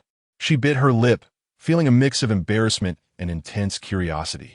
As a piano enthusiast herself, she understood the weight that the term mastery carried. Few in the world dared to claim such a title. She believed Sumu could play, but to reach a masterful level, the likelihood seemed exceedingly slim. Perhaps he merely sought to tease her. Nevertheless, her overwhelming curiosity eclipsed her shyness, and Lu Su gently nodded, her eyes betraying a hint of disbelief and challenge. "I await your masterful performance." She was eager to discover what he could conjure. Sumu smiled faintly and seated himself at the piano. He adjusted his breathing, his fingers poised above the keys. In an instant, his demeanor transformed entirely. The earlier casualness vanished, replaced by a profound and focused presence, as if he were isolated from the world around him. The next moment, a deep, despair-laden melody flowed from his fingertips like a dark tide. It was Chopin's Nocturne in C minor. The notes wept and lamented, imbued with extreme anguish and endless reminiscence. Sumu's fingers danced across the black and white keys, at times slow and heavy, as if struggling hopelessly in a dark quagmire, at other times fierce and urgent, as if protesting against the bitter end of life. He seamlessly infused this sorrowful melody with the last remnants of hatred he harbored for a woman named by Qianxian, as well as the piercing pain of betrayal.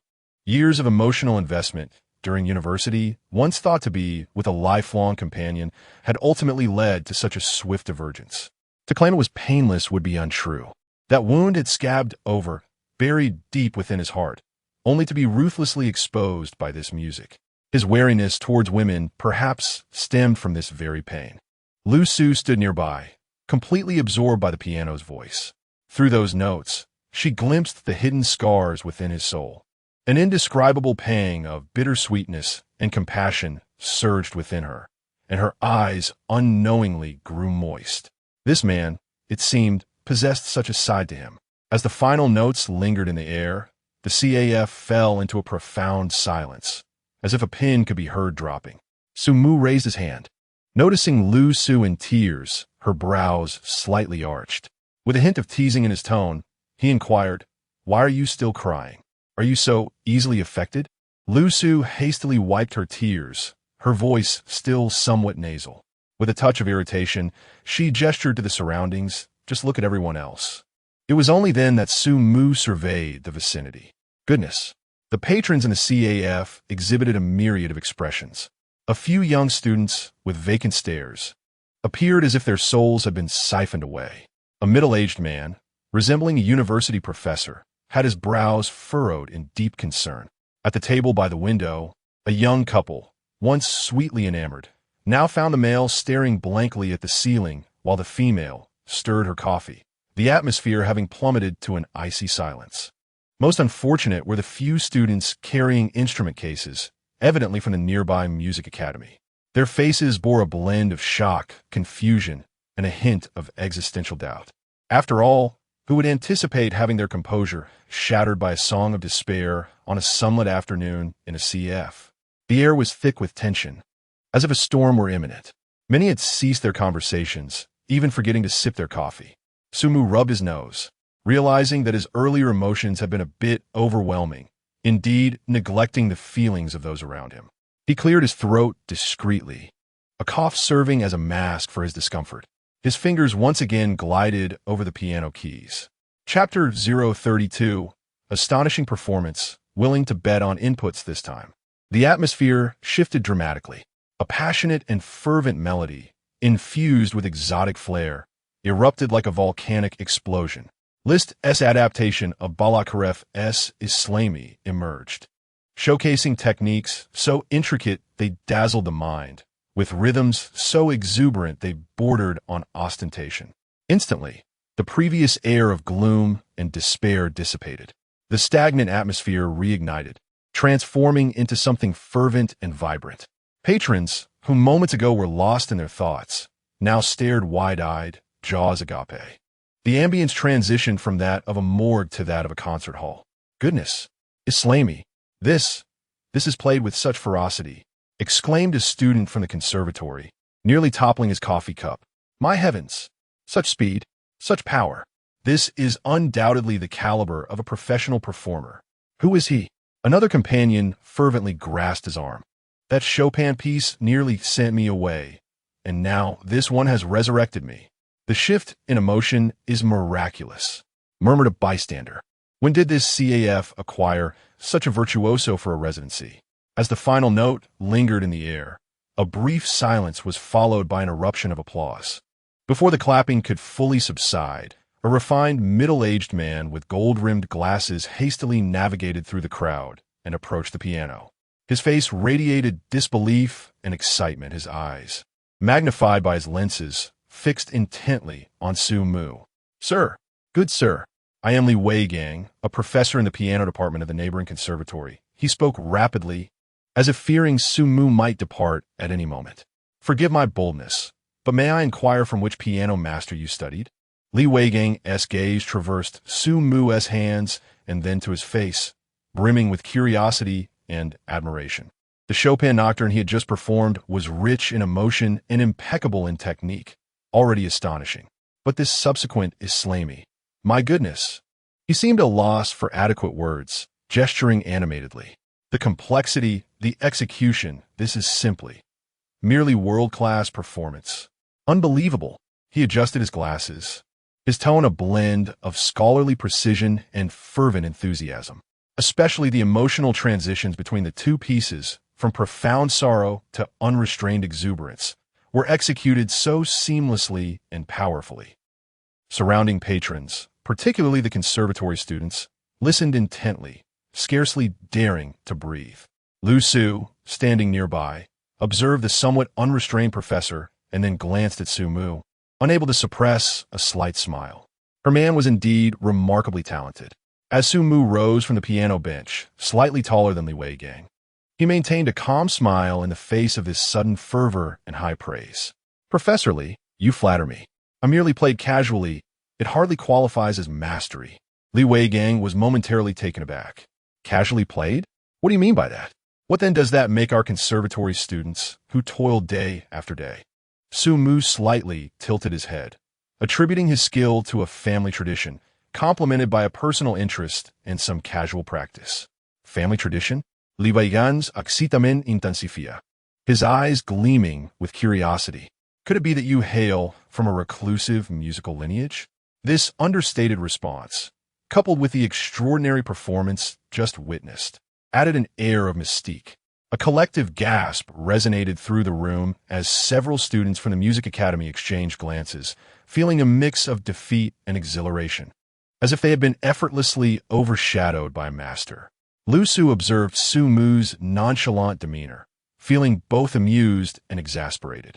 This fellow had an uncanny ability to turn others' astonishment into mere background noise. Lu Su Intimacy 5, Current Intimacy 91, just as Professor Li Wei-gang intended to inquire further. Su-mu bid him farewell. Ignoring the others, he walked directly to Lu Su, naturally taking her hand. At that moment, her gaze towards him sparkled with unabashed admiration, tinged with a hint of dreamy bewilderment. The impact of the two pieces he had just performed was overwhelming. Su-mu leaned in, whispering in her ear, "Do you, Lady Lu, believe my performance is worthy of being called masterful?" Lu Su's lips twitched. Masterful? The professor from the Music Academy had been so thrilled that he nearly offered to become his disciple on the spot. It was not merely adequate. It was more than sufficient. It seems I have triumphed. As per our agreement, should we now fulfill our promise? The quaint little reception room, or rather, the special chamber, was elegantly arranged. A soft carpet, comfortable sofas, and several impressionist paintings adorned the walls. The most distinctive feature was the one-way glass wall facing the CAF lobby. From within, one could clearly observe the lively scene outside, the animated discussions of the crowd, the bustling waitstaff, and the still-sighing Professor Li, along with a glimpse of the nearby bubble tea shop. However, those outside could discern nothing of the interior, only a smooth, reflective surface. At the moment the door closed, a striking figure appeared outside the CAF's heavy glass door. Shang Yinxin and her roommate had just strolled over from the adjacent dance academy, eager to check in at the newly popular CAF. This street had recently become vibrant, filled with many stylish new stores, and their target was this seemingly upscale establishment, the fragrant white CAF. "Quickly, the lighting here is perfect. Take a few pictures for me." Shang Yinxin immediately spotted the glass window adorned with vintage floral patterns, which offer an ideal angle for photos. She skillfully positioned herself, striking poses she had practiced countless times. Dressed casually in a loose practice outfit that hung open to reveal a snug tank top underneath, her long legs appeared strikingly pale and straight under the afternoon sun. No wonder she was hailed as the epitome of elegance at the dance academy. She slightly turned her body, raising a hand to gently brush aside the loose strands of hair by her ear, her gaze drifting downwards with an air of nonchalant languor. Her roommate held up her phone, eagerly searching for the perfect angle. "Wow, Yinxin, absolutely stunning. The lighting, those long legs, there's no need for any touch-ups." As her roommate snapped away, she transformed into a cheerleader of sorts. "Just hold that pose. It's so captivating." Our Dance Academy's star truly lives up to her reputation. Listening to her friend's praises, Shang Yanxin's lips curled into a confident smile, her eyes reflecting a familiar pride. She had always been self-assured about her appearance. Just as she contemplated adopting a pose that accentuated her legs further, she leaned back slightly, her fingertips brushing against the glass window behind her. She instinctively halted her movement, a frown creasing her brow as she leaned closer to the glass. Peering intently, she found the window gleaming like a mirror, clearly reflecting her exquisite features and the scene of the street behind her. Inside, it was entirely empty, revealing nothing but a smooth, reflective surface. Was it an illusion? "What's wrong, Yinxin?" her roommate inquired curiously, lowering her phone. "Nothing," Shang Yinxin replied. diverting her gaze and suppressing the peculiar feeling that had arisen within her. Perhaps she had just experienced a moment of dizziness. She adjusted her pose once more, presenting a sweet smile to the camera. Let us continue shooting, try a different angle. Her roommate immediately resumed her enthusiastic photography. Great, great. Over here. Lift your leg just a little higher. Yes, perfect. Shang Yinxin focused intently on the lens, swiftly dismissing the earlier incident from her mind. Yet, she couldn't help but murmur to herself, this shop's glass is remarkably clean. How strange.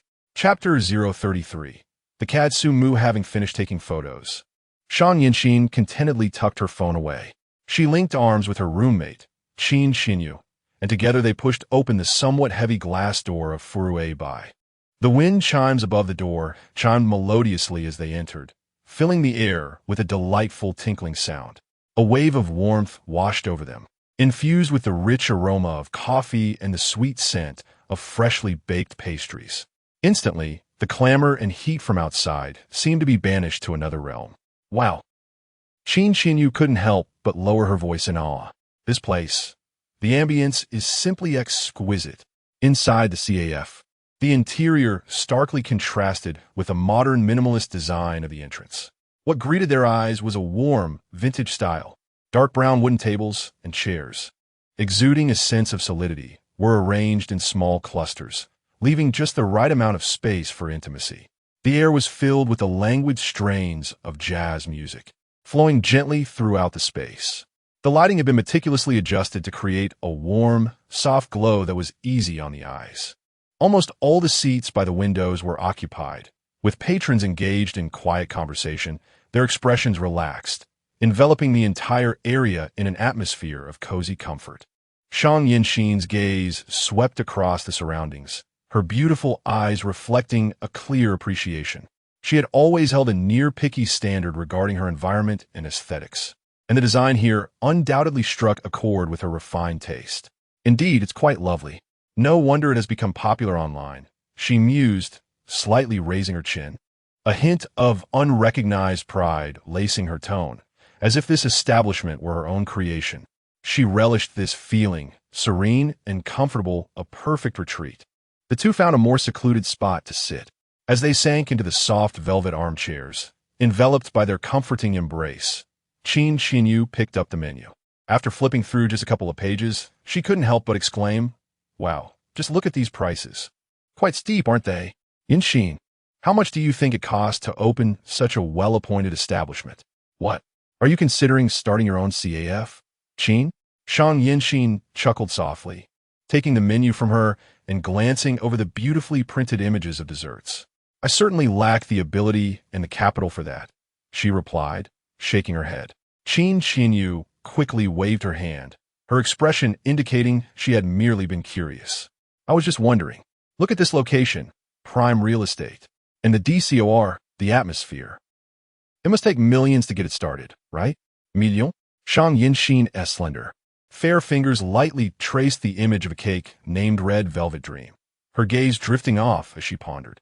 The cost of renovations is substantial, but in such a popular commercial street, just a monthly rent alone must start in the five-figure range, if not higher. She sighed softly, her voice unconsciously tinged with longing. "Honestly, I do hope to someday own a quaint little shop like this. It doesn't need to be large, just a peaceful space to operate. On afternoons when I have no classes, I could nestle here, reading a book and listening to music. Or perhaps doing nothing at all. Simply indulging in a moment of daydreaming is quite delightful." Qin Xinyu was amused by the scene she had conjured. "My dear lady, your thoughts are rather bourgeois. Without even considering where the initial capital would come from, just the exorbitant rent, what better use of that spare cash could there be? Being a landlord would surely be less burdensome than running a shop." Shang Yinxin, feeling somewhat indignant, pouted. "All right, I get it, the ever-practical Qin. I'm just daydreaming. Is that not permissible? Fine, fine, dream away. You could even envision a galaxy of coffee chains." Qin Xinyu chuckled as she closed the menu. "Now, shall we first order some drinks and food? Filling our stomachs seems more pragmatic." "Agreed." Shang Yinxin pointed to the image she had previously selected. "I'll have that red velvet cake, and a hot latte as well." "Very well. I shall also have a latte. and let me try a matcha mousse. The server promptly brought their selections.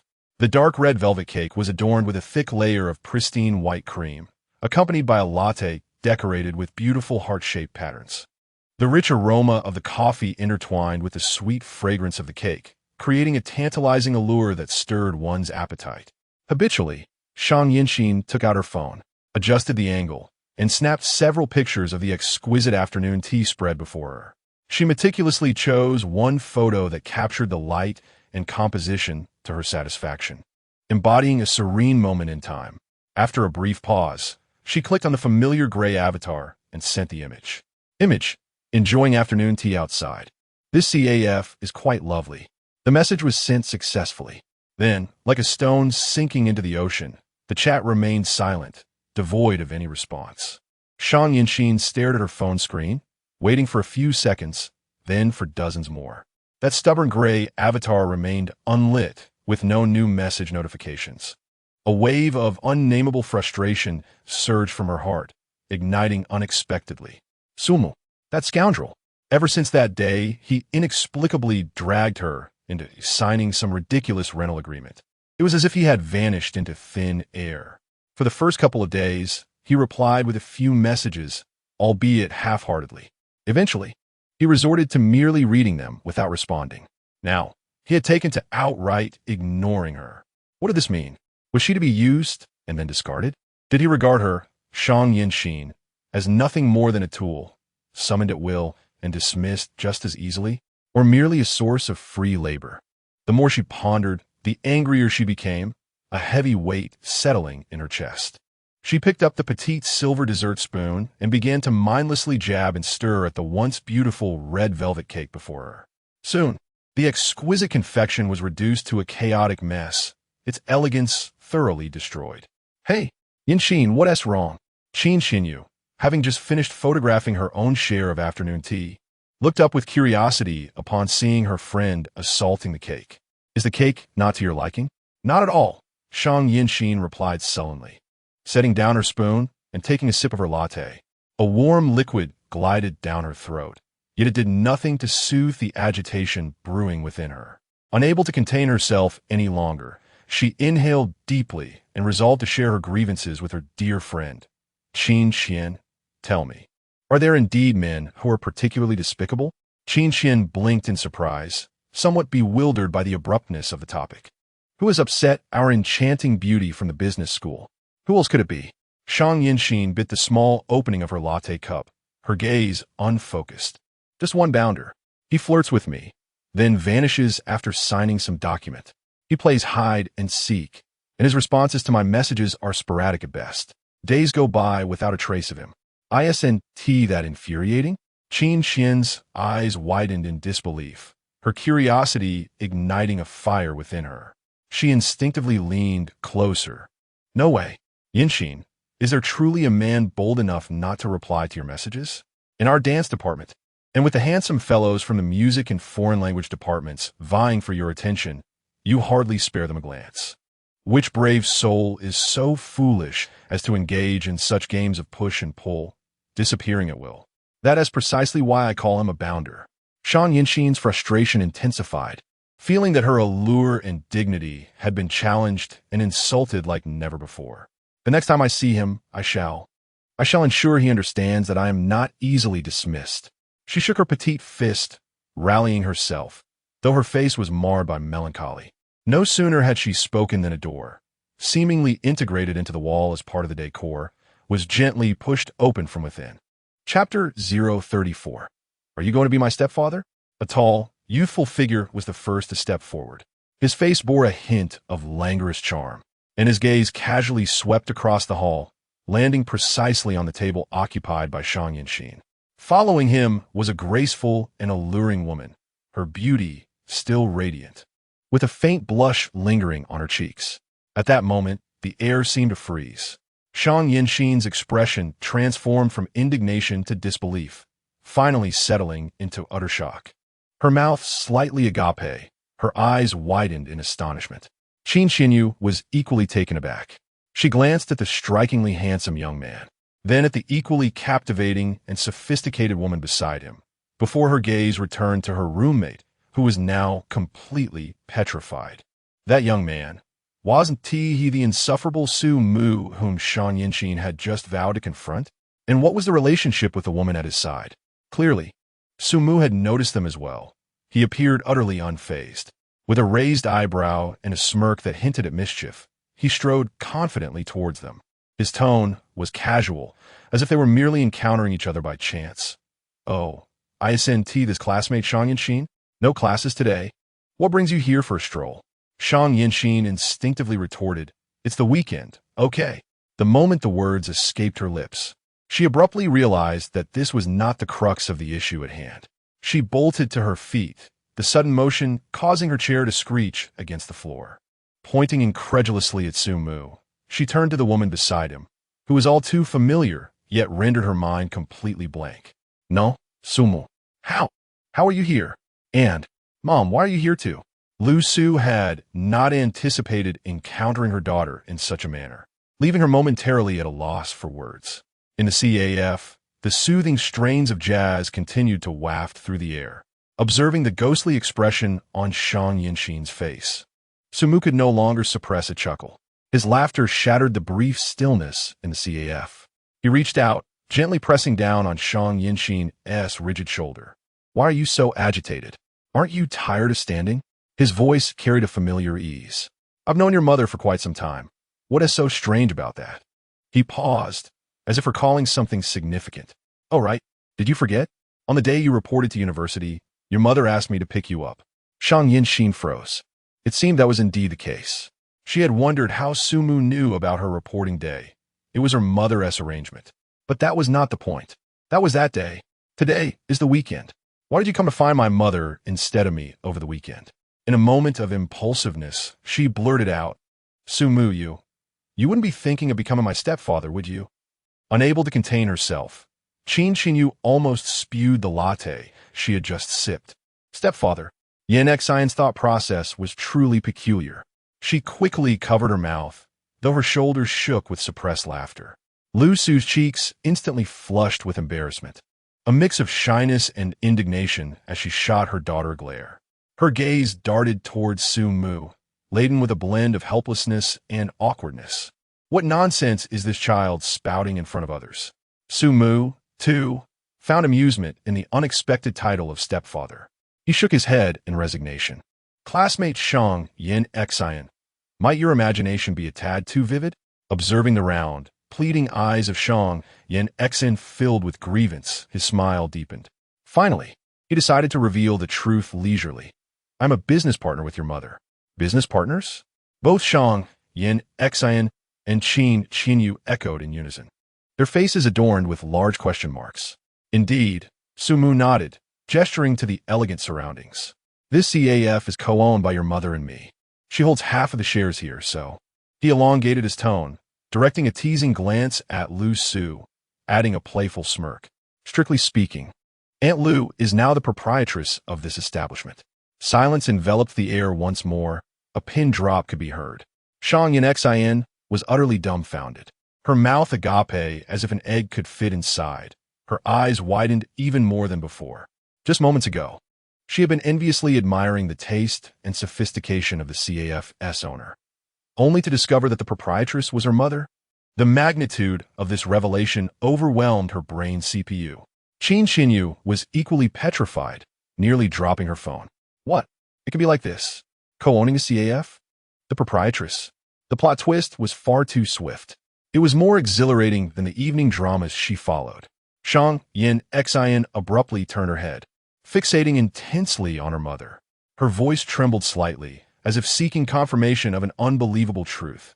"Mom, is what he said true?" Lu Su felt somewhat uneasy under her daughter's unwavering gaze. After a fleeting moment of hesitation, she finally nodded gently, a hint of bashfulness gracing her smile. "Yes, it's true, Yin Xian. I've changed jobs, hoping to surprise you, which is why I didn't mention it beforehand." Surprise? This was beyond mere surprise. It was an earth-shattering revelation. Just a moment ago, she was sulking over being neglected by a scoundrel while poking at a cake. The next moment, she found out that the scoundrel was her mother's business partner. Moreover, The CAF she had just admired for its refined ambience was, in fact, half owned by her mother. The overwhelming surprise exploded within her chest like a dazzling firework. In an instant, all previous gloom, grievances, and minor resentments dissipated. "Ah, mother!" Shang Yin exclaimed with excitement, leaping into Lu Su's embrace and holding her tightly. "Mother, you are simply magnificent. I adore you to pieces." She could hardly believe that such happiness had arrived so unexpectedly. This CAF, it belongs to them. From now on, they could visit every day. Qin Xinyu watched from the side, her eyes wide with envy, nearly overflowing with admiration. Oh, why are other people's mothers so remarkable? Not only beautiful and graceful, but also partners with such a handsome gentleman in running a CAF. Glancing at her own mother, never mind, it was better left unsaid, for mentioning it would only bring tears. Lu Su was taken aback by her daughter's sudden burst of affection, her body instinctively stiffening for a moment. Her legs were still somewhat weak, yet, feeling the warmth of her daughter's embrace and the genuine joy radiating from her, Lu Su's heart was instantly filled. Since her daughter entered her teenage years, she had become increasingly independent, like a prickly little pepper, rarely displaying the tender affection she once had in her childhood. Unexpectedly, Lu Su's gaze involuntarily drifted toward Su Mu, her eyes brimming with complex and heartfelt gratitude. It seemed that all these changes were somehow related to Su Mu. Ding! Detected emotional fluctuation in Lu Su. Favorability 2, current favorability 94, steadfast and unwavering. Ding! Tenant points 5, current total 6 points. The system notification echoed in Su Mu's mind, raising an eyebrow slightly. Is this how favorability is increased? Indirectly to 94? He remembered that when his relationship with Lu Su rapidly progressed, the favorability seemed to hover around 70 points at its peak. Now, it appeared to be boarding the train first and buying the ticket later, with emotions gradually aligning. He observed the tightly embraced mother and daughter, a gentle smile gracing his face. Chapter 035. Encountering the ex-girlfriend after a considerable period. Shang Yinxin finally loosened her embrace of Lu Su, yet the radiance of excitement on her face remained undiminished. Her cheeks flushed a vibrant red, reminiscent of ripened apples. All right, let us take a seat first." Lu Su chuckled while gently patting her daughter's back. At the opportune moment, Su Mu interjected, gesturing towards the attendant waiting nearby. "Please bring forth the finest dessert in the establishment, the black swan cake." The attendant bowed slightly, responding with utmost respect, "Certainly, Mr. Su." Before long, a delicately crafted black swan cake, resembling a work of art, was presented. The swan's form was strikingly lifelike, adorned with edible gold leaf, its elegant neck suggesting it might take flight at any moment. Accompanying it were exquisite golden utensils, clearly of exceptional quality. Qin Xinyu, with her keen eyes, discreetly glanced at the menu board in the distance, gasping softly, and hurriedly leaned toward Shang Yinxin, lowering her voice. "Yinxin, that costs over 1,000, a sum that could cover half a month's living expenses for her." Shang Yinxin's eyes widened in astonishment, quickly transforming into crescent shapes, sparkling brightly. She cautiously picked up the golden spoon, treating it like a treasure, and gently scooped a small piece of cake in her mouth. The rich and silky chocolate mousse melted on her tongue, imbued with a subtle hint of alcohol, rich yet not cloying, with layers of flavor that delighted her palate. The sensation of bliss nearly overflowed. So delicious. She squinted her eyes in satisfaction. After indulging in 2 more bites, she suddenly seemed to remember a pressing matter. Reluctantly setting down her spoon, she took a napkin and dabbed at the chocolate residue at the corner of her mouth. Clearing her throat, she lifted her smooth chin and made an effort to adopt a serious expression, turning her gaze to Su Mu. Su Mu, do not think that you can win me over with just a mere cake. I must inform you that this young lady has yet to forgive you." Su Mu raised an eyebrow, feigning confusion. "Oh, what have I done to upset our esteemed Yinxin? How dare you even ask?"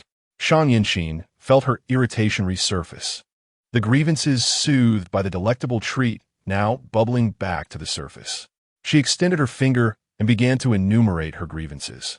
You have scarcely paid me any attention these past few days.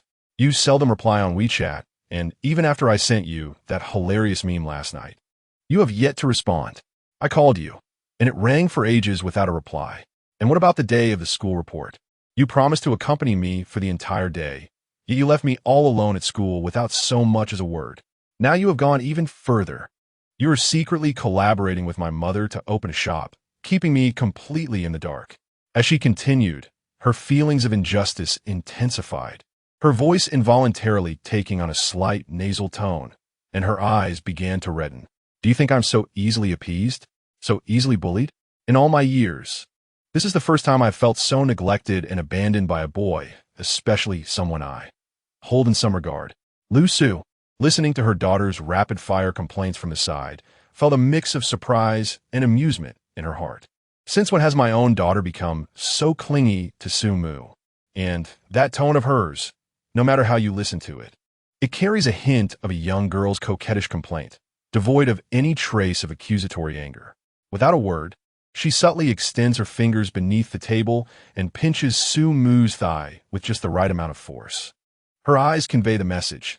Look at the mess you've made. You made her cry, so you deal with it. Su Mu feels the familiar slight sting on his thigh and doesn't he need to look to know it's Madame Lu's gentle reminder. He sighs inwardly, but maintains his composure, turning his gaze toward the sulking Shang Yinxin with a warm expression, raising his hands in surrender. All right, my fault, all my fault. Will the young lady please calm down? Seeing Shang Yinxin's puffed cheeks and the faint trace of grievance in her adorable expression, his heart softens, and he lowers his voice. How about this? To make it up to you, this afternoon, wherever you want to go, whatever you want to buy, I'll accompany you the whole time. Full service. How does that sound? Shang Yinxin's eyes instantly brighten. The whole afternoon. With her, this compensation sounds, while extremely tempting, the resentment and dissatisfaction in her heart deflate in an instant.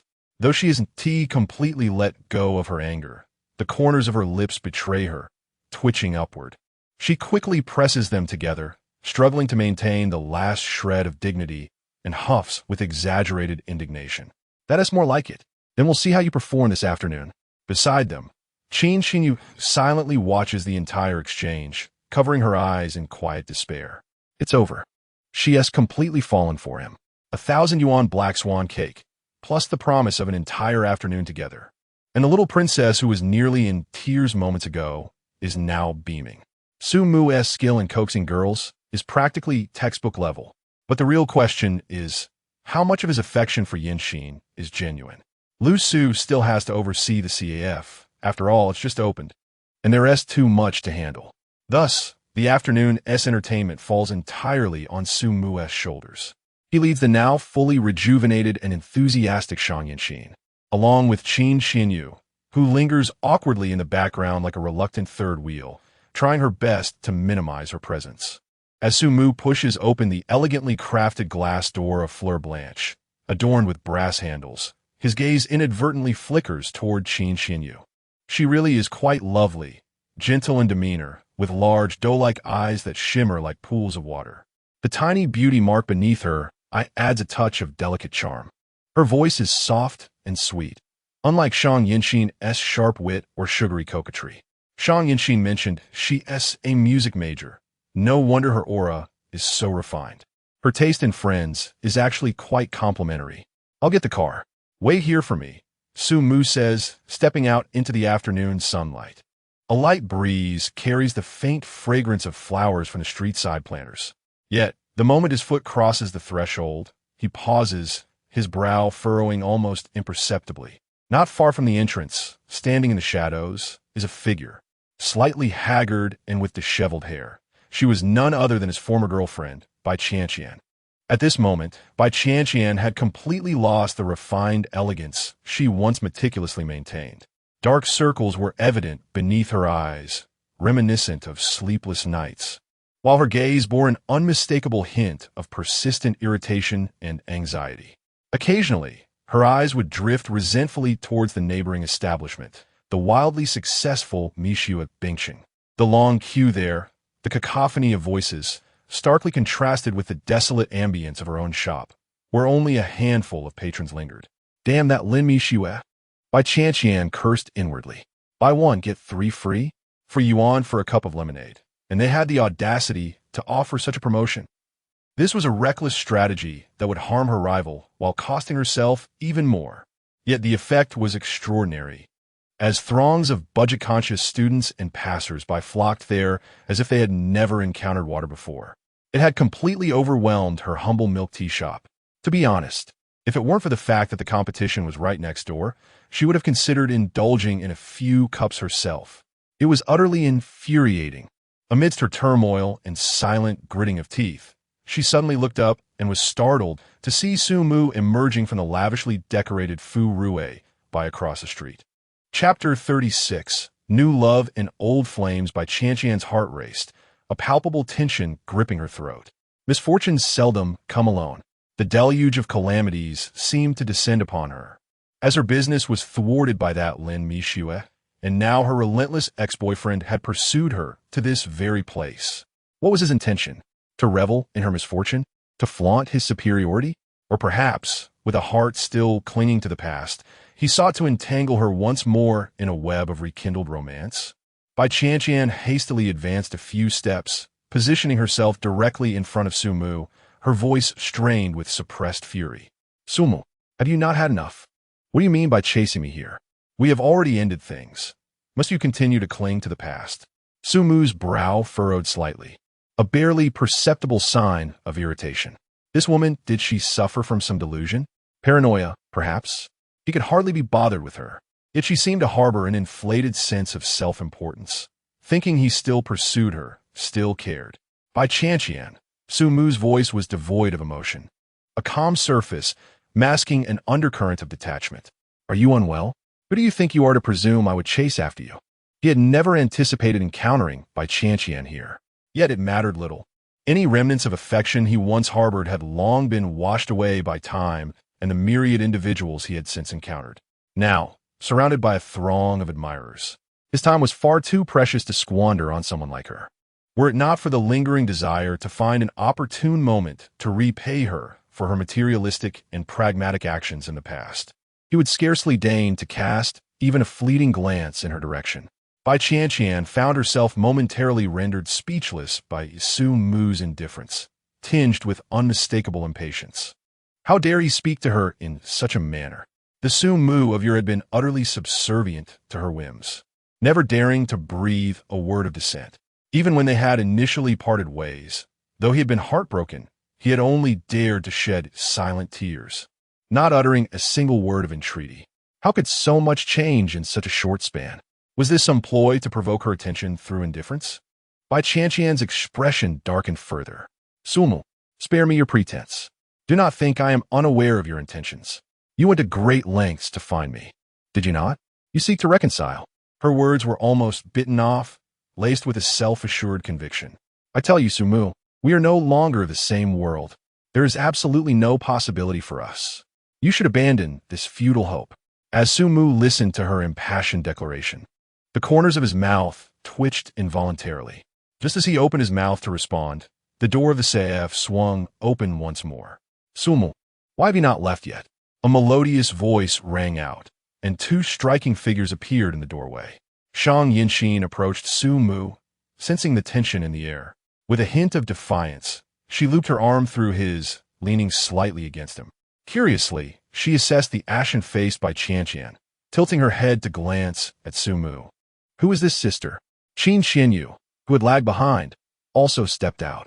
Upon observing the tense atmosphere, particularly the expression on Bai Qianqian's face, she discreetly took half a step back, maintaining a composed demeanor as she lowered her presence, preparing to enjoy the unfolding drama.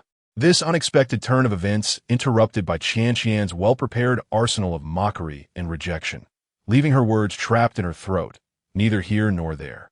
Her expression froze completely, her gaze fixated on the hand that Shang Yinxin had looped through Su Mu's arm, unable to divert her attention from the suddenly appeared girl. Young, dazzlingly beautiful, radiating vitality.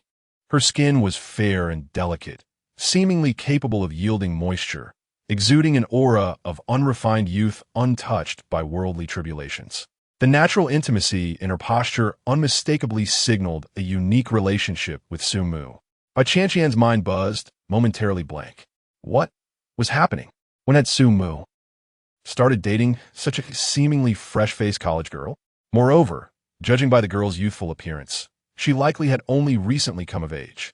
A surge of indescribable bitterness and jealousy, intertwined with a profound sense of defeat, swiftly overwhelmed Bai Qianqian's very being.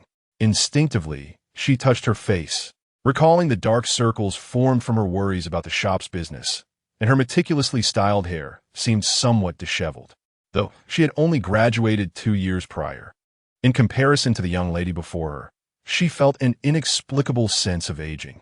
Sumu sensed the soft touch on his arm and the faint, refreshing fragrance reminiscent of jasmine emanating from Shang Yinxin, which inexplicably uplifted his spirits. He glanced at the curious expression on Shang Yinxin's face, then stole a look at Bai Qianqian, whose countenance shifted unpredictably, a subtle smile curling at the corners of his lips.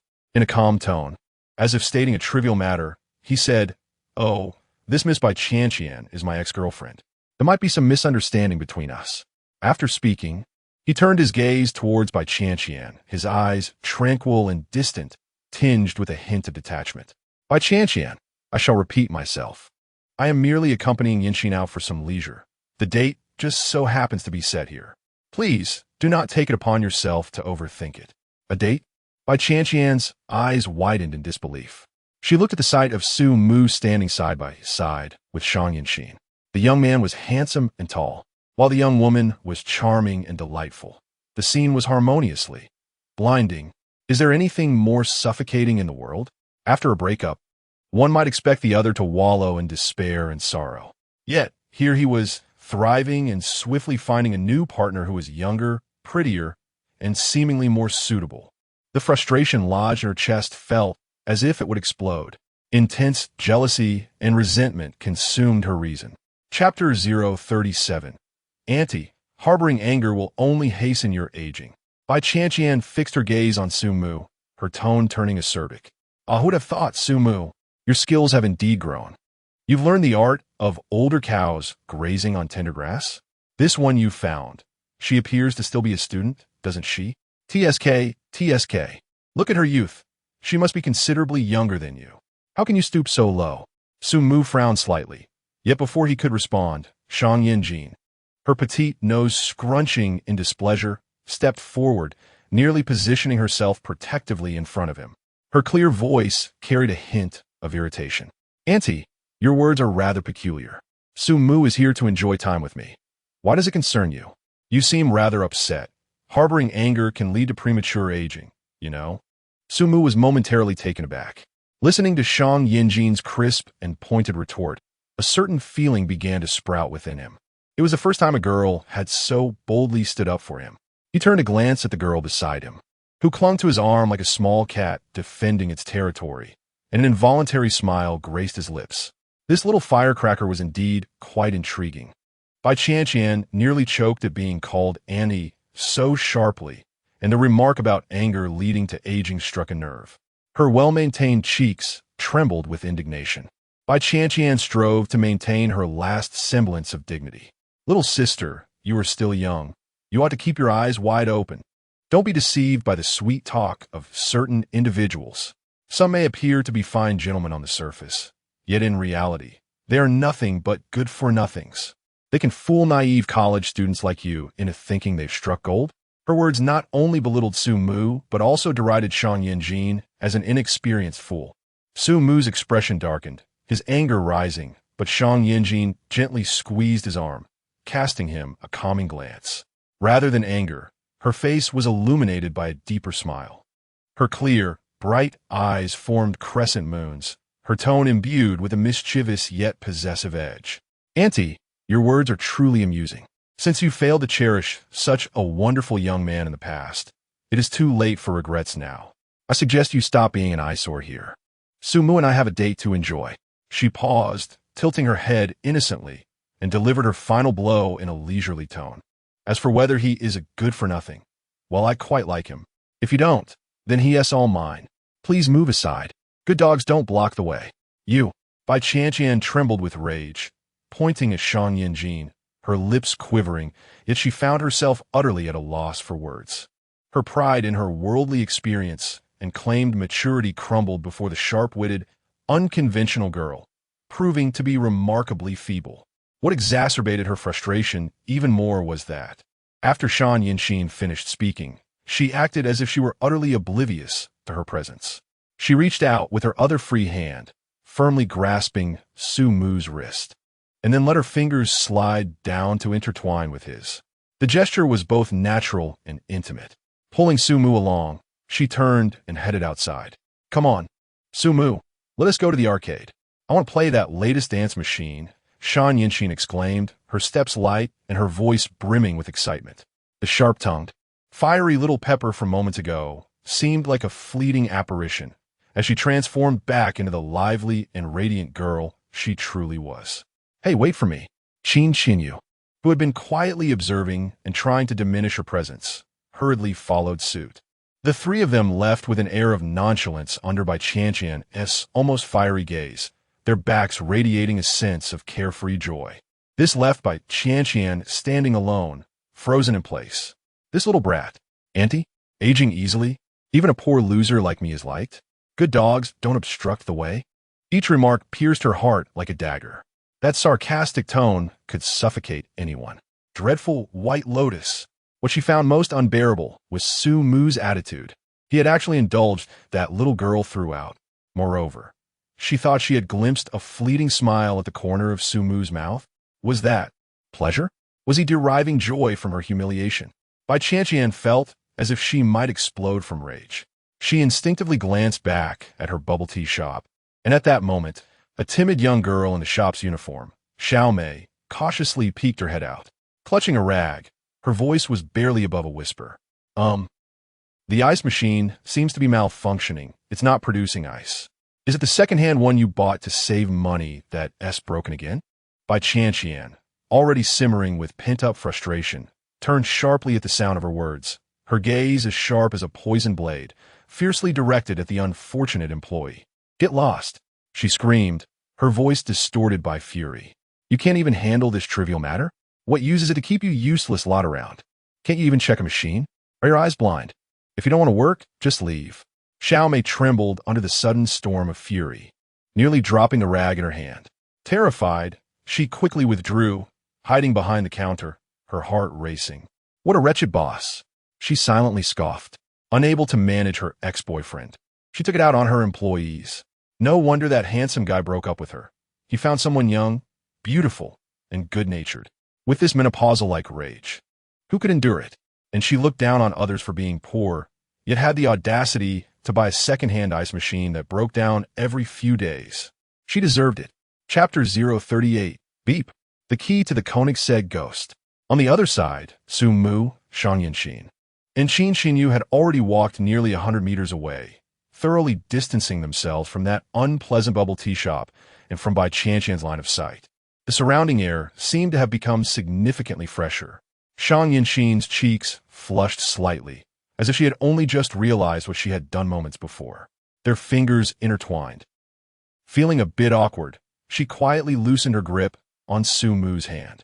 The warmth of his palm lingered on her fingertips. She cleared her throat, lifted her delicate chin, and endeavored to appear nonchalant, even a tad haughty. Yet, she could not bring herself to meet Su Mu's gaze. "Hey, Su Mu, don't get the wrong idea. What I did just now was an emergency to help you out. Yes, exactly to help you out. Who told you to be so useless?" Unable to retort when confronted by your ex-girlfriend. "We're hardly acquainted." Her feigned composure, coupled with the faint blush creeping up her ears, rendered her particularly endearing. Observing her contradictory demeanor and her attempts to distance herself, Su Mu felt an inexplicable uplift in his spirits. The earlier annoyance stirred by Bai Qianqian had dissipated like smoke. He couldn't resist teasing her. Indeed, we are not familiar." He nodded earnestly, his expression serious. Then, with a playful twist, a teasing smile graced his lips. "We are not familiar at all. I am, however, a bit more familiar with your mother." Shan Yinxin's fa ade crumbled instantly, her previously composed demeanor vanishing. Her cheeks flushed a bright red, a mixture of embarrassment and anger flooding her features. She raised her petite fist and gently thumped Su Mu's chest. You're so annoying. You always bring up my mother. I told you not to mention her." She stomped her foot, glaring at Su Mu with an indignant expression. Yet her eyes glistened, lacking any real menace, instead radiating a playful innocence. "Ha ha ha." Qin Xianyu, who had been observing, could no longer contain her laughter, watching the two bicker as the earlier tension melted away. Su Mu chuckled as he caught her still flailing hand, preventing any further assault. The touch was soft and warm. He then paused in his steps, surveying the roadside. All right, I won't tease you anymore." His tone softened. "Thank you earlier, classmate Shang." Only then did Shang Yinxin retract her fist, huffing softly, turning her head away, though a slight smile tugged at the corners of her mouth. Su Mu released her wrist and reached into his pocket, producing a uniquely designed car key. He casually pressed it toward a nearby parking space. Beep! A soft sound echoed, not harsh, but imbued with a distinct quality. Immediately, two sharp and dazzling headlights flared to life. The exquisitely sleek lines of the car's body, low and seemingly glued to the ground, along with the unmistakable silhouette that emerged with the illumination, captivated Shang Yinxin completely. The playful gestures towards Su Mu ceased as her attention became entirely ensnared. She widened her glistening eyes, staring intently at the gleaming supercar that radiated a metallic sheen. Instinctively, her mouth fell agape, remaining unclosed for quite some time. Her voice was laced with incredulity and astonishment. This is a Koenigsegg?" She abruptly turned to Su Mu, her voice trembling slightly. "Su Mu, is this your car?" Even Qin Xianyu, who stood beside her, was taken aback, covering her mouth, her eyes wide with disbelief. "Oh my, I've only seen this car at top-tier auto shows and in magazines. To see in reality is overwhelmingly impactful." Meeting the astonished gazes of the two, Su Mu nodded gently, his tone nonchalant. "Yes, I just picked it up not long ago. It's for commuting." Commuting? In a Koenigsegg? Shang Yinxin felt as though her worldview was undergoing a seismic shift. In this bustling metropolis, she had encountered numerous luxury vehicles, but a Koenigsegg of this caliber existed in an entirely different dimension. She opened her mouth, taking a considerable time to regain her voice. "I thought you were just someone with a bit of family wealth. I never imagined you were truly a hidden, wealthy individual. This is a Koenigsegg, a mobile masterpiece worth tens of millions. You just bought it, and you call it commuting? This transcends mere wealth. This is an extravagant display of affluence." Su Mu did not respond to her exclamation, but instead smiled faintly and stepped forward. He reached out and gently pressed on the sci-fi-esque car door. With a silent swoosh, the unique gull-wing door elegantly swung upward and forward, resembling a pair of silver wings, revealing the equally futuristic passenger seat within. He gestured invitingly, exuding an irresistible, gentlemanly charm. Qin Xinyu was even more exhilarated than Shang Yinxin, nudging her with her elbow and whispering in an excited tone, Yinxin, get in. This is a Koenigsegg, alive and drivable. What are you hesitating for? Experience it." The dreamlike supercar stood before them, emanating a captivating allure. Shang Yinxin took a deep breath, feeling her cheeks flush even hotter. Ultimately, her vanity, no, her curiosity regarding top-tier supercars, overcame all reservations. With slightly stiff movements, she cautiously settled into the plush, enveloping seat. She sank into the soft embrace of the chair, the air around her infused with the unique scent of high-grade leather and a special material blend. Before her lay a dashboard and central console as intricate as a fighter jet's cockpit, radiating a chilling technological aesthetic. Instantly, Shang Yinxin felt even more flustered. Her hands nervously clasped together, properly resting on her knees like a well-behaved child visiting the city for the first time. Qin Xinyu gazed longingly into the car, envy practically spilling from her eyes. She silently calculated the cost of this vehicle. Tens of millions? Surely it would take her parents a lifetime of hard work without respite to earn such a sum. Comparisons could be disheartening. As Su Mu circled to the other side, preparing to enter the vehicle, he glanced at Qin Xinyu. He felt that although the sports car was indeed flashy, it was far from practical, as it could only accommodate one person at a time.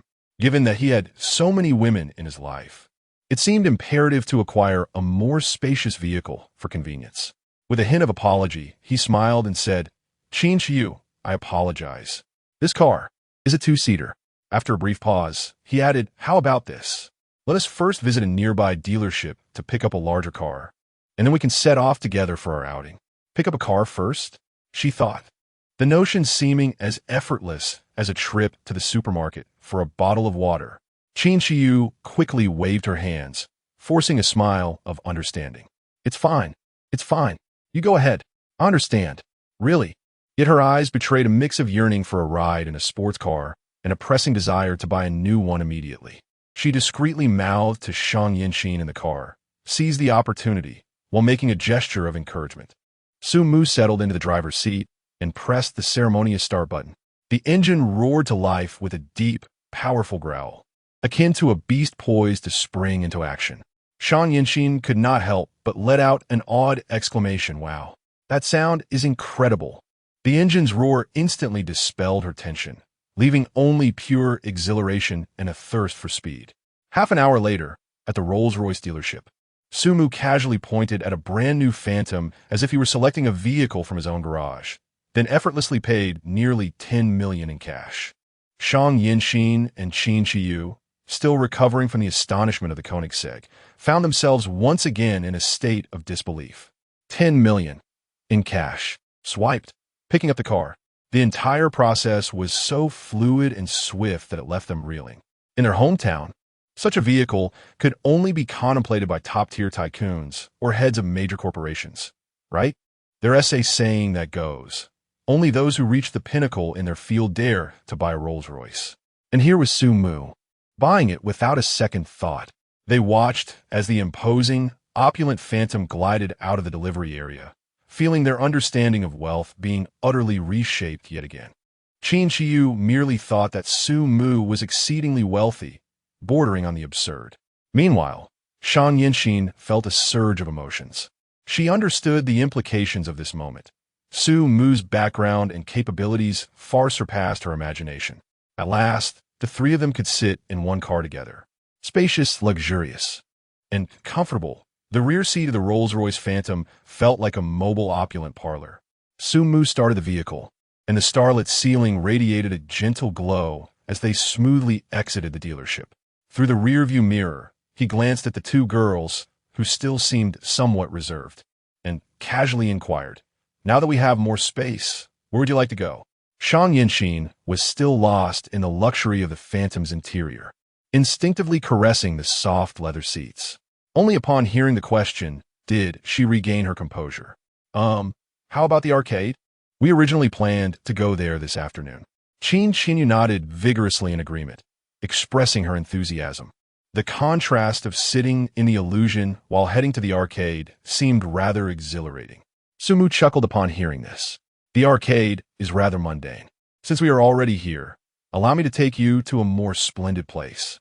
With a swift turn of the steering wheel, his tone remained carefree. "Let us head to Disneyland." "Huh?"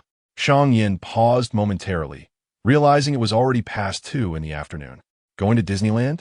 They surely wouldn't be able to experience all the attractions. The queues would take quite some time. Su Mu glanced at her through the rearview mirror, a smile playing at the corners of his mouth. "That is for you all to contend with. Follow me, and I assure you a delightful experience awaits." Chapter 039. The luxurious paradise experience at Disney in the magical city at the VIP entrance. The afternoon sun blazed fiercely, causing the air to shimmer slightly under the relentless heat. Nonetheless, two concierges clad in impeccably pressed white uniforms stood tall and poised at the entrance. Their makeup was meticulously applied, and they wore standardized smiles. Despite beads of sweat forming on their foreheads, their spines remained as straight as rulers. This level of professionalism was, in itself, a striking sight. Approximately 5 minutes later, the deep and steady roar of an engine approached. An obsidian black Rolls-Royce Phantom glided silently to a halt in front of the VIP building. Its arrival immediately captured the attention of the scattered tourists nearby.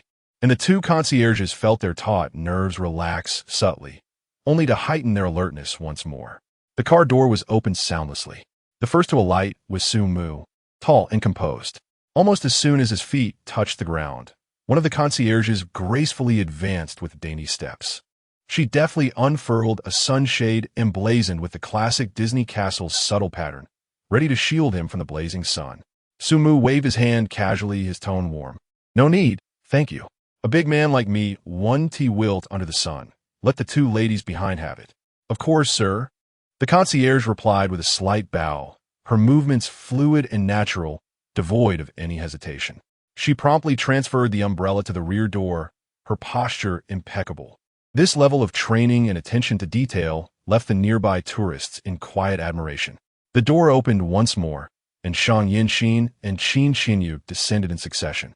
Shang Yinxin wore a simple beige dress that exuded an intellectual and gentle elegance. As the exquisite sunshade settled perfectly above her, a glimmer of well-timed surprise flashed in her eyes. She turned to Su Mu, her tone laced with curiosity. "Is this the legendary private VIP tour service? It seems a bit too professional, doesn't it? It's far more detailed than any experience I've had before." She had seen on Douyin that Disney offered such guided services, but the seamless and meticulous nature of this service felt remarkably extraordinary to her. Su Mu chuckled lightly. His tone relaxed. "It's somewhat like that, but a notch above the ordinary VIP tours. I had the personal consultant from Xiagua Bank arrange this before a visit. It's an exclusive service package for their Black Diamond clients. Besides bypassing queues and having a dedicated passage, it also includes access to certain non-public experience areas and customized dining, costing approximately 200,000 for a day." His tone was unassuming, yet the figure of 200,000 caused both Shang Yinxin and Qin Xinyu to widen their eyes slightly. Shang Yinxin quickly compared this with the top-tier services she knew, realizing that the price was nearly on par with some small private event venue fees. It seemed that this so-called internal exclusive service from Xiagua Bank was indeed extraordinary. Qin Xinyu, on the other hand, was dressed in a vibrant pink athletic ensemble, radiating youthful exuberance. She alighted from the vehicle and beheld another concierge, equally poised with an umbrella, greeting her with a warm smile. Unable to contain her delight, she whispered in awe, "Wow, Sumo, it feels as though I've transformed into a princess from a fairy tale while enjoying this outing with you." Her eyes sparkled with excitement, reveling in the novelty and comfort of such attentive service. Observing the unmistakable joy and satisfaction on the faces of the two ladies, Su Mu felt a profound sense of gratification himself. In his view, spending 200,000 was well worth the experience and the good spirits of those around him. The results were immediate, even surpassing his expectations. "All right, let us not linger here any longer. We should proceed inside," Su Mu suggested, nodding towards the two concierges to indicate they could move on. "Mr. Su, Miss Shang, Miss Qin, please follow us," one of the concierges beckoned, leading the way while the other stayed slightly behind, ensuring that the parasol consistently shielded Shang Yinxin and Qin Xinyu from the intense sunlight. With light steps, they guided the trio toward a private passageway, distinctly separate from the bustling entrance for ordinary visitors, nearly devoid of crowds. The entrance was not adorned with ostentatious gold, but rather featured a refined matte metal and dark wood decor, with soft lighting and a gentle flow of cool air from the air conditioning. Limited edition early sketches from Disney adorn the walls, effectively isolating them from the clamorous outside world. Unable to restrain her excitement, Qin Xinyu leaned closer to Su Mu and whispered, "Su Mu, do we really get to skip all the queues? I want to experience the Tron Light Cycle Power Run and the soaring around the world. I heard the wait times can stretch to 2 or 3 hours." Su Mu nodded with a smile, his tone assured. "Of course, today you may indulge in whatever you desire, and I assure you, you will enjoy until your legs are weary." "Queuing? What is that? Such a concept does not exist here today." His words carried a relaxed authority, as if the entire Disneyland was exclusively open for their enjoyment. Observing Su Mu's confident demeanor and the almost deserted VIP passage, Shang Yinxin contemplated the luxurious Rolls-Royce they had arrived in and the meticulous service they were receiving. Her impression of Su Mu deepened. He seemed to effortlessly showcase his strength and influence without the ostentatious display characteristic of some wealthy individuals. This nonchalant elegance was far more captivating than blatant boasting, offering a sense of comfort. The two concierges led them to an elegantly arranged lounge for a brief respite. The air conditioning was generously set, instantly dispelling the heat from outside, while a subtle fragrance wafted through the air.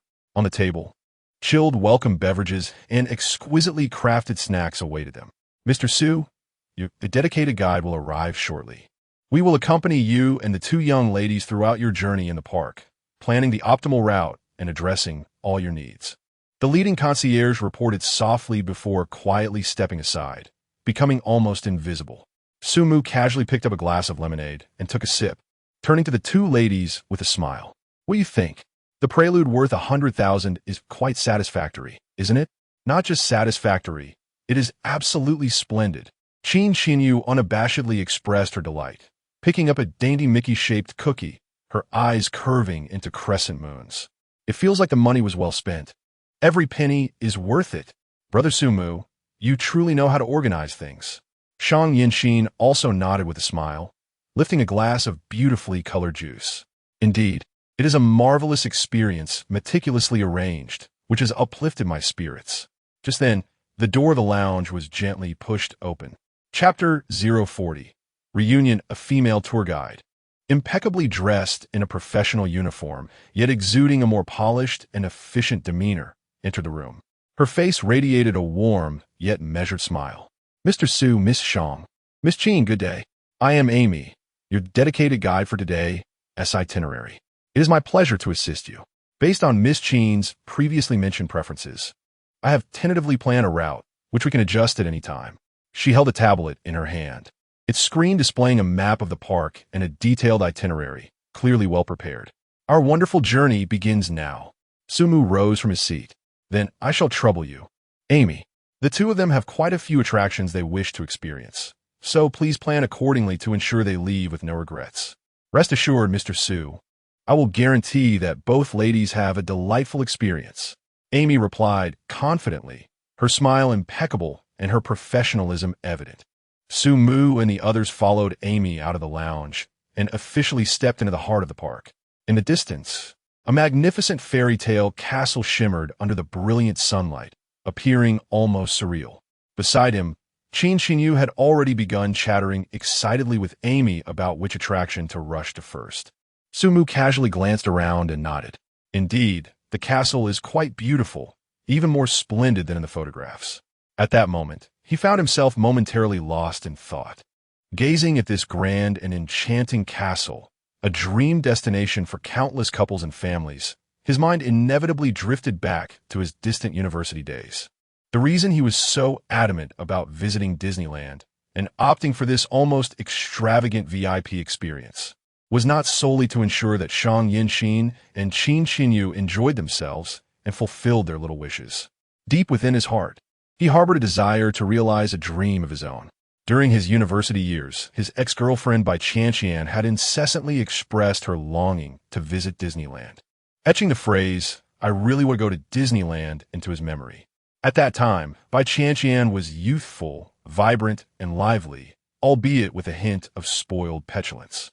Each time she saw friends posting photos of the Disneyland castle or fireworks displays, she would cling to Sumu's arm, yearning for him to take her there. However, Sumu, then a struggling student, could scarcely afford the most basic expenses. Today's lavish VIP services were far beyond his reach, and even the most ordinary tickets would cost nearly 1,000 yuan combined, almost all of which represented his tightly budgeted living expenses for an entire month. The thought of indulging in a decent meal at the park or purchasing delightful souvenirs was utterly unimaginable. Each time, Bai Qianqian enthusiastically brought it up, he could only offer vague excuses, masking an ineffable sense of powerlessness and shame. After graduating and entering the workforce, his financial situation had improved slightly, but only marginally. He finally mustered the resolve to take Bai Qianqian to Shanghai Disneyland. However, that dream journey, which he had invested so much hope into, ultimately became a catalyst, hastening the demise of their relationship. To this day, a faint ache lingers in Su Mu's heart when he recalls that day. At the time, He could only afford the most basic standard tickets. The outcome was predictable. In June, Shanghai's scorching sun hung overhead, and the air felt stifling, akin to a vast steamer.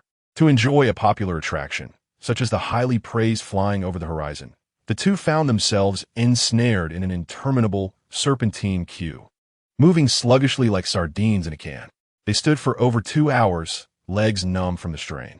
Bai Qianqian's meticulously applied makeup quickly succumbed to sweat, transforming into splotches of color. The lovely dress she had chosen for the day became drenched in perspiration, clinging uncomfortably to her body. Their patience, eroded by the heat and the weight, dissipated rapidly, leading to an atmosphere of irritation and incessant complaints. I told you to buy a fast pass. You and T listen. You insisted on saving that little money. Look, someone just slipped through the fast lane. And here we are, like fools, baking in the sun and swatting mosquitoes. It's unbearable. At that moment, Su Mu felt equally exhausted, suffocated by the heat and discomfort.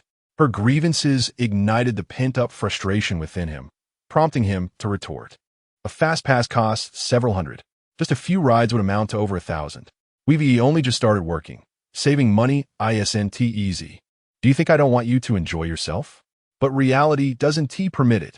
Consequently, their argument ignited like a fuse, escalating uncontrollably. Bai Qianqian accused him of lacking romance, of being miserly to an extreme. Even the photos he earnestly attempted to capture were deemed utterly unworthy, criticized for being ugly and awkward, rendering them unfit for social media flaunting. What was meant to be a sweet and dreamy date devolved into an endless quarrel, filled with mutual blame and pent-up frustrations, leaving them in disarray and discontent.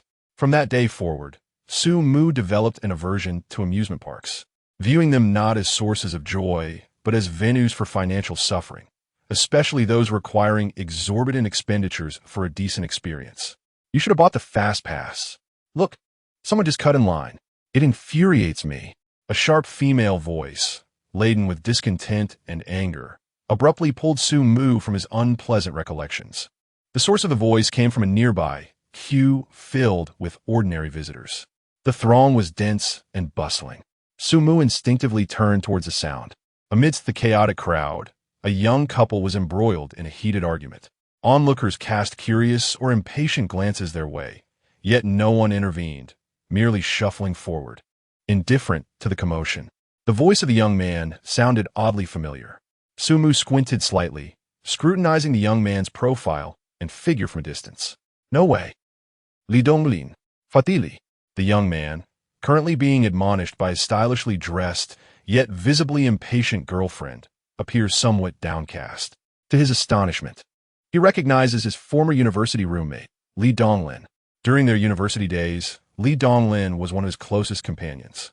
They would skip classes together, spend sleepless nights in their dormitory playing video games, and indulge in barbecues and drinks at stalls near the campus, engaging in lighthearted banter. After graduation, life led them down separate paths, each preoccupied with their own endeavors, and it has been nearly 2 years since they last had any meaningful contact. It is utterly unexpected to encounter him here, in such an awkward manner. Chapter 041. Help me with something. Li Donglin's transformation was not overly dramatic. He retained that familiar silhouette. However, the youthful innocence and carefree demeanor that once adorned his face had been replaced by a weariness and world-worn gravitas, indicative of societal trials. At this moment, he stood before an audience, chastised by his seemingly attractive yet acerbic girlfriend, her countenance harsh and unyielding. Cheng Yufei, could you please lower your voice? Everyone is watching, he implored, his tone tinged with desperation. I've already explained. We just purchased a house, draining our savings. The mortgage alone suffocates me. A fast pass for this project costs 180. That's 360 for two. Engaging in 5 or 6 projects would set us back nearly 2,000. We still need to plan a wedding. What doesn't tea cost money? Can we even afford to live like this?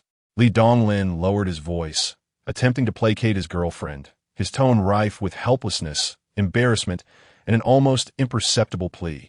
Su Mu paused, his heart a tumult of emotions, akin to a spilled jar of spices. He refrained from approaching immediately, Such a quarrel was not one for an outsider, particularly one who, basking in the glow of VIP treatment and surrounded by beauty, appeared triumphant.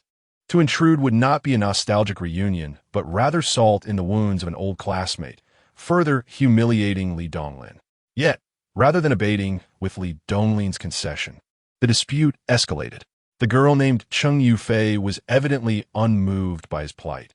Her voice rose, laced with an unmistakable tremor of tears and unrestrained fury. Li Donglin, I must have been blind to have chosen you. I've never had a single day of comfort with you. It's always about saving here or saving there. Marriage? A wedding? You think that shabby hotel you booked for 5,000 per table is worthy of a wedding? I won't even dwell on that. Now that we've finally come to Disneyland, all I want is to enjoy myself, and you can't even spare a few bucks for fast passes. You can't even part with a few hundred for my happiness. Am I here just to suffer in line beside you? Li Donglin's face flickered with a spectrum of emotions, his chest heaving as anger surged within him, his voice rising uncontrollably. You suffer? What about my struggles? What kind of life did I lead before we were together? I could smoke when I pleased, eat whatever I desired, game with my friends until dawn, and spend freely on weekends. A few hundred wound tea even make me blink. And now, I can't even indulge in a decent smoke or invest in games. I can't even contact my friends. Why? Because I'm afraid of spending. I toil for this household. For our future. Do you think it's easy for me? Cheng Yufei let out a short, mocking laugh, her words now sharper and more cutting. Spare me your sob story. At the end of the day, it boils down to your incompetence. You've graduated for 2 years, and your salary barely reaches 10,000 a month. What can that possibly provide? In a place like Shanghai, can one truly survive on 10,000 yuan? It is hardly more than a meager existence. Being with you feels like an accumulation of misfortune over several lifetimes. Among those who once pursued me, wasn't any one of them superior to you? Listening to this almost verbatim and strikingly familiar argument is akin to witnessing a reenactment of my past disputes with Bai Qianqian under the scorching sun. Su Mu was overwhelmed with nostalgia, as if he were gazing upon his former self. Instinctively, he reached into his pocket to touch his phone, which contained a recent notification from the bank regarding his balance. The lengthy string of zeros was sufficient for him to procure whatever his heart desired in this paradise, including time, comfort, and even, to some extent, dignity. He glanced at Qin Xinyu, who was curiously observing her surroundings, completely oblivious to the quarrel in the distance. Then, his gaze fell upon Shang Yanxin, who was quietly admiring the distant castle spires, exuding an air of elegance and serenity.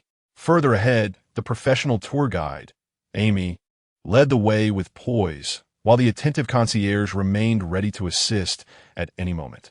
Finally, his attention returned to the throng of people in the distance, where his former classmate, Li Donglin, flushed and utterly embarrassed, stood alongside his furious girlfriend. An inexplicable sense of absurdity mingled with a barely perceptible relief settled in his heart. Indeed, while money may not be omnipotent, its absence is undeniably crippling. At the very least, in a meticulously crafted realm like Disneyland, where joy is quantified by currency, money can procure good cheer, dignity, privileges that allow one to bypass queues and the smiles of those around. It can also effectively avert numerous exasperating disputes and embarrassing situations. Mr. Su? Amy seemed to sense Su Mu's brief moment of distraction and pause, turning back to him with a soft inquiry, her face still adorned with an impeccable professional smile. We're just approaching the entrance to Tron Light Cycle Power Run. Look, Su Mu quickly redirected his gaze. Regaining his composed demeanor, he nodded at Amy.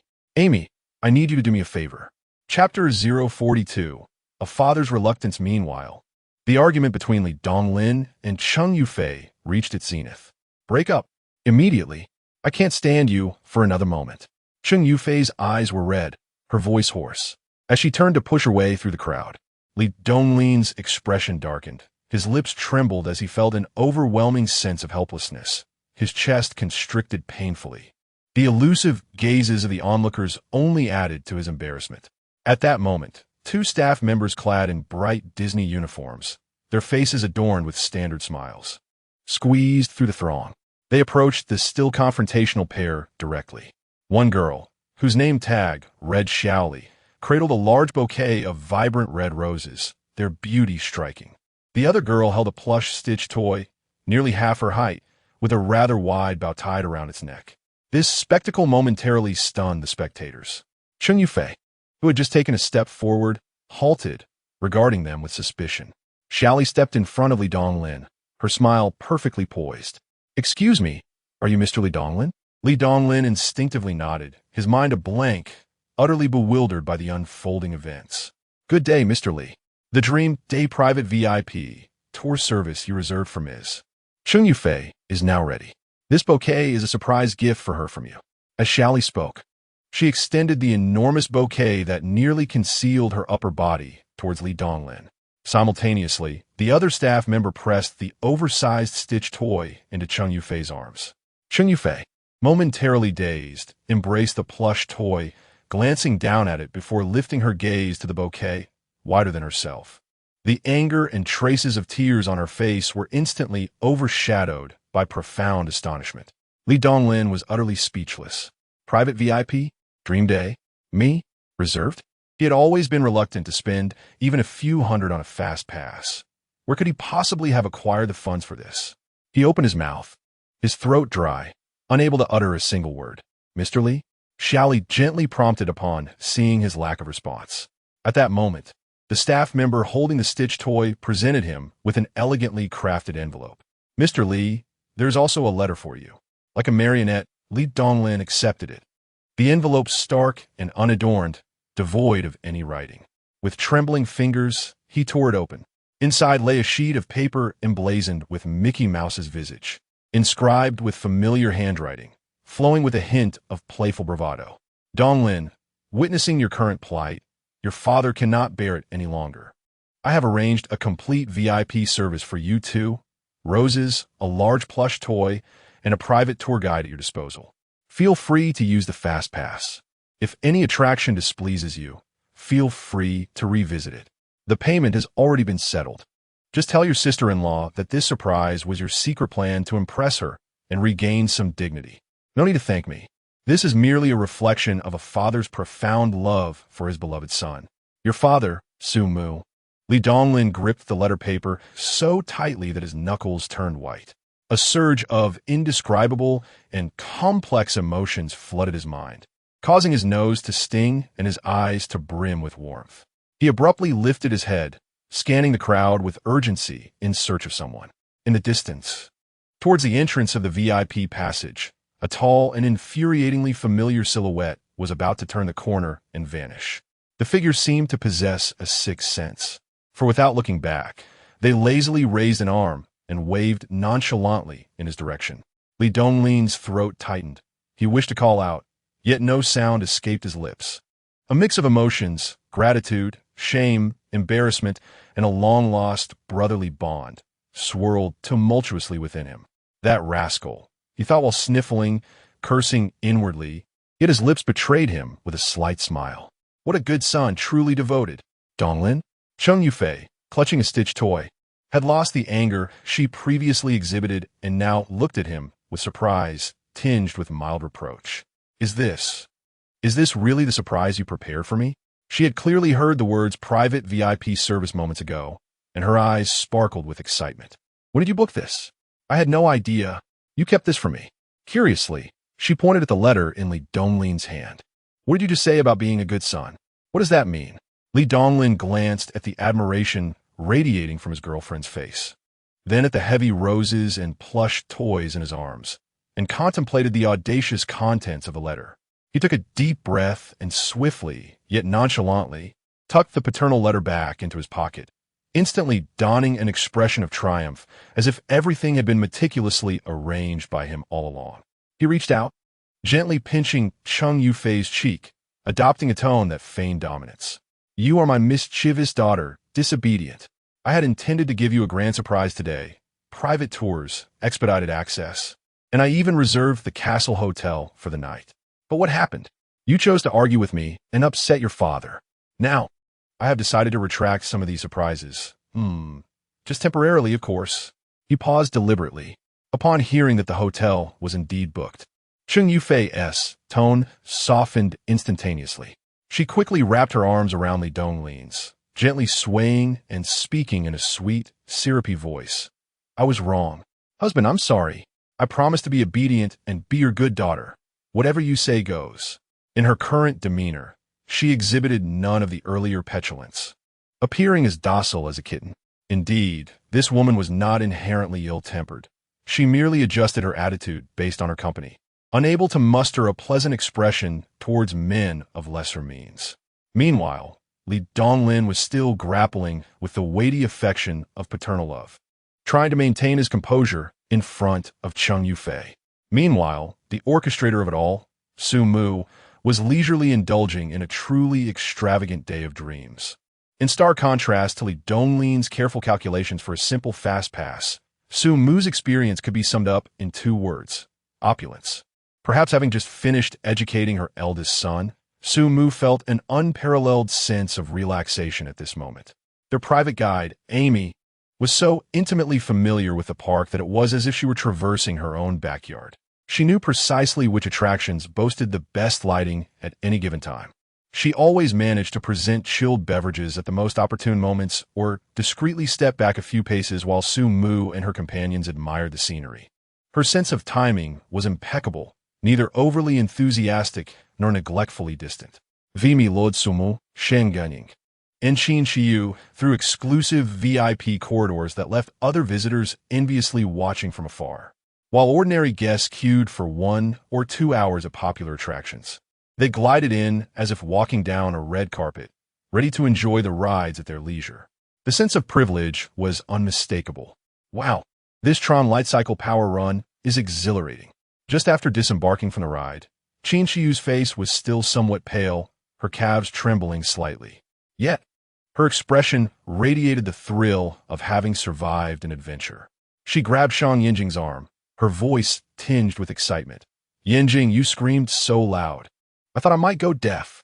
Shang Yinjing's cheeks flushed crimson, and she shot a disapproving glance at her friend. Well, it's not my fault you were gripping me so tightly. She furtively glanced at Su Mu, who appeared utterly unfazed, as if he had merely taken a leisurely spin on a carousel in a children's amusement park. Indeed, Su Mu felt little discomfort. However, he couldn't help but notice that Shang Yinjing had been somewhat restless during the ride. When the roller coaster plunged at high speed, it was easy for nearby riders to become anxious and grasp at anything within reach, and he had borne the brunt of her excitement. What a little rascal she was. Seeing that both girls had regained their composure, their faces still glowing with excitement, he turned to their guide, Amy, with a smile. What do you recommend next? Something picturesque for photos, perhaps? Amy promptly displayed her professionalism, suggesting in a calm, steady voice, Sir, we could visit the enchanted fairy tale castle. The light by the carousel in front of the castle is perfect for photographs. Alternatively, they're soaring over the horizon at Adventure Island, which has just the right queue time reserved for you and offers the best viewing angles in the cinema. Let us go with the castle. I believe the girls would adore that. Su Mu decided on their behalf. Chapter 43, How Delightful. Throughout the journey, Qin Xinyu transformed into a bundle of curiosity, finding novelty in everything she encountered. At one moment, she excitedly pointed at the floral parade along the roadside, and at another, she dashed into a shop, captivated by the shimmering princess gowns and exquisite castle figurines. She touched this and examined that, playfully sticking out her tongue in hesitation. Coming from a comfortable background, her parents were generous in indulging her desires. Yet this was her first experience of such lavishness, where price was not a concern and she was treated like royalty. Observing Su Mu, who casually purchased several limited edition dolls she had just debated whether to buy, made her eyes widen in astonishment. His nonchalant card swipe seemed more effortless than buying a bottle of water at a convenience store. In stark contrast, she recalled the earlier scene at the entrance with Li Donglin and Cheng Yufei, whose quarrel over a few hundred yuan for expedited tickets nearly led to a breakup. Qin Xinyu couldn't help but marvel internally at the stark disparities between people. Sometimes, the gap was even greater than that between species. She discreetly tugged at the sleeve of Shang Yinxin beside her and whispered dramatically, forming exaggerated shapes with her mouth. Yinxin, your boyfriend is extravagantly wealthy. He has practically a walking printing press. A faint blush crept onto Shang Yinxin's face, and she merely hummed in response, her gaze drifting, as a tumult of indescribable feelings churned within her. She had known from their first encounter that Su Mu was affluent, exceedingly so. Yet, his effortless and somewhat whimsical approach to spending left her perplexed. He seemed to possess an uncanny ability to perform astonishing feats with perfect timing, like when he intervened to assist Li Donglin. Had he confronted Li Donglin directly, his fragile pride would have shattered, and Cheng Yufei would have erupted in anger. However, his method, while seemingly absurd, was impeccably executed. It preserved Li Donglin's dignity and spared him from utter humiliation, all while allowing Su Mu to slyly take advantage of the situation, leaving Li Donglin feeling both frustrated and powerless. There was a depth to his thoughts, a cunningness to his tactics, yet he didn't seem entirely malevolent. At least, when it came to her and Xinyu, he was genuinely considerate. As dusk fell, the vibrant lights began to shimmer, and the amusement park shed its daytime clamor, donning an enchanting evening attire. The guide, Amy, led them to a terrace restaurant with a breathtaking view. This spot faced the castle, offering one of the best vantage points for the luminous spectacle, nearly devoid of obstruction. Amy softly explained that this prime location was often unattainable even with a month's advance reservation, typically reserved for elite members or distinguished guests. Exquisite dinners were quietly served by attentive waitstaff, warmed to perfection. The soothing background music was barely perceptible, allowing for uninterrupted conversation. In the distance, the fantastical fairy tale castle shimmered under the shifting lights, resembling an illustration from a storybook brought to life. As the first dazzling firework abruptly burst into bloom in the night sky, accompanied by a deep and resonant sound that illuminated the entire horizon, a chorus of restrained, astonished gasps arose from the surrounding crowd. Enormous beams of light projected classic animated scenes onto the castle, with Mickey brandishing his magic wand and Queen Elsa singing Let It Go. Each vignette evoked countless memories, accompanied by a stirring and grand symphony. The fireworks painted a magnificent yet fleeting canvas across the profound night sky. The interplay of light and shadow created a dreamlike spectacle.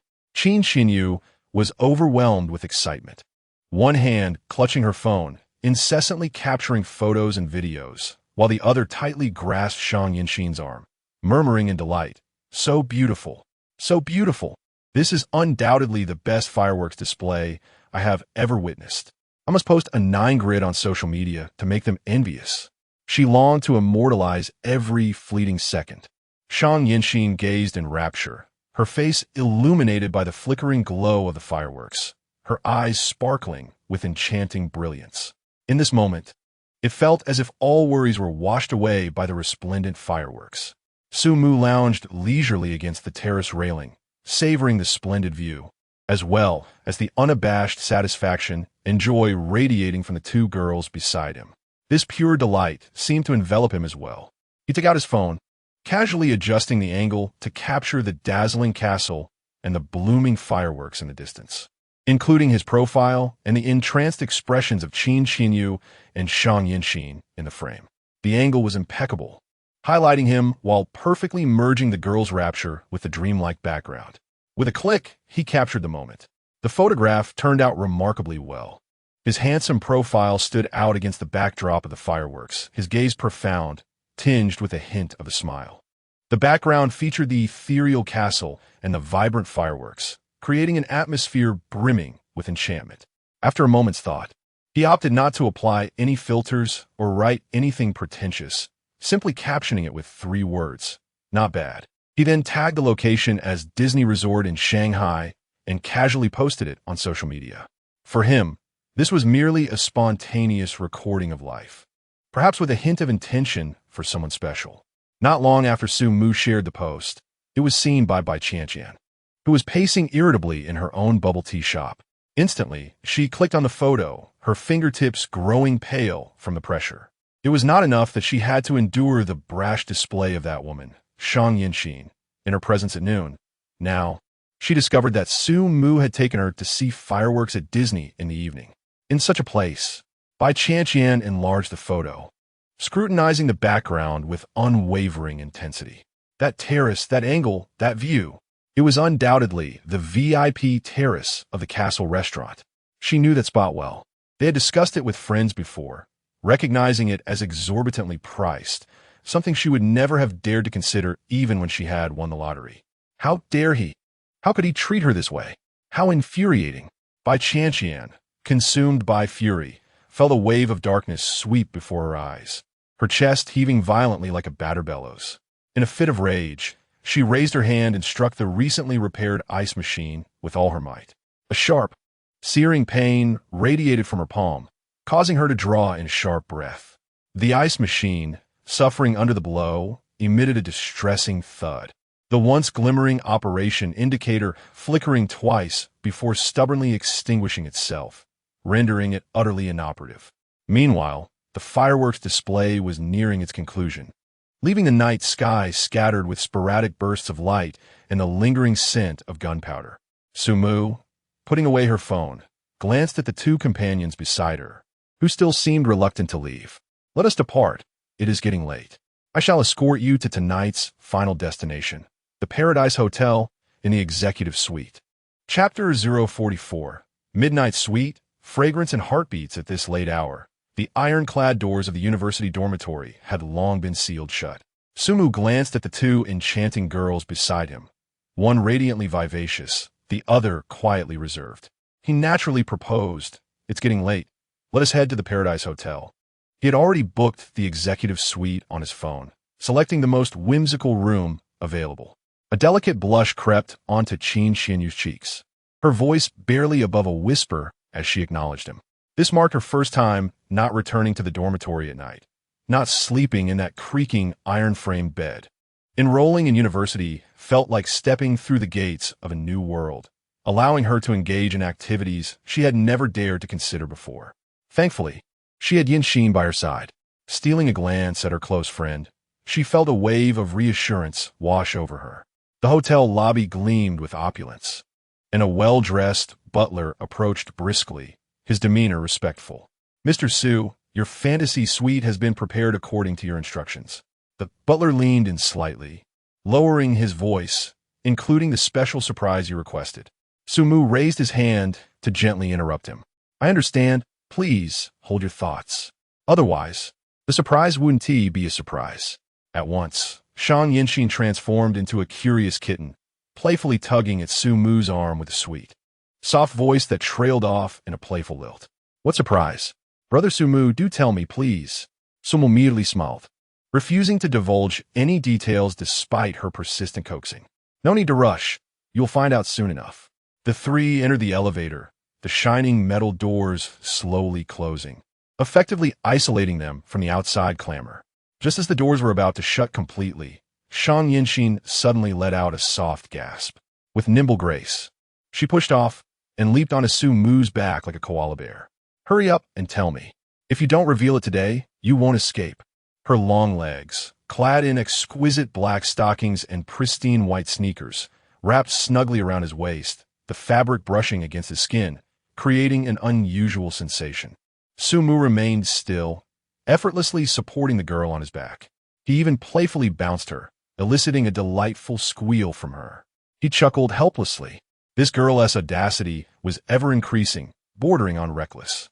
Nonetheless, carrying her felt surprisingly pleasant, not burdensome at all. Qin Xinyu stood quietly to the side, observing their intimate exchange, oblivious to the world around them. The elevator walls reflected not only their figures, but also her slightly awkward demeanor. A fleeting glimmer of envy and melancholy crossed her gaze, one she did not even recognize within herself. How she longed for someone who could allow her to express such unrestrained affection, someone who could steadfastly support her every whim. She lowered her head, her eyes fixating on the slightly faded tips of her sneakers. Ding! The elevator reached the top floor. On this exclusive level, silence enveloped them, broken only by the sound of their own heartbeats. Su Mu continued, carrying the unwilling to descend Shang Yinxin on his back, until they reached the entrance of Suite 888 at the end of the corridor. With a swipe of the card, a soft click echoed, and the heavy door swung open obediently. The moment the door cracked open, an overwhelmingly luxurious floral fragrance rushed forth, instantly engulfing all their senses. The first sight that greeted them was an endless sea of flowers, not just a few bouquets, not dozens, but what seemed like an infinite expanse of blossoms. The living room, the hallway, the coffee table, the windowsills, every visible corner had been meticulously transformed into an ocean of blooms. Vibrant, layered red roses dominated the scene, passionate and unrestrained. Their petals were even extravagantly strewn across the floor, forming a thick, soft carpet that seemed to sink beneath their feet. Interspersed among them were elegant white tulips, delicate lavender hyacinths, and some rare, unnamed exotic flowers. The harmonious yet opulent color palette, bathed in warm, gentle lighting, made each flower appear to glow, exuding an intoxicating fragrance. Shang Yinxin, still clinging to Su Mu's back, was utterly stunned. Slowly, she loosened her grip around his waist and slid down gently. Her lips parted slightly, her eyes wide with disbelief, unable to utter a single word for a long moment. How many flowers are there? 10,000? More? She swallowed hard, her voice trembling with incredulity. Su Mu, this is... Su Mu stepped inside, inserting the keycard into the power slot. More lights flickered on, illuminating the floral paradise with an even more dreamlike, ethereal glow, something beyond the mortal world. He turned to look at Shang Yinxin's expression of shock and delight, his own mood exceptionally pleased. With a casual gesture toward the fragrant spectacle, he said lightly, "Hired a floral designer, just a simple arrangement." He paused, then added with a teasing lilt, "The $4,000 suite fee still felt a bit unworthy of a young lady like you. So, I spent another $200,000 on this." Meeting her eyes, he asked earnestly, "Do you like it?" "Like it? I love it." Shang Yinxin's eyes sparkled like scattered starlight as she nearly shrieked, throwing herself forward to cling tightly to Su Mu's arm. After the initial wave of euphoria, she couldn't help but pout, her tone tinged with concern. "But, isn't this too extravagant? 200,000. We're checking out tomorrow. All these flowers just for one night? This is so wasteful." Su Mu reached out, gently pinching her smooth, delicate cheek, his voice laced with indulgence and affection. "Silly girl, as long as you like it, even 2 million would be worth it. Money isn't something you take with you when you're born or when you die. Spending it is what makes it yours." Shang Yinxin's heart felt as if it had been filled with warm, sweet honey, spreading warmth and sweetness through every inch of her being. Never before had any boy gone to such lengths for her. Presenting flowers may seem cliché, yet when an abundance of such blooms culminates in a breathtaking spectacle, the emotions and impact it evokes are unparalleled. Which girl could possibly resist such exquisite romance? Qin Xinyu stood quietly near the entrance, her feet resting upon soft rose petals.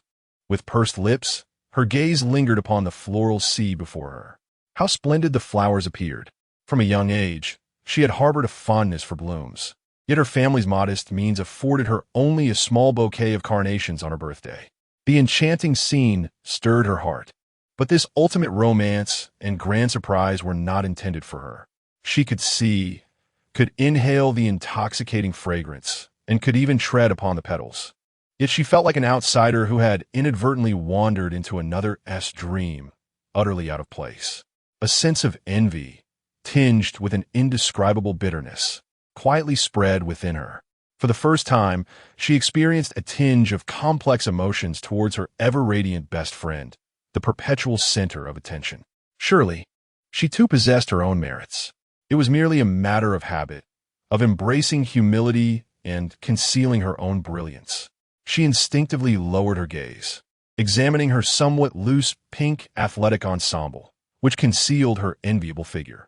Yet, deep down, she was acutely aware that, in terms of certain attributes that might captivate a man's attention, she surpassed Shang Yinxin by a considerable margin, at least doubling it. Having been teased as big buns by immature boys due to her impressive development, she had always been sensitive about it. However, at this moment, she found herself somewhat grateful for her adept concealment. So what if my legs are long and I can be charming?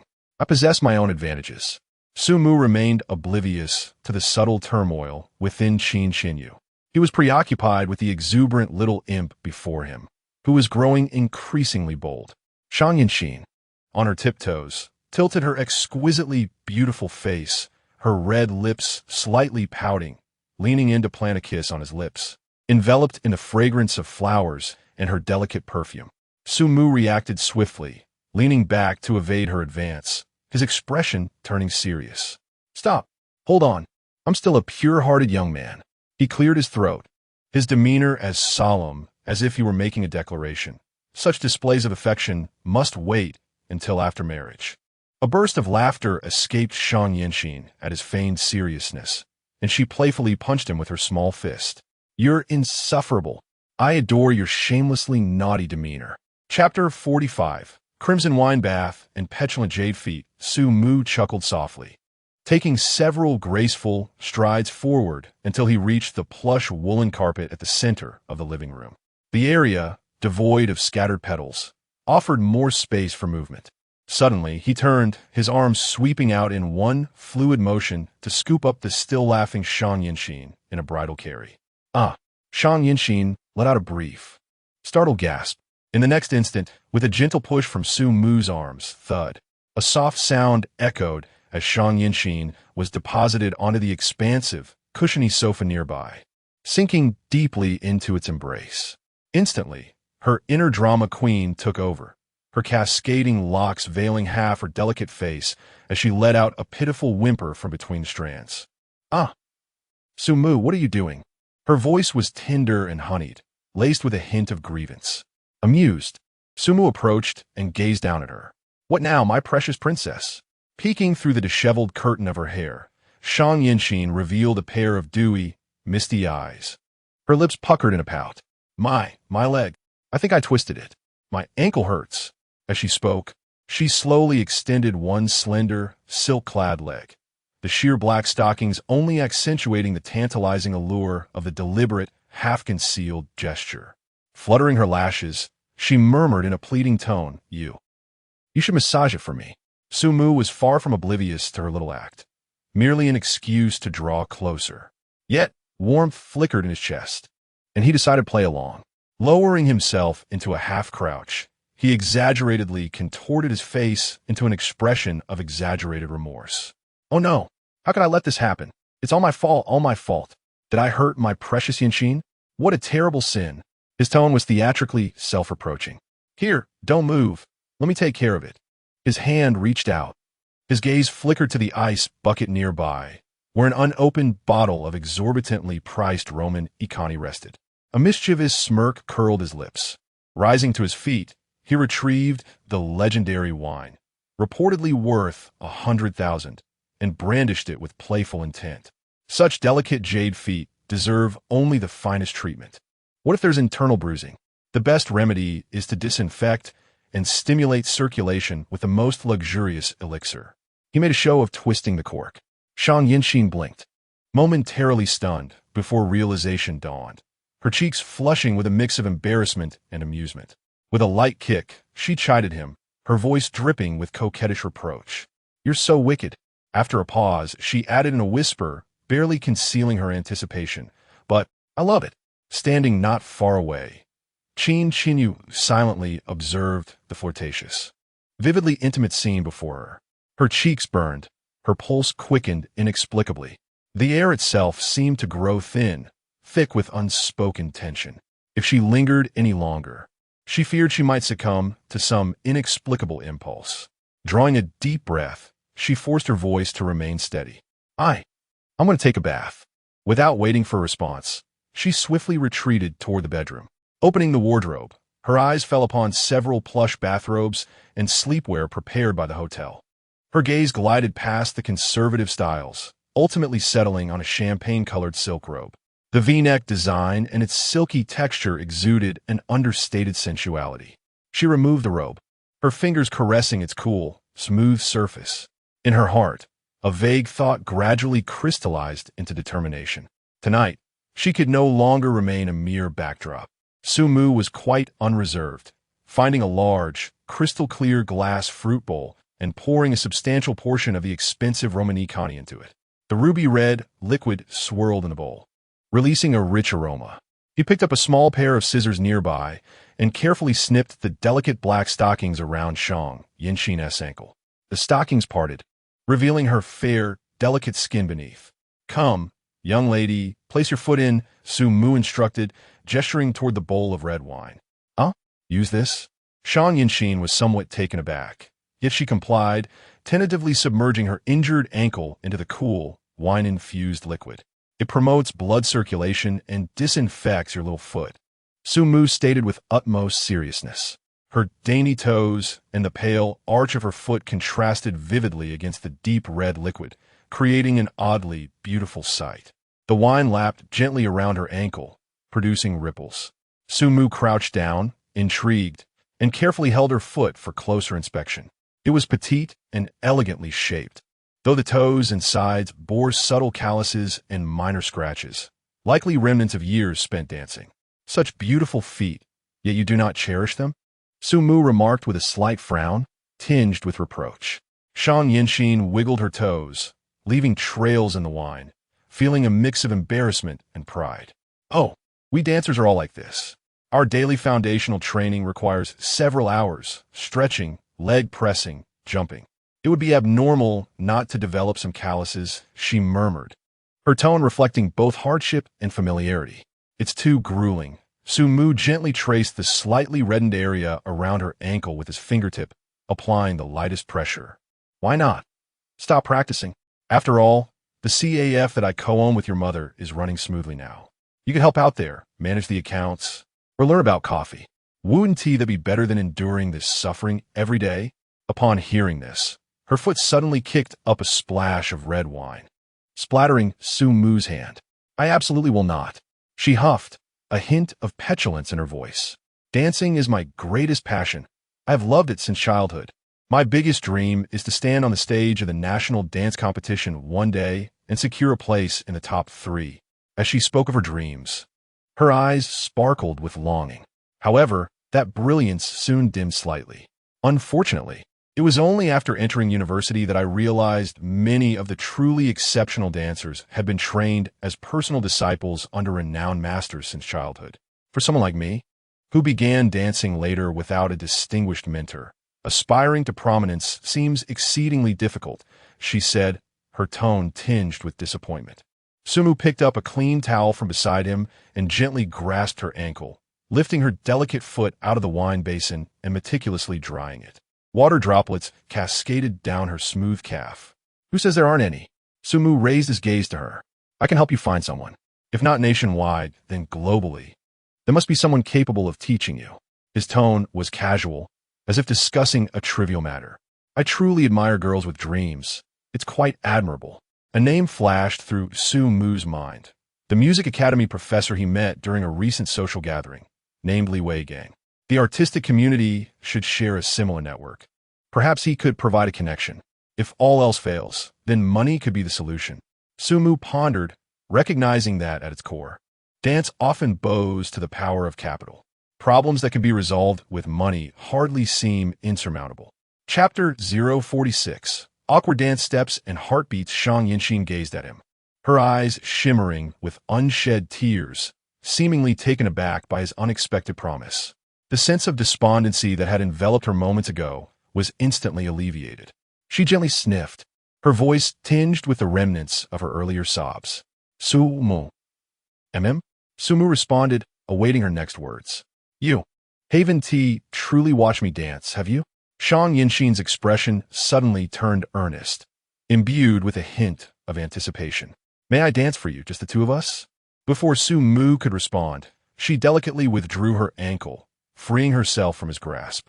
Her petite foot, which had recently been immersed in red wine, left a faint, damp imprint on the plush carpet as she stepped barefoot, her movements light and graceful, approaching the expansive floor-to-ceiling window. Outside lay the vibrant nightlife of the bustling metropolis, a tapestry of twinkling lights resembling a river of stars.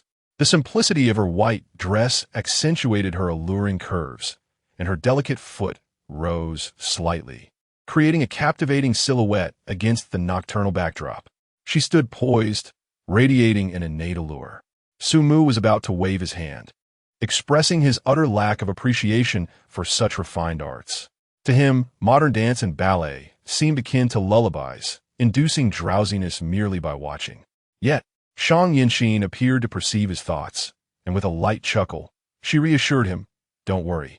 I won't perform anything overly sophisticated that might put you to sleep. I'll keep a bit more relatable." She turned and sauntered to a low table in the corner of the living room. There, a vase held several decorative white feathers.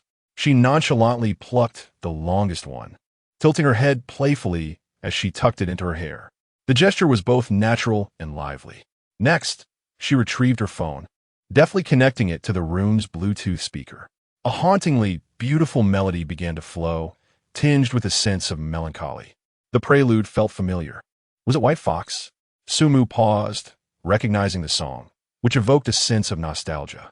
"I'm a fox that has cultivated for a millennium of solitude." As the song's ethereal notes filled the air, Shang Yinxin lifted her hands in rhythm, her demeanor transforming instantaneously.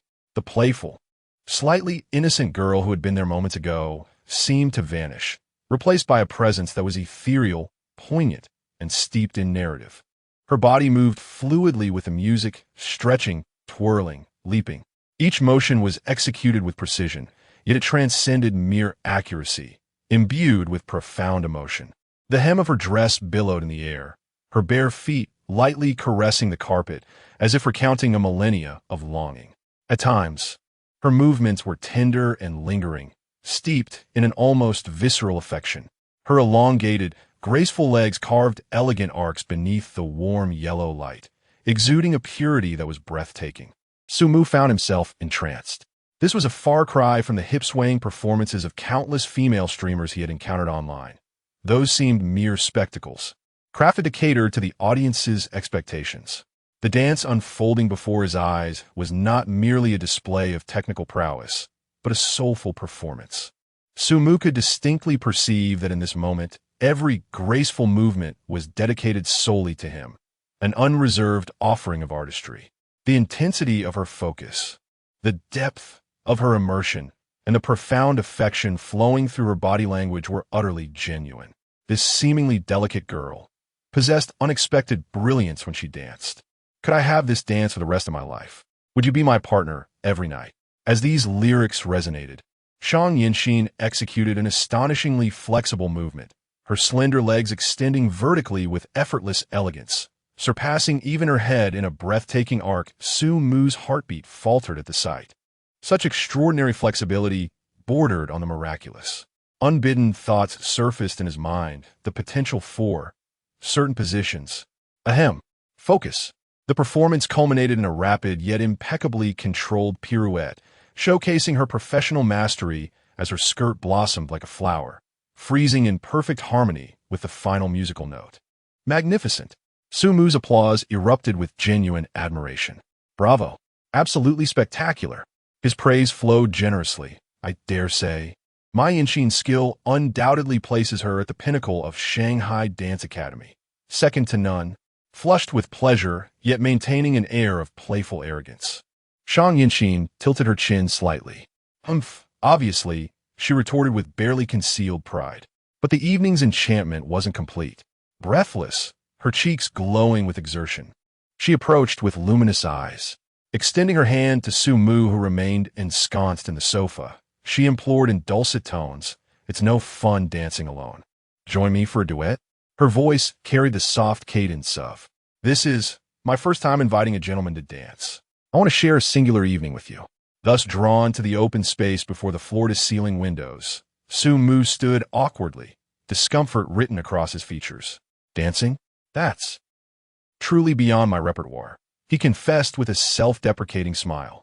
Combat he could handle, the piano he could play, but this particular skill remained unacquired. Shang Yinxin's eyes crinkled with amusement. "No matter," she reassured. "I'll guide you.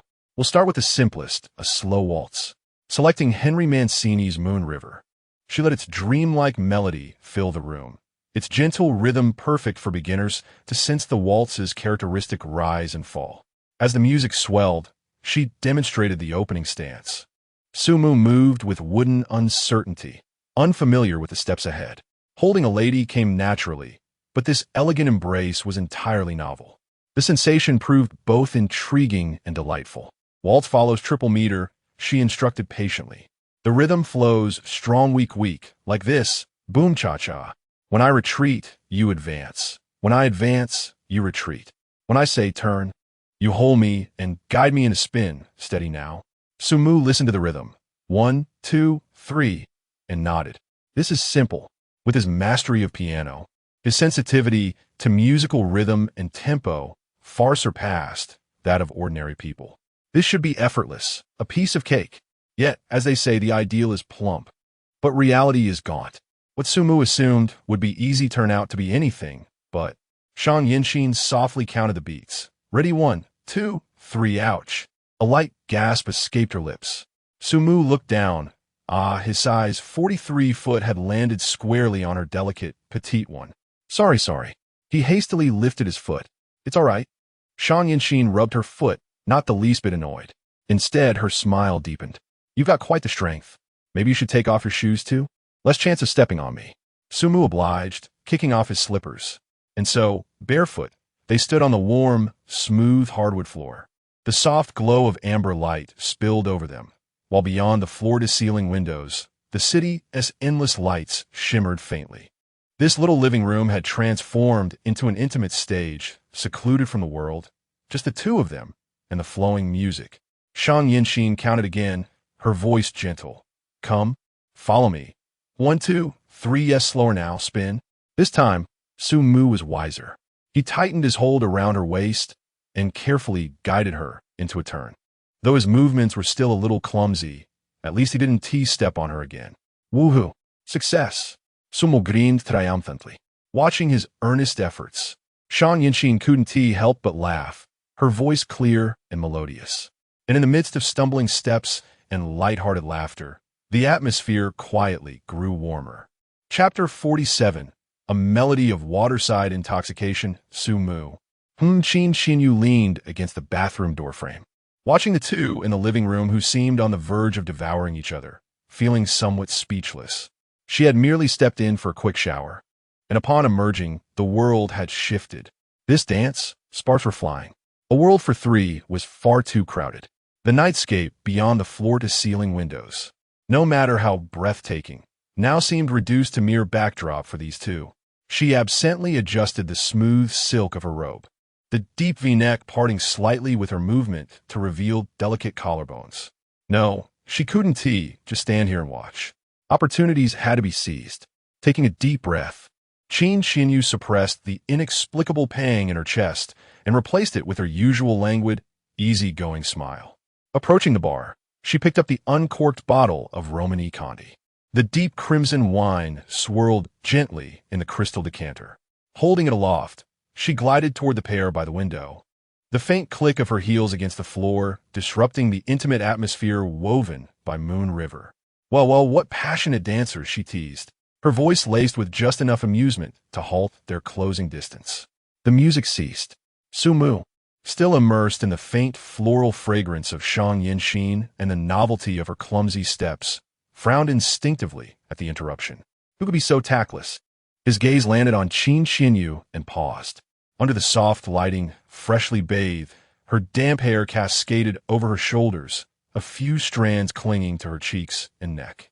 The champagne-colored silk robe traced the curves of her figure, exuding a mature, indolent allure, distinct from Shang Yinxin's youthful vibrancy. And those eyes, glistening with mirth, seemed to beckon like hooks. How had I never noticed before? Sumu means dienwardly. This music department prodigy, out of her usual attire, carries such charm. Qin Xinyu truly lives up to her reputation.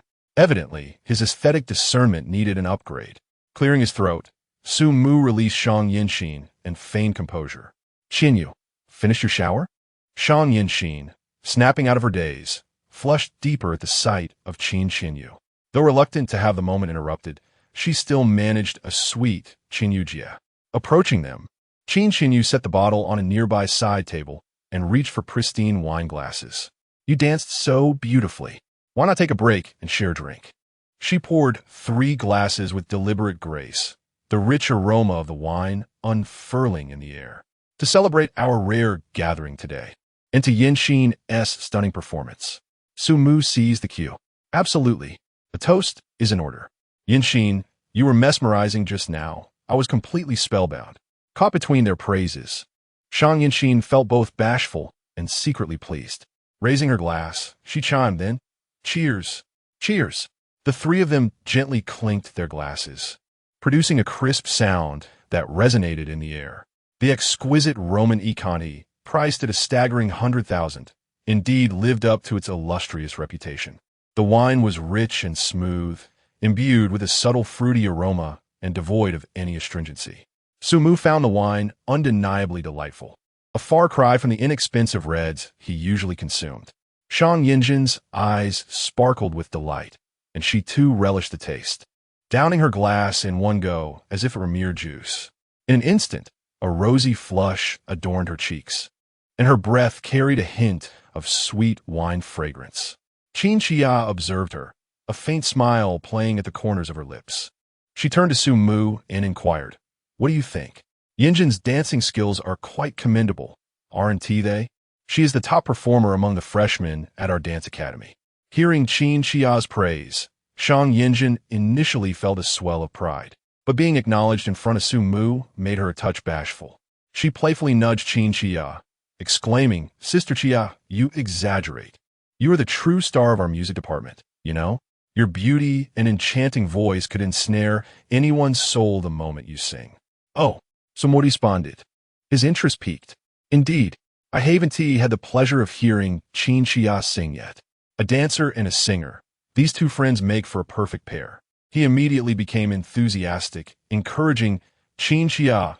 "The atmosphere is splendid, and with such fine wine, why not grace us with a song?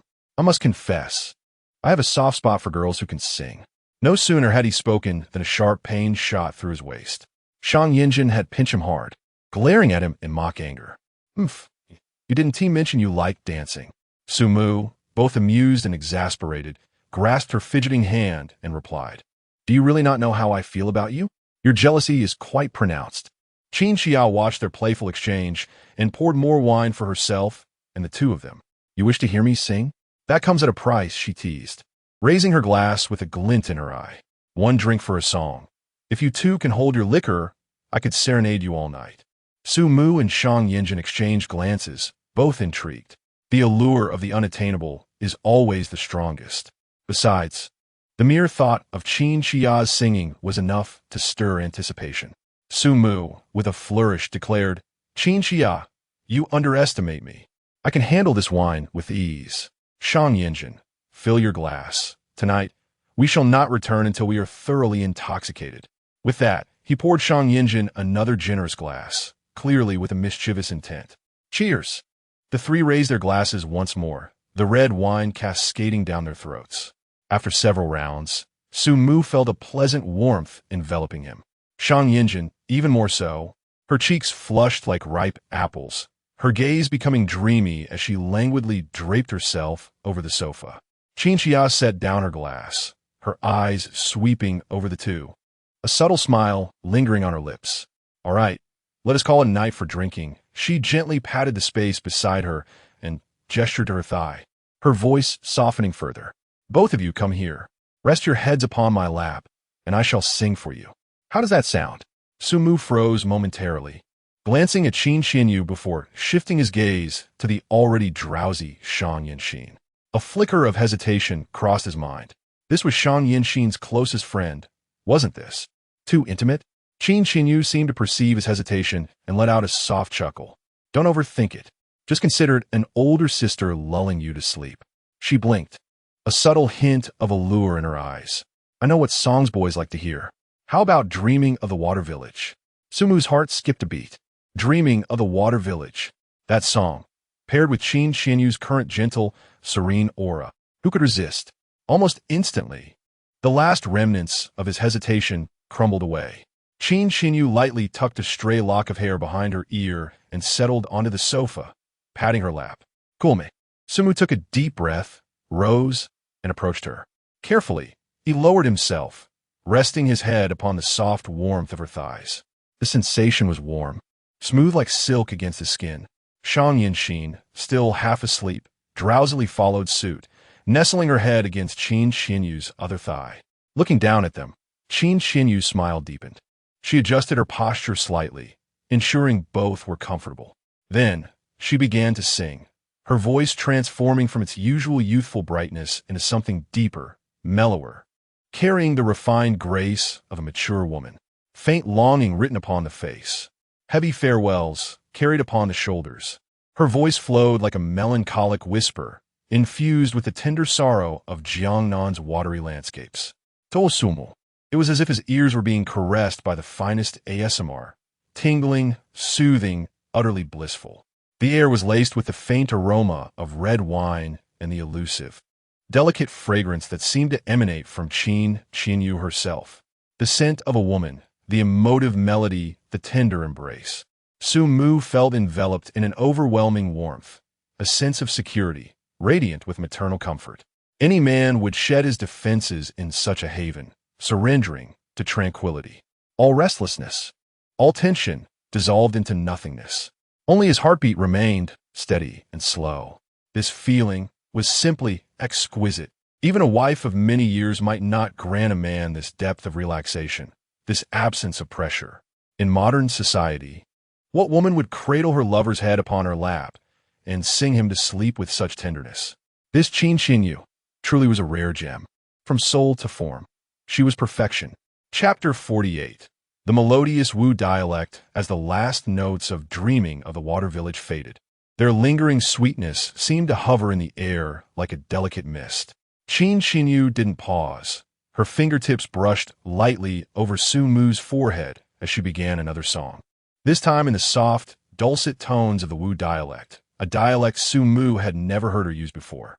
Green bricks with lacquered tiles, a white horse, treading on fresh mud, the mellifluous Wu dialect, imbued with the unique tenderness and charm of the Jiangnan region, flowed effortlessly from her lips.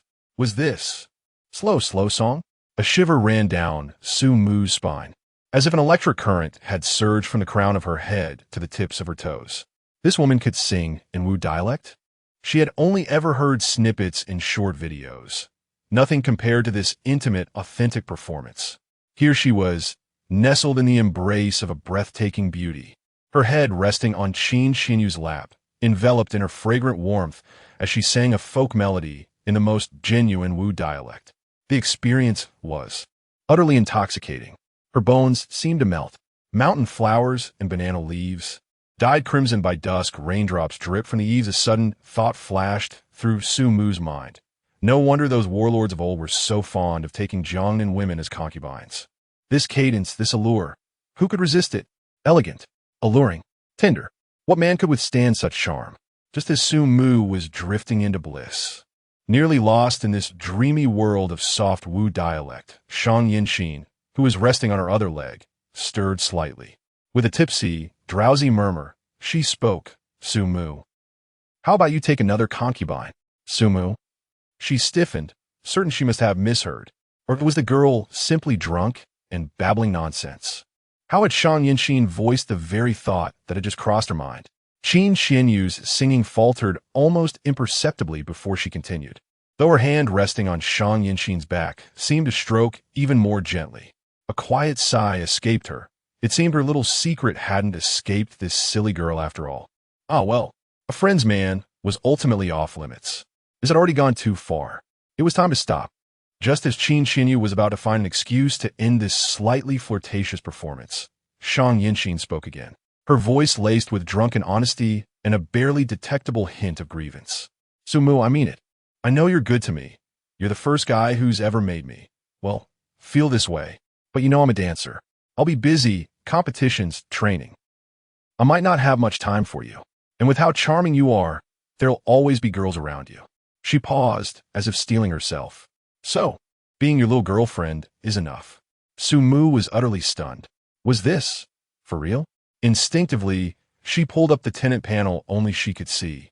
Shang-Yin-Shin. Affection. 60-90. Unwavering devotion. Who would have thought Shang Yinxin's affection for her had soared so high? The intimacy surged to a remarkable 90, essentially sealing the bond, rendering it unlikely to diminish easily. Indeed, a naive girl is the easiest to coax. If a man aligns with her fantasies, she would readily offer her heart. Su Mu's thoughts raced, yet his face betrayed a hint of emotion. He gently grasped the hand of Shang Yinxin, resting on the sofa. Yinxin, since you have expressed yourself so candidly, I shall reciprocate. I do have other entanglements. However, in my heart, you are the most exceptional one, irreplaceable by anyone else. I assure you, there will always be a special place for you in my heart, one of the most significant positions. Upon hearing this, Shang Yinxin raised her hand and playfully pinched Su Mu's nose. At least you know how to be perceptive. Afterward, she turned her gaze toward Qin Xinyu. Qin Xinyu, do you agree? He is quite lucky. Qin Xinyu gently patted Shang Yinxin's back, a mix of helplessness and warmth gracing her smile. This girl, truly. I'm sorry, Yinxin, she murmured softly, laden with regret. But Shang Yinxin interrupted her. Those words were also meant for you. Her voice was soft yet clear. From now on, we shall be true sisters. All right, enough of this. I want to listen to music, Shang Yinxin exclaimed, as if shedding a burden, her tone lightening. I want to hear three bows to the mortal world. Qin Xinyu paused momentarily.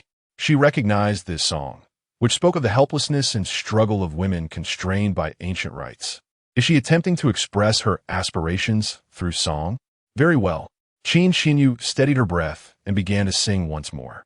This time, her voice carried less tenderness and more desolation. She sits in the crimson chamber, her face adorned with heavy makeup. As the Swana plays, the bright moonlight shines, this woman, with tearful eyes, bows before the grand hall.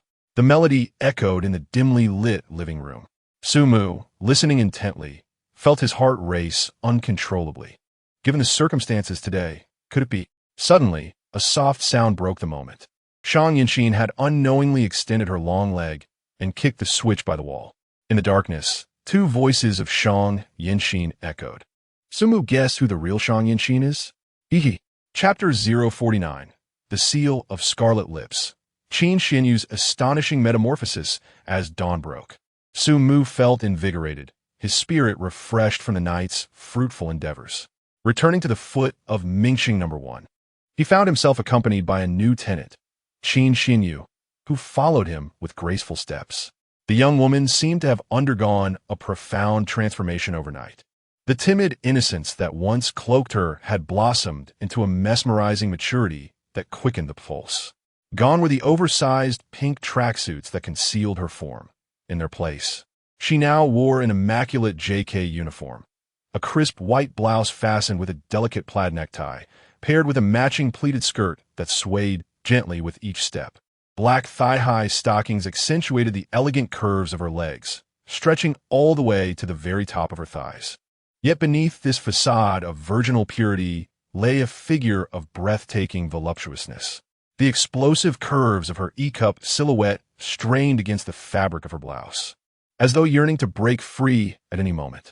The signing of the lease agreement unfolded with unexpected ceremony. Qin Xinyu snatched the contract from Su Mu's hands, retrieving a vivid tube of lipstick from her petite handbag.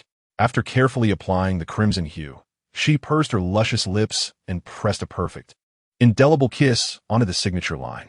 In that instant, Su Mu realized this girl was no amateur. Outwardly demure and bashful, she resembled an innocent girl next door. Yet beneath the surface lurked a bewitching siren capable of ensnaring hearts with effortless allure.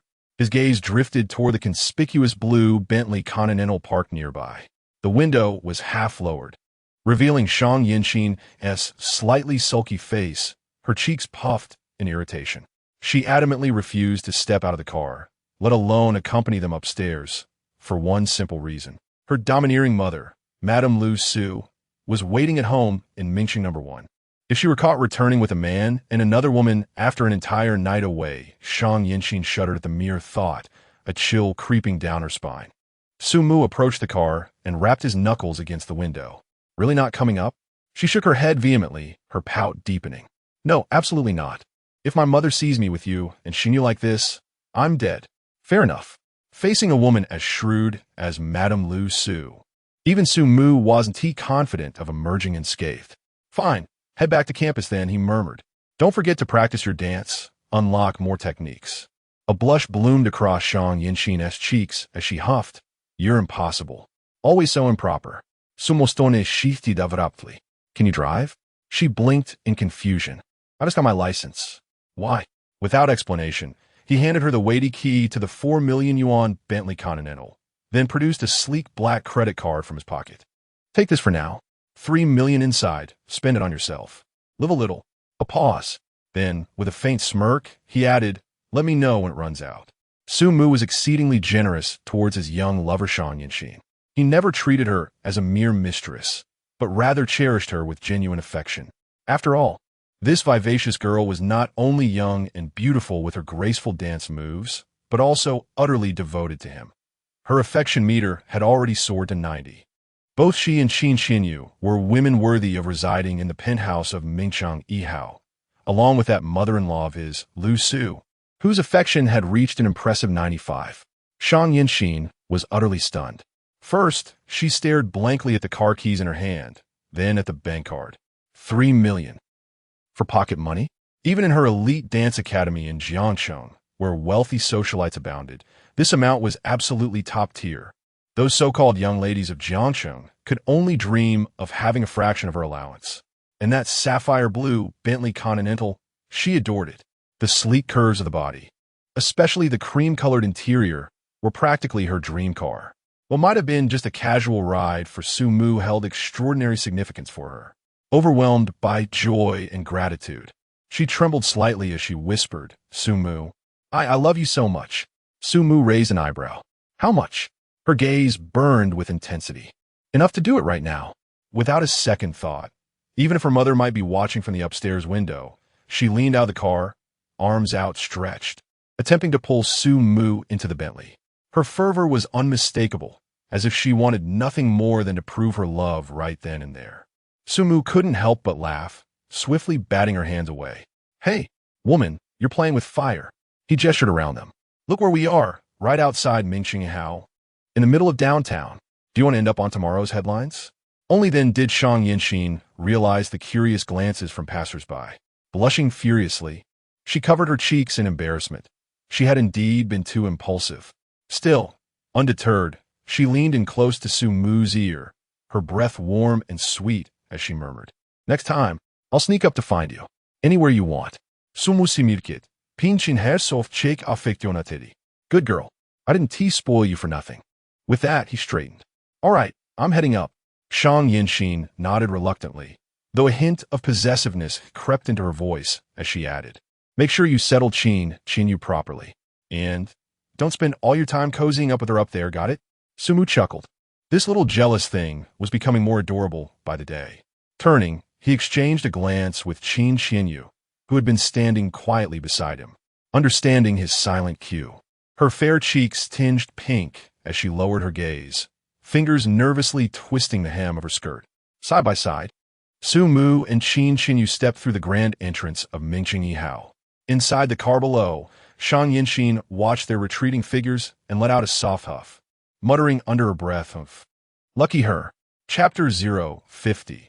The beautiful woman's culinary concealment, the elevator chimed softly, smoothly arriving at the topmost level of Mingxing No. 1. The metallic doors glided open, revealing an astonishing space. Before one's eyes was an almost 360-degree panorama of floor-to-ceiling windows, capturing the bustling splendor of Jiang City. Beneath was a polished marble floor imported from abroad, and above hung a baccarat custom crystal chandelier. The opulence here was incomparable to the ordinary mansions below. This was indeed the true core residence of Su Mu. Qin Xinyu trailed behind Su Mu, her steps steady, her gaze swiftly sweeping across the lavish surroundings. A flicker of curiosity flashing in her eyes before she regained her composure. She appeared relaxed, her hands naturally resting at her sides, not betraying any excess awkwardness. Su Mu, however, seemed to have returned to his own garden, casually shedding his coat and tossing it onto the genuine leather sofa at the entrance. There were numerous rooms. Any could be chosen for her stay. Henceforth, this place would also be considered hers. Qin Xinyu gave a gentle acknowledgement, making her way to the doorway of a spacious guest room measuring 100 square meters. She pushed the door open and began to organize her modest belongings. Su Mu stood in the living room, his gaze drifting over the system panel. Tenant points, 08. That girl, Shang Yinxin, truly excelled yesterday, contributing 8 points overnight. Only 2 points remain until the next lottery draw. His eyes settled on the figure in the guest room. Qin Xinyu was bent over, placing a few garments into the wardrobe. The lines of her long legs, slightly visible beneath her pleated skirt, were a delightful sight. Shy and demure, yet possessing a youthful allure, she exuded a unique charm. This contrast was undeniably captivating. A smile crept onto Su Mu's lips. It seemed those last 2 points would soon be secured by this new tenant. He strolled to the guest room door, forgoing a knock and simply pushing it open. Upon hearing the door creak, Qin Xinyu momentarily paused, turning to face him with a calm expression. Sumo, leaning against the doorframe, Su Mu crossed his arms, appraising her. Are you satisfied with the room? Qin Xinyu nodded earnestly. It's quite nice. Thank you for the arrangement. Sumuchaklet softly, slowly approaching and gently closed the door behind him. The click echoed clearly in the tranquil room, causing Qin Xinyu's heart to skip a beat. Su Mu stood before her. You can organize your luggage later. First, sing a song for me. Now, sing? Indeed, take the microphone and sing. The afternoon sun streamed through the floor-to-ceiling windows of the penthouse, bathing the room in warmth. Su Mu stretched languidly, savoring the pleasant moments of the morning, along with Qin Xinyu's somewhat bashful yet unexpectedly melodious voice. Tenant points, 810. With 2 tenant points secured, he was now eligible for another lottery draw. In a delightful mood, he pressed the elevator button, preparing to wander around the 20th floor. The life he had dreamed of since childhood seemed to be gradually coming to fruition. Above, there were melodious voices. Below, soft and fragrant warmth awaited. This morning, he would ascend a few floors to listen to songs and enjoy a dance. In the afternoon, with nothing pressing to attend to, he decided to take a leisurely stroll down a few floors, perhaps to scrounge up some dinner. With time to spare, he could also gather a few friends for a game of mahjong. Ideally, it would be a relaxed setting, perhaps a game with 4 participants clad in light attire. Su Mu's lips curled into a smile. He wouldn't trade this life for anything, not even for a celestial being. As the elevator doors slid open, he was met with an unexpected tranquility on the 20th floor. At this hour, Lin Mishue and the others should typically be quite lively. Su Mu retrieved his phone and opened the WeChat group named after the female tenant, Mu. Su Mu, all members, where is everyone? Why is the 20th floor so deserted? Moments later, messages began to pour in. Lin Mishue, image, a pile of crushed lemons, do not disturb. I am currently engaged in a friendly exchange with lemons. This girl had indeed taken her battle with lemons to heart. Was she addicted to it? Did her hands not ache? Lu Su, I am a Frue White, overseeing the shop. Lu Su remained ever the epitome of intellect and diligence, a reassuring presence. Pia Fei, Su, I am currently assisting with the registration of Xingyao Media for you. I just finished the handover with President Zhang and am now at the Industrial and Commercial Bureau to keep an eye on the progress and ensure efficiency. Su Mu raised an eyebrow, impressed by He Yifei's dedication to her career. He had completely stepped back from his role as a manager, having relinquished 51 of the shares. He hadn't visited even once.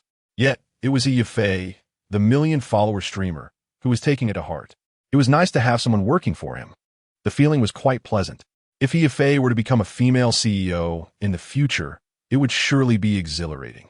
As Su Mu tucked his phone away, pondering where to find dinner, a sudden sizzle emanated from the kitchen, accompanied by an enticing aroma. Was someone cooking? Curiosity piqued, he wandered over.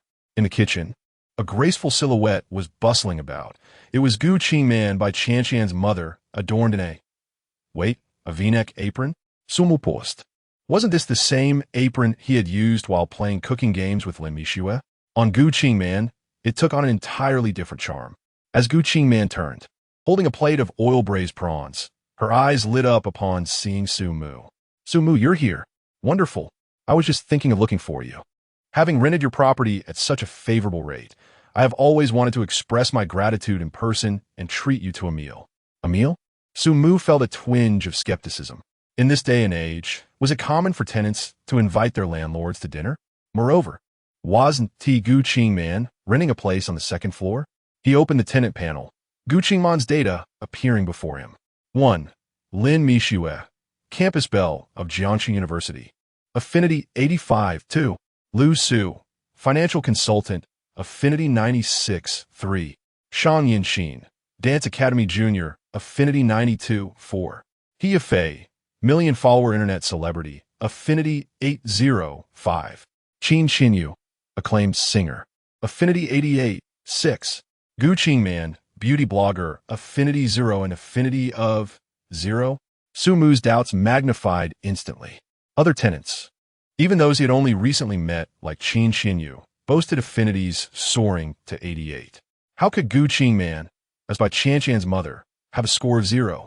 Such anomalies surely hinted at something amiss. Either the system has encountered an error, or this beautiful lady harbors some secrets within her heart. On the surface, Sumu maintained a warm smile, concealing any hint of inconsistency. Sister Gu, you are being overly formal. We are all neighbors. It is only natural for us to help one another. He casually accepted the dishes offered by Gu Qingman. The oil-braised prawns glistened with a vibrant red hue, their aroma intoxicating. Alongside were stir-fried shredded potatoes, mapo tofu, and braised pork. These were all homely dishes, yet they were prepared with exquisite care, clearly reflecting thoughtfulness. Moreover, the flavors were distinctly representative of Jiangxing's culinary style. As Sumu gazed at the array of dishes, an inexplicable discomfort stirred within him. How fortuitous! When Bai Qianqian was pursuing him, her signature dishes were these very same. It was with these delicacies that she effortlessly captured the heart of a young gourmand like himself. Alas, how unfortunate! The intricacies of the human heart are inscrutable.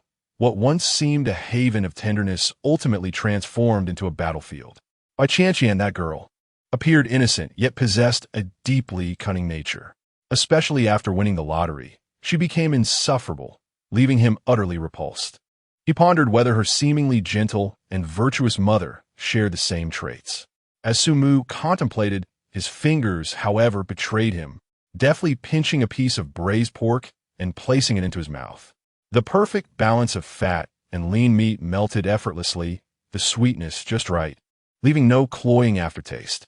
Delicious. It seemed even superior to what Bai Qianqian had prepared in the past. He lifted his gaze towards the kitchen, where Gu Qingman was diligently ladling soup. The V-neck apron accentuated her graceful curves. Bathed in soft light, her profile appeared gentle with a straight nose, and though the corners of her eyes bore subtle traces of time, they added to her mature charm. In her every gesture, there was an undeniable aura of a devoted wife and mother. Suddenly, a rather mischievous thought crossed Sumu's mind. Bai Qianqian, since we have parted ways, what harm would it do for me to engage with your mother? Chapter 051. The beautiful woman burdened with 1,000,000 debt indeed. As he contemplated this, the discomfort that had arisen in Sumu's heart due to Bai Qianqian dissipated like mist. He experienced a sudden clarity, since he had completely severed ties with that girl, rendering their past a mere memory. There seemed to be no moral impediment to engaging with her mother, with the enchanting Gu Qingman, whose charm remained undiminished. Moreover, as the landlord, it was only reasonable to extend a warm welcome to the new tenant. Before him stood Gu Qingman, adorned in a V-neck apron, busily arranging dishes. Her figure was graceful, and the wisdom of years lingered in her expressive eyes. Sumu could not help but silently admire her. She was, in essence, a more sophisticated version of Bai Qianqian. Lacking the youthful naivety of a university student, she exuded an ineffable maturity, her every gesture radiating an alluring aura. What did the ancients say? To wander in another's garden and desire their fruits, one inevitably thinks of their mother when gazing upon their child. Such coarse words carry a profound truth. Indeed, the wisdom of our ancestors has been refined through the ages. A playful smile crept on Sumu's lips as his mischievous thoughts unfurled like creeping vines. They took their seats at the modest dining table. covered with a clean floral cloth that emanated a warm, homely atmosphere. Gu Qingman gracefully poured a generous half-glass of fine red wine for each of them, the crystal walls of the glasses reflecting the soft, golden light, the liquid shimmering in a tempting, jewel-like red. "Sumu, do try this. It was just opened today," Gu Qingman said, presenting the glass with an appropriately warm smile. Sumu accepted the cup, gently swirling it, allowing the aromatic bouquet to envelop him. "Guya, you are too kind. It makes me somewhat embarrassed," he replied, savoring a sip of the wine. The smooth texture and rich fruitiness confirmed its quality. Setting down the glass, his gaze fell upon Gu Qingman's face, his expression sincere. "To be honest, Gujia, I cannot explain why, but I feel an inexplicable affinity with you, a sense of warmth. If you don't mind, may I call you Aunt Man from now on?" At his words, Gu Qingman's hand holding the wine glass hesitated imperceptibly. A flicker of surprise crossed her eyes, but it quickly transformed into a gentle smile. Setting down her glass, she replied softly, "Of course, if you don't find it bothersome, Aunt Man sounds quite endearing." Sumu chuckled inwardly. This address was not merely for affection, but carried an undertone of exploration. He picked up his chopsticks and proactively served her a piece of braised pork, placing it in her bowl. "Aunt Man, this braised pork is truly authentic. Melting in the mouth, rich yet not greasy. I suspect your invitation for dinner today is not solely to express gratitude for my renting, is it? If there is something on your mind, feel free to speak openly. We need not beat around the bush." Gu Qingman was taken aback by Su Mu's forthrightness, which pierced through her intentions. She smiled, a hint of shyness coloring her cheeks, and set down her chopsticks, her demeanor growing more earnest. "Ah, nothing escapes your perception. Allow me to elucidate. My aunt has a daughter named by Qianqian. Recently, she reached out to me, expressing that her bubble tea shop has encountered some business challenges and seeking my counsel. As you are aware, I am utterly uninformed about the intricacies of commerce, yet I cannot bear to witness my daughter in distress. Coincidentally, Lin Mishua mentioned that you are a prominent entrepreneur whose company flourishes remarkably. Hence my desire to solicit your insights. Furthermore, it appears you are acquainted with Qianqian, are you not?" "Ah, so that is the matter at hand." Sumu understood fully. His connection with Bai Qianqian extended far beyond mere acquaintance. He was even aware of the unique birthmark shaped like a hockey me on her posterior. With a light chuckle and an air of ease, he replied, "Indeed, I know her well. She was my university classmate. Regarding the business predicament you mentioned, I have some understanding of it. Is her bubble tea shop facing malicious competition through predatory pricing?" Gu Qingman nodded fervently, her countenance betraying her mounting concern. "Yes. The neighboring bubble tea shop has suddenly initiated a second cup at half-price promotion, swiftly siphoning away our customers. Qianqian's business has plummeted, and every day incurs losses. It is utterly distressing." Sumu set down his chopsticks, leaning back in his chair with an air of assurance. "This is quite manageable. Since they are engaged in a price war, we shall counter with financial strength. The one with the deeper pockets will ultimately prevail and outlast their adversaries. Here's what we shall do, Aunt Man. I will lend you 1 million, interest-free. You can utilize these funds to support Bai Qianqian, enabling her to launch a more aggressive promotion, perhaps a buy one, get 4 free offer, directly challenging the competition. I refuse to believe they can sustain such financial burn indefinitely." Sumu's mind raced with calculations. His intentions were not rooted in altruism. Rather, he sought to assist Bai Qianqian while strategically ensnaring Gu Qingman, the proverbial big fish. Once she owed him a favor, or even a substantial debt, it would render her considerably more amenable to his influence. The trajectory of their relationship would then be dictated by his whims.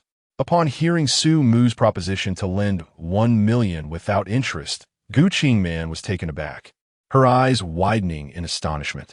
In this day and age, even borrowing a mere tens of thousands among acquaintances is a daunting task, let alone a staggering sum like 1 million, and interest-free at that. Was it possible that this generosity stemmed from a wealthy suitor of her daughter? She regarded Su Mu with a hint of skepticism, cautiously inquiring, "Su Mu, this seems rather inappropriate. I have no experience in business, and I am uncertain whether engaging in a price war is truly viable." What if we ultimately lose everything and are unable to recoup our investment? It appeared that this graceful lady still harbored reservations. Sumu offered a reassuring smile, his tone imbued with unwavering confidence. "Ant-Man, you may rest assured.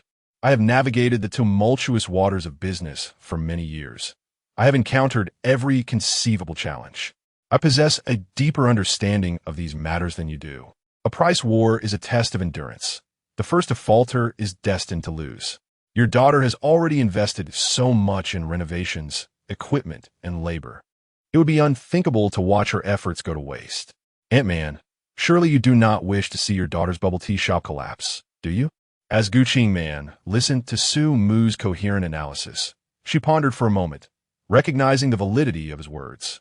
With a gentle sigh, a hint of resignation mingled with determination flickered in her gaze. "Alas, it seems we must give it a try. Qianqian has poured her heart and soul into this bubble tea shop. I cannot stand by and watch her abandon it." "Very well, Su Mu, then. Thank you. I will find a way to repay you as soon as possible." Su Mu observed Guqing Man finally nodding, a radiant smile breaking across his face, his heart brimming with joy. Success. The fish has taken a bait. Chapter 052. Ant-Man, come with me tonight as the wine flowed. The earlier heaviness and doubt seemed to dissipate with each sip of the velvety red liquid. "Come, Su Mu, let me toast to you once more," Guqing Man said, lifting her glass. Her cheeks, flushed from the alcohol, bore a captivating rosy hue.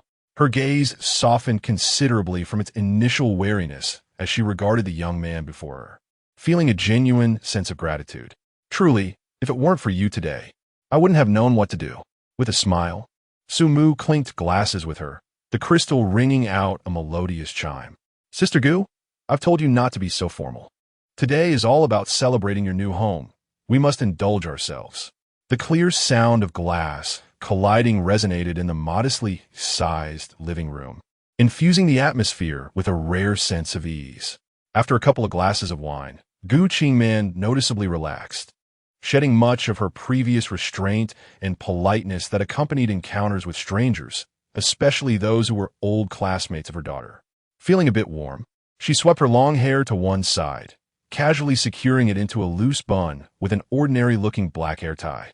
This seemingly unconcerned gesture, combined with her mildly tipsy and relaxed demeanor, exuded a unique grace characteristic of a mature woman, earthy yet irresistibly alluring.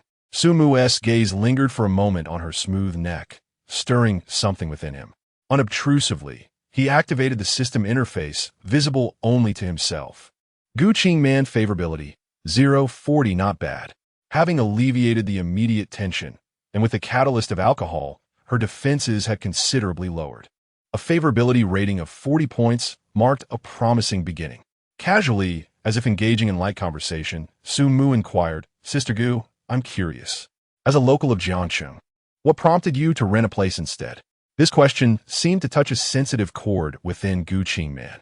The rosy hue on her cheeks faded slightly, replaced by an expression of indescribable complexity. She tightened her grip on her wine glass, pausing in silence for a moment.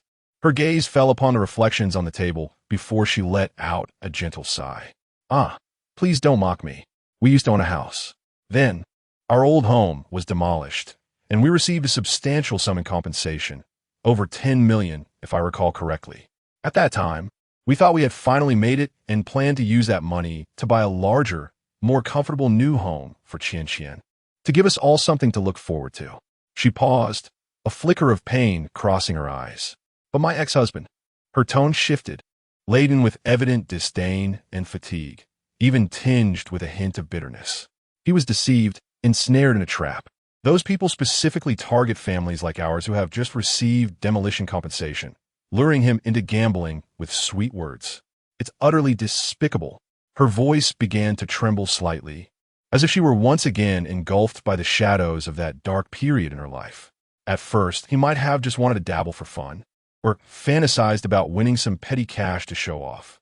But he sank deeper and deeper, utterly consumed, as if bewitched by some demonic obsession. Before long, truly before long, he had lost every last cent of those millions. Not a penny remained. Do you know what that feels like? One day you're dreaming of a new home, and the next you're told the money is gone. Completely gone. Like waking from a nightmare. The atmosphere in the living room grew heavy in an instant. Sumu listened quietly, never interrupting. He merely refilled her wine glass at the right moments, his eyes gently urging her to take her time. Losing everything wasn't even the worst of it. Gu Qingman's voice trembled, her eyes reddening again. He still owed 2 million in gambling debts. Those people, they weren't human. They came every day, vandalizing, splashing paint, smashing things. Our doors and windows were shattered more than once. We'd awake in the dead of night to the sound of fists pounding on the door. Qian and I huddled inside, too terrified to even breathe. During those days, I truly wished for death. Life felt meaningless.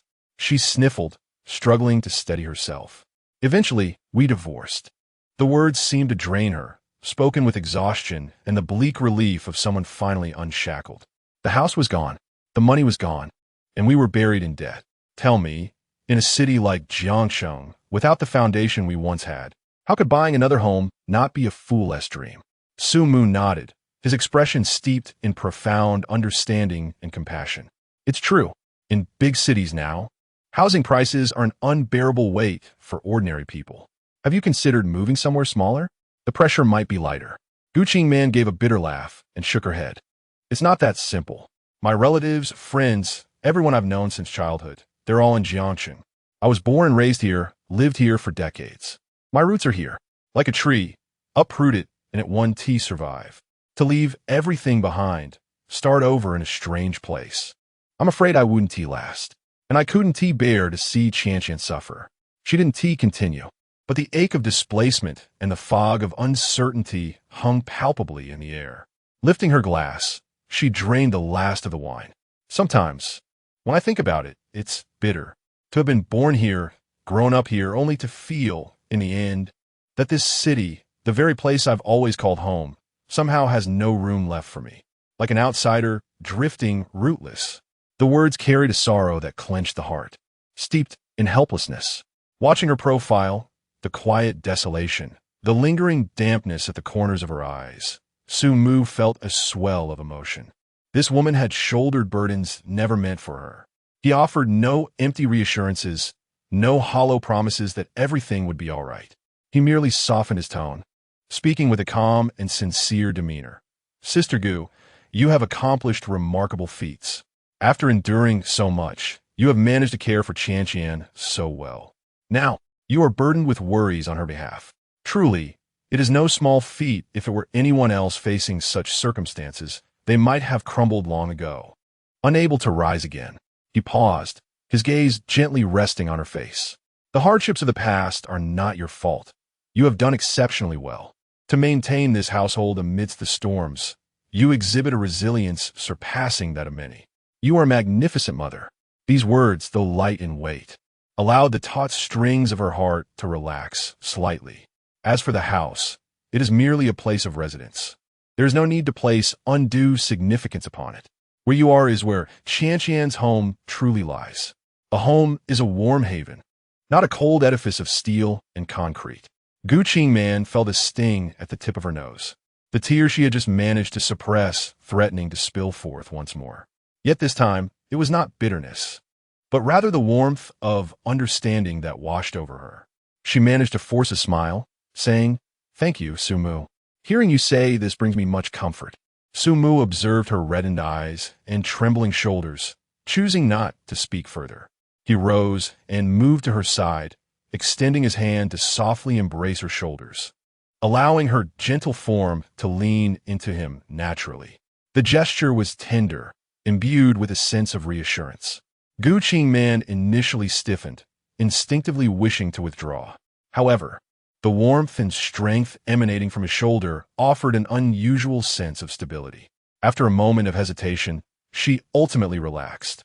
At that moment, her emotions surged, and her defenses fell to their lowest. She perceived this as a kind and sympathetic gesture from a junior, without overthinking it. As she felt the warmth and subtle fragrance emanating from his shoulder, Su Mu, however, had his own calculations forming within. He gazed at the enchanting woman before him, who, despite her disappointment and sorrow, still exuded charm. A clear plan began to take shape in his mind. To win over such a woman, mere wealth would not suffice. He possessed ample money at present. The crux lay in shattering the stagnant state of her life. He sought to provide her with unprecedented excitement and experiences, allowing her to rediscover the vibrancy of life and the thrill of a racing heartbeat, things her useless ex-husband could never offer. Finally, he would create an environment where she could completely unwind. 3 days would be sufficient. A subtle smile graced Su Mu's lips, his voice carrying an undeniable gentleness. "Umpman, tonight you shall accompany me."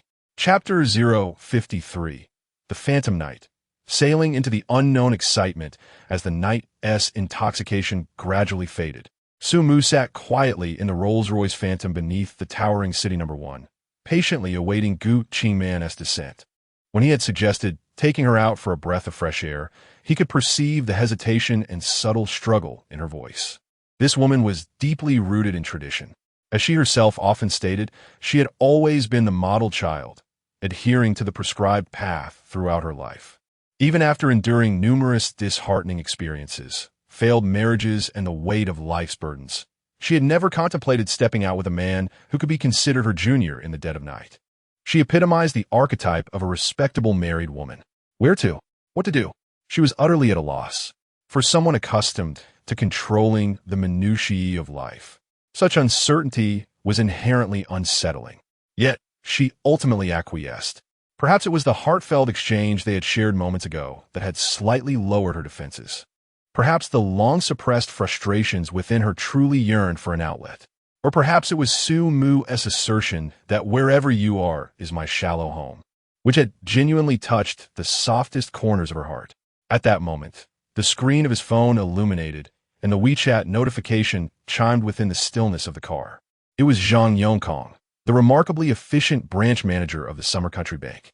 Su Mu opened the message. "Mr. Su, regarding the matter you instructed me to investigate, there are promising developments. We have basically identified the activities and key figures of the group that troubled Ms. Gu a few years ago.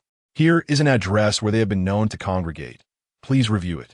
Accompanying the message was a real-time location sharing, with a red dot distinctly visible on the map. Su Mu raised an eyebrow. Almost immediately, a second message appeared. "Additionally, concerning your directives, I have discreetly engaged in communication. The leader of that group is nicknamed Big. He primarily engages in debt collection and usury. It is said that he is very eager to assist Mr. Su and appears quite taken aback by the prospect, expressing his willingness to serve, ready for your command." Su Mu gazed at the screen, a faint smile curving his lips. He succinctly replied with 3 words, "Well done." Almost instantaneously, Zhang Yongkong's message returned, imbued with utmost respect.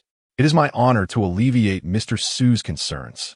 Should you have any further instructions, please do not hesitate to inform me. I assure you, I will see it through." Su Mu chuckled softly, shaking his head. Ever since Zhang had secured 2 new tenants for commission, his attitude had transformed into one of almost servile eager. What he desired was a performance, a spectacle crafted solely for Gu Qingman. It was an opportunity for her to confront the shadows of her past, even to shatter that fear with her own hands. He intended to accompany Gu Qingman under the pretense of reclaiming lost honor and venting frustrations. In reality, it was a meticulously orchestrated enactment of justice that he wished her to witness. As for those ruffians, they would face a slap for 1,000 and a kick for 2,000, transparently priced and devoid of deceit. One could imagine that the notorious AG was currently engaged in rallying his motley crew, urgently rehearsing how to convincingly endure the blows without sustaining internal injuries, all while preparing to earn a windfall of money they had never before encountered. Su Mu could almost visualize that group, brimming with both tension and excitement, practicing their postures for receiving blows in a comical fashion against thin air. Problems solvable with money have never been problems at all, especially when that money could procure for Gu Qingman a cathartic release of emotions. It was a price well worth paying. At that moment, the door of the apartment building was gently pushed open, revealing a graceful figure illuminated by the light below. Gu Qingman had descended. It was evident that she had deliberated over her attire before stepping out. Ultimately, She opted for the most prudent choice, one that resonated with her usual style, a crisp white shirt, meticulously ironed, with a collar fastened neatly. Below, she wore a knee-length black skirt, characterized by its simple lines, complemented by polished black leather shoes with a modest heel. She even donned a pair of delicate gold-rimmed glasses, which rendered her more akin to an intellectually poised professional returning from overtime rather than a woman venturing out for a late-night respite. This ensemble exuded a gentility and conservatism reminiscent of a devoted housewife, starkly contrasting with the impending nocturnal escapade. Sumu alighted from the car, a warm smile gracing his features as he approached her. "Andy man, are you ready?" Upon seeing him, Gucci man seemed to grow a touch more self-conscious, instinctively adjusting her glasses and nodded gently, her voice barely above a whisper. "I'm sorry to have kept you waiting." Her gaze inadvertently drifted to the Rolls-Royce Phantom, which shimmered subtly in the night, a flicker of surprise and an inherent sense of distance flitting across her eyes. This vehicle was too extravagant, too distant, a realm beyond her own. "That's quite all right. A lady's preparations always require time," Sumu remarked graciously, opening the passenger door for her with a courteous gesture. "Please, step inside. I would like to show you something extraordinary." Gucci man hesitated momentarily, but eventually bent down and entered the car. The luxuriously soft leather seats enveloped her, and the understated fragrance within, coupled with an almost complete isolation from the outside world, starkly contrasted her familiar surroundings. She adjusted her seating posture somewhat uneasily, placing her hands neatly on her lap and sitting up straight. Sumu gently closed the door, shutting out the cool night breeze. He circled around to the driver's seat and settled in, pressing the start button. The engine purred to life, its sound so subtle it was nearly imperceptible. The Rolls-Royce Phantom glided forth like a serene vessel, silently departing from the community. The interior of the car was enveloped in profound silence, interrupted only by the subtle hum of the air conditioning system. Gucci man gazed out at the rapidly retreating cityscape, her hands, resting on her lap, curled slightly at the fingertips. At last, she could no longer restrain herself and turned to Sumu. "Where are we headed?" Sumu, gripping the steering wheel and keeping his eyes fixed on the road ahead, replied in a relaxed tone, tinged with a hint of playful mystery. "A place where you can cast away your discontent." He stole a glance at her, noting the tension etched on her profile and the faint sparkle behind her glasses. He added reassuringly, "Do not worry, it's not some chaotic locale. Just a change of pace which might offer a different perspective." Gucci man refrained from pressing further, silently redirecting her gaze to the window. The vibrancy of the city flowed past her, reflecting a visage that appeared somewhat lost, yet hinted at an undercurrent of anticipation. She remained unaware of Sumu's true intentions, yet deep within, there stirred a subtle, unrecognized flutter of excitement. She yearned for something to disrupt the stagnation that had settled over her life, akin to still waters. Chapter 054. A slap from 10 individuals. The Rolls-Royce Phantom glided silently along the road. Outside the window, the vibrant lights of the city center gradually faded, replaced by increasingly sparse neon signs and the soft glow of street lamps. Gucci man gazed at the desolate and somewhat forlorn scenery outside, her mind filled with unease. Were they headed? This did not appear to be a respectable place. However, curiously, her initial apprehension was soon overshadowed by an inexplicable sense of tranquility. It was not a lack of fear, but rather a comforting reassurance emanating from the young man beside her. Perhaps it was the aura he exuded that instilled a sense of safety, or perhaps the luxurious vehicle, akin to a mobile fortress, provided her with a fleeting illusion of security. Or maybe it was the suppressed yearning deep within her heart for the unknown and for change that was quietly stirring. She remained silent, sitting quietly, occasionally stealing glances at Sumu, who was focused on driving. At last, the car slowed down. The Phantom turned a corner and came to a steady stop at the entrance of what appeared to be an abandoned factory area. Surrounding them was a typical urban village scene, closely packed buildings, clothes flapping in the night breeze. The air was thick with a damp, musty smell, mingled with the scent of refuse, a stark contrast to the exquisite aroma of leather inside the vehicle. This place felt like an entirely different world from the luxurious car worth millions. Sumu turned off the engine and pressed the central lock button. The interior fell into an exquisite silence, with only their subtle breaths breaking the stillness. He turned to Gu Qingman, a smile illuminating his face as he broke the silence. "We have arrived, Enigman." He gracefully opened his door and stepped out with fluidity, without a hint of hesitation. He then circled around to the passenger side, gallantly opening the door for Gu Qingman. A gust of stale air, tainted with the scent of smoke and cheap perfume, rushed in. Gu Qingman inhaled deeply, striving to disregard the odor, as she carefully stepped out of the car, lifting her skirt. Her high heels nearly twisted on the muddy ground, prompting her to frown. Once steady, she looked up. Above the factory entrance, a crooked sign became discernible in the dim light. Brotherhood Billiard Hall.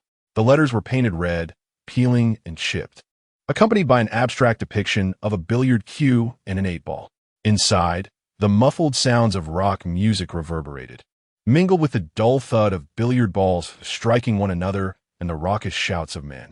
Gu Qingman cast a bemused glance at Sumu, her eyes behind the lenses reflecting clear confusion and a hint of helplessness. "Sumu, is this the different thing you mentioned? This seems to be a place for playing billiards. Doesn't tea it? How old do you think I am for you to bring me to such a youthful venue?"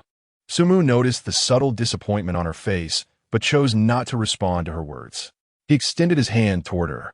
Gu Qingman, taken aback and hesitant, eventually placed her hand in his. "Enigman, I assure you, I'm not bringing you here to play billiards. A few years ago, didn't a group of debt collectors cause a commotion at your home?" Sumu's gaze fell upon the dilapidated sign ahead. "Smash objects, splatter paint, block the keyhole?" Gu Qingman abruptly halted her steps, her entire being frozen in place. The color drained from her face in mere seconds, leaving her pallid. The grotesque, contorted faces, the unbearable, foul language, the furniture reduced to rubble, the blinding red paint splashed across the walls, and the neighbors' prying gazes filled with sympathy, disdain, or schadenfreude.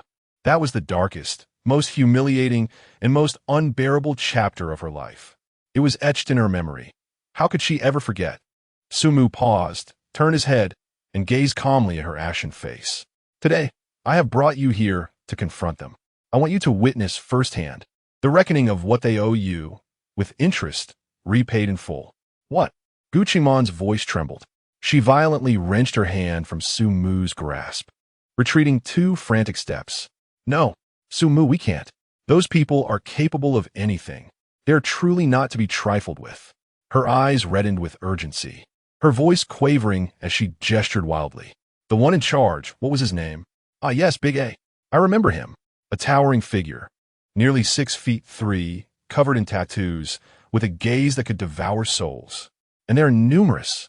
The last time they came to our home, it was a throng, at least a dozen, each one more menacing than the last. How could we possibly stand up to them?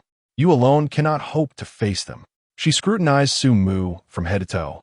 Clad in impeccably tailored casual attire, he exuded a refined and genteel air, resembling a pampered young gentleman. Such a figure seemed ill-suited to confront a band of brutish thugs. It was akin to a scholar encountering soldiers, where reason would falter, and one would inevitably face a beating. The adversaries were many and well-positioned. It was truly akin to a lamb entering a tiger's den. "Please leave. Sumu, you must listen to me. We need to go. Right now." Gu Qingman implored, stepping forward once more, reaching out to pull Sumu away from this treacherous place. She would rather endure a lifetime of suppressed anger than witness Sumu suffer harm for her sake. This child had a good heart, but he was far too impulsive. Seeing her anxious and nearly tearful countenance, a part of Sumu softened slightly. He remained still, simply extending his hand to gently press down on the one Gu Qingman attempted to use to pull him away. "Enigman, do not be afraid. I am here." The simplicity of those 3 words somehow managed to soothe Gu Qingman's frantic heart, restoring a measure of calm. She stared at the young man before her, bewildered. "You believe in me, don't you?" Sumu offered no further explanations. He merely grasped Gu Qingman's trembling hand once again, this time with greater resolve. He would not allow her to refuse, leading her onward toward the dimly lit entrance of the bustling billiard hall filled with raucous music. Exciting indeed? Precisely. In moments of extreme tension or peril, individuals may indeed experience a delusion akin to love. This phenomenon is known as the suspension bridge effect.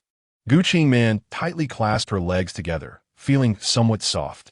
Yet for reasons unknown, her steps no longer resisted. She simply allowed him to guide her, inching closer to a door that seemed to lead to another realm.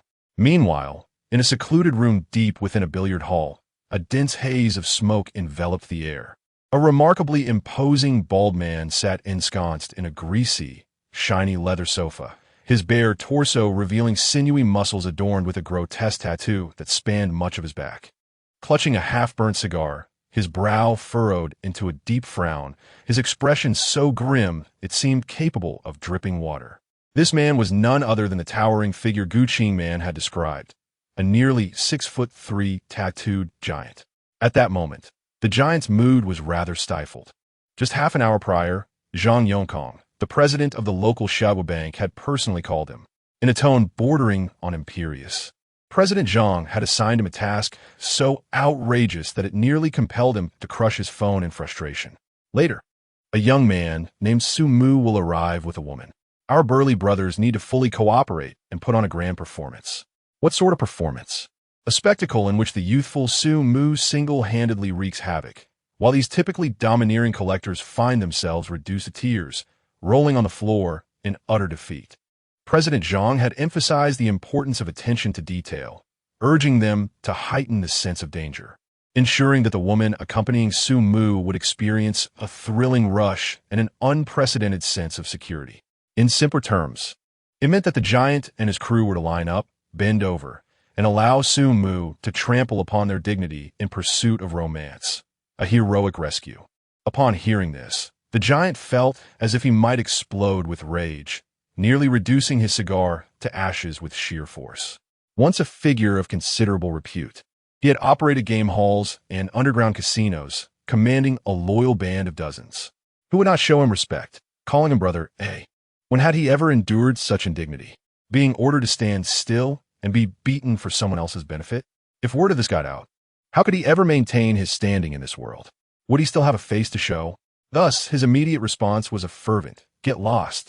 Damn that rich fool. Damn President Zhang." He would not comply. There remained a shred of defiance within him. Yet, the subsequent words from Zhang Yongkong doused his burgeoning spirit like a bucket of icy water, leaving him chilled to the bone. "Brother A, I understand this predicament may be challenging for you." President Zhang's voice carried a hint of consolation. "Mr. Su has assured us that the brothers will not labor in vain. Just cooperate and perform well. In this manner, a slap brings 1,000 yuan as compensation for hardship, while a kick amounts to 2,000. Be mindful of your intensity. You must put on a dramatic display, and your expressions should convey suffering. Above all, there must be a narrative. Do you grasp my meaning? A slap, 1,000 yuan? A kick, 2,000? Brother, it was momentarily taken aback, his mind struggling to comprehend. Instinctively, he began counting on his fingers, rapidly calculating. There were over 20 brothers under his command, all dining together. If each were to receive 5 slaps, no, 10 slaps, and then another 10 kicks. Hiss! Brother inhaled sharply, his eyes widening in disbelief. This was more than what they earned after a year of exhausting efforts, running around and pleading for payment. In this day and age, business is exceedingly difficult. Debtors are treated like royalty, while those collecting debts are treated worse than a grandson. The government's regulations are stringent. The tactics of yesteryear, spilling paint, blocking locks, slamming tables, glaring to intimidate, have long since lost their efficacy. Speaking harshly over the phone could lead to being recorded and reported, a light reprimand at best, or a trip to the police station at worst. Harassment is simply courting disaster, with sentences starting from 3 years and climbing indefinitely. Reflecting on the past, he thought of his elder brother B, but he decided against it. A true hero does not dwell on past glories, for such memories only bring tears. Considering the prospect of earning 1,000 for a slap and 2,000 for a kick, brother 8 touched his weathered, rugged face and suddenly felt as though it was not so painful after all. In fact, he felt a hint of anticipation, dignity, face. How much do those weigh? Can they be consumed as sustenance? Can they pay the wages of the brothers waiting to feast? Damn it, let's do it. Brother A took a deep drag from his cigar, exhaling a thick plume of acrid smoke, steeling his resolve. It was merely a matter of enduring a few hits. After all, who doesn't bow their head to life-est demands? People die for wealth, birds perish for food. The ancients do not deceive me. He even summoned a few of his sharper-minded subordinates to a private room, lowering his voice and reiterating his instructions. When that lad surnamed Sue strikes, I want you all to deliver performances worthy of an Oscar. Your expressions must be filled with agony. The MO, a few young subordinates nodded eagerly. Their expressions, a complex blend of anxiety and an undeniable eagerness for wealth. The prospect of earning a fortune, even amidst adversity, was a rare opportunity indeed. Brother A, observing their lack of ambition, waved his hand in irritation. Get out, prepare the area. Ensure everything is in order. We cannot afford any obstacles for our esteemed patron. The subordinates quickly complied and exited. In the private room, Brother A remained alone, shrouded in swirling smoke, his heavily lined face appearing somewhat comical. He took a deep drag on his cigar, feeling a sense of frustration he had never encountered before. Suddenly, the door to the room was thrust open slightly. A young subordinate peeked in, his face alight with a blend of excitement and trepidation. Lowering his voice, Brother A, it's happening. Young master, Sue has arrived with a woman, and they've entered the main hall. That car, a blue Rolls Royce. It's simply too conspicuous. Brother A sprang up from the sofa, his movements surprisingly swift for someone of his stature. He extinguished his cigar forcefully in the ashtray, adjusted the non-existent creases of his attire, and cleared his throat. It's showtime. Inform the brothers to take their positions. Let us exhibit our professionalism. Chapter 55. The wealthy benefactor approaches with a creak. The somewhat weathered wooden door of the billiards hall swung open. Sumulodgu ingman insight. In an instant, the cacophony of music and the clattering of billiard balls seemed to pause momentarily. A dozen young men, their hair dyed in vibrant hues, cigarettes dangling from their lips, and playing billiards with an unsteady flair, simultaneously turned their heads. Their gazes, sharp as searchlights, converged upon the entrance. Guqing Man had never encountered such a scene before. Her complexion paled slightly, and she instinctively grasped Su Mu's arm tighter. This was a place she had always avoided, never once contemplating stepping inside. The young men exchanged glances, then feigned nonchalance as they redirected their attention, continuing to strike the balls on the table. Yet, the hands gripping the cues tightened slightly, their eyes betraying an uncontainable excitement. The wealthy benefactor approaches. The sound of the billiard balls striking each other seemed to resonate with heightened clarity. Su Mu surveyed the surroundings, his voice steady. Are those who once bullied you here? Guqing Man clutched the hem of Su Mu's shirt anxiously, her gaze darting over the rough faces, finally resting on a particularly conspicuous figure with vibrant green hair, who was adjusting his hairstyle in front of a mirror. She pointed gently in that direction. It's him. And those beside him, they're the ones who splashed paint on me. Following her gaze, Su Mu nodded in understanding. He casually picked up a cue stick from the nearby rack, selecting one that appeared relatively decent, and approached an unoccupied billiard table. He bent down, poised to strike, his posture as impeccable as that of a professional. His eyes locked onto the black 8-ball. With a delicate flick of his wrist, he executed a swift shot. Swish! The cue ball struck with precision, sending the black 8-ball hurtling in a direct line towards the back of the green-haired man's head. Bang! A loud yelp erupted from the green-haired youth as he clutched the back of his head, jumping in exaggerated pain. Such dramatic flair would be wasted if he didn't pursue acting. Yet internally, he reveled in the thrill, a triumphant beginning. The commotion drew everyone's attention back to Su Mu. Who is this person? He arrives and immediately resorts to violence? Moreover, what of the woman beside him? Many of the onlookers' gazes lingered on Guqing Man. Her attire was proper, her demeanor graceful, an exquisite contrast to the grimy surroundings, adding an element of breathtaking allure. Fuming, The green-haired man approached Su Mu. "You little punk, are you looking for trouble?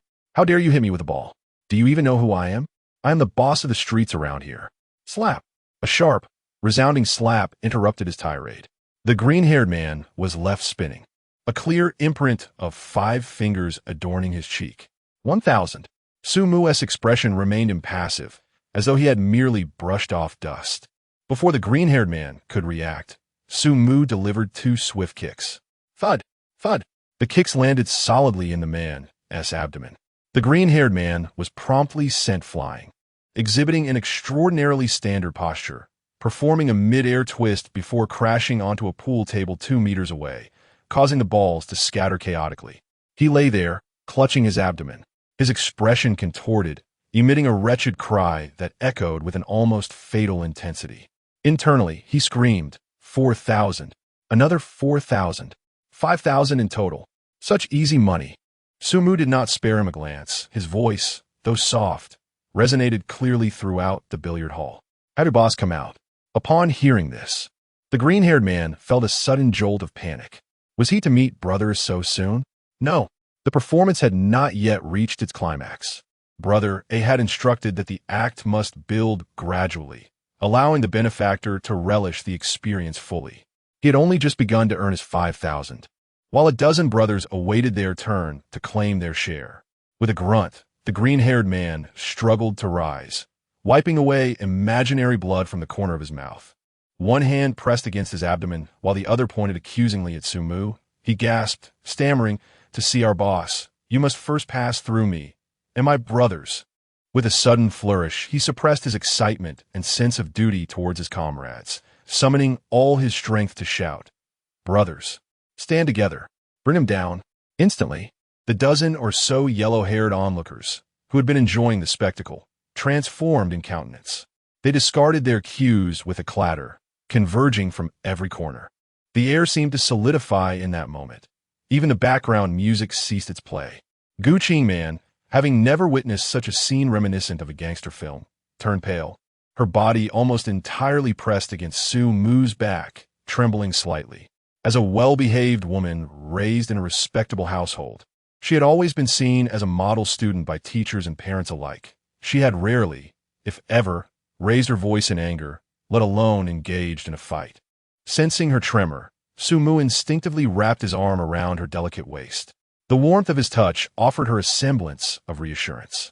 "Do not be afraid," Su Mu whispered in her ear, urging her to face them directly. "Otherwise, you shall carry this fear within you for a lifetime." Guqing Man bit her lip, her nails nearly digging into Su Mu's clothing. Yet she obediently raised her gaze, timidly meeting the fierce faces before her. The yellow-haired thugs, witnessing her reaction, grinned menacingly, some even cracking their knuckles audibly. Su Mu did not speak further. Instead, he casually weighed the cue he had just picked up. Excellent, the feel was satisfying. In the next moment, he sprang into action. With no ostentatious flourish, his movements were clean and decisive, drawing upon his extraordinary physical prowess. Su Mu's actions combined both speed and power. He harbored no fear of genuine harm, allowing each strike to unfold with a grace that bore an almost theatrical elegance. At the forefront stood a red-haired individual who, just as he raised his fist, was struck with precision by Su Mu's cue at the most sensitive part of his armpit. With a sharp gasp and a howl, the red-haired man felt his entire side go numb, collapsing in agony. Almost immediately, a yellow-haired assailant swung his cue menacingly. Su Mu deftly sidestepped, twisting his wrist to deftly jab the cue's end into the yellow-haired man's elbow. With a resounding clang, the cue flew from the yellow-haired man's grasp as he clutched his arm, hopping in place with frustration barely contained on his face. Su Mu moved through the chaos like a tiger among sheep, his cue dancing through the air. The sounds of impact, muffled groans, and various cries of distress filled the room. Within 3 minutes, the once formidable group of yellow-haired men lay scattered across the floor, each in varying positions of discomfort. Yet upon closer inspection, their eyes sparkled with excitement and anticipation. In the entire billiard hall, only Su Mu and the steadfast Guqing Man remained standing. Discarding the now slightly bent cue, Su Mu approached the green-haired man who had been struck first and the red-haired man who had collapsed initially. With the ease of lifting chicks, he hoisted each one by a hand and dragged them before Guqing Man. Chapter 56. Slapping Faces. Intimacy soars. The green-haired and red-haired thugs obediently let out feeble groans. Sumu gazed at Guqing Man, whose face was still somewhat pale, his tone leaving no room for argument. Hit them. Use all your strength. Slap them hard. Guqing Man froze, staring at the two bruised and battered delinquents before her, unsure of what to do. I can't. It was them, Sumu reminded her. They splashed paint on you, ruined your reputation, made you suffer humiliation. If you don't hit them now, they'll keep bullying others, people just as kind as you. Hit them. Guqing Man's chest rose and fell rapidly as she stared at the green-haired thug's now comically swollen face. Memories of the shame and fear she had endured surged within her. An indescribable emotion welled up. Her hand trembled as she raised it. Slap. The sound was weak, more like a light pat than a strike. The green-haired thug dramatically turned his head aside, inwardly screaming, "Harder, sister. You're making it hard for me to do my job." Sumu frowned, his voice lowering with intensity. Harder. The sharp command sent a jolt through Guqing Man, as if an electric current had coursed through her. She lifted her hand again, her lashes still trembling, but this time, her arm moved with more resolve. This time, she didn't close her eyes. Smack! A crisp, resounding slap landed squarely on the other side of the green-haired thug's face. 5 distinct finger marks bloomed across his skin, flushed red. His head snapped to the side, and he let out a convincing grunt of pain, though inwardly he was relieved. Finally, something believable. That single slap seemed to ignite a fuse buried deep within Guqing Man. Her body no longer trembled with hesitation. A rush of heat rose from her chest to her cheeks, painting them an unusual shade of pink. Was it anger, resentment, or an unfamiliar, exhilarating sense of release? She couldn't suppress a choked sob, a trembling sound that, strangely, loosened the tightness in her chest. This feeling was liberating. All the humiliation of being splashed with paint, the terror of being cornered, the injustice of whispered gossip. Now, she had an outlet. Her gaze snapped toward the red-haired thug. He flinched. Slap, slap, slap, slap, slap, slap, slap. The rhythmic sound of palm meeting cheek echoed like raindrops. Guqing Man seemed unstoppable, striking left and right, delivering blow after blow to the two thugs' dutifully bruised faces. The two victims reeled, their ears ringing, their cheeks burning, but inwardly they were overjoyed. Damn. That S200,000 right there. Looks painful, but totally worth it. Man, I should volunteer for this. Easy money. The other yellow-haired delinquents sprawled nearby, watched with envy. Sumu observed the renewed light in Guqing Man's eyes, a subtle shift stirring within him. His consciousness dipped into his mind, where the system interface flickered into view. Tenant, Guqing Man, intimacy, 4080. The speed is simply meteoric. The effect is unexpectedly splendid. Now, observe the tenant points. Tenant points, 1222. Just now, Guqing Man experienced intense emotional fluctuations, fear, rage, and finally catharsis, directly contributing 10 points. Perfect for 2 draws. Sumu's mindset. Draw. Ding. Congratulations, host. You've obtained Mastery of Judo, 200 bonus from the MILF neighbor. Sumu's lips twitched. This system, is it perhaps excessively absurd? A 200 bonus from the MILF neighbor? What preposterous nonsense is this? Could this system be a bit of a pervert? Sumu forcibly suppressed the stampede of alpacas in his heart and focused. Draw again. Ding. Congratulations, host. You've obtained Mastery of Driving, proficient in operating various large vehicles. This one seems somewhat reliable. Driving large vehicles, a technical skill. Sumu is moderately satisfied with this acquisition. Just then, the curtain at the innermost room of the pool hall was violently flung open, as if some ferocious beast were charging out. A towering figure appeared in the doorway, his shadow nearly blocking the entrance entirely. The man stepped forward, the light falling upon him, standing nearly 9 meters tall, broad-shouldered and burly, his weight likely exceeding 100 kilograms. He wore only a faded black tank top, utterly inadequate to conceal his mountainous muscles. Clearly not someone to be trifled with. An oppressive aura of menace instantly permeated the air, as if it had solidified. The pool hall fell so silent one could hear a pin drop. The previously moaning delinquents, like a gaggle of strangled ducks, instantly hushed, even forgetting to groan. This was none other than the boss of this pool hall, known in the underworld as Big A. He had heard the commotion outside earlier, but initially paid it no mind. Yet, as it continued, something felt amiss. The crisp, resonant slaps came one after another. Like a damn money printing machine. $1,000 per slap. In no time, this woman must have slapped away millions. He toils all year guarding this joint, and might not even earn that much. Big A's heart itched with envy, his eyes burning red. He too wanted to experience the blissful sensation of being slapped by banknotes. No way this good fortune was going to those useless underlings alone. Clearing his throat, he forced a suitably menacing expression befitting his status and strode out. Who the hell dares cause trouble on my turf? His voice was coarse, like sandpaper grating against eardrums, thick with threat. Sumu lifted his eyelids, calmly surveying the newcomer. Kid, not bad moves, eh? Pretty handy in a fight. Big A loomed over Sumu like a small mountain, deliberately tilting his head slightly to amplify the intimidation with his sheer size. Gazing at the asymmetrical disparity before her, Guqing Man felt a surge of anxiety. Her eyes were filled with urgency as she tugged at Sumu's sleeve, her voice trembling slightly. Sumu, perhaps we should leave quickly? I don't want you to get hurt because of me. I am merely your ordinary tenant, and there is no need for you to go to such lengths on my account. She paused, as if resolving something within herself, her voice dropping to a whisper. If you have feelings for Bai Qianqian and wish to pursue her, I would not stand in your way. How could she delude herself into thinking she was stepping up for Bai Qianqian? What did she mean by agreeing? It was utterly perplexing to Sumu. He turned to her, a gentle expression gracing his features. Any man, do not fear. With me here, no one shall dare to bully you today. He paused for a moment, a faint smile gracing his lips, his gaze earnest and filled with affection. In truth, any man, the person I have always wished to pursue is you. His words detonated in Gu Qingmon's mind like a powerful bomb, leaving her momentarily stunned, her thoughts swirling in a void. Chapter 57, A Desperate Confession.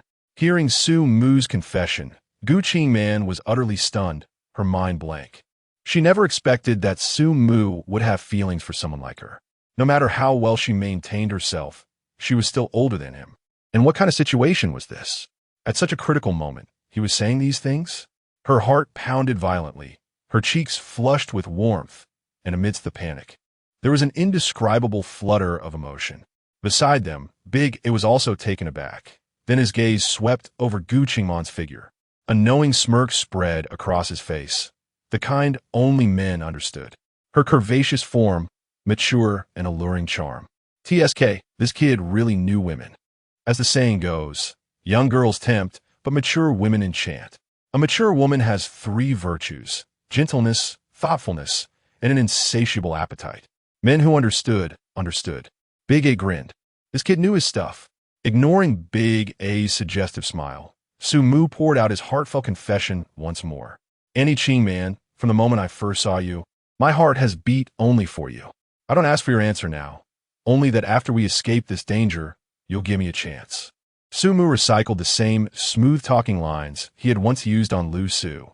What could he do? If a trick worked, why not use it again? When it came to confessions, it wasn't about originality. It was about effectiveness. Gu Qingman felt her heart tremble slightly at his words, ripples of emotion stirring within. Yet reason still urged her to refuse. Su Mu, I'm so much older than you. It's really not appropriate. I can't. Her voice carried a hint of fluster, along with a trace of sweetness and shyness. Instead of responding, Su Mu exchanged a glance with Big A, who immediately caught on. Kid, what the hell? You think this is a damn dating show? You're confessing your love here? Now? Big A roared, raising a fist the size of a sandpot and swinging it straight at Su Mu. The punch whistled through the air, carrying overwhelming force.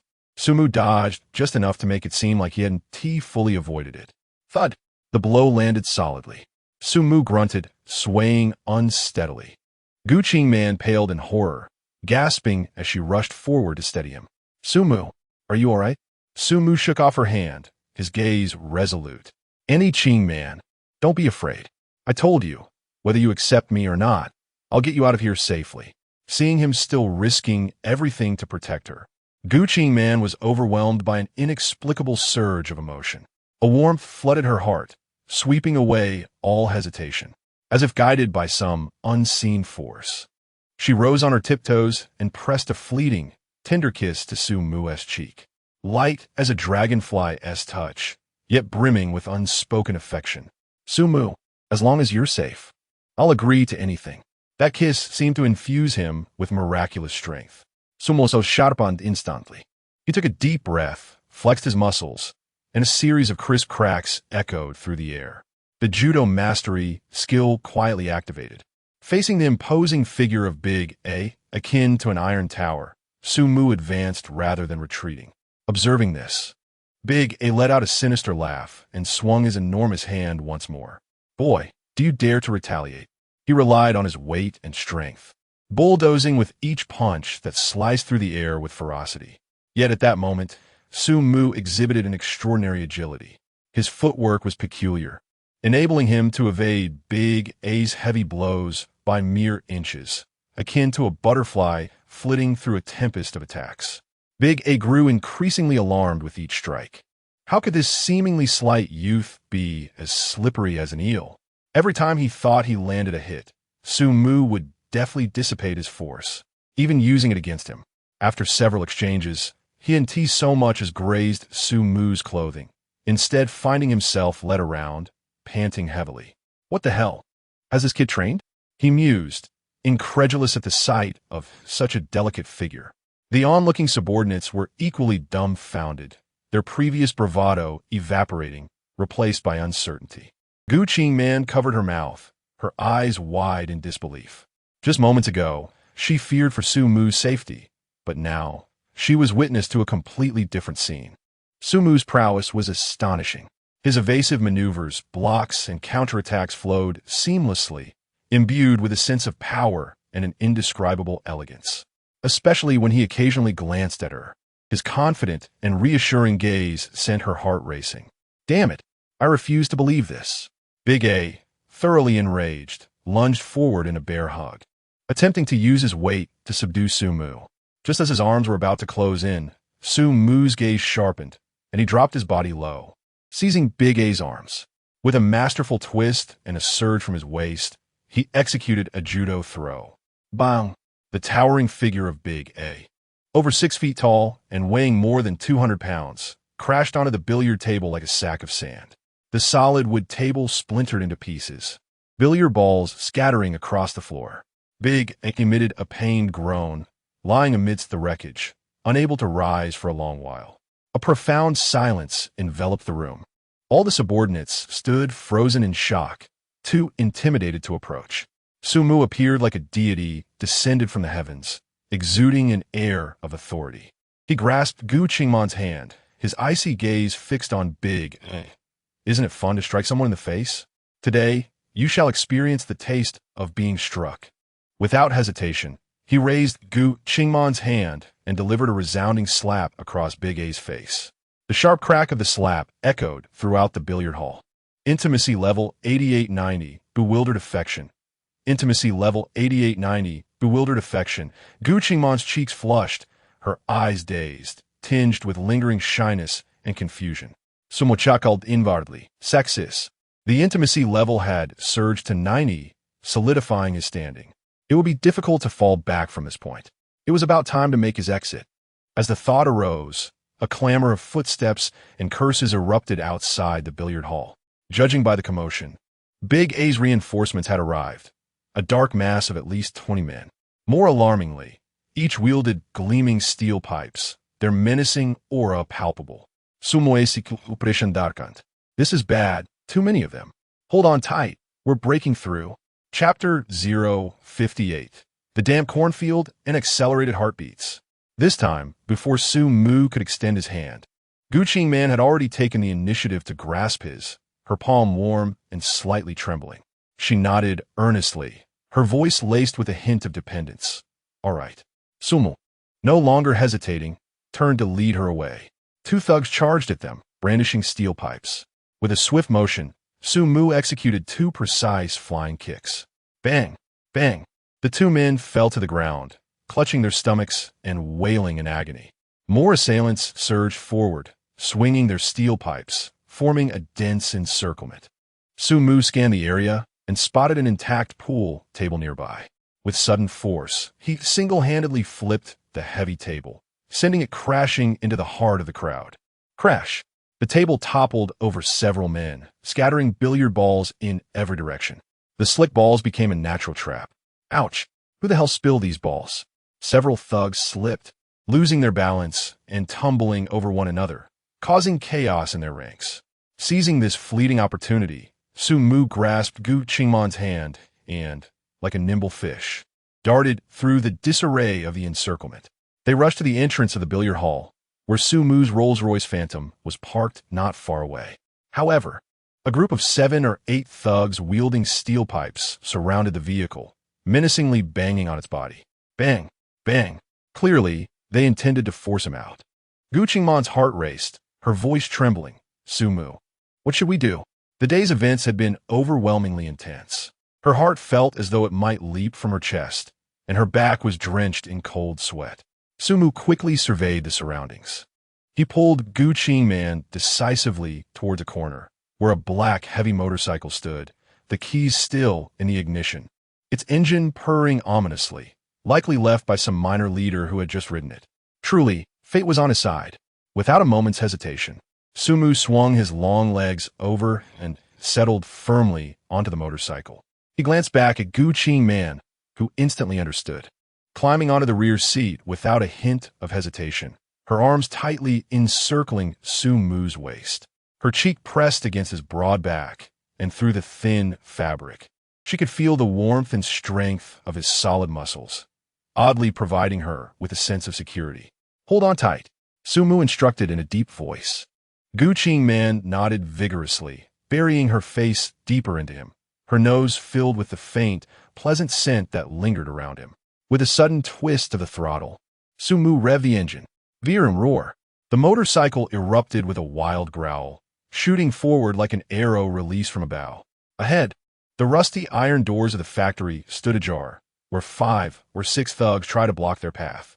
A glint of determination flashed in Sumu's eyes. Instead of slowing down, he yanked the handlebars fiercely. The front wheel of the motorcycle lifted high, charging forward with an unstoppable momentum towards the thugs attempting to intercept them. Damn, a madman. The young men were utterly terrified, scattering in panic with shrill cries as they sought refuge to the sides. Gu Qingman felt her body jerk backward, letting out a short gasp of surprise, instinctively clutching Sumu tighter, as if to meld herself into his form. Mastery over the motorcycle had long become second nature to Sumu. In that moment, he was one with the machine, maneuvering it with the precision of an outstretched arm. The motorcycle roared through the iron gate, finally breaking free from the initial wave of encirclement. Just then, from the billiards hall they had left behind, a somewhat melancholic melody unexpectedly filled the air. It was the theme song from If Heaven Has Feelings, Dream Chaser. Let youth blow through your long hair. Let it guide your dreams. The desolate yet romantic strains of the song mingled with the night breeze, creating a surreal ambience amidst the chaos of the chase. Infused with a peculiar touch of dark humor, the earlier shouts and threats seemed to fade into a hushed stillness. Gu Qingman paused for a moment, her cheeks flushing deeper, tightening her hold around Sumu's waist as if to draw every ounce of security from him. Sumu could not help but admire Big A for his professionalism, even providing a fitting background score. However, the danger had not yet passed. Amidst the music, the roar of motorcycle engines grew more intense behind them. Glancing back, Sumu saw not just 7 or 8, but a full dozen motorcycles with blinding headlights, like sharks sensing blood, surging forth from the factory in relentless pursuit. The threat loomed once more. As the pursuers drew closer, Sumu sharply turned the steering wheel, executing a deft drift into a narrow village road. The motorcycle jolted along the poorly lit path, bouncing violently. Gu Qingman tightly shut her eyes, burying her head in Su Mu's back, clutching his clothing for dear life. Su Mu's gaze was keen, scanning the surroundings under the faint starlight. As they passed a lumber pile, he swiftly knocked the wooden planks down.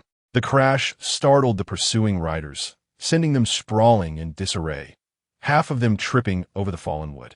Gu Qingman exclaimed in delight, "Fantastic, Su Mu, you're amazing." In her excitement, she planted a kiss on his cheek, a faint fragrance wafting towards him, causing the corners of his mouth to curve upward. "Do you want to experience something even more thrilling?" Gu Qingman answered without hesitation, "Absolutely." Just then, a narrow river, 2 meters wide, appeared ahead, its waters shimmering under the moonlight. Without a moment's pause, Su Mu pressed the accelerator, refusing to slow down. Vroom, bang. The motorcycle roared like a wild stallion, propelling the two of them into the air. Gu Qingman felt as though she was soaring, her heart racing, unable to stifle a scream. The motorcycle landed steadily on the opposite bank, splashing water around. The pursuers could only watch in astonishment as they leaped across the river, cursing furiously. "Damn it, a madman! There's a bridge over there. Hurry, go around." Yet Su Mu offered them no chance, flooring the gas pedal and swiftly leaving them in the dust. At that moment, the motorcycle shuddered violently and began to slow down. Out of fuel, Su Mu muttered a curse under his breath. Without hesitation, he discarded the motorcycle into the river to avoid detection by their pursuers. "Let us go," Su Mu urged, pulling the still-dazed Gu Qingman with him as he plunged into the dense cornfield nearby. The villages around Jiangsheng had cultivated a significant amount of pearl corn, which was thriving at this time. The towering stalks, over a person's height, formed an impenetrable shelter. They stumbled deeper into the field, the corn leaves scratching against their faces and arms, leaving behind a faint sting. Upon reaching the center of the cornfield, Su Mu pressed Gu Qingman firmly into the earth. "Stay quiet. We will hide here." Gu Qingman was drenched in sweat, her body caked with dirt, breathing heavily. "All right, I'll follow your lead." She could sense Su Mu's presence beside her, a profound sense of safety enveloping her. Before long, the sound of motorcycles drew closer. The intense tension heightened her sensitivity to the outside world, nearly prompting her to scream. Fortunately, the pursuers lingered outside the cornfield, observing for a moment before cursing and continuing on their way. The world seemed to fall utterly silent. Only the faint chirping of unknown insects filled the air, mingling with the earthy scent of soil and corn leaves. Su Mu released his hand from her mouth. Under the dim starlight, their eyes met, mere inches apart. The darkness amplified their senses and the subtle emotions that had quietly begun to blossom. Their hurried breaths intertwined, thickening the air with an unspoken tension. Intimacy level 9099, temporary increase. The intimacy level surged to 99 in that fleeting moment. The bridge effect reached its zenith as the adrenaline of their perilous escape and the thrill of life and death ignited a fervent release of dopamine within Gu Qingman. This sensation awakened something within her that had never been touched before. Su Mu gazed into her remarkably bright eyes in the darkness, silent. He seemed poised to pull her up, as if intending to leave. However, Gu Qingman suddenly grasped his wrist, stepping closer. "Su Mu, tonight, if you're a man, do not leave." Chapter 059, The Cursed Vixen. As the first light of dawn painted the horizon with a delicate hue, Su Mu and Gu Qingman emerged from the dense cornfield, one after the other. The morning dew clung to their garments, while the sharp edges of corn leaves left faint red marks on their skin. Stray bits of grass were entangled in their hair. Guing man gently Naxumoy's shoulder, playfully complaining, "Hey, I can't move anymore." Her voice carried a hint of affectionate teasing. Turning to glance at her, Su Mu wore a smile that spoke volumes. Without uttering a word, he crouched slightly before her. Without hesitation, Gu Qingman climbed onto his back, wrapping her arms around his neck, resting her head against him. "You're the best," she sighed. Carrying her, Su Mu walked steadily towards the distant road, silently assessing the system in his mind. Intimacy level 95 inseparable. The intimacy level finally stabilized at 95, and Sumu nodded to himself, content with this outcome. Not long after, they beheld the rising sun casting its golden rays across the earth. Sumu halted, taking out his phone. Let us commemorate our first wilderness survival experience. Gu Qingman, still on his back, turned her head, a hint of bashfulness coloring her cheeks. This is so ugly. She glanced at her hands and clothes, smeared with dirt. Not ugly at all, quite meaningful, he reassured her, adjusting the angle before capturing the moment with a click. The photograph depicted the soft morning light against the lush green cornfield, showcasing only half of Gu Qingman's profile resting against him. Her lips were slightly puckered, yet her eyes sparkled with dependence and a hint of uncontainable affection as they fixated on the man before her. The sweetness of the moment seemed almost tangible within the photograph. Gu Qingman studied the image, her cheeks flushing as she playfully punched him. Only you would know how to take a good picture. Sumu chuckled, deftly maneuvering his fingers across the screen. Skillfully, he filtered out most of the contacts, leaving only one group intact. He then sent out the photo without any accompanying text. In that group, only one name remained, Bai Qianqian. By noon, the sun blazed fiercely, warming the skin. Bai Qianqian finally found a moment of respite, plopping down onto a greasy little stool in the back kitchen of a milk tea shop, exhaling deeply. She wiped her forehead, her sweaty fingers smudging her cheeks with streaks of powdered creamer. Last night, her notoriously frugal mother had unexpectedly transferred her $1 million. The reason? Startup capital for her entrepreneurial endeavors. Perhaps she had been moved by how badly Bai Qianqian had been bullied by that wretched Lin Mixue. With this substantial sum igniting her long-dormant ambition, Bai Qianqian spent the night drafting plans, sacrificing sleep. At dawn, she unfurled a banner, energetically launching a promotional event for her nemesis, the Buy One, Get Four free sale. The results were surprisingly successful, especially since Lin Mixue had inexplicably chosen not to oversee the shop that day. At the entrance of her quaint tea shop, a throng of people had gathered, the line stretching far beyond sight, reminiscent of its former glory. As the sounds of enthusiastic customers praising the sweet, indulgent milk tea echoed outside, Bai Qianqian felt a wave of comfort wash over her weary bones. Losing money? If that were the case, so be it. It was a joy that money could not buy. The thrill of being adored, of triumphantly overshadowing her rivals, made her modest vanity swell to dizzying heights. She reached for her phone, intending to peruse her social media feeds, hoping to find a thoughtful customer who had captured the bustling scene of her shop, so she could like the post and bask in the compliments of her friends. However, just as her fingers unlocked the screen, a new post caught her like a bucket of icy water, extinguishing the flicker of her pride. It was from Sumu, featuring the words "Farm Stay" alongside a photograph. The backdrop was lush and verdant, resembling a cornfield. The morning light was soft, as if filtered, imbued with a hint of misty moisture. Sumu's profile was partially visible, with a defined jawline and a hint of a smile at the corners of his mouth. Yet his eyes sparkled with a sense of triumph. That was trivial compared to what followed. A woman was perched on his back.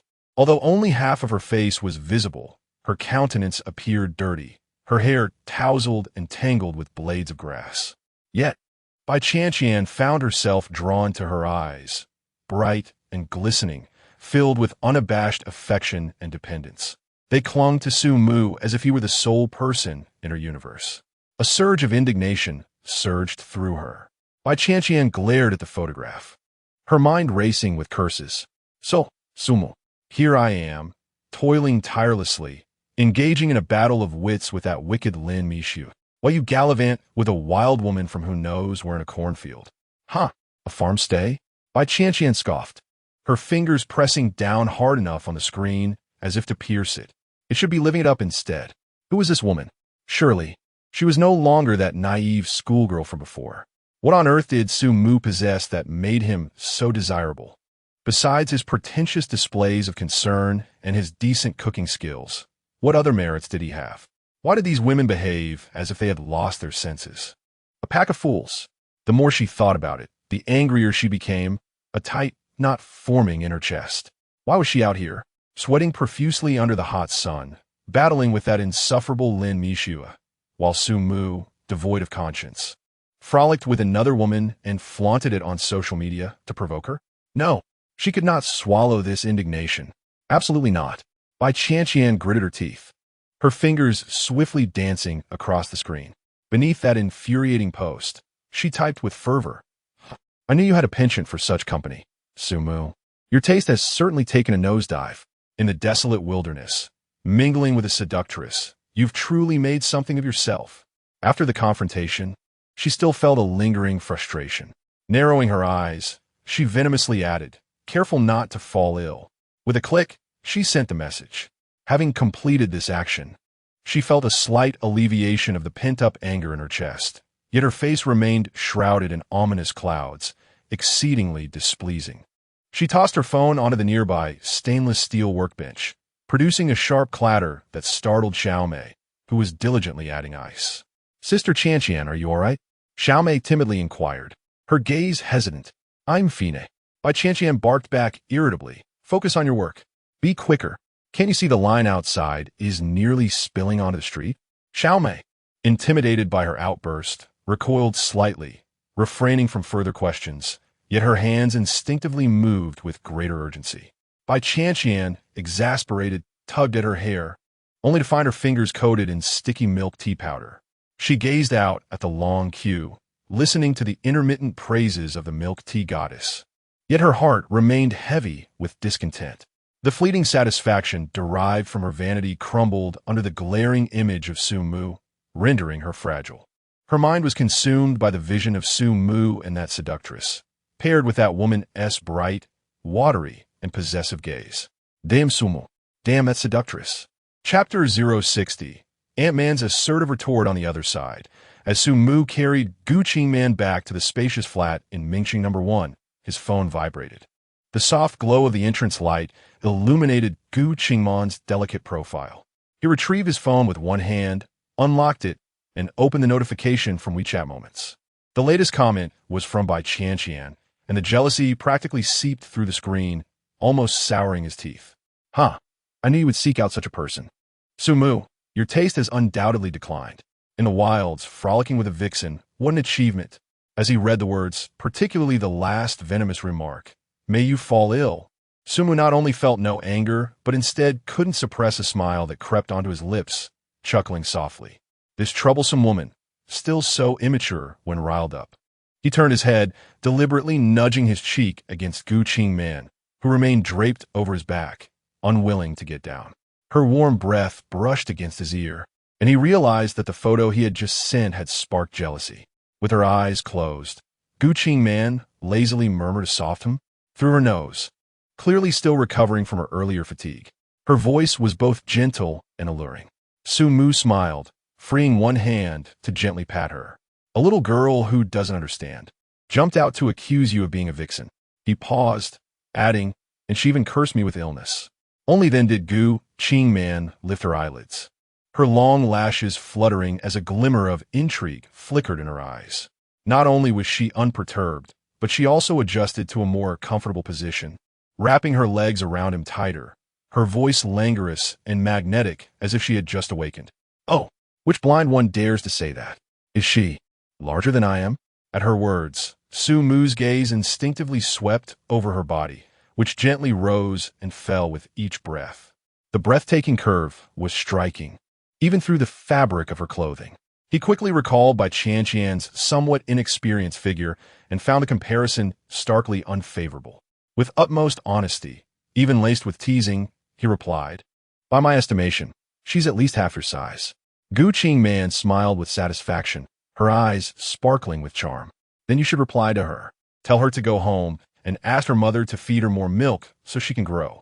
She let out a soft hum, infused with a sense of superiority, as if a mature woman was effortlessly overshadowing a little girl. Su Mu couldn't help but laugh, his free hand playfully pinching her smooth, delicate cheek. Ant-Man, your talent for retorting is truly a natural gift. You slay without shedding blood. Gu Qingman let out a light hum, her chin slightly raised with a hint of pride. As she lay against his broad back, she suddenly recalled something. By the way, the 1 million you gave me yesterday, I transferred to Qianqian. Her tone was casual, yet her gaze subtly gauged Su Mu's reaction. He responded nonchalantly, "So what if he did? I'm not concerned." He paused momentarily, then with a mischievous grin added, "The money was given to you. You are already my woman. However, if your daughter loses the money, I shall have to punish you severely." Gu Qingman trembled slightly, yet her eyes grew even brighter. "Go ahead, punish me however you wish. I've long been yours." Indeed, once such a dignified and reserved woman from a respectable family fully lowers her defenses, that overwhelming devotion and willingness to surrender herself is utterly intoxicating. Sumu leaned in close to her ear and whispered, "Then I want you to wear that V-neck apron from last night and cook for me." Just that. Gu Qingman's breathing noticeably quickened. She bit her lip lightly and nodded softly, "Fine, but you must stand behind me while I cook." Su Mu smiled in satisfaction and was about to step into the kitchen when his phone vibrated in his pocket. This time, an incoming call. Seeing Lin Mishue's name on the screen, his brow furrowed slightly as he answered. "Sumu, get here now. That bastard Li Tai won't leave me alone." Lin Mishue's voice on the other end was laced with urgency and a barely detectable trace of panic. The background noise was chaotic, with what sounded like Lu Su trying to mediate. "Lu Su and I were having dinner at Moonlit Kaiseki, and he spotted us. Now he's blocking the door and won't let us leave. Elite Dai. Sumoy's Gazeterm Daisi." The name took a moment to resurface from the depths of his memory. Lin Mishue's self-important ex-boyfriend, the same student council president who had opposed him at every turn during university. A mere clown. He hadn't even sought retribution for past grievances. Yet this fool had the audacity to provoke him first. Truly courting death. "Understood. I'll be right there." Sumu's tone was calm, betraying no emotion. After hanging up, he gave Gu Qingman's back a reassuring pat. "Annie Qing, I have to step out for an urgent matter." Though reluctant, Gu Qingman knew better than to protest and nodded obediently. "Go ahead. Come back soon." Su Mu kissed her forehead before turning toward the door. As he changed his shoes, his gaze swept over the key hooks beside the shoe cabinet. His fingers paused, bypassing the usual car keys before finally selecting the one bearing the prancing horse emblem, the key to his Ferrari LaFerrari. This top-tier supercar had mostly been reserved for occasional joyrides, never truly showcased in any significant setting. Today, it would serve as a fitting spectacle for that fool Li Tai. Descending to the underground garage, Sumu located his reserved parking spot.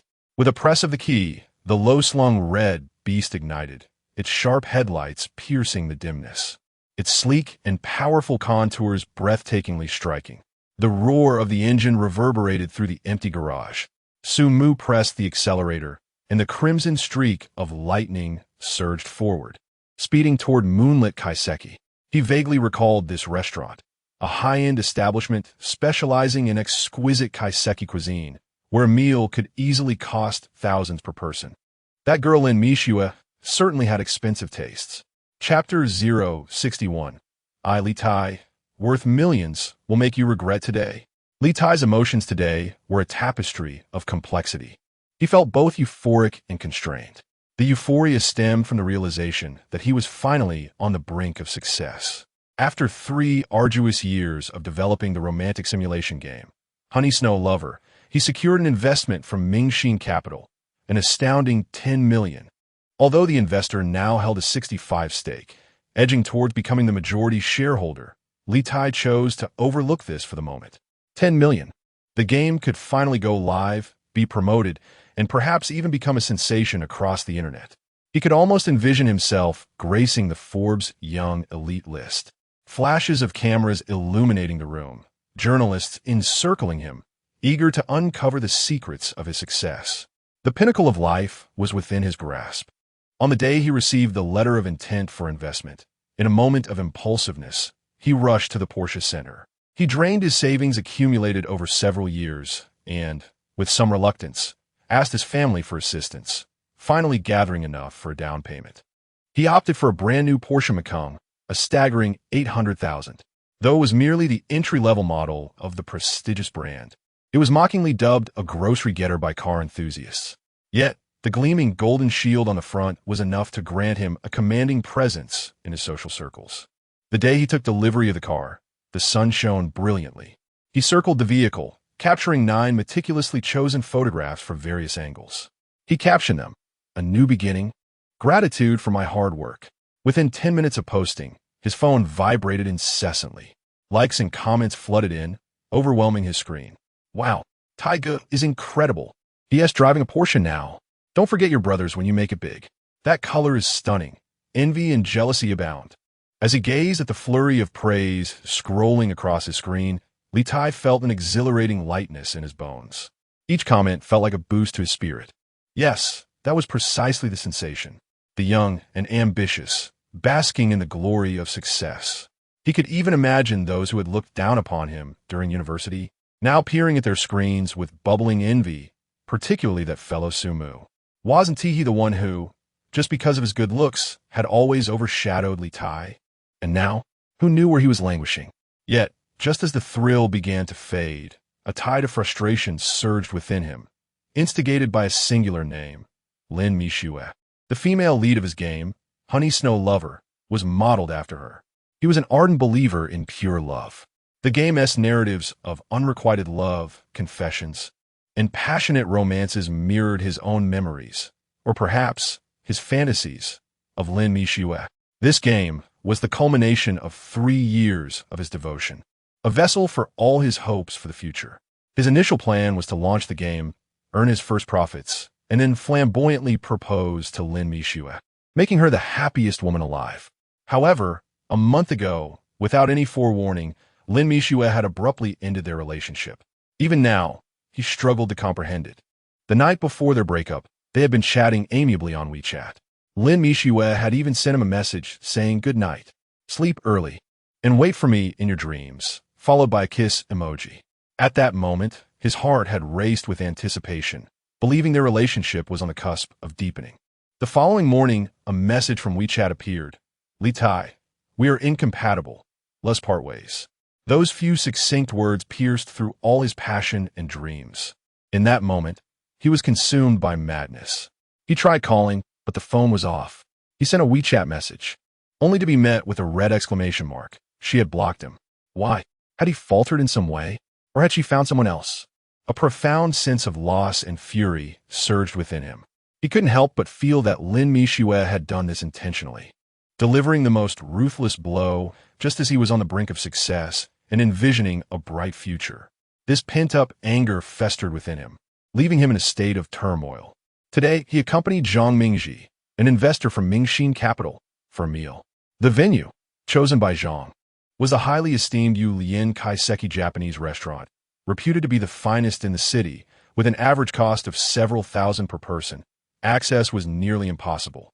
Li Tai felt a pang of anguish in his heart, yet he wore a facade of nonchalance. After all, he was in the presence of a financial benefactor who deserved proper attention. In the private room, a server clad in an exquisite kimono knelt beside them, softly introducing the dishes. Zhang Mingji appeared to be a regular, engaging warmly with the manager.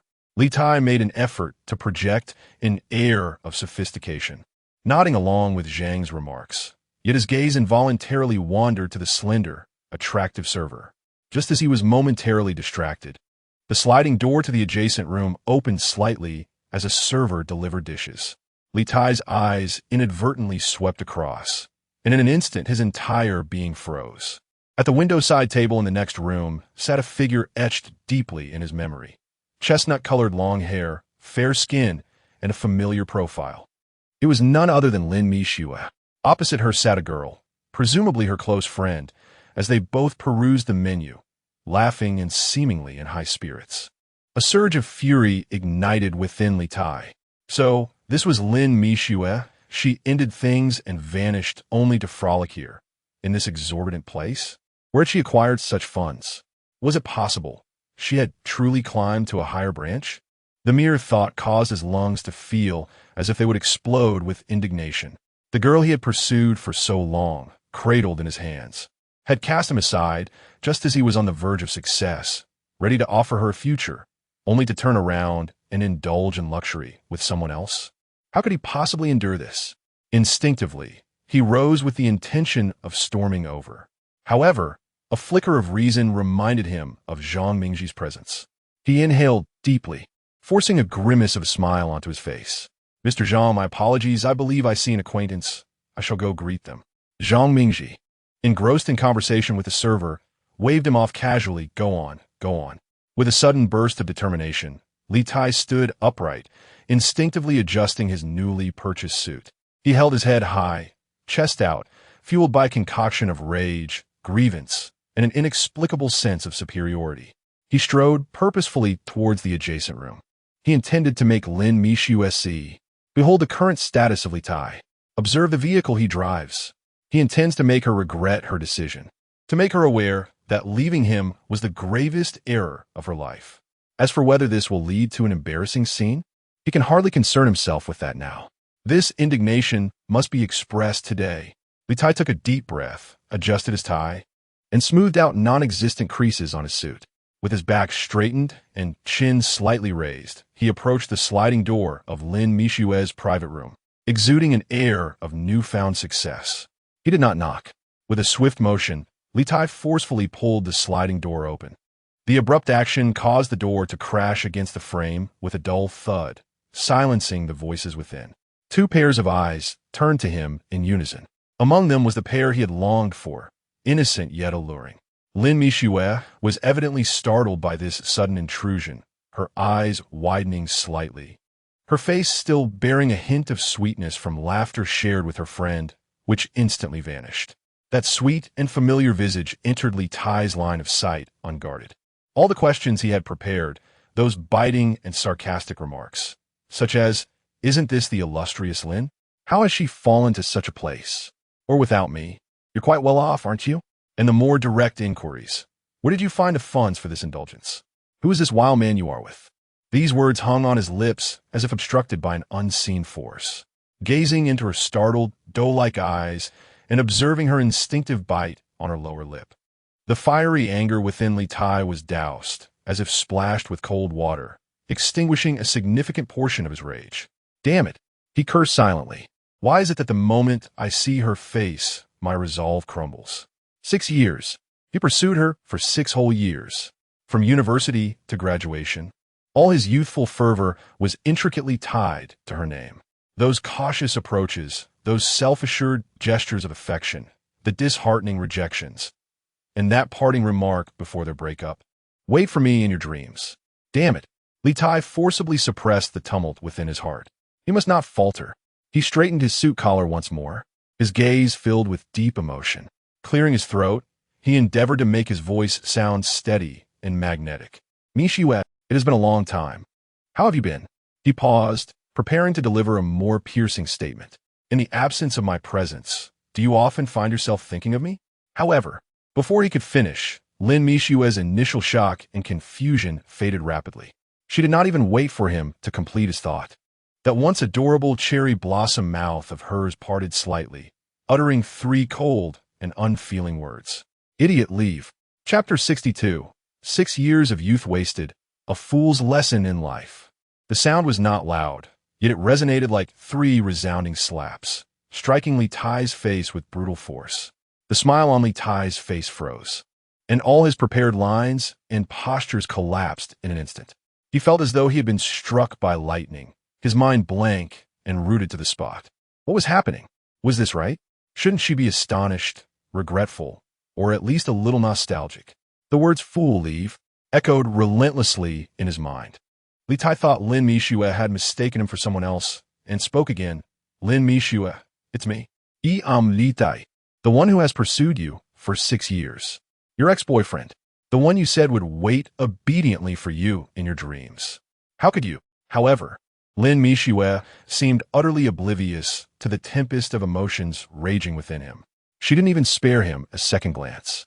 With an elegant demeanor, she picked up her chopsticks and delicately selected a piece of exquisite kaiseki cuisine, sea urchin paired with yuzu jelly. She slowly brought it to her lips, savoring the fresh, sweet flavor that spread across her palate. She squinted her eyes in delight, revealing a hint of satisfaction on her face, as if this unexpected intruder were merely a buzzing fly, easily swatted away. Watching her content expression, Li Tai felt as though his heart had been struck by a heavy hammer, leaving him breathless with pain. How could she be so calm? How dare she be so calm? I know it's you, Li Tai. Finally, Lin Mishue swallowed her food, gently dabbed her lips with a napkin, and lifted her gaze to meet his. Her voice was cool and detached, carrying an unfamiliar sense of estrangement that he had never encountered before. Haven't we already broken up? What brings you here now? She paused, her brow furrowing slightly, as if she were growing impatient. And before entering someone else's booth, you ought to knock. It's the most basic courtesy, Mr. Li. You should understand that, right? Mr. Li? Hearing this formality nearly made Li Tai choke on his own breath. This was wrong. This was utterly wrong. The Lin Mishue in his memories had eyes that curved like crescent moons when she smiled, her voice soft and sweet with a hint of innocence. Even when angry, she would merely pout and stomp her feet. When had she become so indifferent, so cruel? Was this still the Lin Mishue he knew? How could she seem like a completely different person? No, it felt as if she had assumed someone else's form entirely. Who had done this to her? A wave of indescribable panic and fury surged within Li Tai once more. He struggled to suppress the tumultuous emotions, forcing a smile that was more painful than tears. Mishue, please let me explain. I didn't mean to. He took a step forward, attempting to bridge the distance. I saw you from the next booth, and in a moment of panic, I was so worried about you that I barged in. His voice trembled ever so slightly. After all, it has been so long since we last met. Can we find a place to talk privately? He believed that as long as they could be alone together, he would surely be able to win her over with his sincerity and current stature. However, Lin Mishue seemed to disregard his request entirely. She picked up a piece of sweet leaf crab meat, elegantly garnished with vibrant wasabi stems. As she savored it, the unique spiciness of the wasabi gently stimulated her nasal passages, causing her delicate nose to wrinkle ever so slightly, which only enhanced her charm. Yet in Li Tai's eyes, this allure was not so endearing at that moment. She was completely ignoring him. Alone to talk, Lin Mishue finally spoke again, her tone laced with a hint of amusement. I fear it might not be convenient. My husband is coming to pick me up soon, and I worry he might misunderstand. Husband. Li Tai felt a wave of darkness wash over him, nearly causing him to falter. Why, you're married? His voice was dry, saturated with disbelief. Lin Mishue observed his disheartened expression, and a sweet smile crept upon her lips. Yes, we just moved in together last month. You might know him. Li Tai's heart raced furiously, an ominous premonition enveloping him. Who? Who is it? Seemingly pleased with his reaction, Lin Mishue leisurely revealed name. Sumu. What? Li Tai's voice escalated sharply, tinged with terror and absurdity. Him. The Sumu who always opposed me in college. The one so impoverished that treating you to a decent meal was a challenge. That pathetic boy I always looked down upon, thinking I could never compete with him. The smile on Lin Mishue's face deepened, tinged with a hint of pride. Indeed, he is now my beloved husband. No. Li Tai felt as though the entire world was spinning around him, the sound of his racing heart echoing in his ears. He could not accept this. It was impossible. A piercing scream erupted from his throat, reverberating through the tranquil corridor of the upscale Japanese restaurant. Sumu arrived with remarkable swiftness. This high-end establishment was situated in a bustling area of the city, and in less than 5 minutes, his rarely driven LaFerrari, which had not yet fully warmed up, came to a stop at the entrance. As he pushed the door open and stepped inside, he immediately spotted Li Tai, who was trapped at the entrance of the private room, looking lost and contorted with anguish. Li Tai clenched his fists tightly, veins bulging, his eyes filled with madness and resentment. Yet he dared not act upon his feelings. Upon seeing Sumu, Li Tai seemed to find an outlet for his pent-up emotions and abruptly turned to glare at him. However, he ultimately directed his ire towards the private room. Lin Mishue, you must come with me today. I tell you, I have become successful. I own a company now. I am making a fortune. He pointed at himself, and then at Sumu, his face twisted with jealousy. You are with him? With that incapable, impoverished Sumu? What future could you possibly have with him? Come with me. I can give you everything you desire. Chapter 063. You are worlds apart from my husband. Sumu stood at the end of the corridor, observing the farcical scene before her. How intriguing. Li Tai's face, twisted by jealousy and resentment, had become grotesque. Moments ago, He contemplated whether to drive his LaFerrari to the entrance, revving the engine to teach this former student council president a lesson. Now, it seemed utterly unnecessary. The disparity in status was simply too vast. Engaging with such a person would only diminish her own standing. At that moment, the door to the private room swung open with a flourish. Lin Mishue, whose expression had been cool, instantly lit up upon seeing Su Mu. She nearly sprinted out. Li Tai stood in the doorway, but Lin Mishue paid him no heed, unhesitatingly pushing him aside with a firm shove. "Move! You're in the way." Her actions were decisive, laced with undisguised disdain. Li Tai stumbled, nearly colliding with the wall, his face draining of color as embarrassment and astonishment washed over him. He had never been treated so rudely by Lin Mishue. In the next moment, Lin Mishue had already leaped into Su Mu's embrace, enveloped in warmth and softness. She tilted her exquisitely beautiful face upwards, her watery eyes filled with grievance, yet also radiating the comfort and trust of having found a protector. "Dear husband," the sweetness of her voice, like honey, echoed clearly in Li Tai's ears. Lin Mishue rose on her tiptoes, her rosy lips slightly pouting, ready to plant a kiss on Su Mu's face. However, Su Mu chuckled softly, tilting his head slightly and extending a finger to gently block her lips. Lin Mishue tilted her head, a hint of confusion in her eyes. Su Mu gazed down at her, amusement dancing in his eyes. "Have you forgotten our household rules? What must you do first during a kiss?" Lin Mishue paused, then quickly realized, feeling slightly embarrassed, she pressed her lips together and raised them higher, resembling a beggar kitten. Utterly adorable. "Sapre singalet, sumo cheesed. A beat hour. Please." That lacked sincerity. Lin Mishue strained to elevate her lips even more, her nose crinkling adorably. Watching this spectacle, Li Tai felt his eyes nearly blaze with fury. Had he ever seen Lin Mishue act so coquettishly? Never. This woman had always maintained a distant politeness in his presence. Yet now, she was initiating a kiss with Su Mu, a man he had once looked down upon as a mere pauper. However, the anticipated kiss did not materialize. Su Mu gently tapped her smooth forehead with his finger, delivering a tender yet playful rebuke. "Your mouth is all greasy from dinner. No kisses for now." His tone was imbued with fondness. Lin Mishue let out a playful whine, covering her forehead as she feigned anger. "Su Mu, you're so annoying." Her voice was teasing, devoid of true anger, instead resembling a playful exchange of affection. This naturally intimate scene was to Li Tai 100 times more jarring than Lin Mishue's earlier declaration of cohabitation. To initiate a kiss only to be turned away?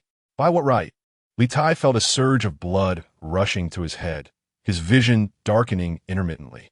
The intimate interaction between those two, every subtle gesture, seemed to silently mock his failure and absurdity. Su Mu leisurely strolled over with Lin Mishue's slender waist in his embrace, finally stopping before Li Tai. "Well, if it isn't Chairman Li Tai, long time no see."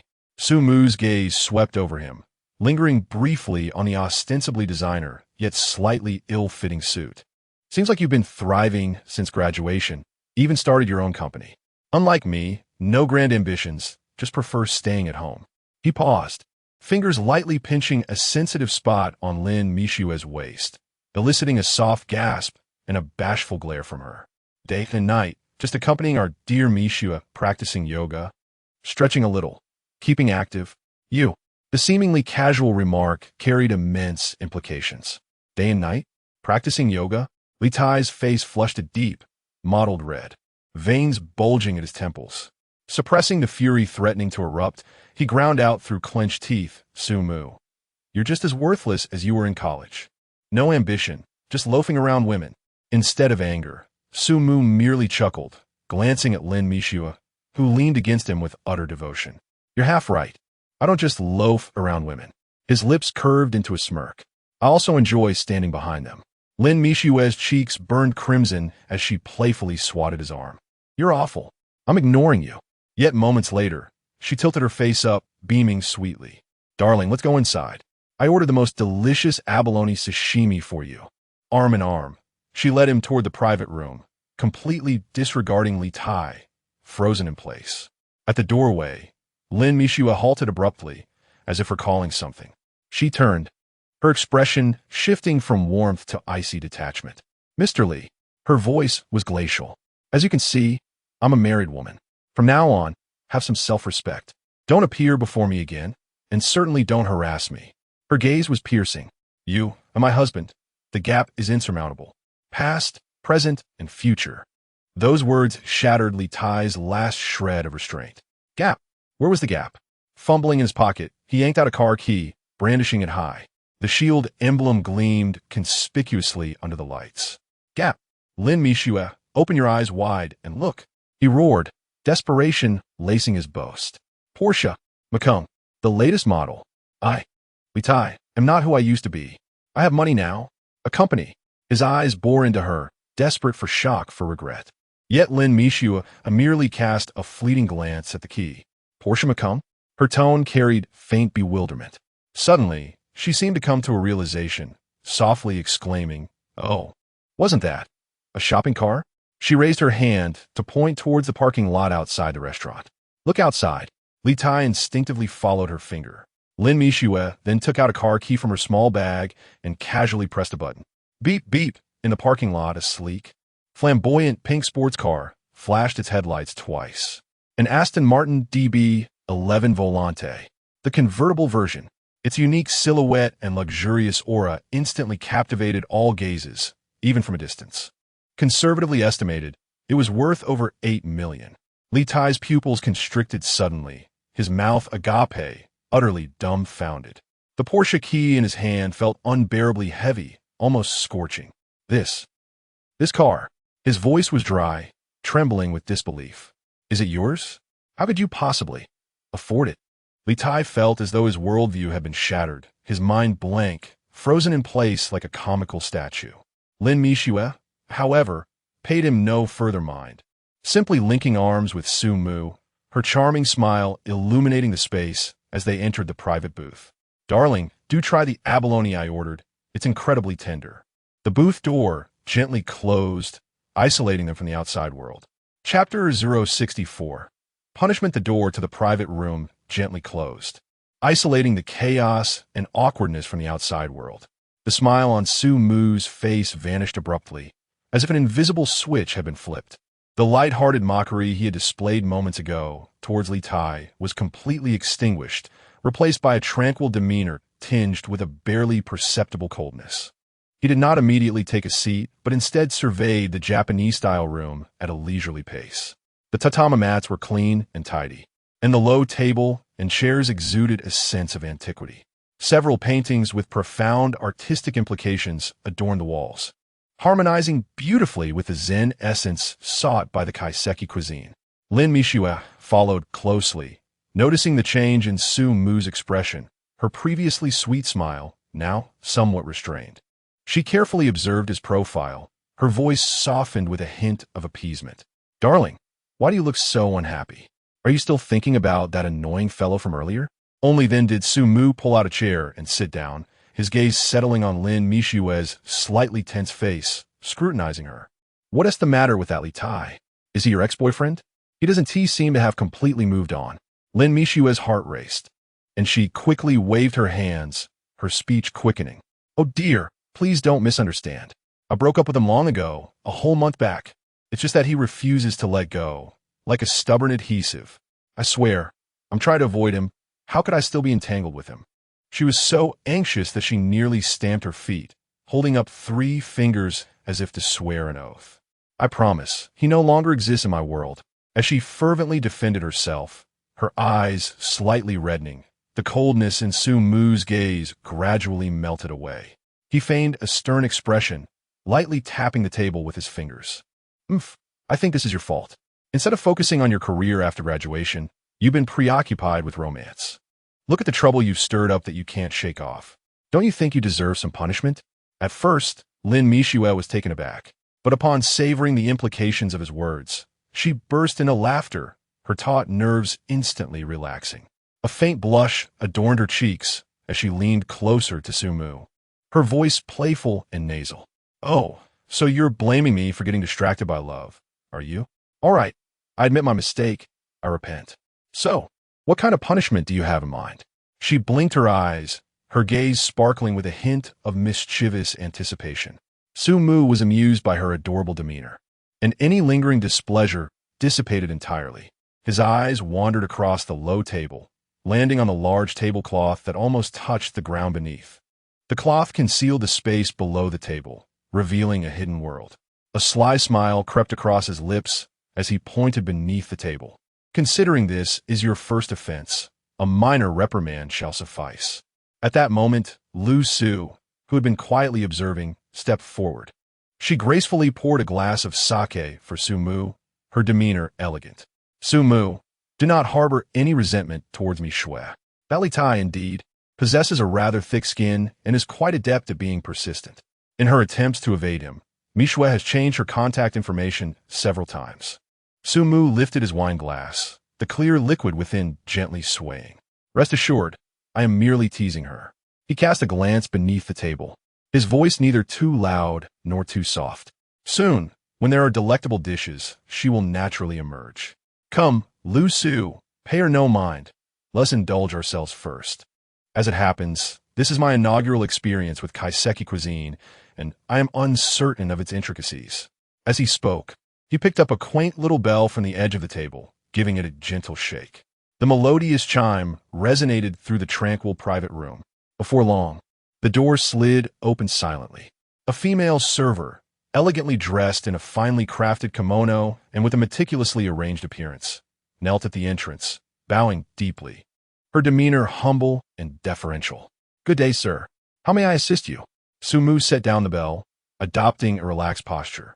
Do you have any recommended set menus? The server maintained her kneeling position, her voice soft.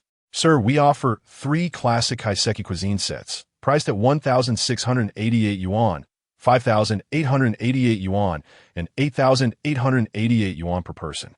Each is crafted from the freshest, seasonal, top-quality ingredients, carefully prepared by our chef. Liu Su Listen Atten TV, Noding Ditskötin, recognizing that the prices align with the high-end Japanese cuisine positioning. Yet, Su-mu seemed oblivious to the price, absent-mindedly stroking the rim of his glass. Is that all? He raised his gaze towards the server. Do you have anything pricier? The server appeared momentarily taken aback, seemingly unprepared for such an inquiry. However, she swiftly regained her professional composure, bowing her head with even greater respect. Sir, we have prepared an exclusive set menu for our most esteemed guests, named Shun, which signifies the tasting of the ultimate flavors of the 4 seasons. It features the finest seasonal ingredients sourced globally, with some requiring air transport from abroad to ensure the optimal tasting period. The price is 38,888 yuan per person. As she pronounced the final price, her voice involuntarily softened, tinged with a hint of caution. Lu Su felt a twitch in her eyelids upon hearing this. 38,888 per person? Are we dining on gold? Su-mu, however, exhibited no particular reaction, as if he had merely heard an ordinary figure. He waved his hand dismissively. All right, let us go with that. 2 portions to start. He paused, seemingly recalling something, and added, Oh, and please select the finest sake you offer. The server bowed deeply once more, her voice tinged with a barely perceptible excitement. Certainly, sir. Please hold on for a moment. I will prepare it for you immediately. Chapter 065. The radiant wrist as a plate. The beauty feeds previously, the dishes ordered by Lu Su and Lin Mishue were swiftly removed. Soon, waitresses clad in exquisite kimonos gracefully presented the appetizers. First course, 8-inch, and seasonal dish. Although these terms may sound enigmatic, they merely refer to a selection of hors d'oeuvres, seasonal platters, and top-tier sashimi. The lead waitress softly introduced each dish, her voice a gentle melody. Master, this is the Hokkaido horse manure sea urchin, paired with almost sturgeon caviar. The sea urchin, delicately aged in sake, retained its sweetness to the utmost degree. The porcelain plate was exquisite, the presentation meticulous, resembling a piece of art. Su-mu picked up the ebony and silver chopsticks, lifted a small segment of golden sea urchin, and placed it in his mouth. It melted instantly, the sweetness accompanied by a subtle fragrance of sake, while the caviar burst in his mouth, releasing layers of savory delight. The flavor was indeed delightful. For someone accustomed to the robust flavors of Chinese stir-fry, this refined cuisine offered a unique charm. Yet, was this truly worth 38,888? Surely, they must be mistaking the decimal for an integer. As this thought flickered through his mind, the door to the private room was pulled open once more. Two waitresses clad in kimonos entered. One possessed a graceful figure and alluring curves, holding a set of exquisite tea utensils. The other exuded an air of elegance, her beauty striking as she approached Su Mu, slightly bowing. In a gentle tone, she addressed him, Master. Then, astonishingly, she adopted a pose as if to feed him. Su Mu es astonished. This service was rather intriguing. The other waitress, perched elegantly at a slight distance, sat cross-legged, gracefully extracting a delicate tea bowl to perform the tea ceremony. Each movement was slow and imbued with grace, particularly when she leaned to fetch water or pour the tea. The wide sleeves of her kimono slipped, revealing her slender wrists. More captivating was the unavoidable slight opening of her kimono's front as she leaned forward, showcasing a perfectly enticing vista that was hard to overlook. Su Mu's eyes brightened slightly. Such service existed? He suddenly felt that the 38,000 was perhaps not entirely unreasonable. In fact, it seemed quite worth it. Indeed, a bargain. This was art, undeniably art. However, before he could savor this moment, Lu Su beside him became displeased. Her enchanting gaze swept over the waitress poised to feed him, a hint of a smile playing at her lips. She raised her hand gently, her tone warm yet firm. There is no need. I shall take care of this. The waitress paused in surprise, then bowed and retreated. Su Mu's heart sank. Oh no! He felt a twinge of dissatisfaction. This woman was rather presumptuous. Lu Su, seemingly oblivious, leaned in closer to Su Mu. A faint, alluring fragrance wafted into his nostrils. With her own silver chopsticks, she delicately picked up a piece of translucent, glistening firefly squid, artfully marinated in truffles. She did not directly bring it to Su Mu's lips, but instead placed that piece of squid delicately upon the back of her own fair and flawless hand. Her wrist, as pure as jade, accentuated the allure of the food even more. Then, she brought her hand to Su Mu's mouth. With a gaze tinged with languid charm, she tilted her head slightly, signaling him to partake. Su Mu looked at the exquisite delicacy and the beauty before him. The minor displeasure from earlier dissipated instantly. He lowered his head and took the warm firefly squid into his mouth. The exotic fragrance of truffle melded perfectly with the umami of the squid, its texture delightfully springy. Su Mu narrowed his eyes in satisfaction. Indeed, nothing compared to the comfort of home. This service was far superior to the earlier one.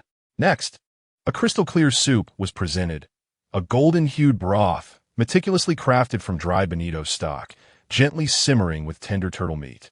The aroma was rich and pure. Lu Su ladled a small bowl for Su Mu with graceful movements. Su Mu took a sip.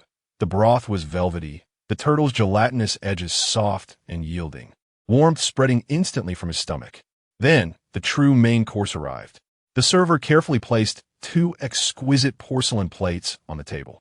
On the sizzling stone slab lay a Miyazaki, a 5 Wagyu sirloin, its surface seared to a delicate crisp, the interior still a tempting shade of pink. Beside it, freshly shaved French black truffle slices exuded an intoxicating aroma.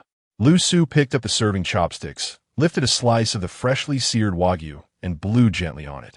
This time, she did not place it on her hand, but simply brought it to Su Mu's lips, her eyes silently urging him to open his mouth.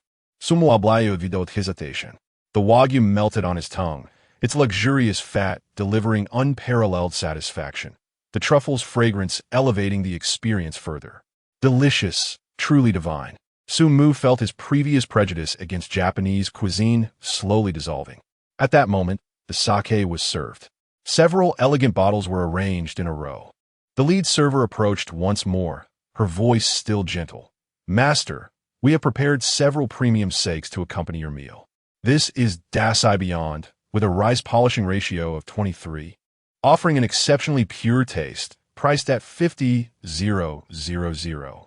This is Nabishima Daijinjo, a rare and complex brew priced at 100,000.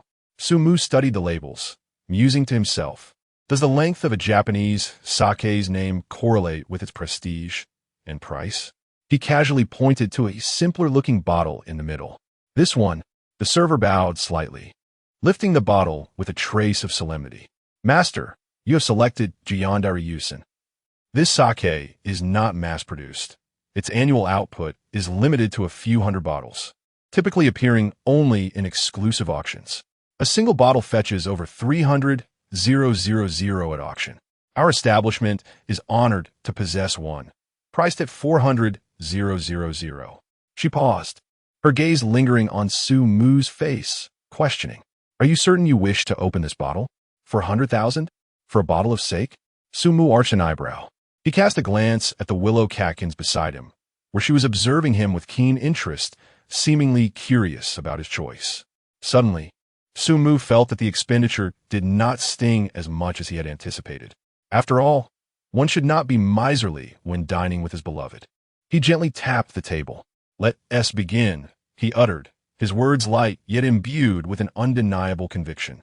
Lu Su sat upright, her expression neutral, merely lifting her teacup to take a delicate sip. However, beneath the table, a small head was anything but calm. Lin Mishua hid beneath the tablecloth, her eyes wide with astonishment. 400,000 for a single bottle of wine. She was so excited that she nearly gasped aloud, her body trembling slightly. Su Mu sensed the commotion beneath the table, and his brow furrowed ever so slightly.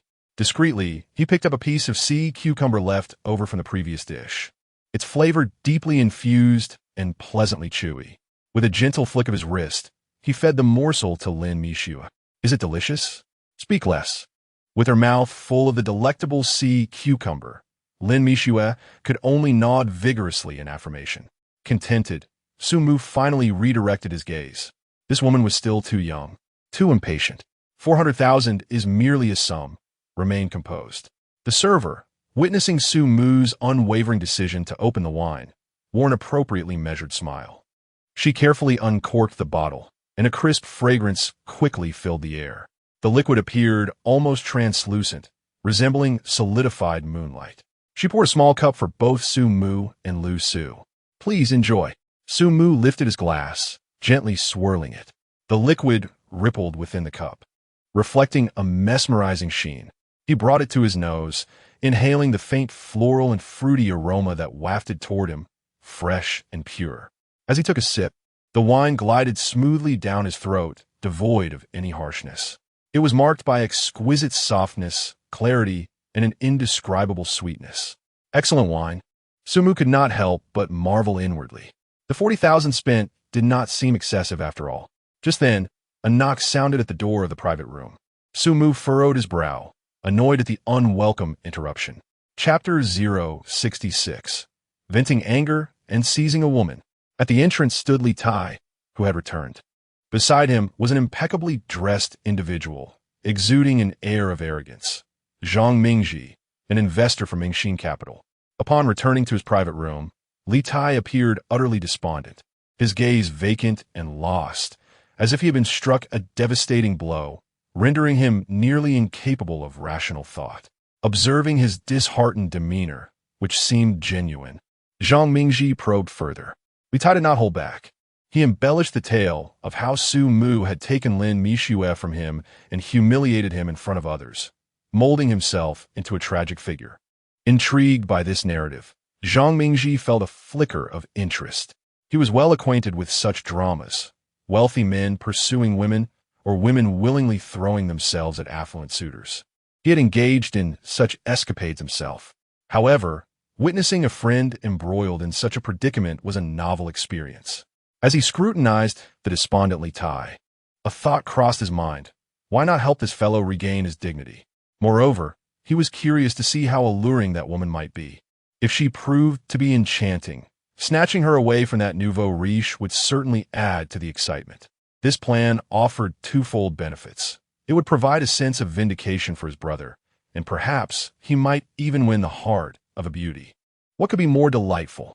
With that thought, Zhang Mingji raised his glass and clapped Li Tai on the shoulder, saying, "Brother, it's not a big deal.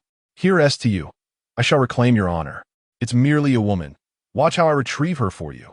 Upon hearing this, hope ignited in Li Tai's eyes as if he had grasped a lifeline. He gazed at Zhang Mingji with gratitude, his posture straightening instantly. Who was Zhang Mingji? He was a renowned second-generation wealthy heir in Jiangsheng, the young master of Mingxin capital. By his 30s, he had already taken the reins of an investment firm worth 2 billion, a true prodigy of his generation with an extensive network. With his support, Su Mu was nothing. Li Tai imagined the scene of Su Mu kneeling in desperation before him. Thus, the two made their way to the entrance of Su Mu's private room. Zhang Mingji adjusted his tie, holding his glass aloft, and lightly tapped on the door. "Hello, may we have a word?" Inside, Su Mu's voice emerged, tinged with impatience. "If you have something to say, do it at the door. Don't come in and disturb me." Zhang Mingji's smile faltered momentarily. "Oh, this fellow is rather bold." In Jiangcheng, few dared to speak to him in such a manner. Anger flared within him, and he abandoned any pretense of civility, forcefully opening the door and striding inside. "Young man, are you not being a tad inhospitable? I came over with good intentions to raise a toast, and this is your attitude, however." As he spoke, he abruptly halted. His eyes scanned the lavish interior of the room. The opulent decor and meticulous arrangement exuded an air of exquisite taste and affluence. It was evident that this suite surpassed his own by several magnitudes. Additionally, he noticed the elegant V-necked women serving tea with practiced grace, clearly indicative of a treatment reserved for only the most distinguished guests. Was this the pinnacle of exclusive packages? Then he turned his gaze to the woman seated beside Su Mu. Dressed in a meticulously tailored white blazer, she effortlessly accentuates her graceful figure, exuding an air of elegance interwoven with a hint of elusive charm. Such beauty, such poise, truly exquisite. To be accompanied by a woman of such caliber suggests that the individual surnamed Su possesses considerable prowess. With a stunning companion by his side, he is able to lavishly spend in such an extravagant locale. Although Zhang Mingji is a domineering scion of wealth, he is not a fool. His ability to read the room and assess situations is a skill he has honed since childhood. He immediately retracted his earlier arrogance, reshaping his expression into a smile, and shifted the conversation. "Mr. Su, right? It's all a misunderstanding. My friendly time might have caused a bit of friction earlier, being rather thoughtless.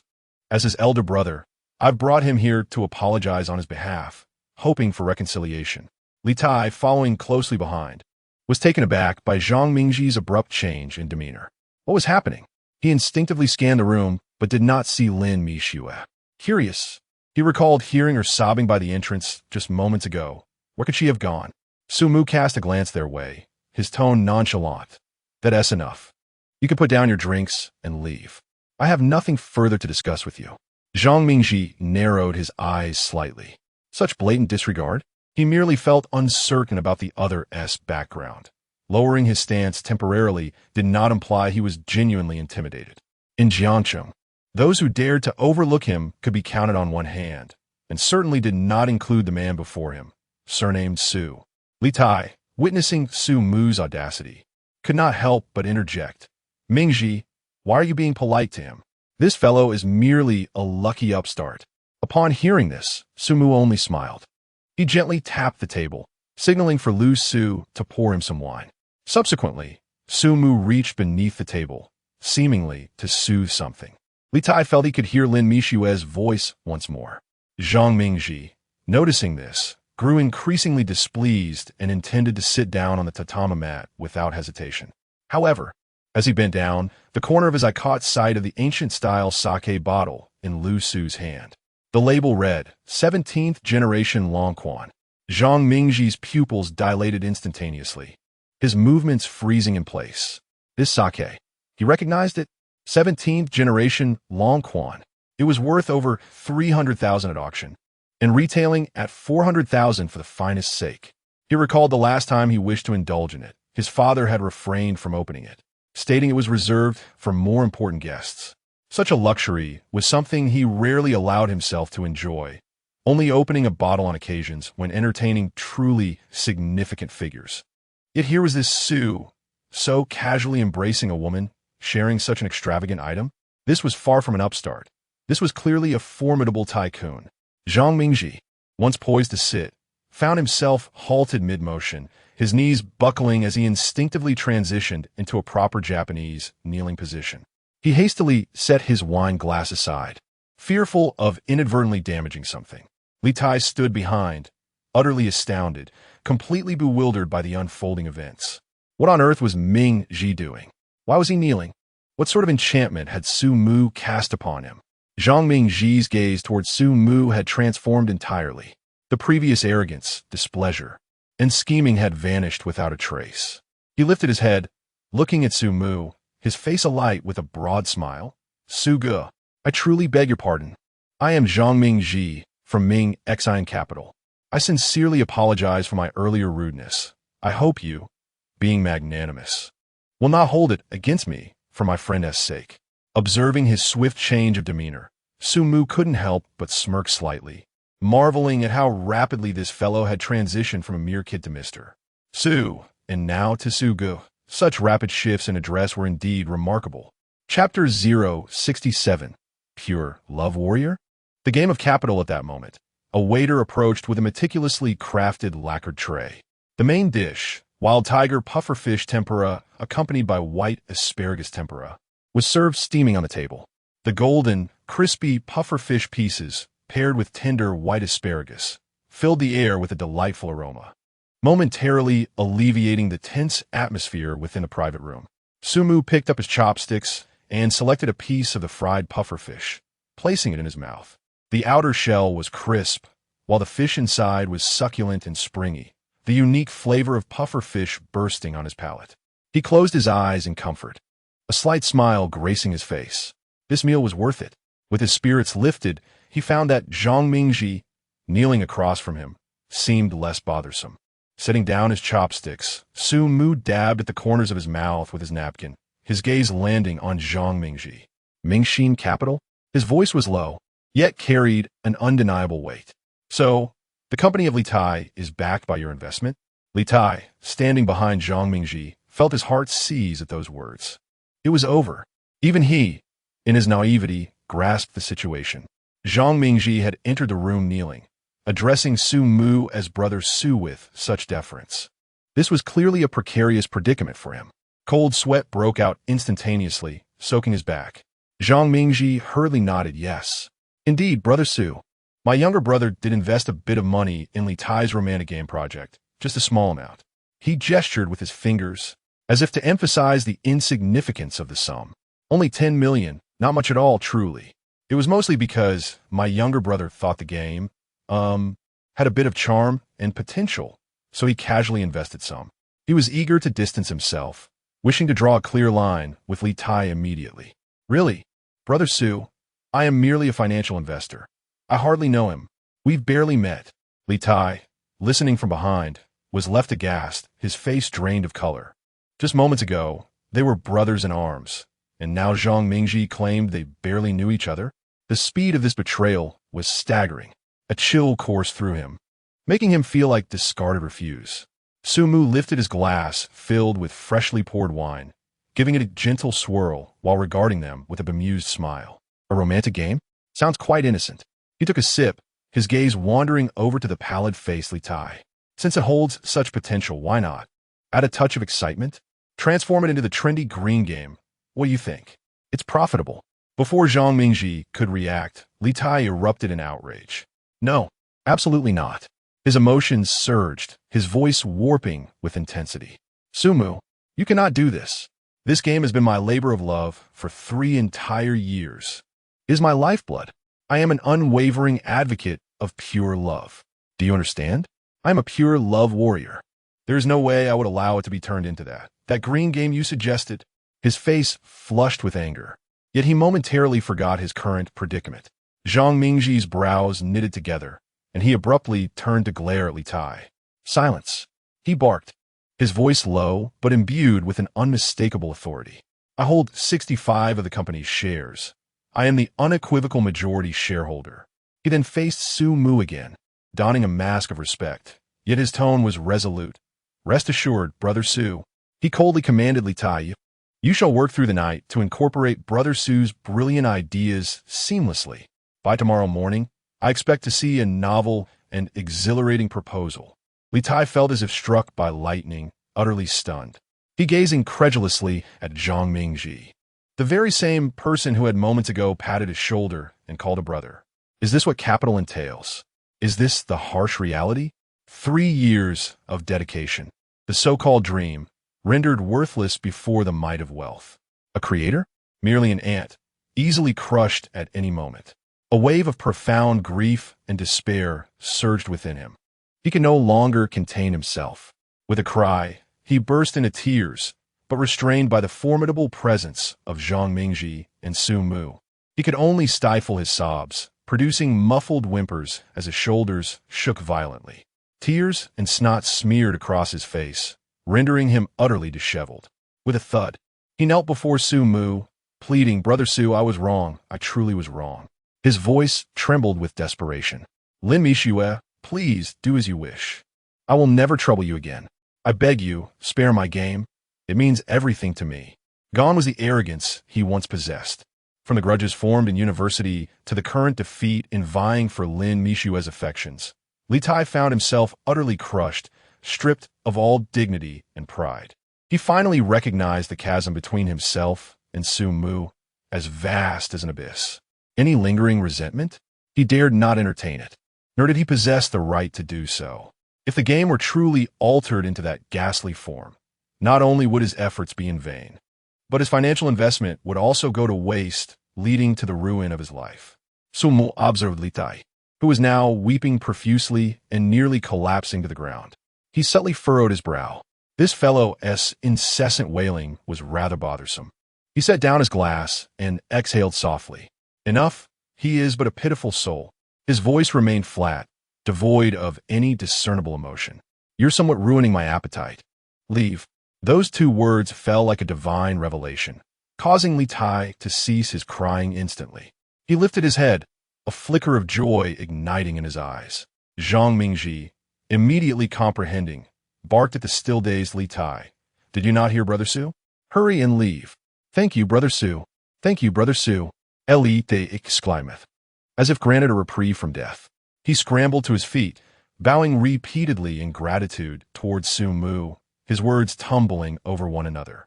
Then, almost crawling, he fled the suffocating confines of the room.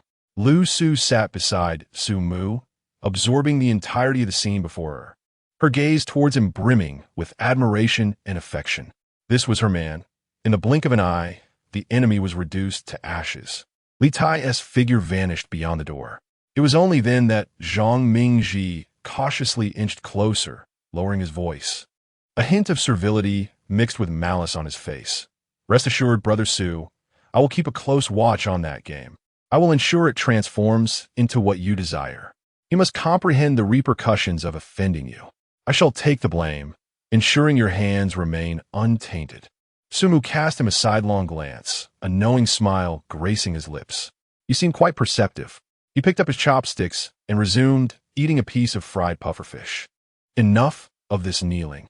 Call the waiter and have them bring you an additional table. Sit down and eat." Zhang Mingji's face lit up with joy at his words. "Thank you, Brother Su."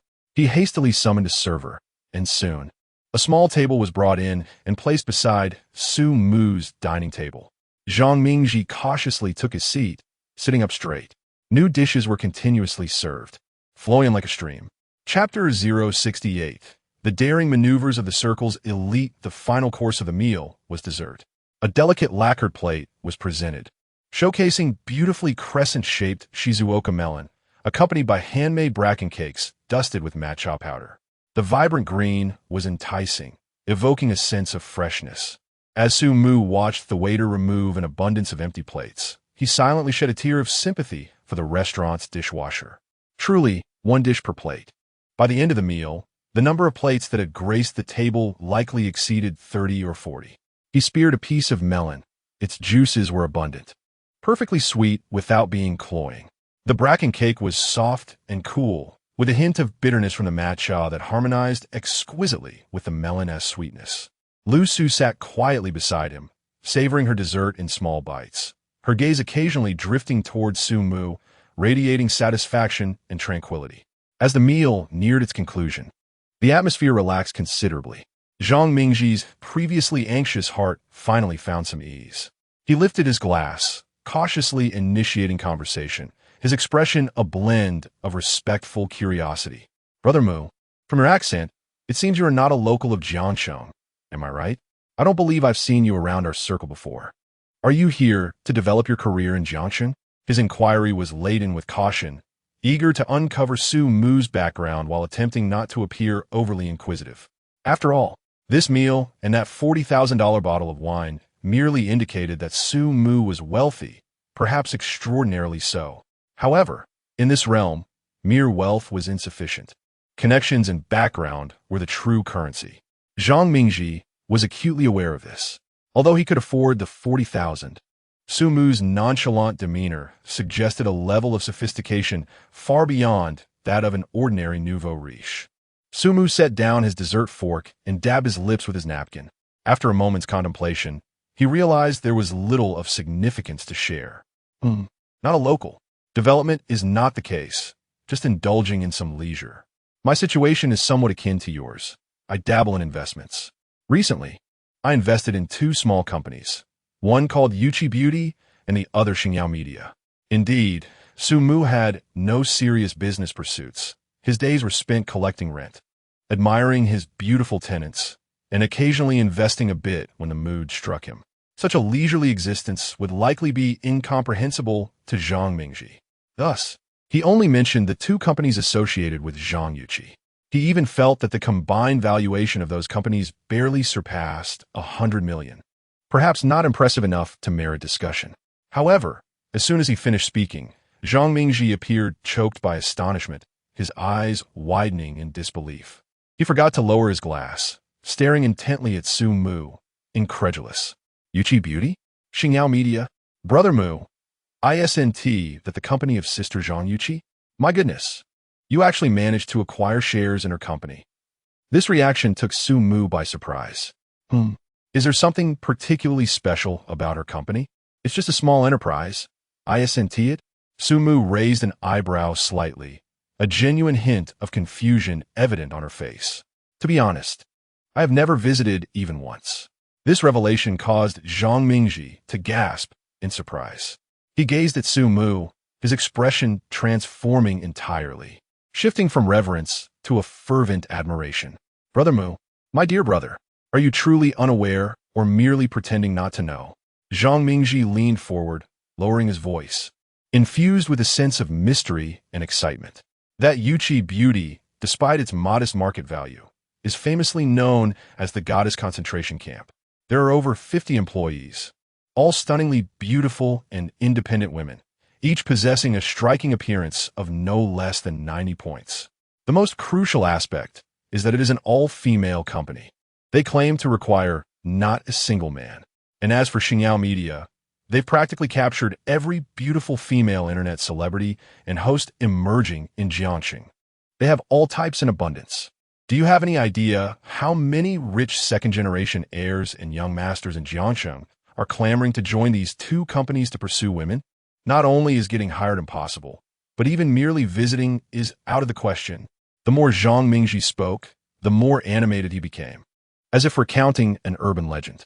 All of this is thanks to Zhang Yuqi's cousin, the wealthiest woman in Jiangxing, Huaning. Who would dare to offend her?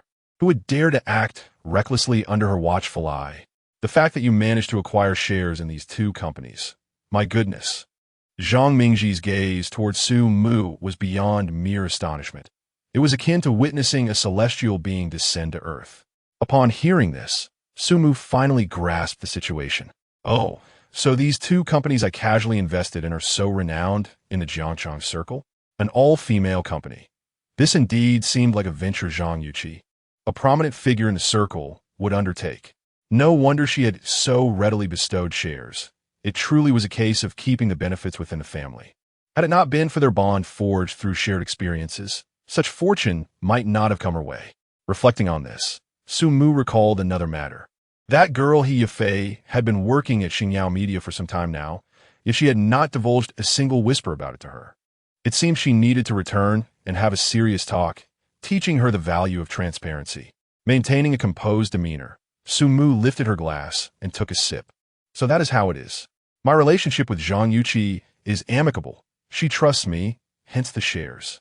She downplayed the significance, as if it were merely a trivial matter among friends. Upon hearing this, Zhang Mingji's face instantly radiated a more enthusiastic smile.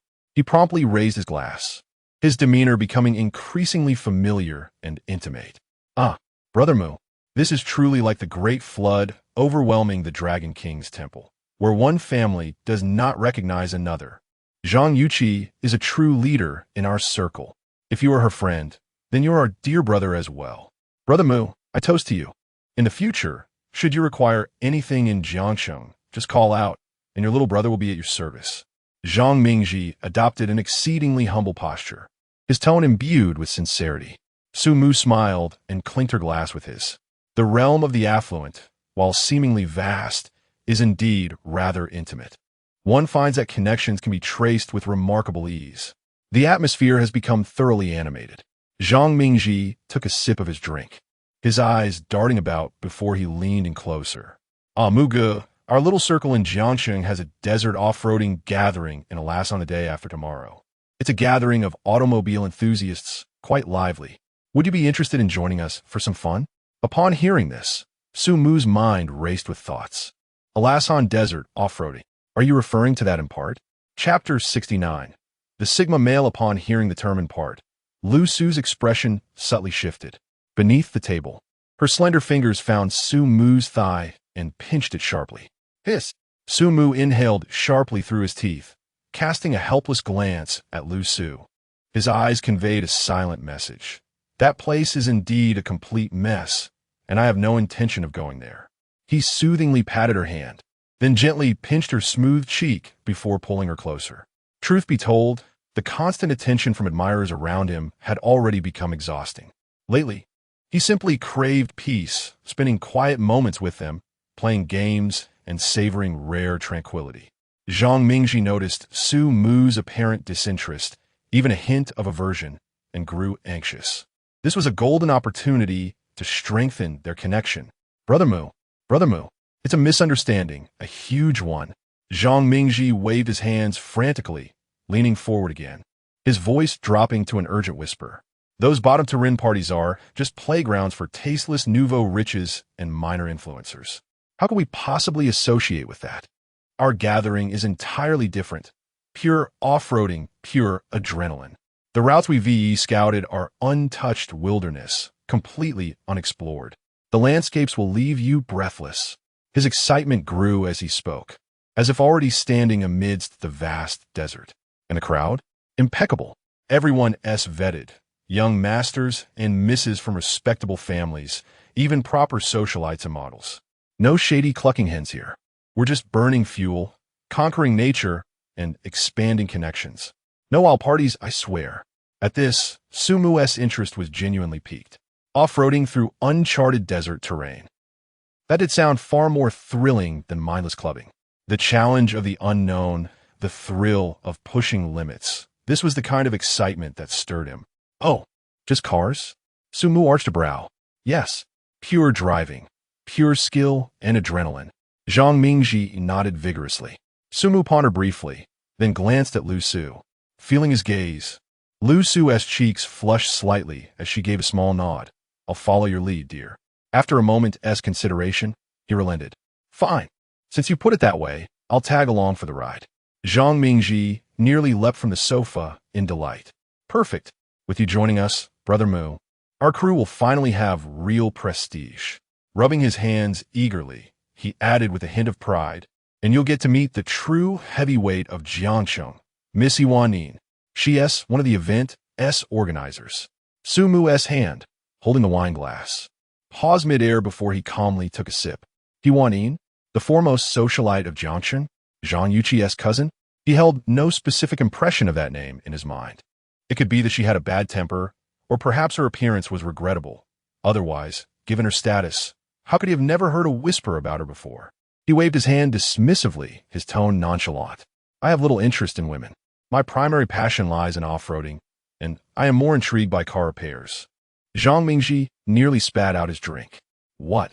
You have no interest in women? No interest in you wanting? He gazed at Su Mu's calm and composed face, momentarily at a loss for words. Indeed, this Su Ji's realm was beyond the comprehension of mere mortals like us.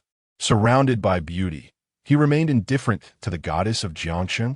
In an instant, Zhang Mingji affixed a label to Su Mu, navigating among a sea of enchanting women, yet still retaining the purity of a solitary moon, immersed in a torrent of fragrant blossoms, yet steadfast like a cold pine. He was truly a paragon for our generation. The legendary Sigma male. His gaze toward Su Mu was once again filled with admiration and a hint of indescribable reverence. Su He, your realm is truly admirable. I genuinely respect you. Zhang Mingji hurriedly raised his glass, offering it with both hands, lowering himself even further. Allow me to toast you once more. Su Mu smiled and clinked glasses with him. Ding! Chapter 70. Midnight Lament. Seeking comfort with leg pillows in the softly lit luxury suite of Mingxing No. 1. Su Mu lay lazily upon the plush bed, his head resting upon the delicate white, silk-clad thighs of songstress Qin Qinyu. The air was suffused with a faint, intoxicating fragrance, interwoven with the ethereal and melodious strains of her singing. Her Wu dialect, tender and mellifluous, flowed like water, carrying the distinctive charm of the Jiangnan region. Ya, my little sweetheart, fret not the melody, graceful and lingering, stirred Su Mu's heart, lulling him into serene relaxation. With eyes closed, he savored this tranquil moment before summoning the system panel in his mind. It was time for his daily lottery draw. Pillowed upon a beauty's lap, serenaded by Jiangnan tunes, surely his luck wouldn't fail him today. He first glanced at the tenant panel. When his gaze landed on Lin Mishue's name, Su Mu's brow arched slightly. Lin Mishue, campus belle of Jiangxing University, affection level 8592, tenant points, 220. Her affection had risen by 7 points, contributing a full 18 tenant points. It seemed today's minor incident, along with his subsequent handling of it, had stirred quite the emotional ripple in this campus belle. From 85 to 92, this was no longer mere goodwill, but complete trust and a certain degree of admiration. Someone understood. Good. A favorable development. He gave the silk-clad thigh beneath him a light pat. Qinyu, switch to something livelier. Qinyu singing paused briefly. She glanced down at him, her eyes shimmering with a trace of curiosity, yet she asked nothing. Obediently, she adjusted her breath, her fingertips gently massaging Su Mu's temples as she transitioned into a more upbeat melody. Gurgle, gurgle, bubbles drift lightly. Ah, lullaby of the emerald waves. Despite its name, the rhythm was indeed cheerful and lively. Su Mu nodded in satisfaction. This is the mood. Focusing his mind, he willed the lottery button to activate. 10 tenant points consumed. Drawing prize. Congratulations, host. You have obtained 100 acres of land in downtown Jiangcheng. Su Mu's eyes flew open, and he nearly bolted upright from Qinyu's lap. Downtown, 100 acres? He swiftly did the mental calculations. 100 acres, roughly 63,000 square meters, nearly the size of 10 standard football fields. And this was in the heart of Jiangcheng, where land was worth its weight in gold, larger than some of the city's smaller parks. The value of this land was simply incalculable. Su Mu's heart pounded violently, his breath quickening. He couldn't help but glance up at Qinyu, who was still singing earnestly. Could her singing truly enhance my luck? This is beyond absurdly fortunate. Suppressing his exhilaration, he noted the remaining 10 tenant points in the system. Should I seize this momentum and try another draw? Just as he hesitated whether to capitalize on this divine luck for another attempt, his phone vibrated softly by the pillow. Buzzed the chime of a WeChat notification. Su Mu picked up his phone and unlocked the screen. The message was from Shang Yinxin. He tapped to open it. Shang Yinxin, sobbing emoji. JPG, Shang Yinxin. Su Mu, that wretched Yu Huirue is bullying me. Shang Yinxin. She said going to Disneyland is outdated and mocked me for being childish. Shang Yinxin. And she bragged about her father investing in a zoo in Jiangcheng, claiming she has her own private amusement park. Sumo arched an eyebrow. Yu Huirui? The name sounded vaguely familiar, yet distant.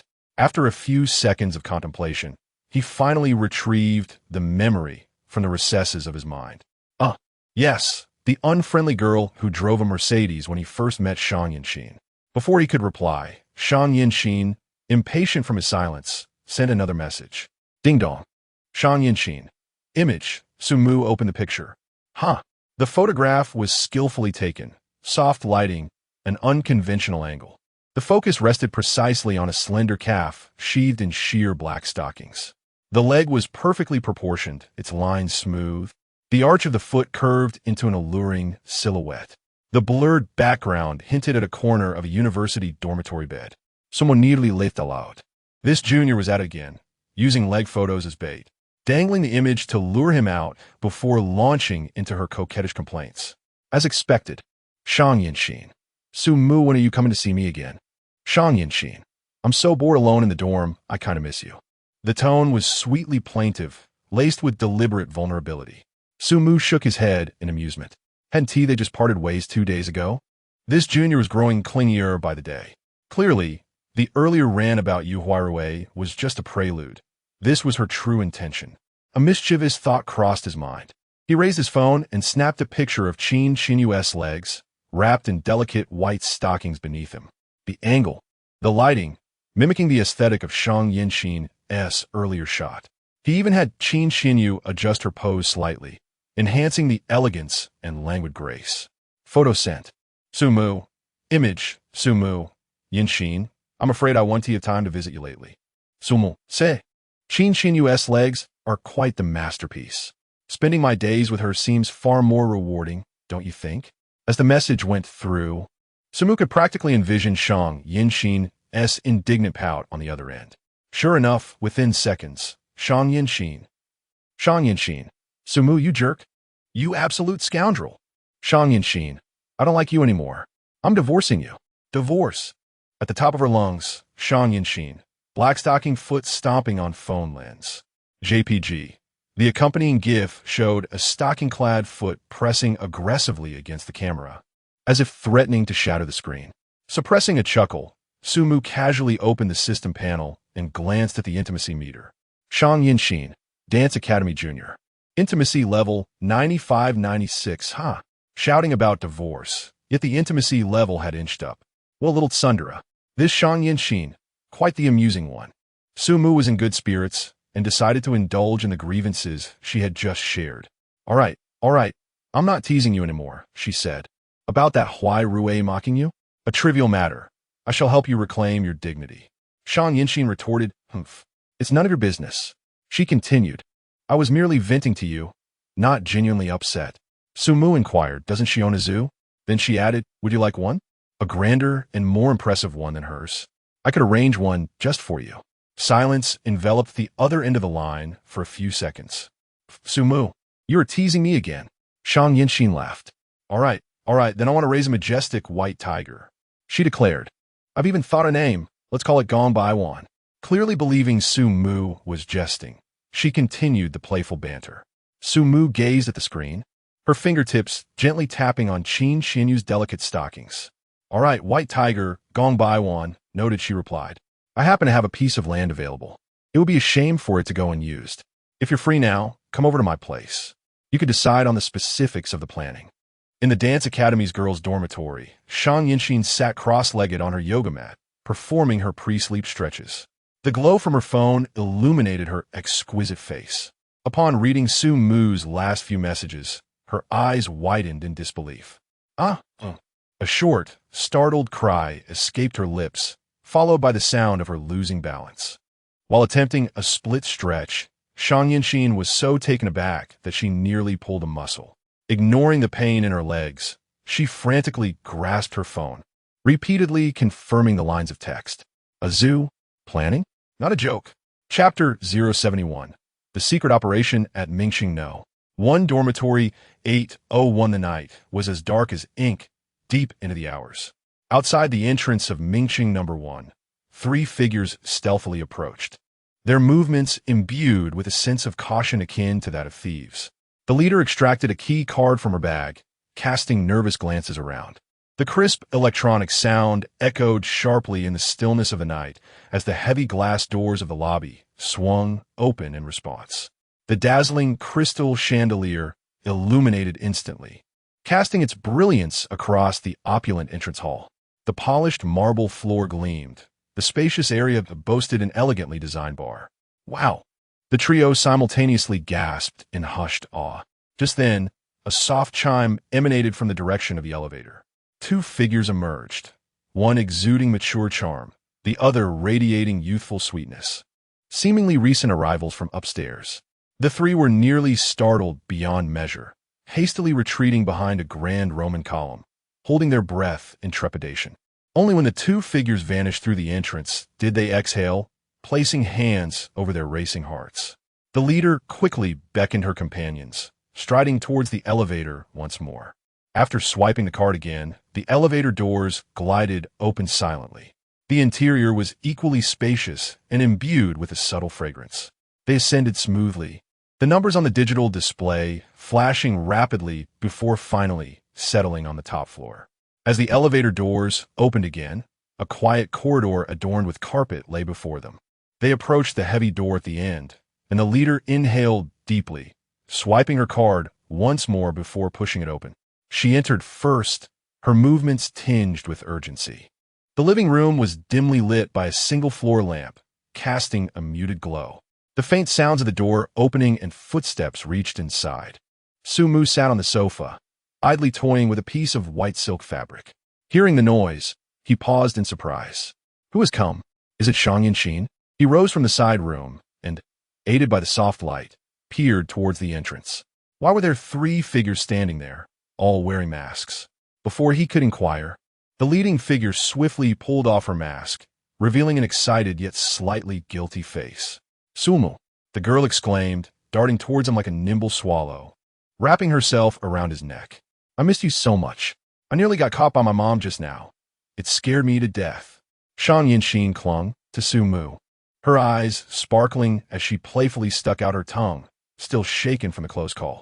Sumu stumbled slightly from the impact, helplessly steadying her. What if your mom discovers you? Aren't you an adult now?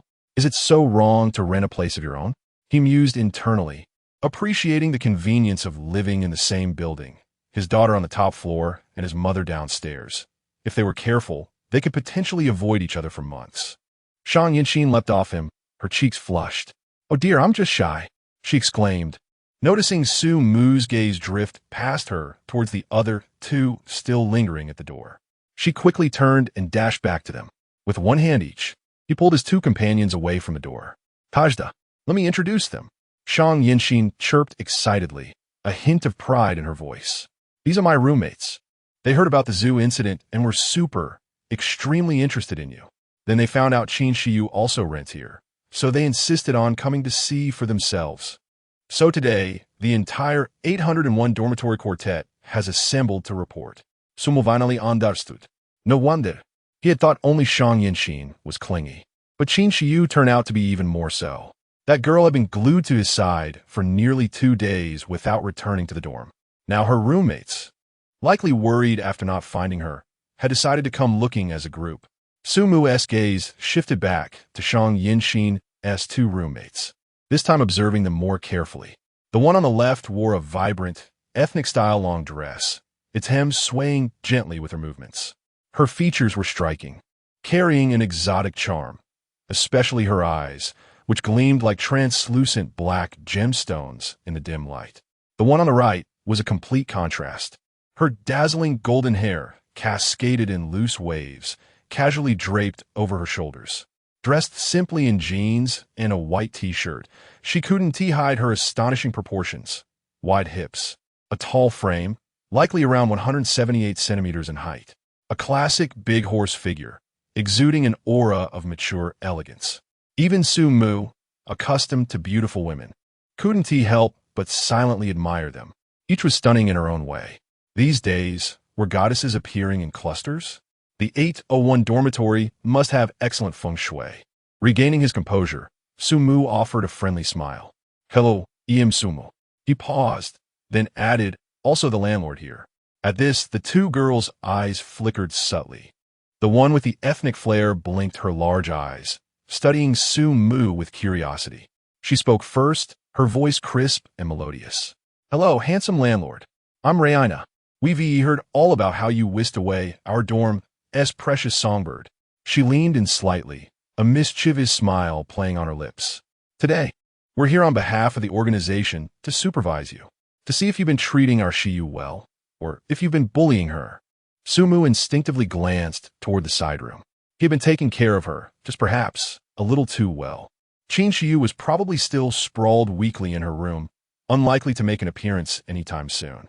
He smoothly averted his gaze and cleared his throat, deftly changing the subject. Ahem, don't worry. Shiyu is doing just fine here. He turned his attention to Raina, lingering briefly on her exotic features. Judging by your appearance, you don't seem Han Chinese? Shan Yinshin immediately wrapped an arm around Raina's shoulder, beaming with pride. That's right. Raina's our little fairy from Xinjiang. She is amazing at ethnic dances. Sumu nodded in understanding. So that is the case, it must be Adisi. Raina chuckled softly, her eyes curving into crescent moons. Adisi is typically a term used for boys, denoting friendship. With a mischievous glint in her eyes, she said, You should call me Anna. Just as Sumu was about to mimic her, the golden-haired, wavy-haired lady beside them gently tapped Raina on the head. Raina, don't tease others again, she sighed, turning to Sumu to explain. Anna means mother in their dialect. She has played tricks on us too. Sumu responded, Goodness. He realized that this girl, Raina, from the western frontier, possessed an extraordinarily lively and playful character, reveling in mischief. Perhaps she was a bit of a troublemaker. Nevertheless, he found her spirited nature quite endearing. The golden-haired lady then turned to Sumu, extending her hand with grace. Hello, Sumu. I am Jiang Jinhua. Her voice, unlike Raina's bright tone, bore a slightly deep, magnetic quality, quite delightful to hear. It's a pleasure to meet you. Chapter 072, Searching for the Songstress. Landlord, where have you hidden our songbird? Sumu smiled, feeling a surge of fondness for Jiang Jinhua's candidness. Despite her aloof appearance, the girl possessed a refreshing straightforwardness, proving to be more agreeable than the mischievous Raina. It seemed prudent to remain wary of Raina's cultural enlightenment in the future. Raina made a playful face and waved dismissively. Oh, don't be so serious. We're all friends now. Yes, friends, Sumu echoed, gesturing invitingly to the others. Since you're here, don't just stand around. Feel free to explore. He led the three deeper into the living room, offering introductions along the way. Yinjin's friends are naturally my friends as well, so please, make yourselves at home. His words caused a faint blush to rise on Shan Yinjin's cheeks as she discreetly glanced at Sumu, her heart fluttering sweetly. Raina, however, was utterly unreserved, her large eyes darting around with curiosity as she took in the spacious and opulent living room. Sumu, this house is incredibly grand and beautiful, she exclaimed, eagerly exploring every corner with childlike wonder. This sofa is so comfortable, and this carpet feels so soft. In a few quick strides, she dashed to the enormous floor-to-ceiling windows that spanned an entire wall, nearly pressing her face against the glass. With a smile, Sumu approached and gently pressed a button on the wall's control panel. With a whoosh, the heavy velvet curtains glided apart like a stage curtain, revealing the breathtaking vista beyond. The dazzling nightscape of Jiang City unfolded before them, a tapestry of sparkling lights. The river coursing through the city appeared as a dark jade ribbon, reflecting the neon glow from both banks. Oh my! Raina gasped, covering her mouth in awe, her eyes sparkling like black jewels. Even Jiang Jinhua, typically composed and serene, displayed a flicker of surprise and admiration in her eyes. She stepped to the window, arms comfortably crossed, quietly gazing at the bustling traffic and countless lights below. Though she remained silent, the slight upward curve of her lips betrayed her tranquil delight. Shan Yinjin had visited Mingqiang No. 1 before, but she had never been on the top-floor duplex, nor had she ever looked down upon the cityscape from this perspective. Once again, she felt a wave of astonishment wash over her. She instinctively inched closer to Sumu, feeling as though she were in a dream. The top-floor Riverview duplex truly offered a unique perspective. Jiang Jinhua turned her head slightly, speaking softly to Sumu with a hint of admiration. Leaning casually against the bar by the window, Sumu shrugged. It's all right, but living alone can feel a bit too spacious at times. Though his words might have sounded a tad pretentious, his slightly helpless and candid expression rendered them neither forced nor off-putting. Raina quickly seized the opportunity, spinning around to scrutinize Sumu. Living alone? Then where does our Qin, you precious one, reside? Sumu, are you hiding a beautiful woman in your golden house? Speak honestly, Sumu. This Western frontier girl never forgets her identity as a representative of the supervisory organization, and her train of thought shifts far too swiftly. He cleared his throat lightly, masking the subtle fluctuations in his heart, while an impeccable smile graced his lips. She naturally has her own room, the finest one, in fact. Sumu's gaze swept over the three girls, each distinct in style, yet equally pleasing to the eye, and he smoothly extended an invitation.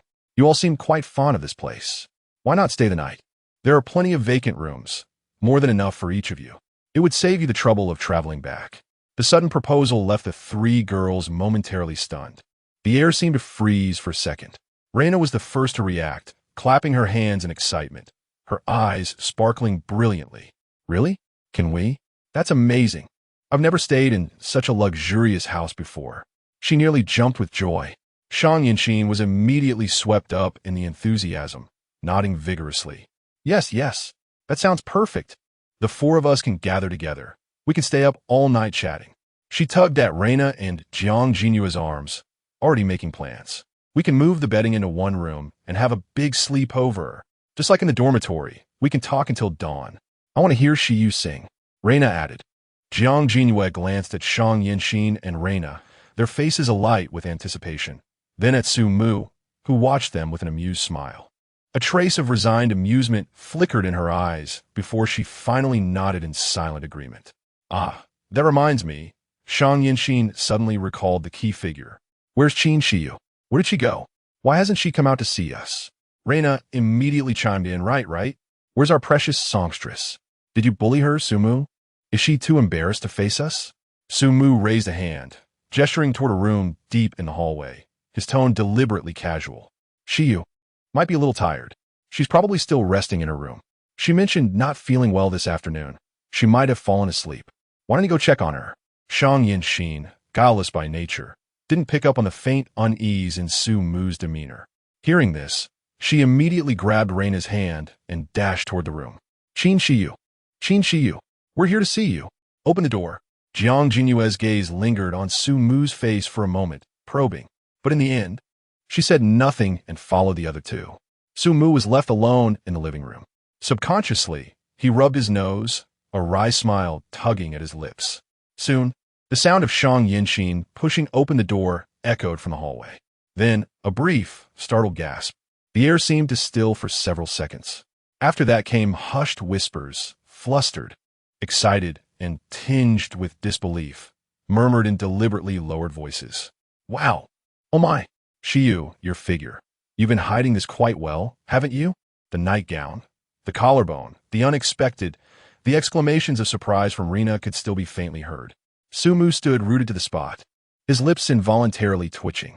He could almost ascertain the scene within the room with absolute certainty.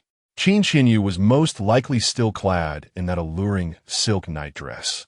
Her long hair disheveled, lazily nestled in the soft bedding, her eyes still heavy with sleep. There was a good chance that a rosy hue lingered on her face from just waking up. This was a predicament. The usually composed and reserved songstress was bound to encounter a mortifying moment in front of her roommates. Sumu shook his head, deciding it prudent to divert his attention momentarily, allowing the others some time to digest and communicate. He retrieved his phone, deftly accessing a food delivery app. Since he had decided to stay the night, a midnight snack was an essential affair. When girls gathered, indulgence in food and drink was inevitable. His fingers glided over the screen as he contemplated, opting to search for the highest-rated options on Mate1. Soon enough, a Michelin-starred Chaozhou restaurant named Qingxi Club appeared. boasting an average cost of $2,000 per person, offering delivery at this hour, a rarity indeed. It would serve well to entertain Shang Yinxin's friends, particularly the seemingly affluent Jiang Jinwei. He swiftly selected several signature dishes and suitable late-night snacks: marinated goose head, grilled conch, braised fish maw, and baked prawns with garlic and basil. Substantial and delectable fare. Completing the order and payment in one seamless motion, he finally exhaled in relief.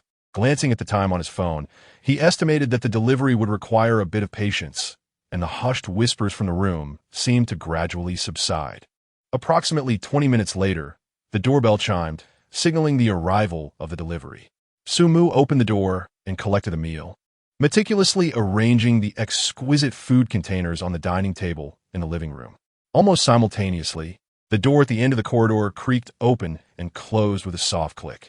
Shang Yinxin, Rina, and Jiang Jinwei emerged, surrounding a figure, none other than Qin Xinyu. At that moment, Qin Xinyu had changed into a more conventional loungewear, her long hair simply tied back. However, traces of embarrassment and helplessness lingered on her delicate features. Especially when she met Su Mu's gaze, a faint blush crept to her ears. The trio of returning girls, upon entering the living room, were immediately captivated by the lavish spread of late-night delicacies on the table, the enticing aroma wafting through the air. "Wow, so much delicious food," Rina exclaimed first, her eyes sparkling.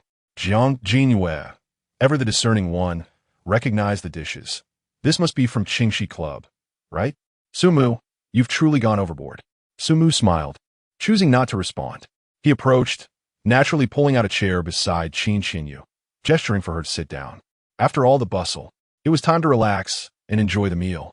His tone was gentle, imbued with an almost imperceptible soothing quality. With her cheeks slightly flushed, Qin Xinyu complied and took her seat. As she settled down, she raised her hand and playfully tapped Su Mu's arm with a gentle yet teasing force. The gesture, light yet affectionate, carried a hint of reproach mixed with an endearing shyness. Your roommates are coming, and you didn't even give me a heads up." "I wasn't prepared at all."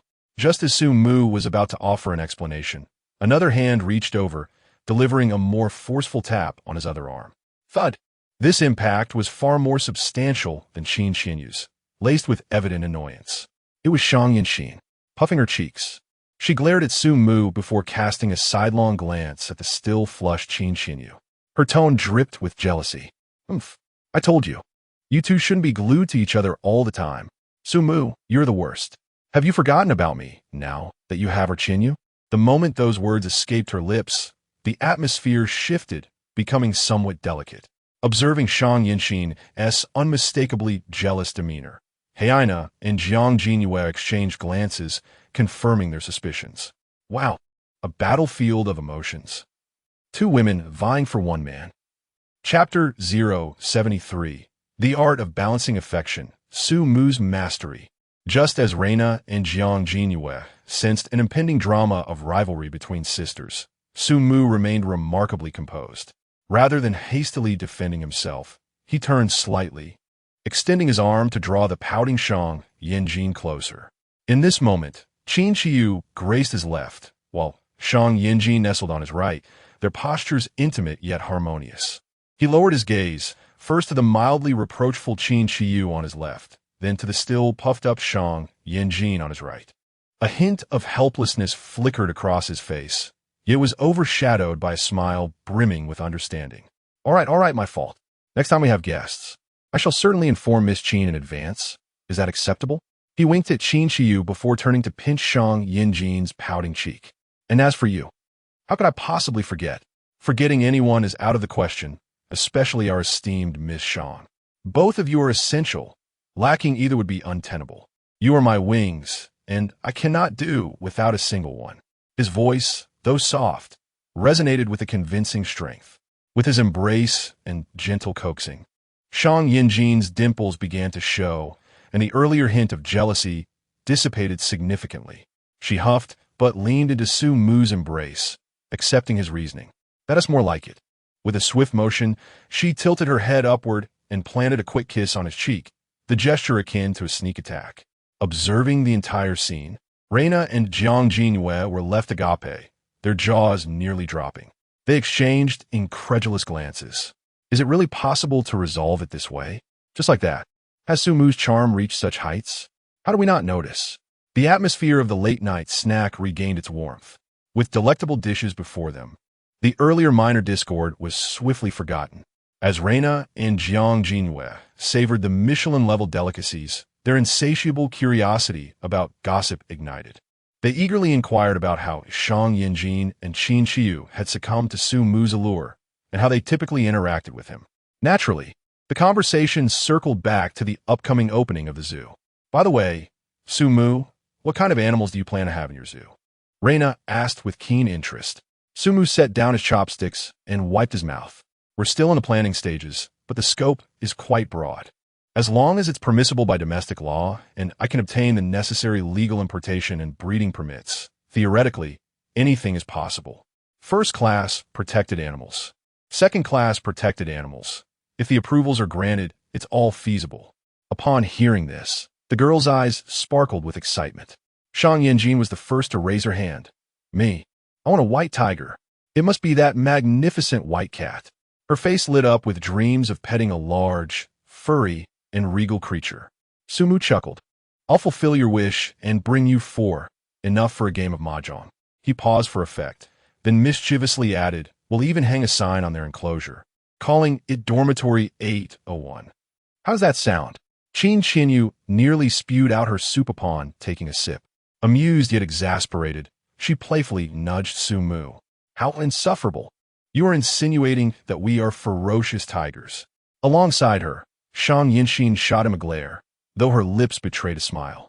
The atmosphere instantly lightened and became more jovial. Jiang Jingyue appeared contemplative, pondering aloud. If a first-class protected animal is feasible, Reina, known for her candor, directly voiced the collective curiosity. What about the national treasure? The giant panda? Indeed, the giant panda. Shang Yinxin and Qin Qinyu chimed in unison, their excitement palpable. Which Chinese girl could possibly resist the charm of the round? Black and white, giant panda? It is the very epitome of adorableness. Observing the trio's sparkling eyes, Jiang Jingyue included, Su Mu stroked his chin thoughtfully. The giant panda. He mused. The difficulty level is exceptionally high. This creature cannot simply be raised by the affluent. He elaborated. Firstly, it is a true national treasure. Private zoos face exceedingly stringent and complex approval processes to keep one, often under the guise of exhibition borrowing.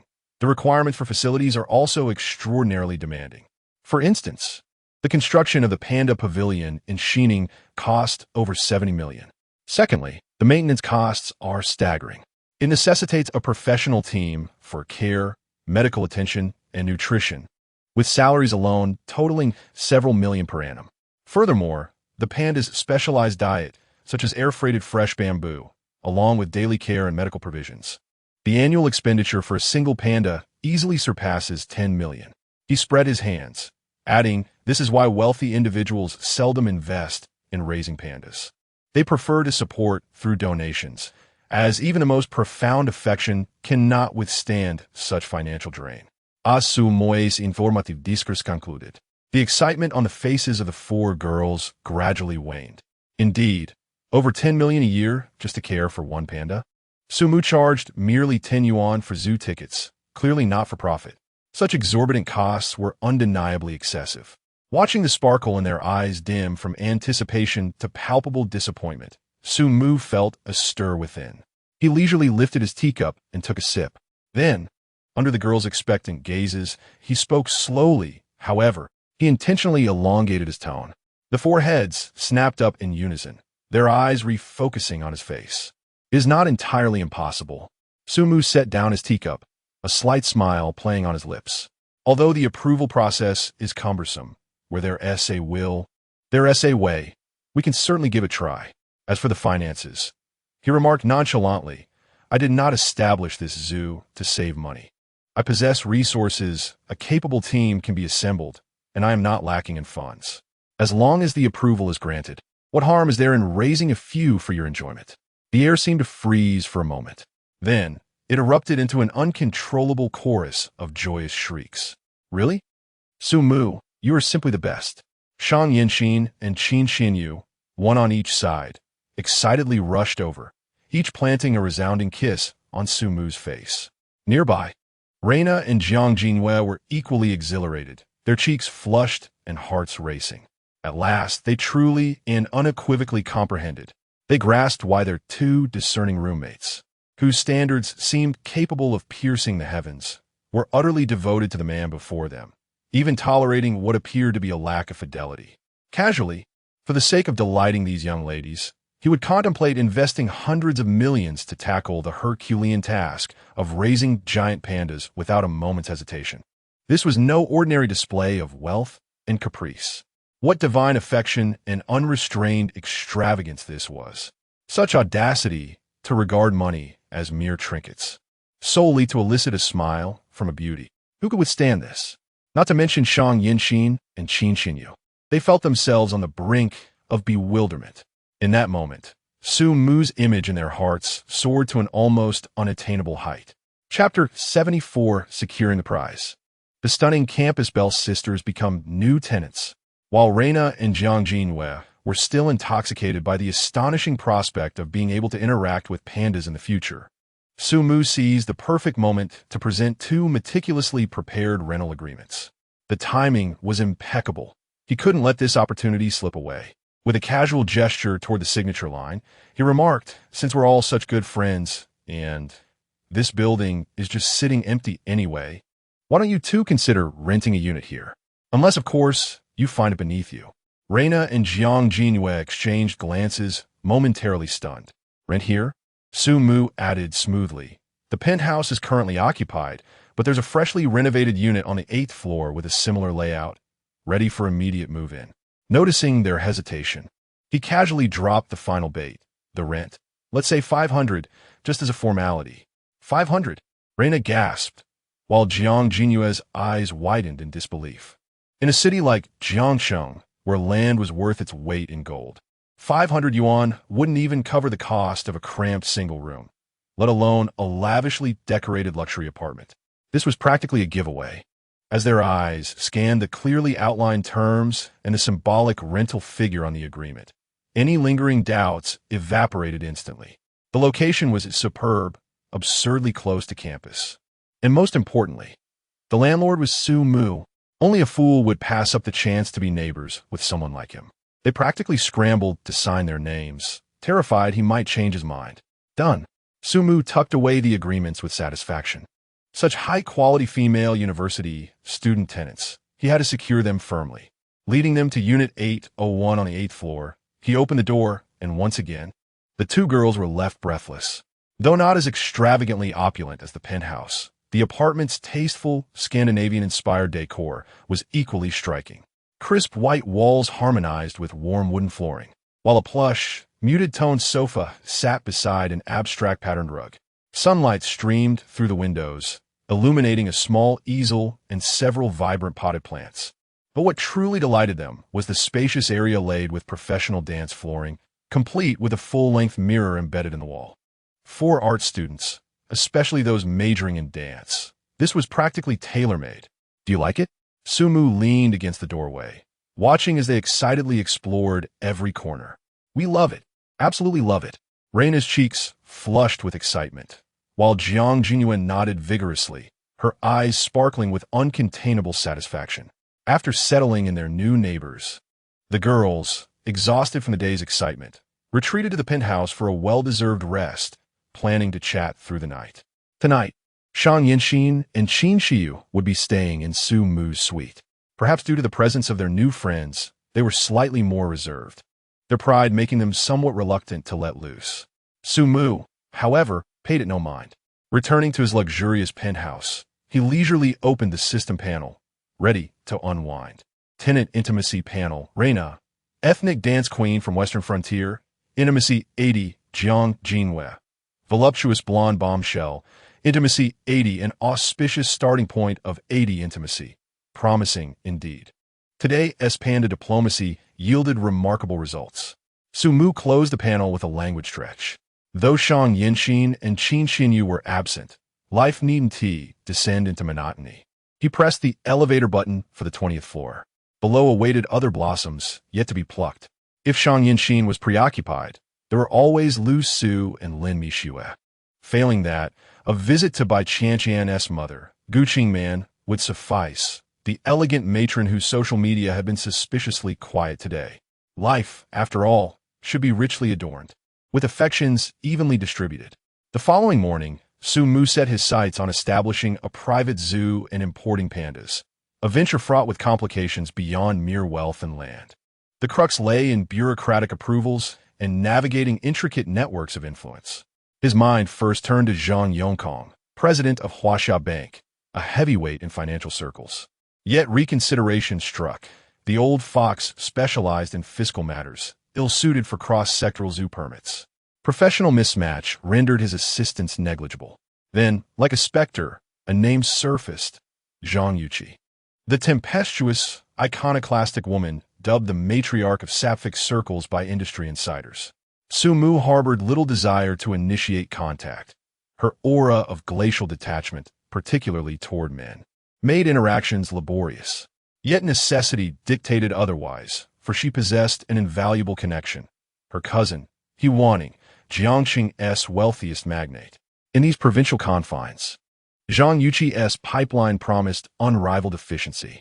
Though past circumstances had forged a camaraderie of shared trials, Su Mu resolved to keep dealings strictly professional. He dispatched a terse message proposing a meeting at her corporate headquarters. Yuqi Cosmetics headquarters, Su Mu stood before a glass and steel monolith piercing the heavens, squinting against the sun's glare on its mirrored facade. The procession of crisply suited career women evoked a peculiar nostalgia. Once, he too had been part of this proletarian parade. Now, the memory felt sepia-toned, relics of a bygone era.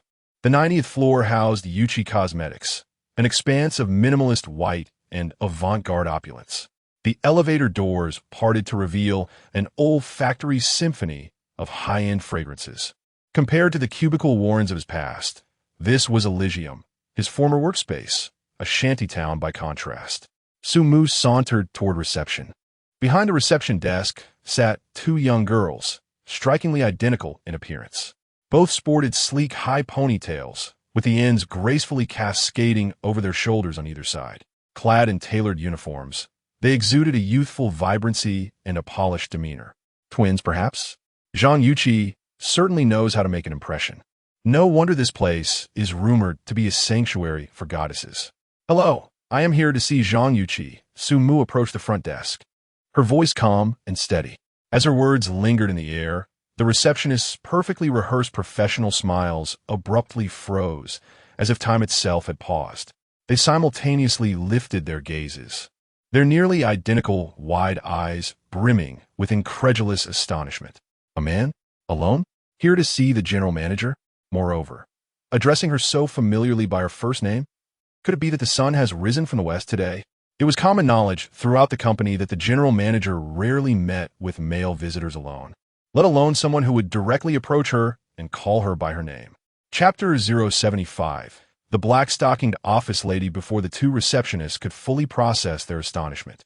A woman's voice, laced with languid elegance yet brimming with authority, drifted over from nearby. Enough of this embarrassing spectacle. I'll handle it myself.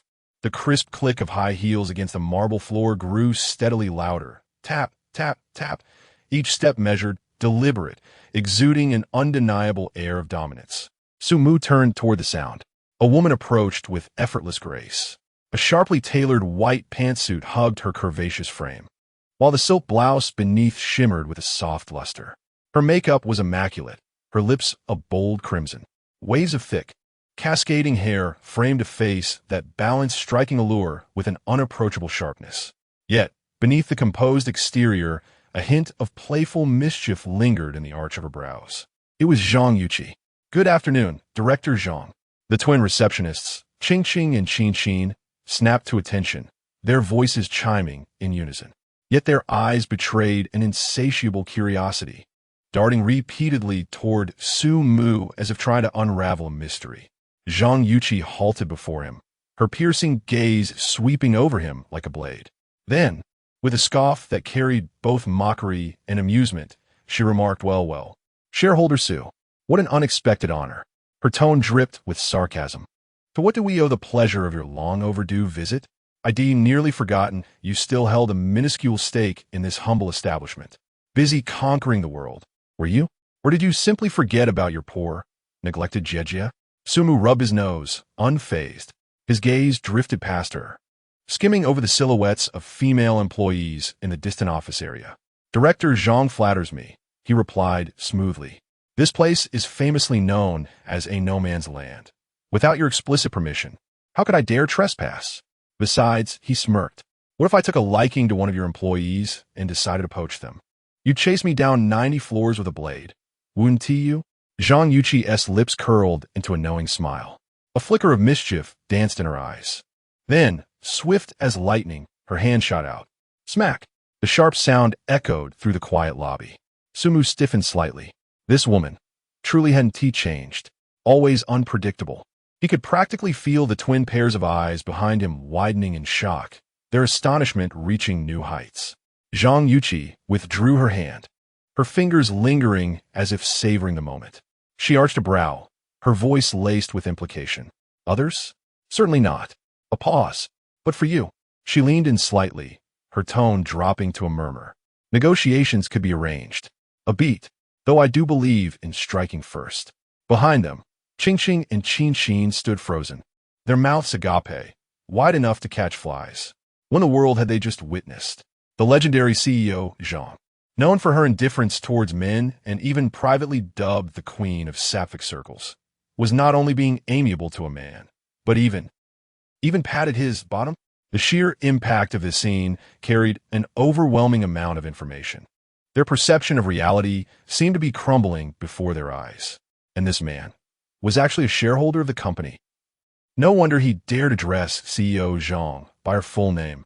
Zhang Yuqi appeared thoroughly pleased with the shockwaves she had created. With a sidelong glance at the petrified twins, her tone instantly reverted to its usual sharpness. What are you staring at? Do you want to lose your eyeballs? Get back to work before I take a stick to you. Her gaze flickered over their name tags before adding, especially you, Qinxin. I noticed a mistake in last month's report. Don't think I missed it. Yes, CEO Zhang. Jingjing and Qinxin snapped back to professionalism, hastily lowering their heads to their tasks. Yet their ears remained perked higher than a rabbit's. Internally, they mused, CEO Zhang is still CEO Zhang, strict as ever. But who could complain when the salary is this good? A little fright is nothing compared to the paycheck. Besides, today's gossip would fuel their private discussions for a month. Come along, shareholder Sue. Let me give you a tour of your harem. Zhang Yuqi gestured gracefully for Sumu to follow, leading him toward the office area with the triumphant click of her stilettos. As they walked side by side, barely out of earshot from the reception, Zhang Yuqi suddenly leaned closer, her voice dropping to a whisper. A unique fragrance, blending perfume with her natural scent, drifted toward Sumu. With a tone laced with mystery and allure, she murmured near his ear, those twins back there, fresh. Aren't they? Here, a little secret. They're actually triplets. Jingjing, Qinxin, and the youngest, Qinxin, is still an intern. Exciting, isn't it? She paused, as if savoring his potential reaction. Once I've conquered all three, how about a round of mahjong? Or perhaps a 5-player game? Sumos leaps tweaked slightly. Triplets? Identical in every way. He cast a sidelong glance at Zhang Yuqi. This woman's tastes were distinctive. Unable to resist, he quipped, Zhang Yuqi. Your preferences are truly one of a kind. If they look identical, are you even sure you'll tell them apart? Or is it just triple the trouble? Zhang Yuqi arched a brow, a glimmer of mischief in her eyes. With a cryptic smile, she replied, but that's where you're mistaken. The nuances are indescribably exquisite. Her gaze slid over him, heavy with implication. By then, they had stepped into the vast office hall. Sumo's footsteps faltered momentarily. The sight before him was undeniably staggering. A sprawling open-plan workspace, meticulously designed. The modern aesthetic is one of minimalism intertwined with luxury. The office partitions, artfully arranged, are crafted from frosted glass and light-toned wood. Verdant plants punctuate the space, infusing it with vitality. A rich emlang of fragrances wafts through the air, neither overpowering nor intrusive, instead evoking a sense of tranquility. Everything exudes an air of sophistication, comfort, and femininity. Yet, this is not the crux of the matter. The focal point lies in the vast expanse of the office, where upon a cursory glance, one notices an absence of men. Not a single male employee is in sight. Each woman is a portrait of elegance, with meticulously applied makeup and an air of competence. They are either engrossed in their computer screens, fingers dancing deftly over keyboards, or engaged in hushed discussions over documents, their expressions earnest. Every gesture radiates confidence and grace. Occasionally, a pair of eyes will lift to catch sight of Zhang Yuqi and Su Mu, offering a perfectly timed smile and a nod.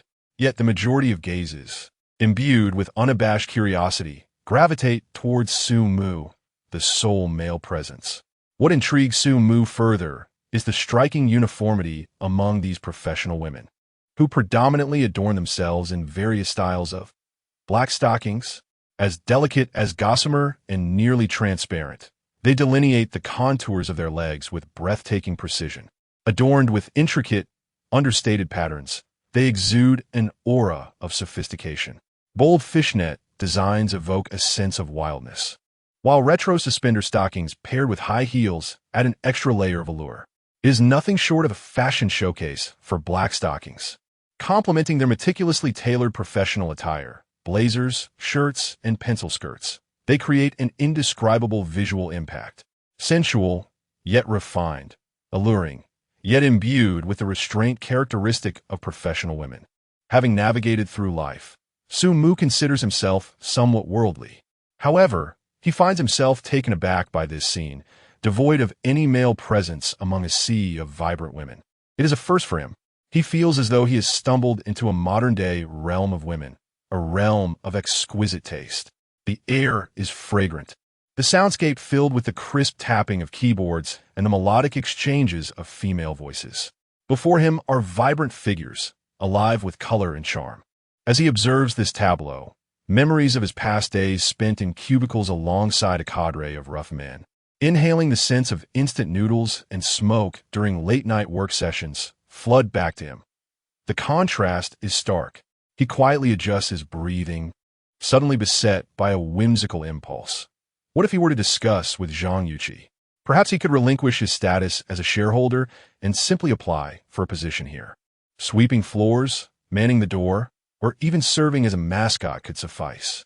To relive the experience of toiling for a living? Well, in such an environment, the notion of laboring might not be entirely objectionable. In fact, it could prove rather exhilarating. Chapter 76. Indeed, the tea is exquisite as Su Mu's mind wandered, contemplating whether sweeping floors or guarding gates would suit him better, or perhaps simply applying for a menial tea-serving position. Zhang Yuqi ahead of him came to an abrupt halt. The sharp, commanding click of her striking high heels echoed crisply across the floor. At the sound, the elegant women in the office, previously engrossed in their work, lifted their heads in near-perfect unison. The motion was fluid, as though meticulously rehearsed. "Good morning, Director Zhang."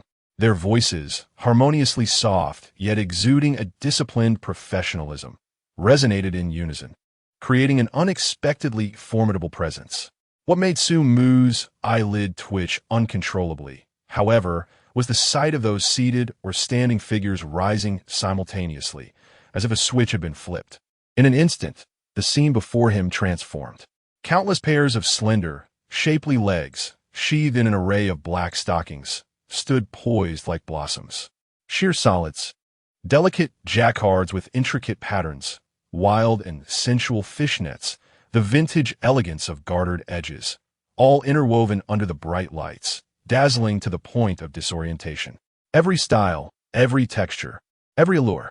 The visual impact was at least tenfold stronger than when they had been seated. Even Su Mu, who prided himself on his mental fortitude, felt his throat grow slightly parched. This spectacle was not something an ordinary person could withstand. Zhang Yuqi, evidently, was thoroughly pleased, even accustomed to this effect. Her crimson lips curved into a smile of absolute control as she lightly clapped her hands twice. The crisp sound of applause reverberated through the hall, instantly drawing every gaze, especially those that had been lingering on Su-mu with curiosity and scrutiny, now intensified. "Allow me to introduce everyone." Zhang Yuqi's voice rang clear and effortlessly reaching every corner of the room. "Standing beside me is our company's newly appointed second-largest shareholder, Su-mu, Director Su." She turned gracefully, giving Su-mu ample space to step forward, placing him squarely in the spotlight. In that moment, every gaze, each carrying its own weight of surprise, appraisal, admiration, or scrutiny, converged upon him, though the most prevalent expression remained one of polished, professional courtesy. These women had clearly undergone rigorous corporate training. Even if their minds were undoubtedly swirling with gossip and wild conjectures, their exteriors remained impeccably composed. No whispers, no pointing, just silent observation. "Director Su has come today specifically to inspect and guide our work," Zhang Yuqi continued, her tone laced with just the right touch of levity and humor. Her eyes swept over the youthful, expectant faces before her. "To welcome Director Su's arrival, and to reward everyone for their hard work these past weeks. Here," she deliberately paused, heightening the anticipation. The very air seemed to still in suspense. "Tonight, Director Su is treating us all. The location is set at the Ilu French restaurant, where everyone can indulge in a feast." As soon as the words were spoken, the entire office hall was instantly ignited, erupting in cheers that far surpassed the earlier greetings. "Wow, the Ilu restaurant. Is it true? How wonderful. Thank you, President Su. President Su is so generous. President Su is so handsome, even more so up close." Excited voices, filled with surprise and laughter, intermingled. The previously serious and restrained atmosphere of the workplace was swiftly swept away by an overwhelming wave of joy. The chorus of cheers, punctuated by heartfelt expressions of gratitude towards President Su, resonated sweetly in the air, akin to a sugary melody that danced into the ears. This sensation was indeed quite delightful. Su-mu stood there, surrounded by this sudden wave of enthusiasm, listening to the affectionate calls of President Su that came from the depths of their hearts. The fleeting thoughts he had of applying for menial jobs like sweeping floors or serving tea vanished without a trace. To be a mere cog in the wheel? What a farcical notion. The feeling of being President Su was undeniably quite pleasant. However, he discreetly cast a glance at Zhang Yuqi, who was grinning like a cunning little fox, silently cursing. This woman is definitely doing this on purpose. The Ilu French restaurant? Although he had never been there, he had heard whispers of its exorbitant prices, with an average cost that hardly stayed below 4 digits. Looking at the throng of beautiful women before him, there must be at least 50 or 60, he mused. This meal would likely cost him a small fortune. What a trap! This was undoubtedly a pit that Zhang Yuqi had meticulously prepared for him, and now he had no choice but to leap into it. Yet, as he observed the radiant faces, made even more charming by their joy, and listened to the heartfelt, sugary expressions of gratitude, Su-mu suddenly felt that perhaps this several 100,000 was not as intolerable as he initially thought. He could consider it as a welcome gift and benefit from the new shareholder to the employees. Perhaps it was worthwhile to experience the lavishness of spending freely, just to elicit a smile from these lovely women.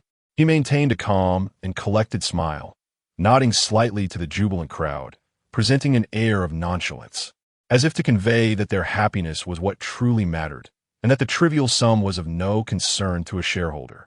Zhang Yuqi observed Su-mu's reaction with satisfaction, particularly admiring his composure, which deepened the smile in her eyes. After briefly addressing some work matters and soothing the overly excited emotions, she led Su-mu through the still exuberant office area towards the presidential office located at the innermost part of the hall. Behind them, the gazes of the beautiful employees followed their figures like spotlights, filled with speculation, curiosity, and a hint of excitement. Zhang Yuqi's presidential office mirrored the modern, minimalist, and feminine style of the open hall outside, yet undoubtedly exuded an air of luxury, spaciousness, and intimacy. The expansive floor-to-ceiling windows offer a panoramic view of the bustling cityscape. The interior is adorned with elegance and comfort, showcasing exquisite taste. A unique and tranquil fragrance permeates the air, more soothing than that outside. Su-mu, please have a seat. Zhang Yuqi gestured for Su-mu to sit on the couch in the window-side lounge, her demeanor relaxed, as if she were in her own domain. Before long, a tall secretary entered, her hair elegantly styled in a bun, attired in a well-tailored professional suit and black stockings, carrying a tray. She moved gracefully, exuding poise, her face adorned with a gentle, professional smile. She placed 2 steaming cups of Longjing tea, emanating a delicate aroma of beans, on the low table before them with impeccable precision. President Zhang, President Su, please enjoy your tea. The secretary's voice was melodious, perfectly pitched. Once she set down the cups, she slightly bowed, then straightened up, turning with elegant steps to gently close the office door behind her. The office returned to a serene quietude. Su-mu lifted his teacup, yet his gaze inadvertently met Zhang Yuqi's, who had just averted her eyes. In their shared glance, they discerned a hint of understanding and amusement.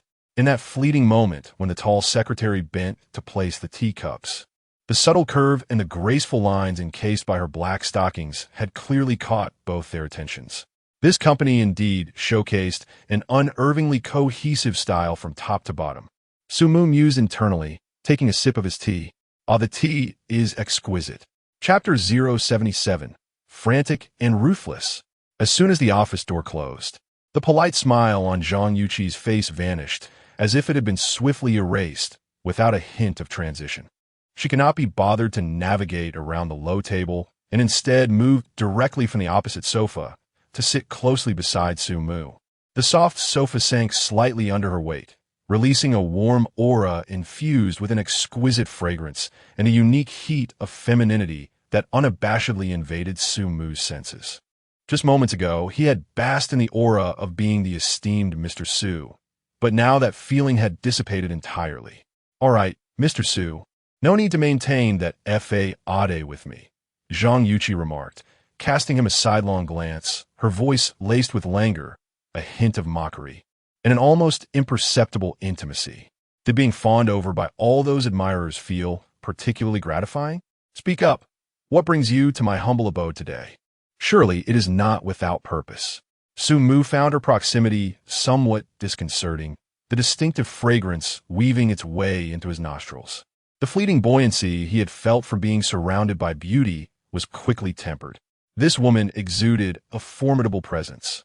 He discreetly cleared his throat, instinctively leaning back to create a semblance of personal space.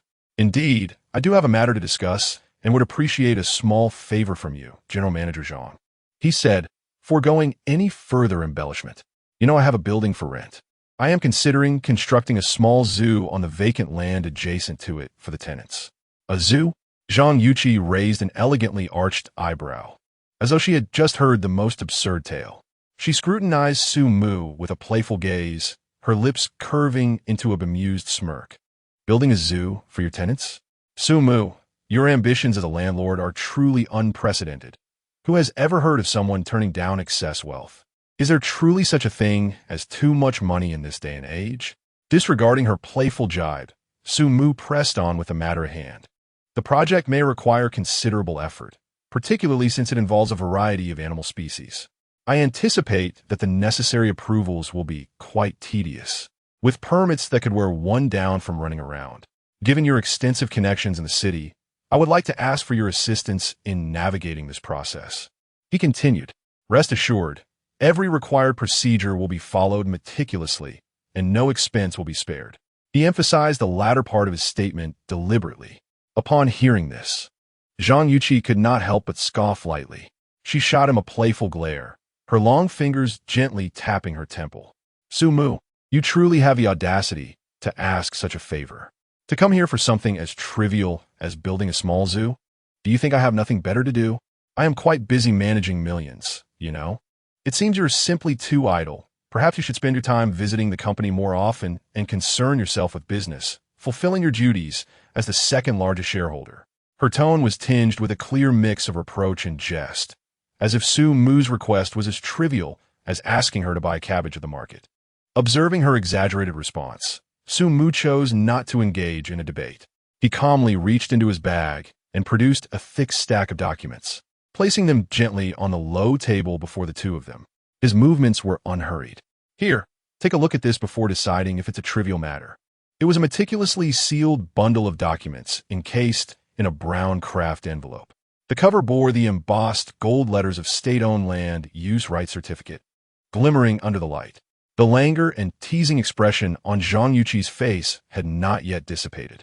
With a hint of careless curiosity, she reached for the envelope and extracted several certificates. Flipping open the first one, her gaze swept over the information inscribed. Initially, a smile lingered at the corners of her lips. However, upon discerning the geographical location, land area, and boundary markers, her smile abruptly froze. It solidified, then shattered as though it had been frozen and then suddenly broken. Shock, disbelief, and incredulity flashed across her stunning visage in rapid succession. She abruptly raised her head, fixing an intense gaze upon Mu, before lowering it again to the red booklet in her hands, her fingers unconsciously tracing the steel seal upon its surface. She confirmed the details multiple times, as if each word was searing her eyes. Mingchengipin. Next door, 100 acres. City center, 63,333 square meters. Zhang Yuqi's voice rose several pitches in response to her profound shock, sharp and slightly distorted. The languid tone she had just possessed vanished without a trace, replaced by urgency, astonishment, and even a hint of trembling. Gripping the heavy land certificates, her fingers turned pale from the pressure. As a formidable woman seasoned in the tumultuous seas of business, she understood better than anyone the significance of these seemingly ordinary documents. City center. Land is gold, adjacent to the prestigious Mingcheng-Yiping luxury residential area. A full 100 acres. Undeveloped land. The value of this parcel. One could ascertain with a mere thought that it represented a staggering figure that would send any real estate tycoon into a frenzy. Not to mention constructing a zoo. Even left vacant, its value surged daily. Any development, high-end residences, a commercial complex, a landmark building, would be a colossal venture starting in the hundreds of billions, perhaps even reaching into the thousands. Yet, Mu intended to build a zoo for his tenants. Zhang Yuqi felt her worldview undergoing an unprecedented and violent upheaval. Throughout her life, she had encountered extravagant expenditures, capriciousness, and those who treated money as mere refuse. But she had never witnessed anything so absurd. This was no longer mere whimsy. It was utterly deranged, outrageously extravagant. Sumu, you must be joking, right? Zhang Yuqi inhaled deeply several times, attempting to steady the thunderous beating of her heart. She endeavored to keep her voice from trembling. This was 100 acres, prime real estate in the city center. Do you have any idea how much this land is worth now? Even if nothing is done. The intrinsic value of this land alone amounts to several hundred small goals as a foundation. Why not? Build a zoo. For your tenants? She felt as though she scarcely recognized the man before her. Observing Zhang Yuqi's expression, one of shattered beliefs and existential doubt, Mu appeared remarkably composed. He even had the leisure to pick up the now slightly tepid cup of Longjing tea before him, gently blowing on the almost non-existent steam. After savoring a small sip, he leisurely remarked in an almost indifferent tone, "Money, in and of itself, is only valuable when it suffices. What truly matters to me is not this." Chapter 078. The unruly employee reports to the office. Zhang Yuqi gazed at Mu, her eyes still reflecting a lingering shock that swiftly morphed into an unusual fervor. This fellow, confronted with hundreds of billions in land, truly only contemplated constructing a zoo, as long as the money sufficed. It felt as though a string within her had been plucked. Leaning slightly forward, Zhang Yuqi drew closer to Mu, enveloped in her distinctive fragrance. Her striking curves created a stunning visual spectacle before him with her movements. Instinctively, Mu shifted sideways, creating a bit of distance. He sensed an unsettling glint in her eyes. She was undoubtedly concocting something mischievous. Indeed, a playful smile curled at the corner of Zhang Yuqi's lips. "Sumo, dear brother, Your idea is refreshingly unconventional. However, I recently indulged in some popular female-centric novels. She paused, glancing away momentarily before returning her gaze, infused with an air of mystery. What is it called? Beastman literature? Quite the sensation, I must say. Su Mu's eyelids twitched, an ominous premonition washing over him. What are you implying? Well, considering the vast expanse of your zoo.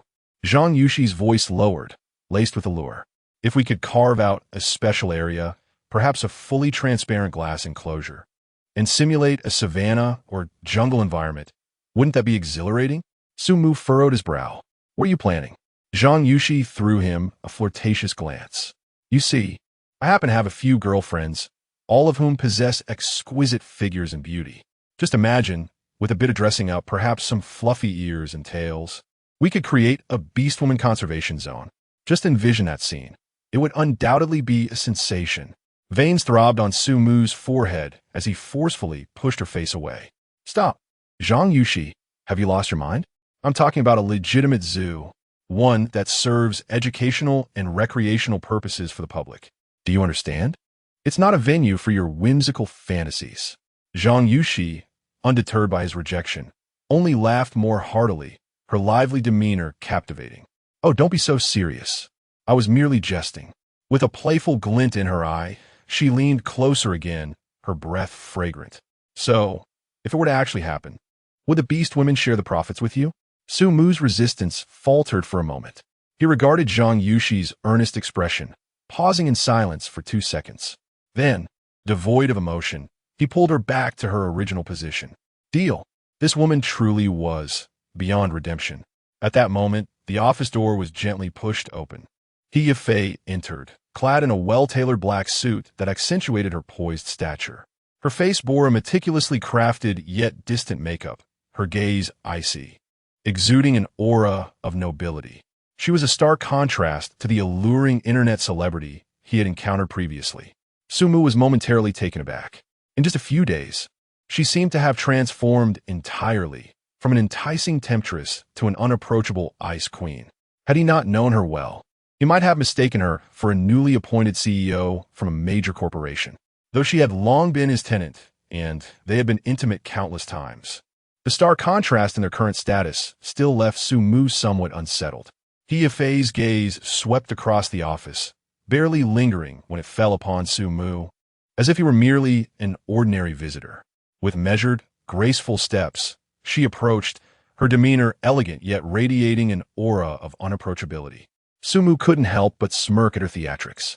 Well, he Yafei, a few days apart, and look at this transformation, quite the upgrade. She halted behind the desk, looking down at him with cool detachment. Delicately, she undid the first button of her tailored blazer, revealing a glimpse of porcelain skin and the delicate chain resting against her collarbone. The motion was subtle, yet it carried an unspoken assertion of control. Address me as President He, she replied, her voice deliberately frosty. Of course, President He. How diligent, how hard-working. Su Mu acquiesced with an amused grin. He knew her too well. This woman was undoubtedly up to some new game. True to his expectations, the corners of He Yafei's lips twitched with a fleeting, secretive smile before her expression reverted to its icy composure. She picked up a small remote from the desk and pressed a button. With a soft whoosh, the expansive floor-to-ceiling glass wall of the CEO's office instantly frosted over, shielding them from prying eyes. Simultaneously, the lighting dimmed into a sultry, intimate glow. Tossing the remote aside, she leaned forward, bracing her hands against the edge of the desk. The frost in her gaze melted, replaced by something predatory and teasing. Naughty employee, she murmured, her voice dropping to a husky timbre as she wet her lips. Skipping work to visit me during office hours? The president demands. A thorough work report right here on this desk. Beside them, Zhang Yuqi's eyes lit up instantly. She eagerly raised her hand, reporting President He, requesting permission to join. Can we make it a trio? The next morning, as dawn barely tinged the sky, the edges of Su Mu's 100-acre plot were already bustling with activity. The roar of excavators, the rumble of trucks, and the shouts of workers wove together into a symphony of construction. Amid the swirling dust, The skeletal framework of a massive work site rapidly took shape, astonishingly efficient. Just yesterday, he had been entangled in a flirtatious standoff with Ye Fei and Zhang Yuqi in that dimly lit office. Today, a national-level construction team had already mobilized onto the site with formidable presence. He couldn't help but admire Zhang Yuqi's influence, or rather, the formidable connections of her cousin. Under normal procedures, approvals alone would take weeks, let alone securing a top-tier state-backed construction unit. Standing on a freshly leveled patch of land, a pristine white hard hat atop his head, Su Mu found the whole situation strangely surreal. He had only witnessed such a spectacle on television before, but now he found himself among those donned in white hats on this construction site. As he surveyed the scene, he noticed several technicians and managers, similarly adorned in white hats, engaged in fervent discussions over blueprints, while in the distance, workers in yellow hats busily attended to their tasks. Su Mu couldn't help but inwardly scoff. Indeed, it was a case of leaders merely moving their lips, while workers ran themselves ragged. Several white hats, directing the labor of a solitary yellow hat. The sun was rather glaring, prompting him to lift his hand to shield his eyes. Standing beside him was the project manager, Su Xingdi, a man appearing to be in his 40s, with sun-kissed skin and a face etched with the lines of experience. Mr. Su, take a look at this preliminary planning blueprint we meticulously refined overnight, based on the concept you provided yesterday, Su Xingdi said, unfurling a large sheet of paper that displayed various areas marked in different colors. His tone carried a commendable respect, blending deference towards the client with a subtle curiosity and esteem for this remarkably young financier, who held a project with a cash flow exceeding $2 billion. The reputation of the state-owned enterprises was not to be taken lightly. They had encountered all manner of projects. Even ventures worth tens of billions were often dismissed with indifference. However, the current economic climate had turned somewhat frigid, and even the landowners were feeling the pinch, with many large projects grappling with financial pressures, either facing delayed payments or requiring contractors to advance funds. Although Su Mu's project was not the largest in scale, it possessed a distinct advantage: immediate payment. A commitment of $2 billion could be deployed at a moment's notice, with a clear assurance of no delays in payment, adhering to the project timeline, and even the possibility of an advance. With such terms on the table, it was not just their bureau, but the entire construction industry that would be clamoring for this opportunity. Su Xingdi believed that securing this contract could allow him to surpass many of his performance targets for the year ahead. Chapter 079. Witness the unfathomable wealth of the client. Su Mu leaned closer to the blueprint, scrutinizing it intently. At the center of the design lay an azure artificial lake, its shimmering surface depicted with remarkable realism. To the left of the lake sprawled an extensive area simulating the African savanna, complete with small icons of giraffes and zebras on the planning map. To the right, a dense tropical rainforest flourished, adorned with intertwining vines and vibrant greenery. At the top, near the entrance, a uniquely designed pavilion was distinctly labeled the Panda Pavilion. The overall layout appeared satisfactory, and Su Mu nodded, pleased with the initial design, which was both grand and distinctly delineated in its functional zones. Su Xingdi exhaled in relief. The client's satisfaction was paramount. He pointed to the Panda Pavilion at the top, a hint of inquiry crossing his face. Mr. Su, regarding the Panda Pavilion, you mentioned yesterday that you wish for the main structure to be entirely composed of solid wood materials? Indeed, is there a problem? Su Mu inquired. Technically, there are no issues. We have the experience to handle such specialized material construction, Su Xingdi carefully articulated. However, primarily concerning costs. The Panda Pavilion demands exceptionally high standards for environment, temperature, and humidity, which inherently incurs a significant expense. Our preliminary estimate is approximately $100 million. If we employ the imported premium solid wood you specified for both the main structure and the interior and exterior decoration, the cost he paused to deliver a number. Conservatively estimated, it may escalate to $300 million, if not more. $300 million for a single pavilion. This price was sufficient to erect a small zoo in a second-tier city. Su Xingdi observed the youthful visage of Su Mu, hoping to catch a hint of hesitation or astonishment. After all, this was not a trifling sum, an additional 200 million to the budget. Yet, Su Mu's expression remained unperturbed. He recalled Zhang Yuqi's outrageous idea for the Beast Girl nursery from yesterday. While absurd, she had articulated a valid point. If one is to do something, it should be extraordinary. As a national treasure, the panda warranted a grand presentation. An all-wood structure sounded high-end, environmentally friendly, and exuded a rustic charm that resonated with the essence of pandas. 300 million? Sumuekot, his tone as nonchalant as if he were inquiring about the weather. Su Xingdi's heart sank. He feared the young executive might withdraw. However, he was met with Su Mu's decisive response. Then let it be 300 million. Use the finest materials and invest additional thought into the design to ensure it embodies a sense of nature and ecology. Money is not an issue.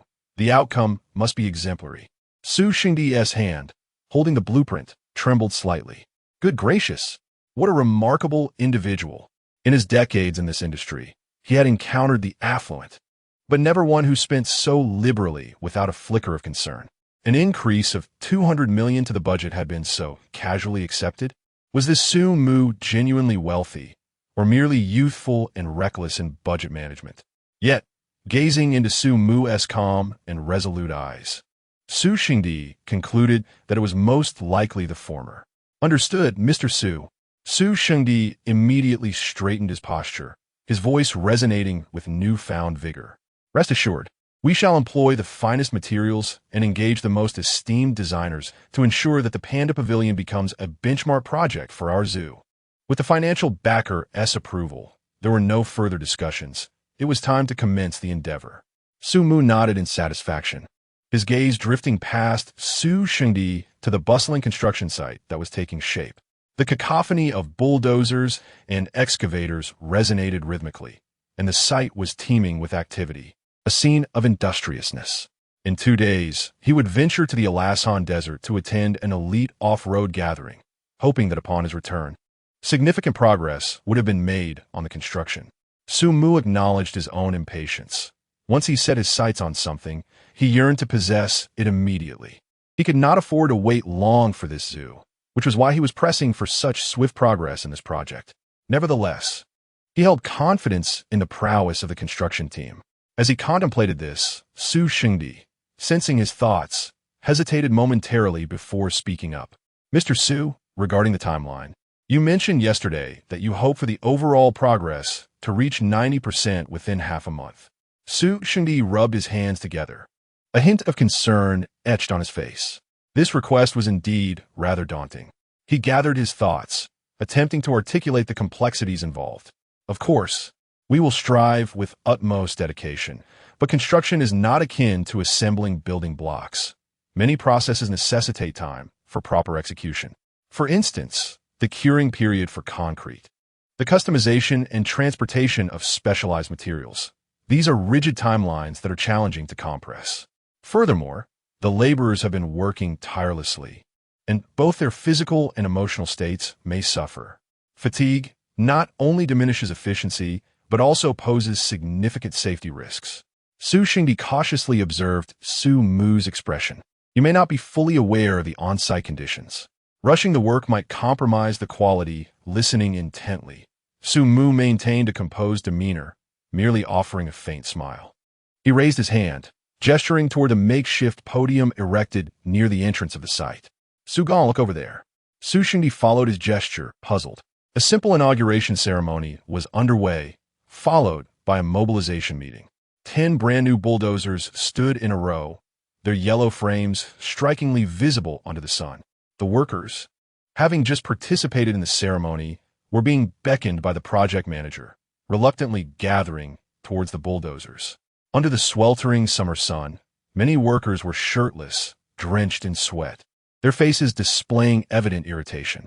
What's the point of this? One muttered. It's scorching out here. Can't we catch a break? Another chimed in. We just listened to the leaders speak, and now we're being assembled again. It's utterly pointless. It's boiling. Let us finish quickly and get back to the air conditioning. The murmurs of discontent and criticism were palpable even from a distance. Witnessing this scene, Su Xingdi felt increasingly that the goal of achieving 90% progress in half a month was a mere fantasy. How could miracles be wrought with such discord among the workers? At that moment, the 10 bulldozers roared to life simultaneously, their engines emitting a deep, resonant growl. The murmurs of the workers subsided as they gazed curiously. In the next moment, under the watchful eyes of everyone, including Su Shengdi, 10 massive excavators slowly lifted their colossal buckets. The buckets reached their zenith before suddenly tilting downward. With a thunderous cascade, no soil, no stones, what poured forth from those 10 enormous metal containers was a deluge of red, pristine, ink-scented banknotes. A torrential rain of crimson, fresh 100 yuan bills descended from above like snowflakes, no, like a waterfall. In the sunlight, that vibrant red dazzled, exuding a deadly allure. The entire construction site fell into a hushed silence. The sound of a pin dropping could be heard. All the workers gazed upward, mouths agape, their eyes wide as saucers, as if ensnared by an enchantment. After a brief, deafening stillness, a cacophony of ecstatic roars erupted. Money. It's money. My heavens. They're distributing cash. Rush. The workers went wild. Just moments ago, the lethargic, disgruntled men transformed, bursting forth with astonishing energy as if invigorated by a potent elixir. They howled and shrieked, charging toward the rain of banknotes like famished wolves. The scene was chaotic yet brimming with fervor and joy. Some used their hard hats to catch the bills. Others stripped off their shirts to embrace the bounty, while some threw themselves to the ground, attempting to cover as many falling notes as possible with their bodies. Complaints? Fatigue? Non-existent. In this moment, there existed only the most primal instincts and the purest joy. Su Shengdi stood beside Su Mu, utterly frozen. He watched in astonishment as millions, perhaps tens of millions, in cash were recklessly dispersed. His mouth opened unconsciously, his throat bobbed, yet no sound emerged. He felt as though his worldview had been profoundly shaken. Is it truly possible to play this way? Su Mu observed the frenzied scene before him, his face still adorned with a serene smile. He turned to the now petrified Su Shengdi and patted his shoulder. Do you think the workers still harbor grievances?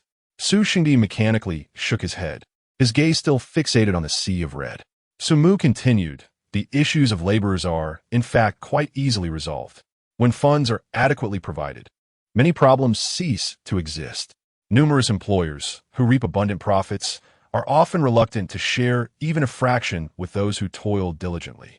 Tell me, can a construction site like that ever unite its workers? Can efficiency ever flourish? Su Shengdi slowly turned his head, gazing at Su Mu's youthful yet profound profile, his heart resonating with admiration. This Mr. Su not only possessed wealth, but also possessed a deep understanding of human nature. This method of motivation, simple, crude, yet strikingly effective. He could almost foresee the terrifying construction pace that would soon erupt at this site over the next fortnight. Mr. Su, truly remarkable. Su Shengdi spoke sincerely, his voice laced with a barely perceptible tremor. This young benefactor's approach to matters transcends his comprehension entirely. He now harbors no doubt. Not only would he consider a 300 million panda exhibit, but if Su Mu were to suggest encasing the entire zoo in gold, he would likely inquire merely, would you prefer 18K or 24K? Chapter 080. Is the human pendant too clingy? The gentle goddess steals a kiss. During the holiday period, the train station bustled with throngs of people.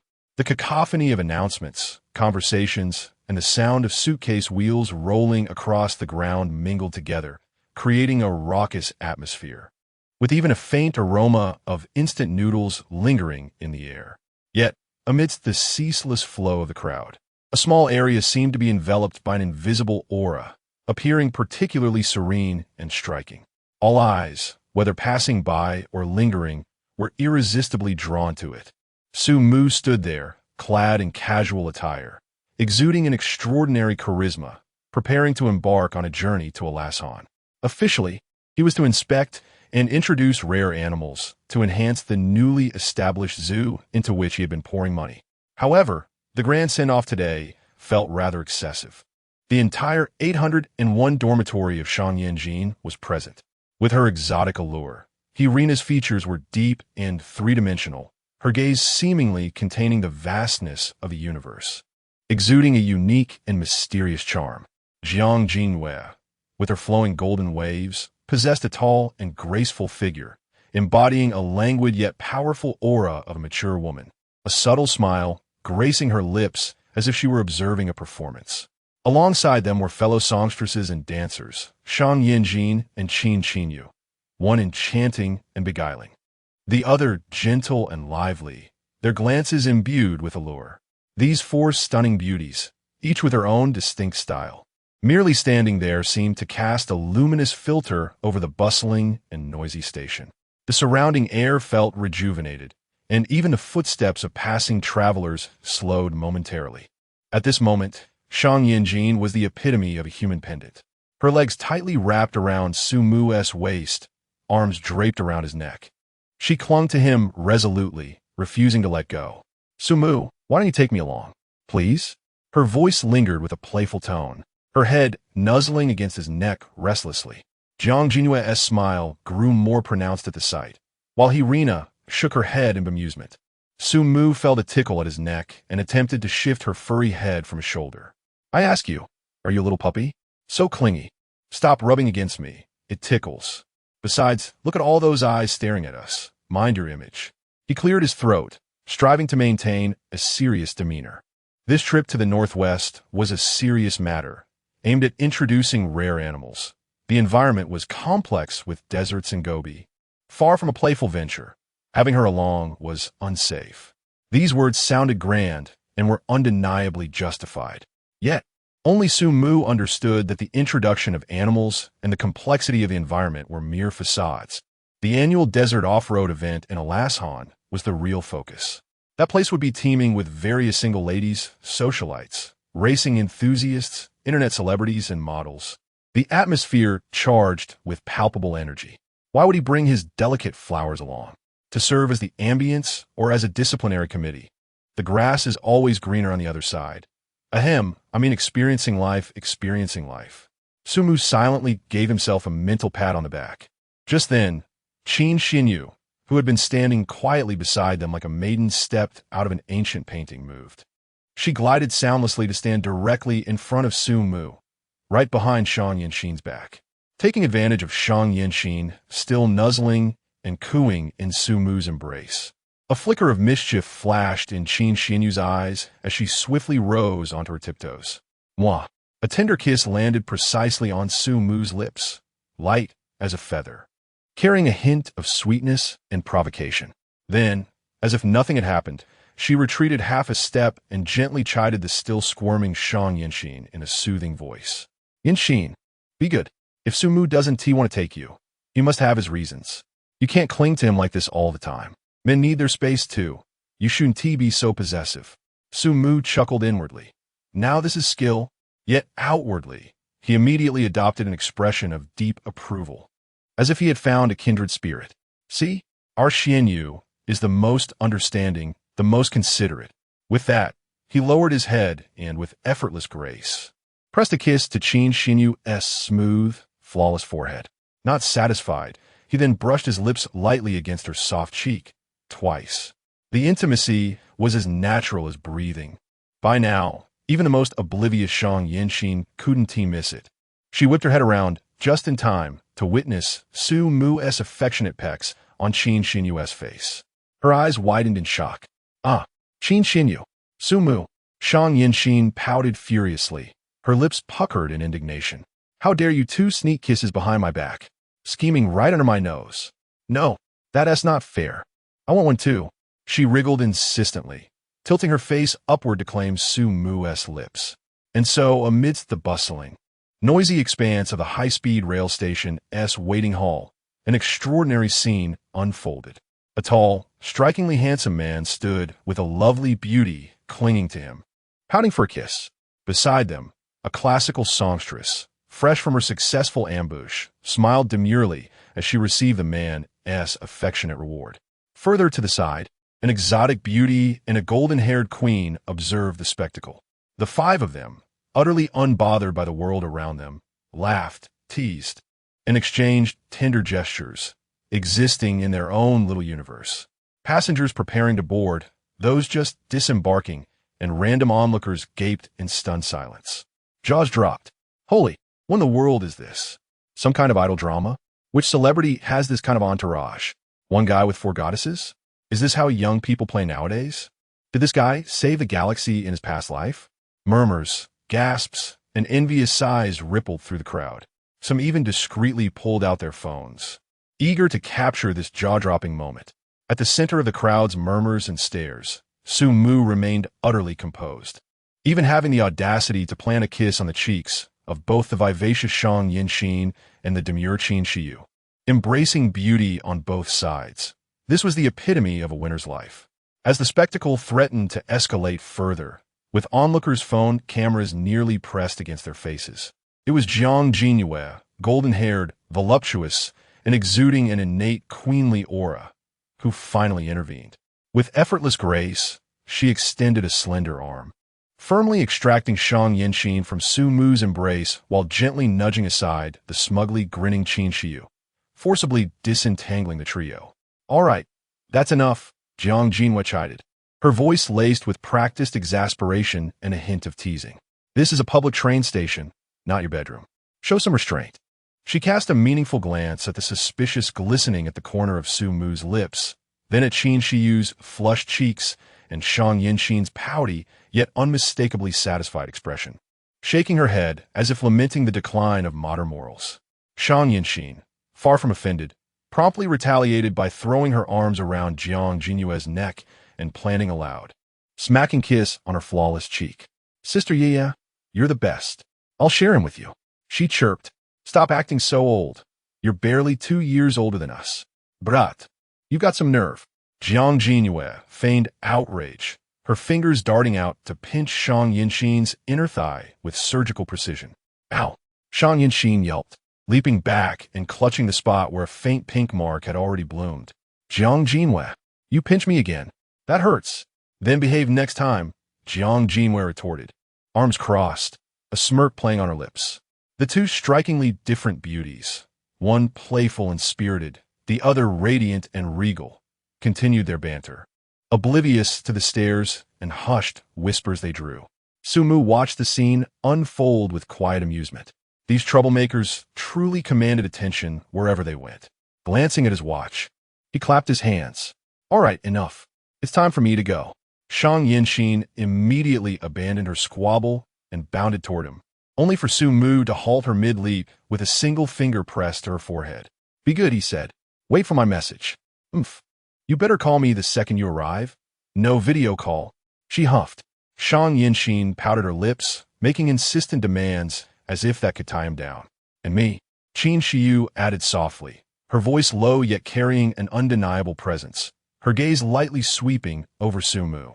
Jiang Jinhue merely arched her delicate eyebrows without a word. Natasha, with her still slightly Western-accented Mandarin, earnestly reminded, be careful, Su-mu. Many scorpions in the desert, and pretty fox girls too. Su-mu chuckled, reaching out to ruffle Natasha's fluffy head one by one. Got it. Your Mandarin is getting more flavorful, almost like a tongue twister now. Don't worry, no desert fox is as formidable as the ones at home. All right, I'm off. With a casual wave, he left behind a composed silhouette, turning toward the VIP boarding lane. A crisply uniformed attendant was already waiting there, and, upon seeing Su-mu approach, hurried forward with a respectful bow. Mr. Su, this way, please. The car is ready. The crowd in the ordinary boarding lane, packed shoulder to shoulder, was once again drawn to the scene. Earlier, watching the handsome man and beautiful women flirt had been a visual feast, a bit of gossipy fun. Now, witnessing this seamless, privileged treatment evoked nothing but raw envy and resentment. Damn, he really is a rich kid. Getting escorted like this? Was too busy checking out the beauties earlier. Didn't he notice the guy had such an entourage? Comparing people just makes you bitter. I've been in line for half an hour. The world really isn't fair. The murmurs grew louder, laced with sour tones. Su-mu remained indifferent to the admiring or jealous gazes and chatter, his steps unhurried.